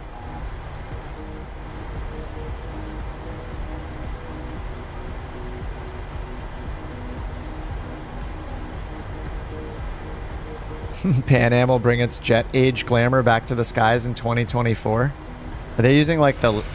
I don't know if that's true or not. I'll have to look it up, but if it did, it would be so cool if they use all the retro logos and everything.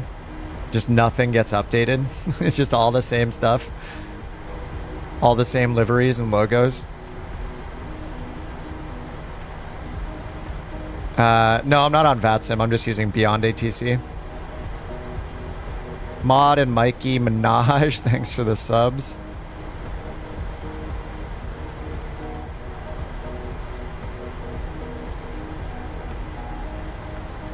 Now let me make sure I got the TCAS in. 4241.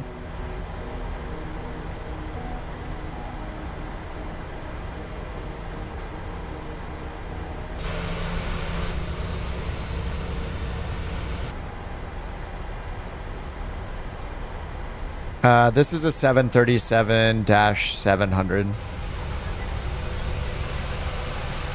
If you're talking about this plane. Unless you might have been talking about the one behind me. There was a 747 back there, I think.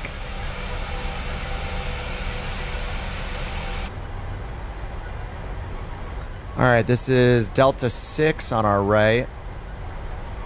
And then there's Zulu, Victor, and then Delta all the way down.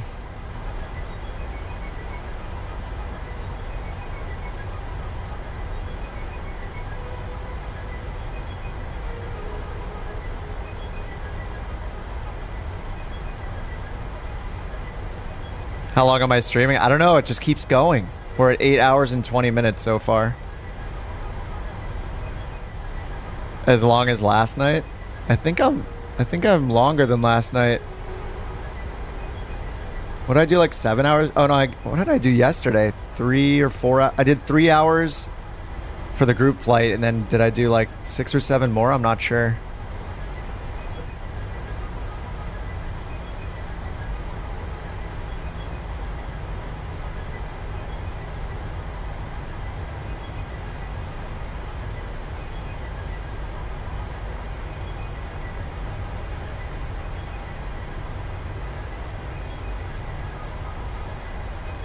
Why does it have such little likes?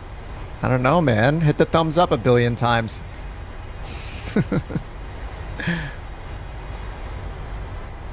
It's a Sunday night, you know, we're chilling.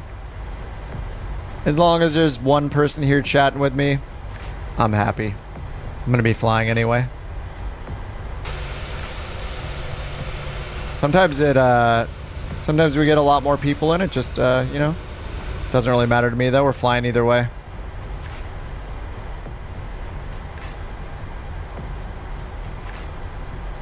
Shows a 747 in between the airport names? What do you mean? Yeah, all the players you see are online.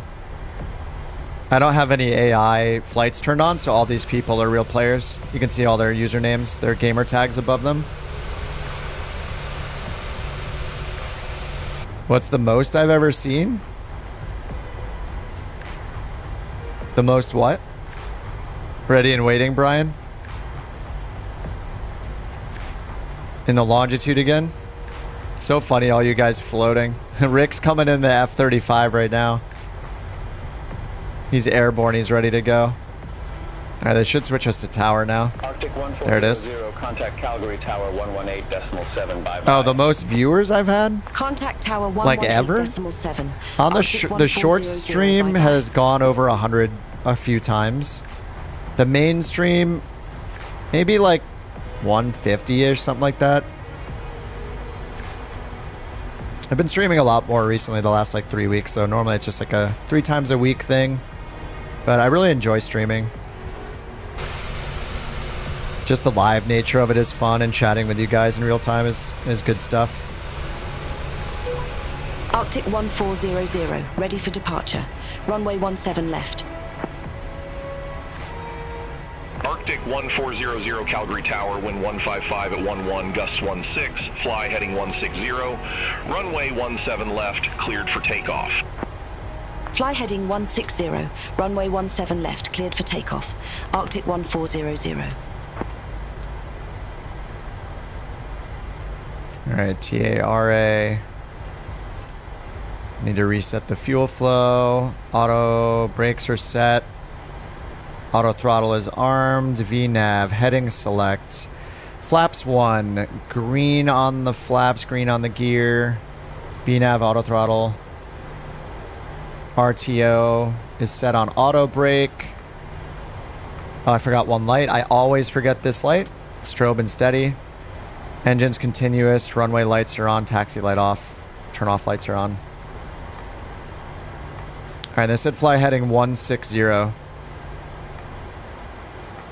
Alright, our V1 speed is 131.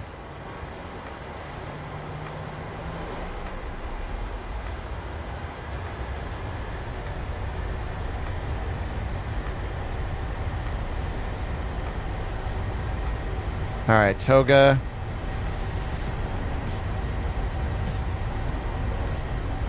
Auto throttle is off. Let's try this again. Okay, arm.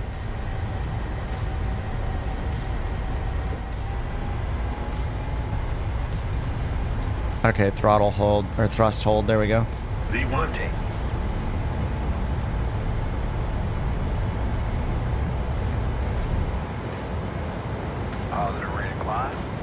Alright, gear up. I like went off the side of the runway following the flight director. That was weird. Maybe I shouldn't follow it until I get up a little bit.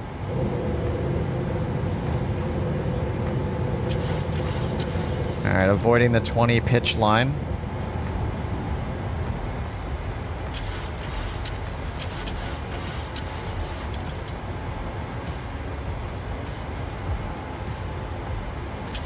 Okay, N1 for the speed. Arctic 1400, contact Calgary departure 119.8. Contact Gear off. Calgary departure 119.8. Alright, autopilot's on. Command is shown. Turn off Calgary, lights. Arctic 1400, Engine starters. 6,200 feet. Arctic 1400, Calgary departure, identified, climb to flight level 190. Alright, 190. Climb to flight level 190, Arctic 1400. Alright, now maybe we'll get a turn.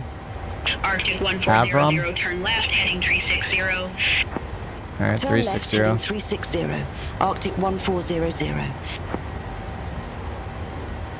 Alright, 360.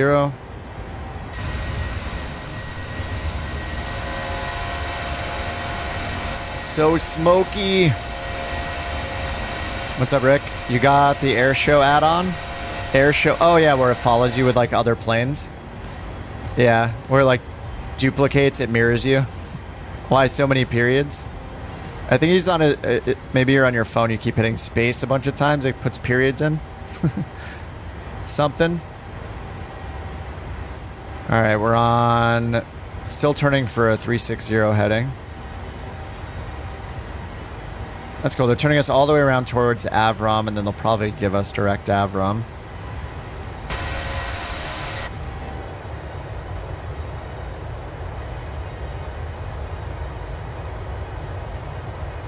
Alright, goodbye Calgary. Can actually see Calgary back there.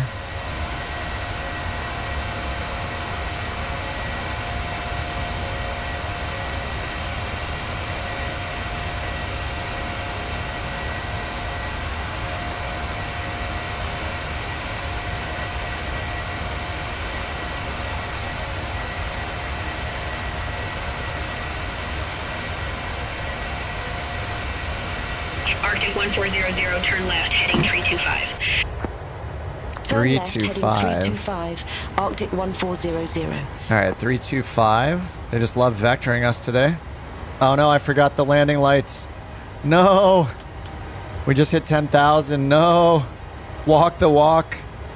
Thanks for joining the couch, Captain Sir. Look at that man in a fancy suit on that avatar. Beautiful. Thanks for joining, dude. Appreciate that. Lucky and Patrick, thanks for the follows.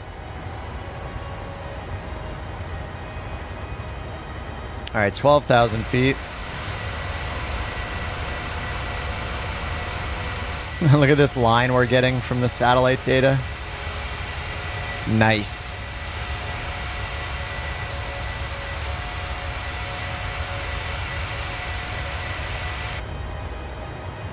It is so hazy. Yuck. Arctic 1400, cleared direct Avram, resume navigation. Alright, direct to Avram. Cleared direct Avram. Execute Resume LNAV. navigation, Arctic 1400. Alright, there we're going direct to Avram. That looks good. Turn our heading bug over that way. You wish you can get Microsoft Flight Sim? Just get Game Pass. That's one of the cheapest ways to get it. Or wait for a sale. It was on sale on Steam recently for half off.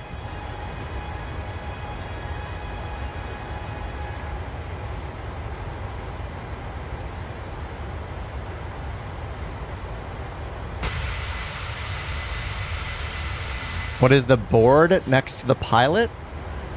Do you mean the tablet right here? Is this what you're talking about? This is where I can load my charts. So we can load our airport diagrams, approach charts, all that stuff. Contact No? Edmonton Center 133.3. Contact Edmonton Center 133.3. Arctic 1400. Have a good day. You wish you had more subs? Edmonton Center, Arctic 1400. Climbing 16,600 feet for flight level 190. Right Arctic side 1400, down? Edmonton Center. Good day, radar contact. Climb to flight level 380. It's probably going to be hard for you to Climb tell me flight which level thing you're talking 380. about. Arctic 1400. The board next to the thrusters? Over here?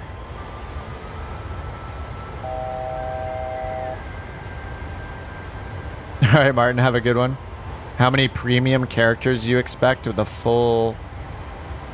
Oh, I wish I looked earlier. I looked earlier, but I forget what it was at. It was at like 600 something thousand.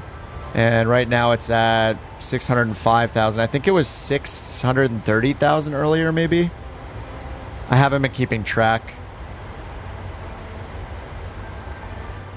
The one with the purple word. Oh, this. It's basically the flight computer. It's called the CDU.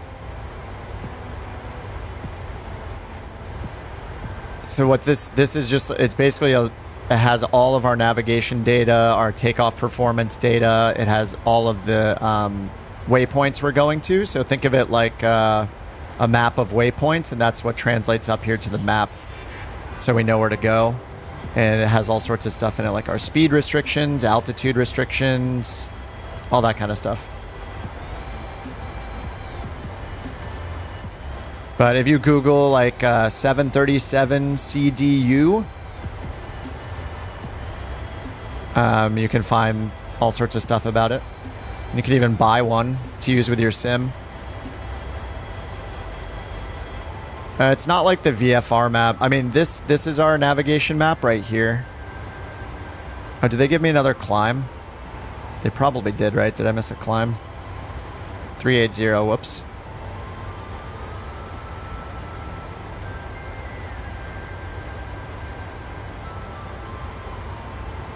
All right, 380. Continue the climb. It's not like the VFR map is almost like just looking at Google Maps. It shows your current position. It has some features where you can like look up information on the airports, but the CDU is responsible for like programming in everything the plane uses to fly through your autopilot, what waypoints are shown, what speeds are being used by the auto throttle system. It has a lot of functions. And even looking up data like, you know, when is our top of climb going to end? How much fuel will we have? You can just think of it as like the master computer for the plane. Kind of like a Garmin would be in a smaller plane, like a Garmin G1000. It's kind of the replacement for that. It's like a airline specific flight computer. You look like you have Flight Sim 2020. You love planes, you understand planes, but never understood that. It just matters what you're flying, you know. If you fly a plane that just has some simple, like a 6-pack that shows like your attitude, your heading, your vertical speed, your altitude. You know, it's just different technology. So in a smaller, simpler plane like a Cessna 152, you might not even have a GPS in it. So if you fly a plane in the sim that has a GPS, you can, you know, Google about it, look up videos on YouTube about it, and learn how it works.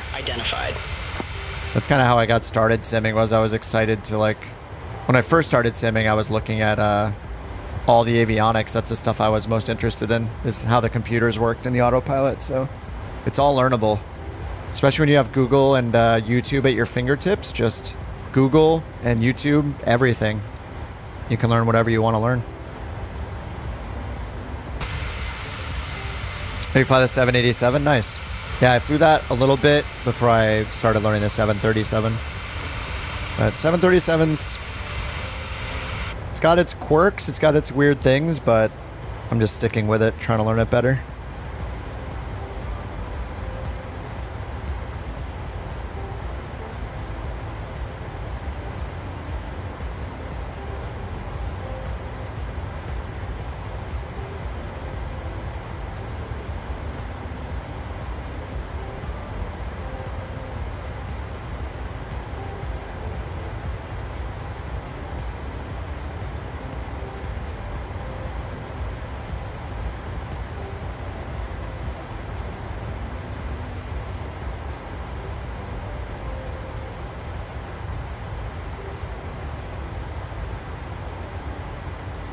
Am I planning on streaming tomorrow? I feel like I've been taking Mondays off mostly, so maybe not. It just matters how I feel after the workday.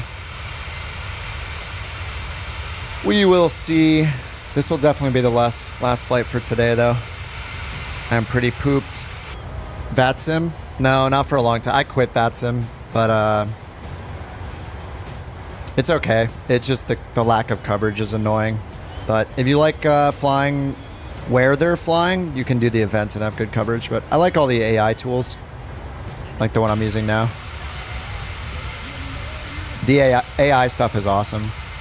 Like Beyond HCC and SayIntentions are the two big ones. And I think there might be the two only two available right now. They're quite new, but they're awesome.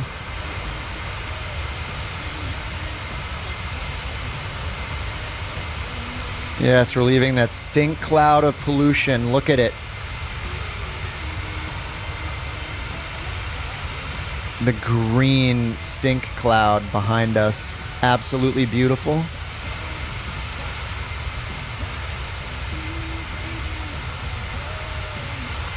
Auto rudder? No.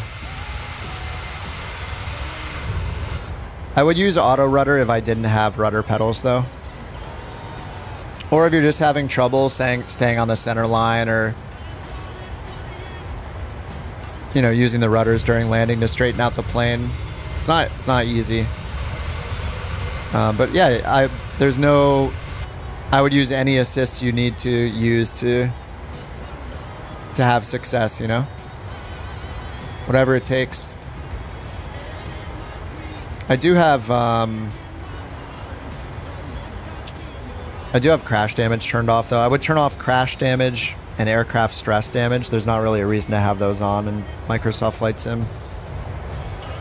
It was like a week or two ago, I was flying, was it the 787? Or maybe it was this plane. I was going down the runway at like LAX or something, and I hit the tiniest bump, and it just black screened and said that we crashed, because I hit a little bump going down the runway for takeoff. So I would turn off crash damage in Microsoft Flight Sim. It is not worth it.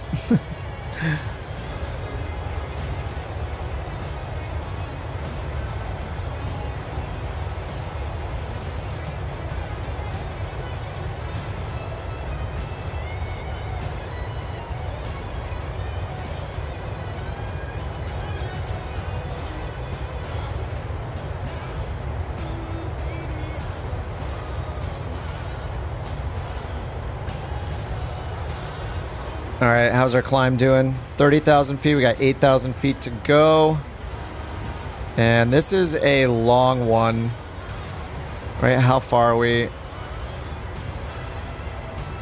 402. Yeah, it's going to take us an hour roughly to get there. So I'll probably use some time acceleration once we get up. We'll see what it looks like when we get to top of climb. I'll make sure my lights are all good. I believe they are on. These are all off. We got 380 set for altitude that we're climbing to. Need to make sure we have 380 here. We do not. There we go. Let's see the descent forecast.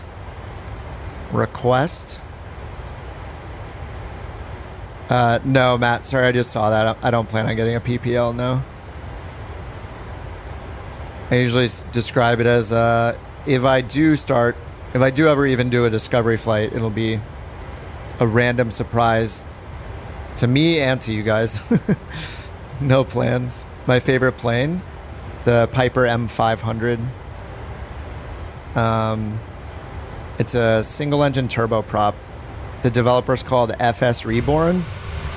It is my favorite. It's called the FSR 500. But I've just been flying the 737 a lot. It's pretty fun. I'm having a pretty good time flying the airliners, actually. I've flown the airliners a bunch in the past, but I never stuck with them. It would be like I do it for like a day or two and then stop. But I think I've been going like, has it been almost 3 weeks? 2.5 weeks strong or so doing the airliners. So yeah, it's been a good time.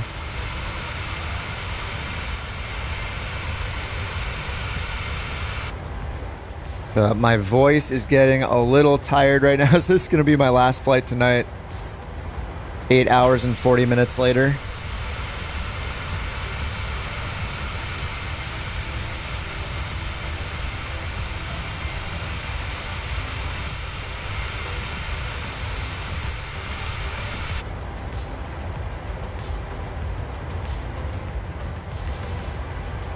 All right, top of climb should be soon.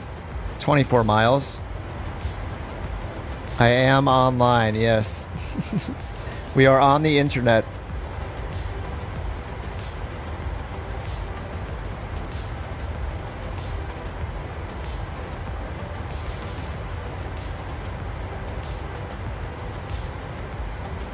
What server? USA West. Alright, arrival data. Oh yeah, there is no METAR, so we're gonna have to ask ATC to give us the weather, if that's possible. Or that we know... Actually, no, it's not possible. And beyond ATC, we can't just randomly request the weather there, so... I'm actually not sure what we're gonna put in for our landing data. I mean, we're gonna assume that we're gonna use just flaps 30 and auto brakes 3. And just hope the winds aren't too bad. Alright, Matt, have a good one, man. Thanks for hanging out so long, dude. We're definitely winding down here for the night.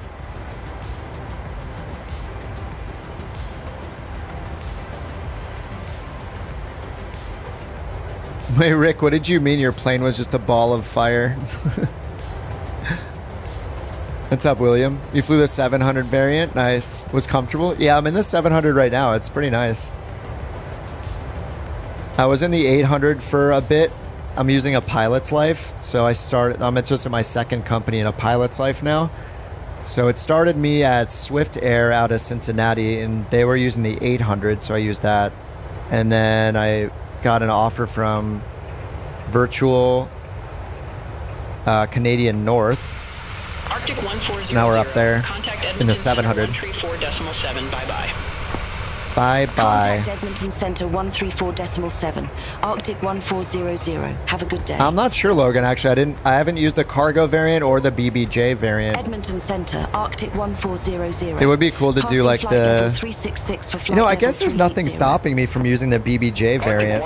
They don't tell you in a pilot's life how many passengers to take or anything like that. So, yeah, I should look at the BBJ one, the like executive style business jet version that holds like 40 passengers or whatever.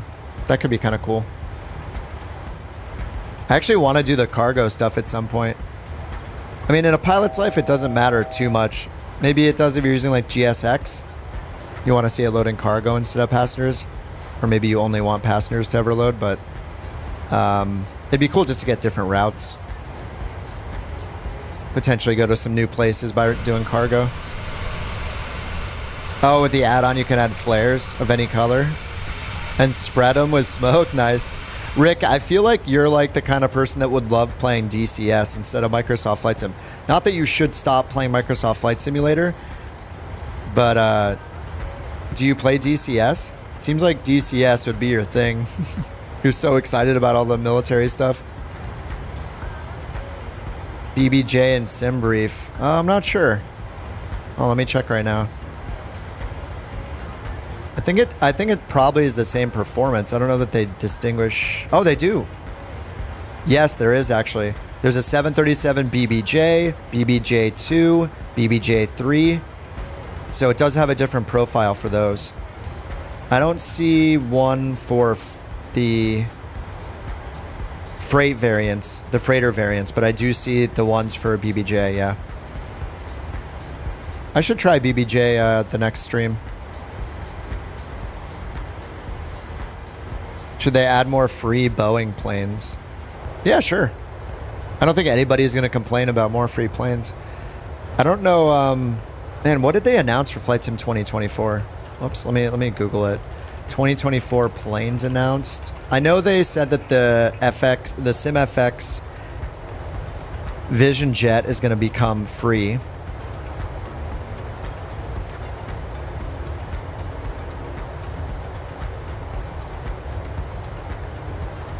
Let's see.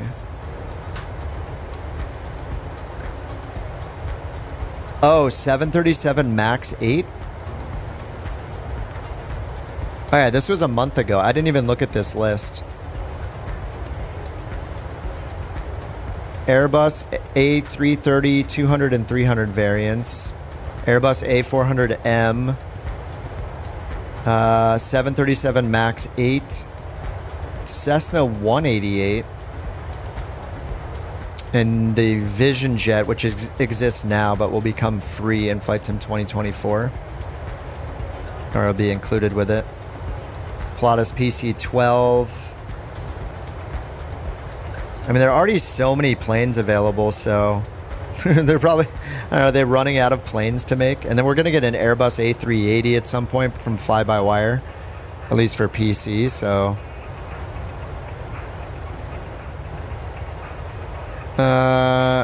No, sorry, I have no idea. Don't worry about it though, man. It's totally fine. No need to super chat.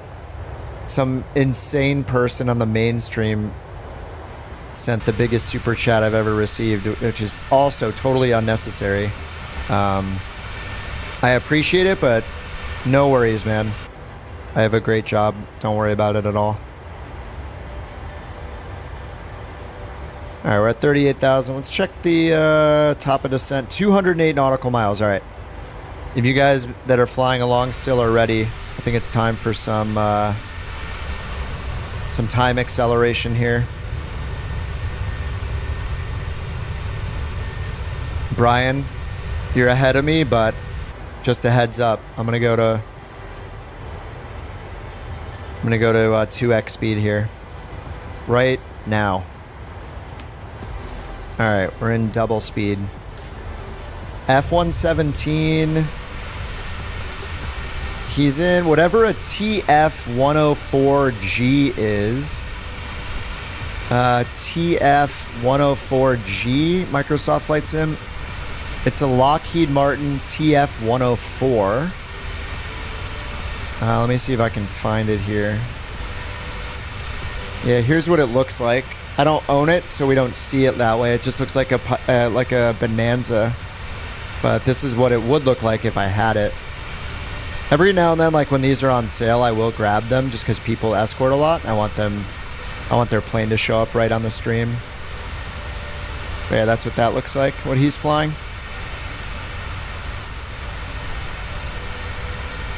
Thanks for the 190, SAR. I don't know what currency that is, but thanks so much, dude. Appreciate that. The alert will come through in a little bit. Sorry. Don't worry about it. I appreciate it, man. Oh, the A10 Warthog. Let me go look at that list again.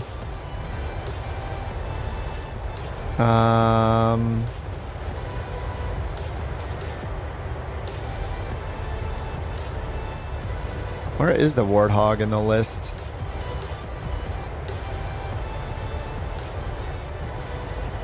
I'm not sure. I don't see it in the list. Maybe. It's not in this. This list was posted 30 days ago, though, so it's possible that there are new ones since then.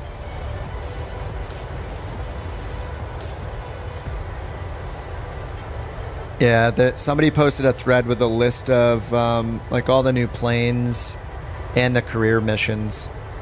I think the career mission stuff is going to end up being like a huge thing for developers to make mission types and expand on it. But it's going to be exciting. I'm going to spend like the whole week streaming Flight Sim 2024. Long Toulouse. I'm in the 700 right now, actually. I was in the 800 for a bit, but now I'm in the 700 doing these Canadian North routes. Oh, A10 is on the list. Okay, by Fairchild. Okay, got it.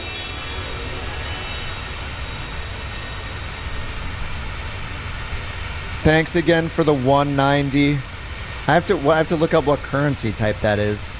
What currency type is that? Oh, it's a shekel. Thanks for the 190 shekels. Appreciate that.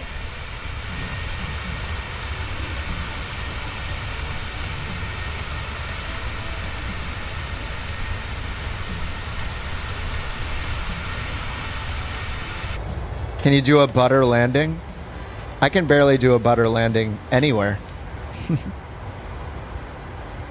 Where's Saba? We're just we're finishing this is the last flight of the day, but we're just going up to Fort McKay here, north of Calgary, for the schedule that I have to fly. A little virtual pilot schedule.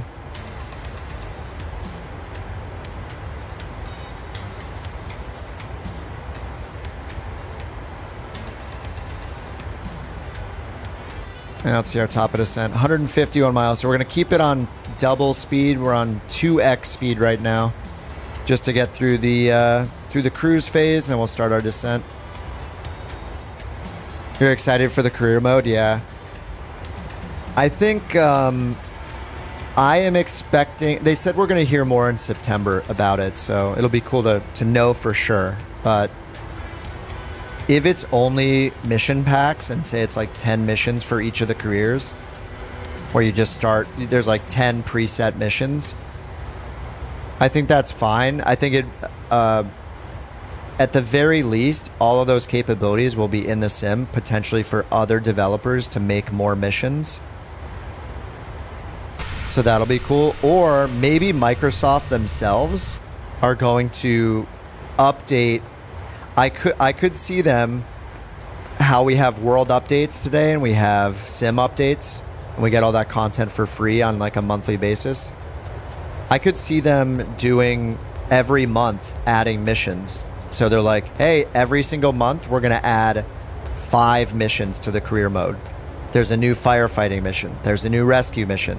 And so every month on this cadence of them releasing updates, we have new missions to do. I could see them doing that. I think that would be amazing. I mean, they already give away so much stuff for free in the sim. Between when they added helicopters, added gliders, we all got those for free. They redid like the A320 Neo, you know, they add all those sim updates, all the world updates, like the new avionics in the sim updates, reworking the CJ4 and the longitude and all the Garmin systems. Pretty nuts. Like, we get a lot for free. We're spoiled. Nobody ever gets anything like that in X-Plane. It just doesn't happen. So I could see them offering those missions periodically, just giving us more missions. I think that would be cool. Generative missions, random missions. I agree. I think it'd be really cool if it was based off real data too. And I think it would be really, really cool. Maybe this is the case, but I hope that when somebody's doing a mission like that, that you can see them in the open world doing the mission. So we're flying here and there's a fire down there. There people are fighting, that from here we would see, potentially, you know, mattering the distance and the visibility and all that, we would see the fire raging down there and we would see them fighting it as we're flying by. I think that would be just so, I hate the word, but like immersive. It would be so cool I would love that. I hope that it's that advanced. I think it would be super fun. And if they're multiplayer capable missions. Me loading in and doing the mission by myself for certain things makes sense. You know, like the VIP charter service stuff. I'm looking at the list right now. Mountain rescue, air ambulance. But what about like the aerial firefighting? If that could be multiplayer, that would be so cool. I guess that's really the only one that kind of is a multiplayer co-op kind of thing. Like, but hot air balloon trips, I want to see those hot air balloons flying around in the real world. I don't want them to be in their own. I don't want the hot air balloon to be in its own secluded multiplayer server, like a local thing where I can't see it. I want to see that balloon way down there. I think it just adds so much to the sim. I hope they reveal that they're doing shared cockpit, but they haven't said anything, so I'm just assuming that they're not doing shared cockpit still, even though it's been on the wish list for like over 3 years. It said planned for like over 3 years. Dude, Joe, thanks for the $4.99, man. And you send me like a super chat or a super thanks this morning for like $10, dude. You don't have to send it. I will say thank you every time though. Totally unexpected, not necessary, but thanks so much. All right, let's see our top of descent here. 86 miles. All right, I'll wait till it gets to about 40. And we don't have any weather data. 1400 Edmonton Center, expect. Expect? Expect. It says arrival runway 31. Okay, we'll say okay. Arctic 1400. Expect. Arctic 1400, Expect. contact Edmonton Center 127.825. Contact Edmonton Center. They just said expect. Thanks again, Joe. Arctic Appreciate you, man. 1400, bye-bye. What to expect? What to expect when you're expecting? Arctic 1400. I guess we're expecting. Hey guys, I'm expecting. Arctic 1400, Edmonton Center identified. And it's getting a little dark. Get some of these panel lights on. What to expect when you're expecting? Edmonton Center 132.7, bye-bye. Bye-bye. They changed us again. Edmonton Center 132.7. Arctic 1400. All right, well, we don't really have too much to put in for the for our expectations Center, at the airport. 1400. Good afternoon, flight level 380. Arctic 1400, Edmonton Center, radar contact.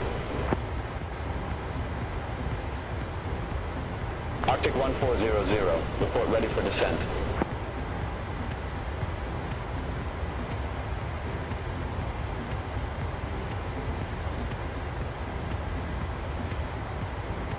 All right, so we just got expect runway 31 is all we know for now. And we do have that in, so let's double check that we have the... Arctic 1400, report ready for descent.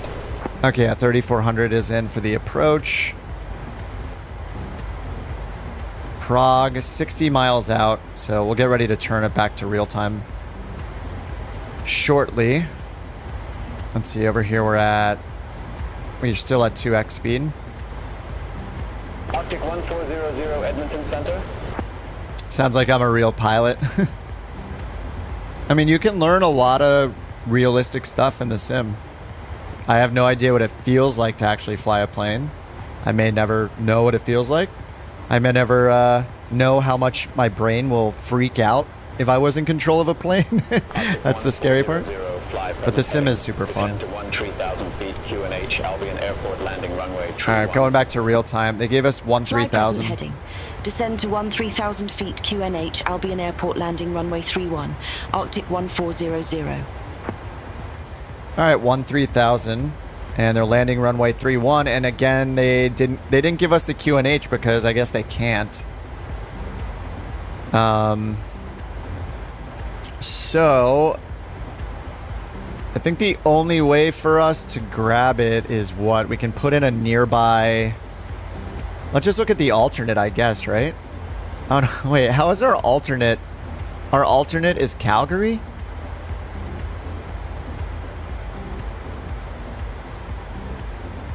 How is our alternate where we came from? Doesn't make any sense. So there's Cal 4 and... Oh my god, stop. So we have CYFI, CFC2. So maybe I'll just put in some of these and see if they have METARs. No METAR there. CFC2. No METAR. CYNR. Nope. Now let's change from world to IFR low to see more airport codes. CFC2, so I guess maybe YYF? There we go. Okay, 340 at 7. Altimeter's 2983. I guess that'll have to do for now.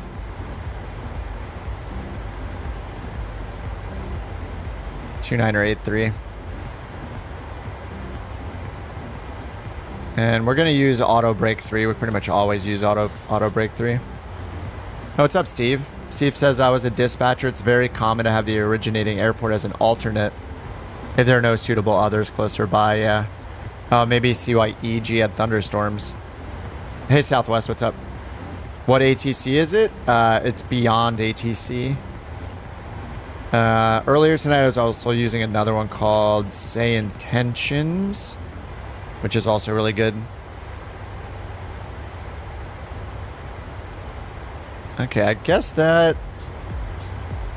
Yeah, I guess this is... I mean, this is close enough. This is... I don't know if CYNR has a METAR. No, it doesn't. Alright, so we'll just use this. 340 at 7. We'll just use the altimeter, 2983. Clouds are broken at 18,000's the lowest, so... If that weather is the same over here, then we'll be good for like a visual approach. But we have an LPV approach anyway, so 1298. I know somebody said I can't use LPV in this plane, but I'm going to use it anyway. 1298. What's the air temperature? 23? Negative 23 total. Yeah, I'm at top of descent. Yeah, we started the descent. They have us going down to 13,000.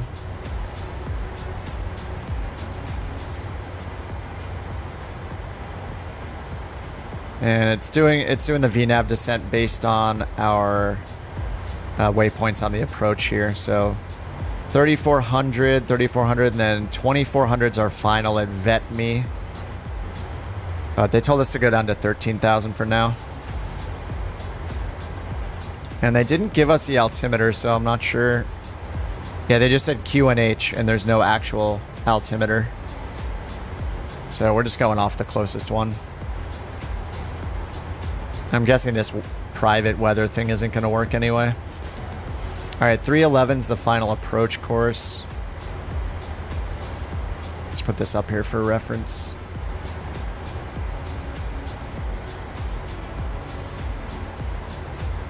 Good looking out, Brian. Sometimes that's the case. What's up, Delta? How's it going, dude?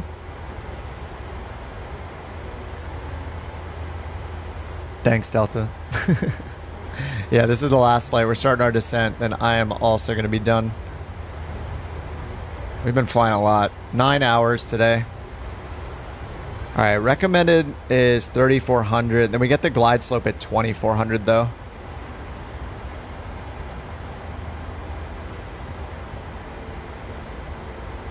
There's no METAR at Fort McKay, so I just got the nearest METAR I could find, which was 2,983.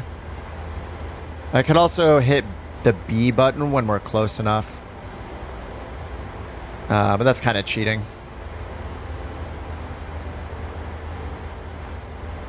Never flown a plane in real life before. Would I like to? I'm in Los Angeles. But yeah, I don't really have an interest in flying. My partner flies. She has her PPL. That's why I started simming. So that's why I got into the sim. She started her flight training, and I was like, that sounds fun. I'm going to build a gaming PC.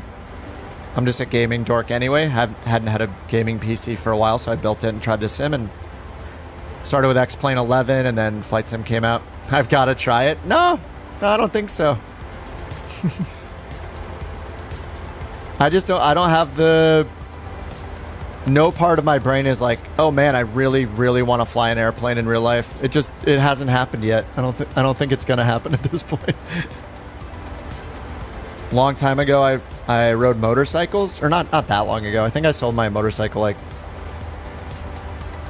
is it like 11 years ago? 10, 11 years ago? But I rode them for a while. Yeah, I've been on a flight with her a few times, yeah. Yeah, smaller planes kind of terrify me, but I definitely felt a little safer when we were in Cirrus that had a parachute. I was like, ah, nice. One more thing to help us if something did go wrong. Minimum 29. Well, like you can ride dirt bikes when you're like 9 years old, though.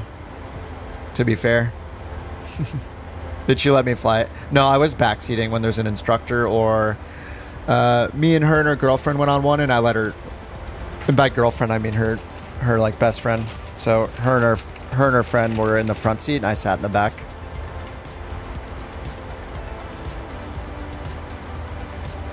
But yeah, I've never gotten the itch to do it myself. I don't really care to. I'm just a gaming dork. It's cool to know this stuff, though. It's fun. Maybe someday I'll be like, now's the day. But yeah, it hasn't happened yet. All right, still at 30,000 feet. Are we descending fast enough? Yeah, it has a Sekic 312. And that's still 19 miles away. 264 is wait, why does it have me going back to Sekic again? That's the problem. All right, we're going to have to descend much faster. Ryan was right. I'm way too high. All right, we're going to descend a lot more quickly.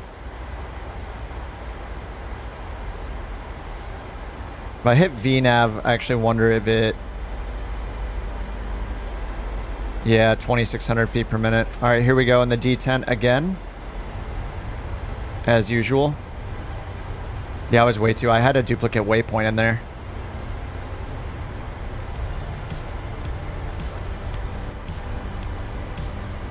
Just wait till you're on an airliner, both pilots mysterious go down, you're the most qualified person. I'd probably just like have a panic attack and pass out. See, that's probably the reality of what would happen in that case. Not the hero that saves the world. Because if you don't know, you don't know. I have no idea how my brain would react to a situation like that, you know?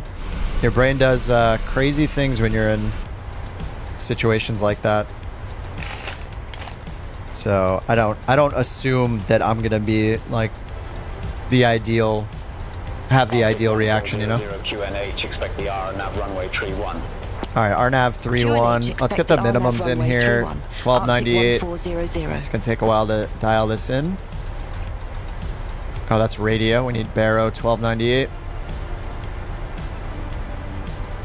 Have I tried a real flight sim? No. Just my home one.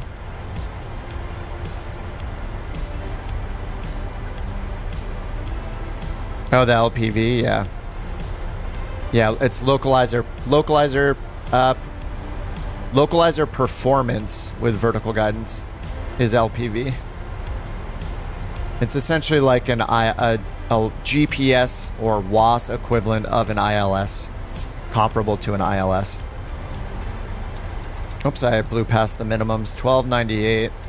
Yeah, somebody told me that this plane isn't like certified to fly an LPV, but I just want to do it anyway. 1298. ATC, I'm using Beyond ATC right now, Ryan. 1298.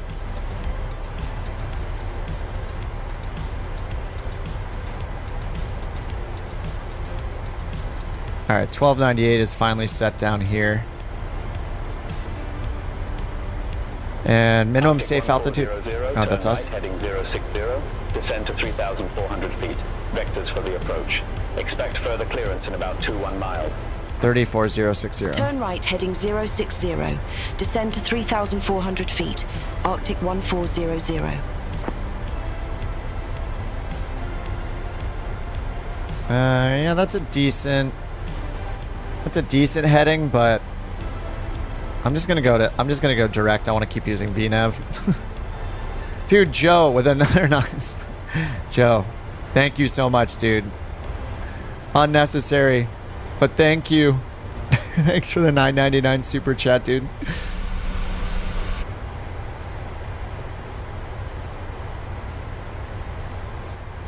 Okay, so yeah, we're going Sekik, Igsad, and then Antob. And our FAF altitude's 2,400, where we're going to get the vertical guidance. And then our go around is 2,000 on a 311 heading.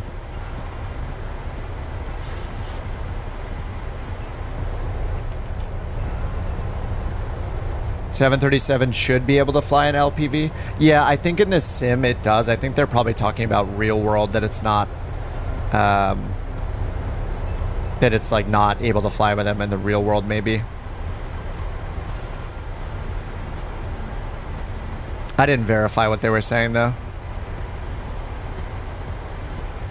I'm at 20K, yeah. We're descending as fast as we can. We'll get down to 3,400, it'll be fine. I might have to loop around a little bit. Yeah. I had 2 duplicate waypoints that added a bunch of miles to the track, so it was... Yeah, it was way too much. So I might have to, like, just circle myself. Now let's check CYMM again for the altimeter. 3010 it's changed to.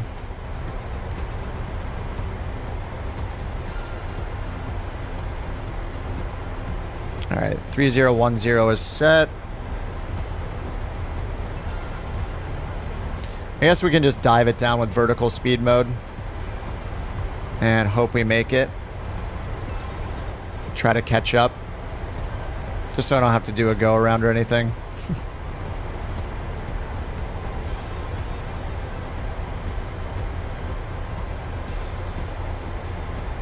Marcus, awesome livery, do Random Canadian North. Nice.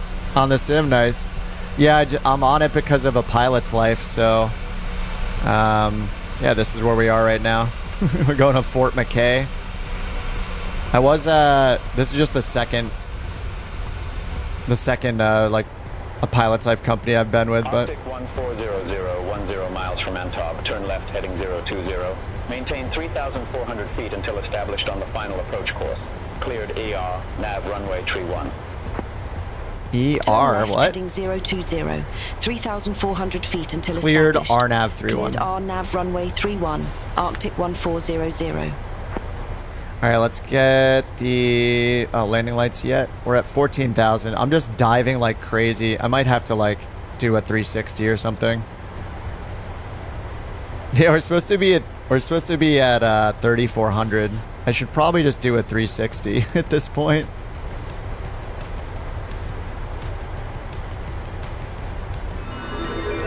Joe, Joe with another super chat. Thank you, dude. Joe's going crazy right now with the super chats. He just wants to keep revealing the face. Thanks, Joe. Yeah, we're supposed to be down at like 3,400 at this point. We're at 12,000. Let's go to heading select, and I'm just going to turn us around and do a 360 pretty much. While we keep descending, I'll just slow down the rate of descent.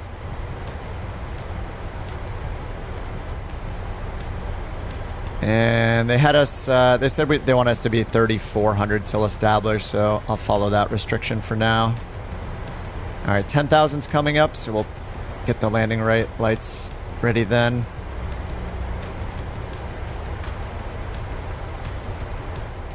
And our speed is way too high, so I'm about to lose points on this overspeed.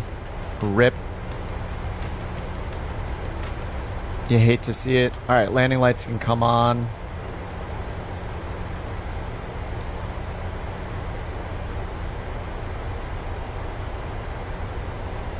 Alright, we're just going to go outbound soon for a little bit, and then we'll turn back inbound.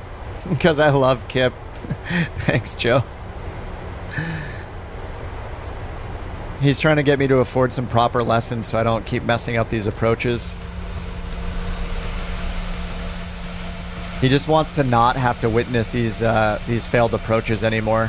That's the true motivation. The true purpose behind the super chats. Alright, I'm going to keep it turning around here. We're at 8,000.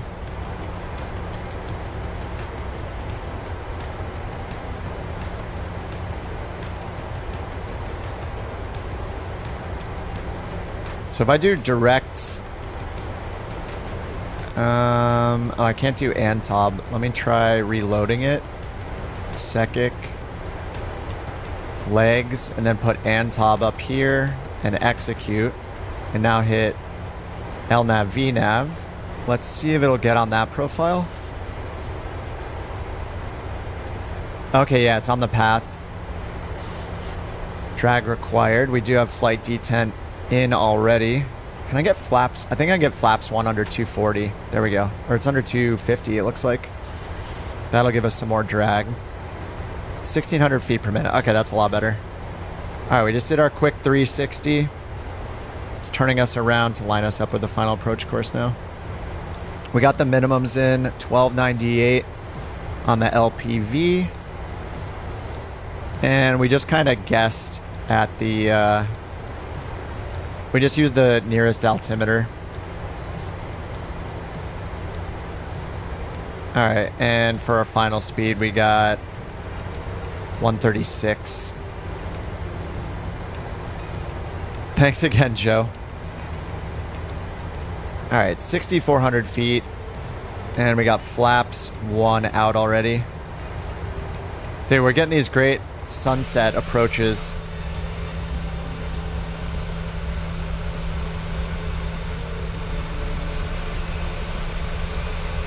Epic. Looks like Brian's landing over there. He's scouting it for us.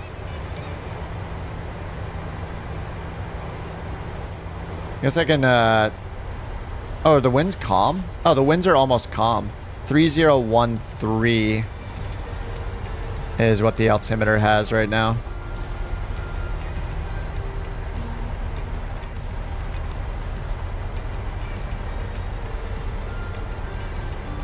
Alright, let me go flaps 2.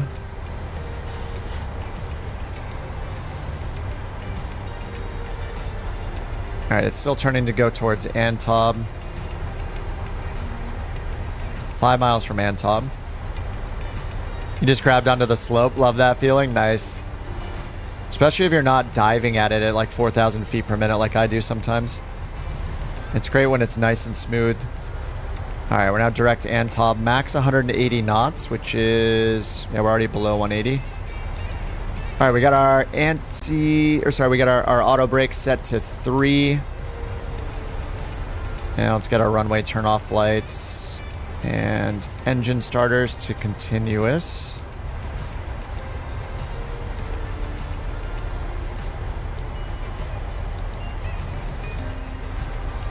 Alright, I'm gonna tell them soon that we're established. We're gonna wait till we make this turn at Antob.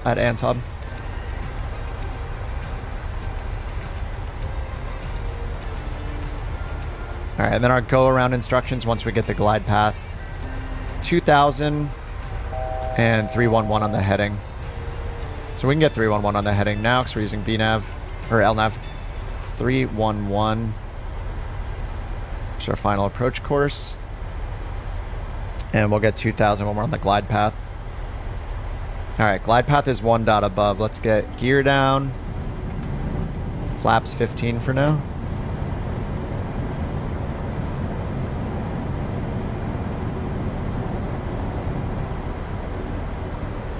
And final speed, VREF plus 5 is 136. No tower services available at Albion Airport. Frequency change approved. Alright, they gave us frequency change. Approved. Alright, we're on FAC, final approach course. Afternoon. Glide path's coming down right now.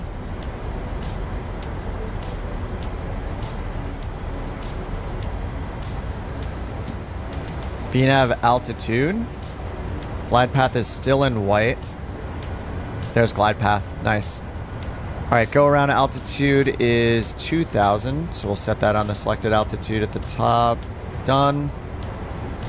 And let's get flaps 30. Gears already down and set our final approach speed. 131 plus 5, 136. All right, we see the runway right in front of us. Supposedly, well, we know from experience that there are no runway lights here at all, but it says it has an approach lighting system right here and Pappy's on the left, but there's nothing in the sim. Look at it. It's completely dark. No Pappy's, no approach lighting system. We landed here like, I'd say 20 minutes from now. Like one time when we did this, it was like super dark. And people were riding around on their Juice Gooses, lighting up the runway threshold for people coming in so we could see. That was pretty fun. It was terrifying landing with no lights on the runway at all.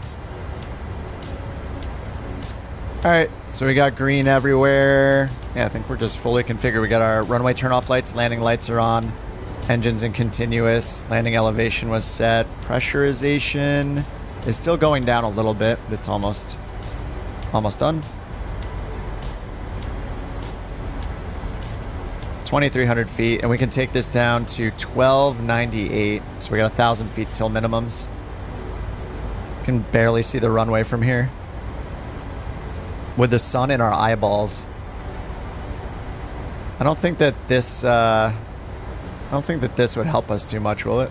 Whoops.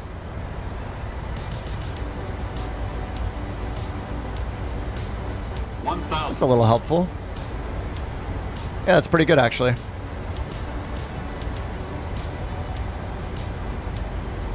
Not in this camera though. This is where the HUD would be helpful, I guess. Issue night vision goggles, yeah, that would be pretty sweet. I'm gonna turn these down just a little bit.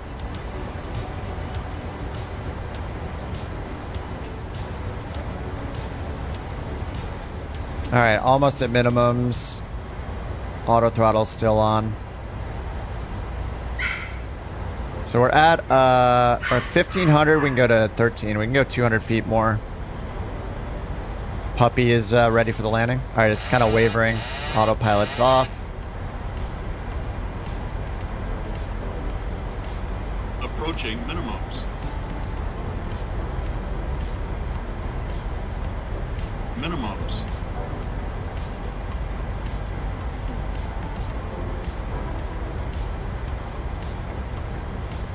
$100. 50. 30. 20. 10.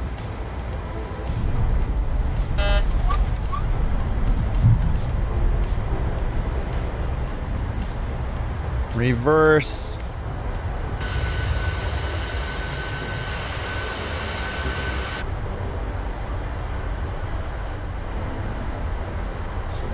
I need some manual braking. That's 1,000 foot markers right there. Alright, reverser's off.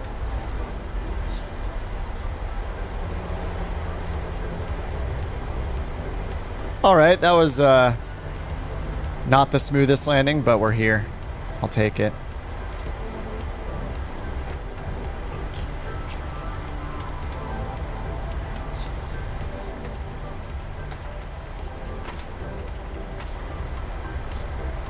Oh, I didn't report established. Here we go. Arctic 1400. Established on final approach. Established on final approach. 1400, affirmative. Alright, there we go. Parking brake on. Anti-skid off. And flaps are coming up. We'll get pitot heat off. Runway turn off lights off. Taxi light on. Landing lights off. Engines back to off. And I'm not going to start the APU because we're done after this flight. And flaps are still coming up. Alright, is anybody still coming in? Hi-ho is coming in. Dude, Joe. Titan, Warlock, or Hunter? Warlock. Titan. Thanks, Monarch, Joe. Or Hunter. I love D2 as well. Yeah, Destiny 2 is great. Did you play the Final Shape? They kicked ass on Final Shape. Sorry to use such rough language. Dude, they did such a good job on Final Shape. It's got to be the best expansion they've ever done. But I've only been playing it about 2 years, but I have I have like 1700 hours in it or something. Thanks again, Joe. Yeah, Titan is Titan's the only one that I haven't played. I started as a hunter and not too long after that switched to a warlock to be the well guy.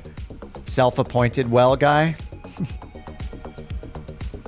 Oh man, they did such a good job with Prismatic is super fun.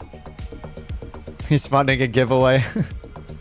Hey, all YouTube money is a potential giveaway, of course. All right, High Ho's coming in. He's gonna look like a Bonanza instead of his like Lockheed Martin, whatever he's in. 104G tennis channel background music. Oh, here it comes. It looks like a Bonanza, but it's actually a fighter jet. So just use your imagination.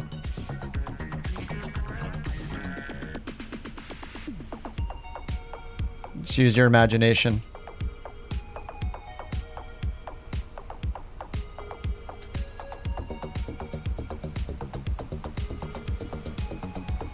Sunset colors look so good.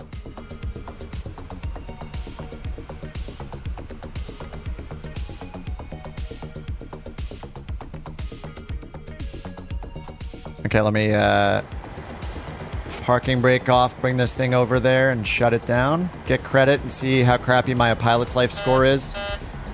And then we call it a night.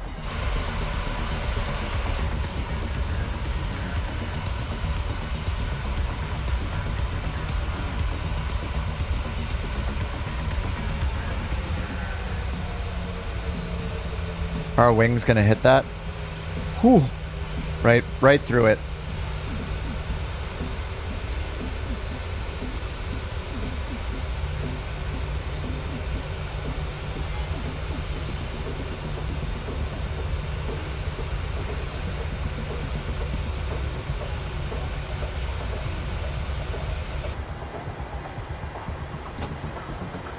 All right, parking brake on, taxi light off. And engine's cut off.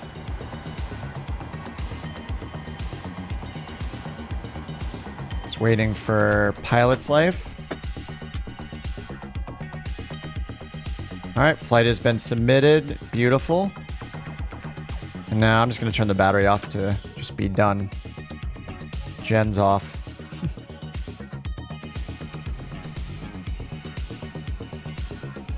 We did it. Oh my god. 9.5 hours of flying completed. Surprised your attention span lasted the whole stream. Yeah, that's pretty insane. You've been here the whole time. 9.5 hours. That's some dedication right there. Appreciate that. Don't pay for any streaming services. Kip's one of my favorite channels. I support it. Dude, Joe, thanks so much, man. I really appreciate it, dude. Glad you had a good time. Appreciate the support as always. Stream's officially part of my desktop layout. A hotkey on my stream deck. Thanks, Jeff. All right, Brian. Thanks for flying along to the very end too. Longitude style. Looks like Julius is taking off in the CJ4 right now. Omar says, sorry, I was supposed to be part of this final flight. Oh, it's all good, man. There'll be more flights. Tomorrow, I'm not sure yet. I'll at least be on Tuesday because that's one of the scheduled streams. So I'll at least see you guys then. If I'm feeling up for it after work tomorrow, then I'll see you guys tomorrow. But yeah, thanks so much for all the support today. Joe with the like 5 different super chats. Really appreciate that. And all the subs today, especially from the people over on the short stream. Thanks so much. And Ben, I don't think he's here, but 8 hours ago, Ben dumped a crazy super chat. Thanks so much, Ben, if you're still around.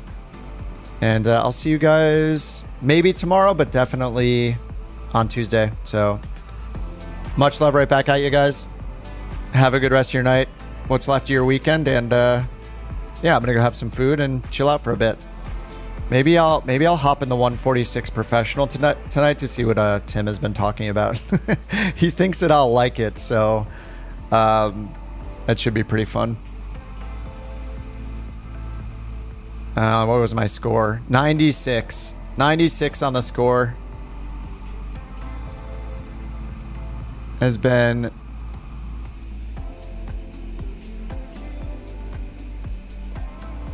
$96 on the score is not bad. Oh, and Spikes, did you send super chats yesterday or today? I forget, but either way, thank you again for yours as well. And I don't know if Liam's here, but he gave a bunch of memberships yesterday. Appreciate all that, guys. Oh yeah, landing light was not off before 10,000. That was my fault. Landing rate, that's my fault. 418, lost 2 points. Landing light off on the taxi, in which I think is just a bug. So 96 still feels pretty good. All right, guys, I'll see you on the next stream. Have a good rest of your night. Peace. Oh, I mean, see ya.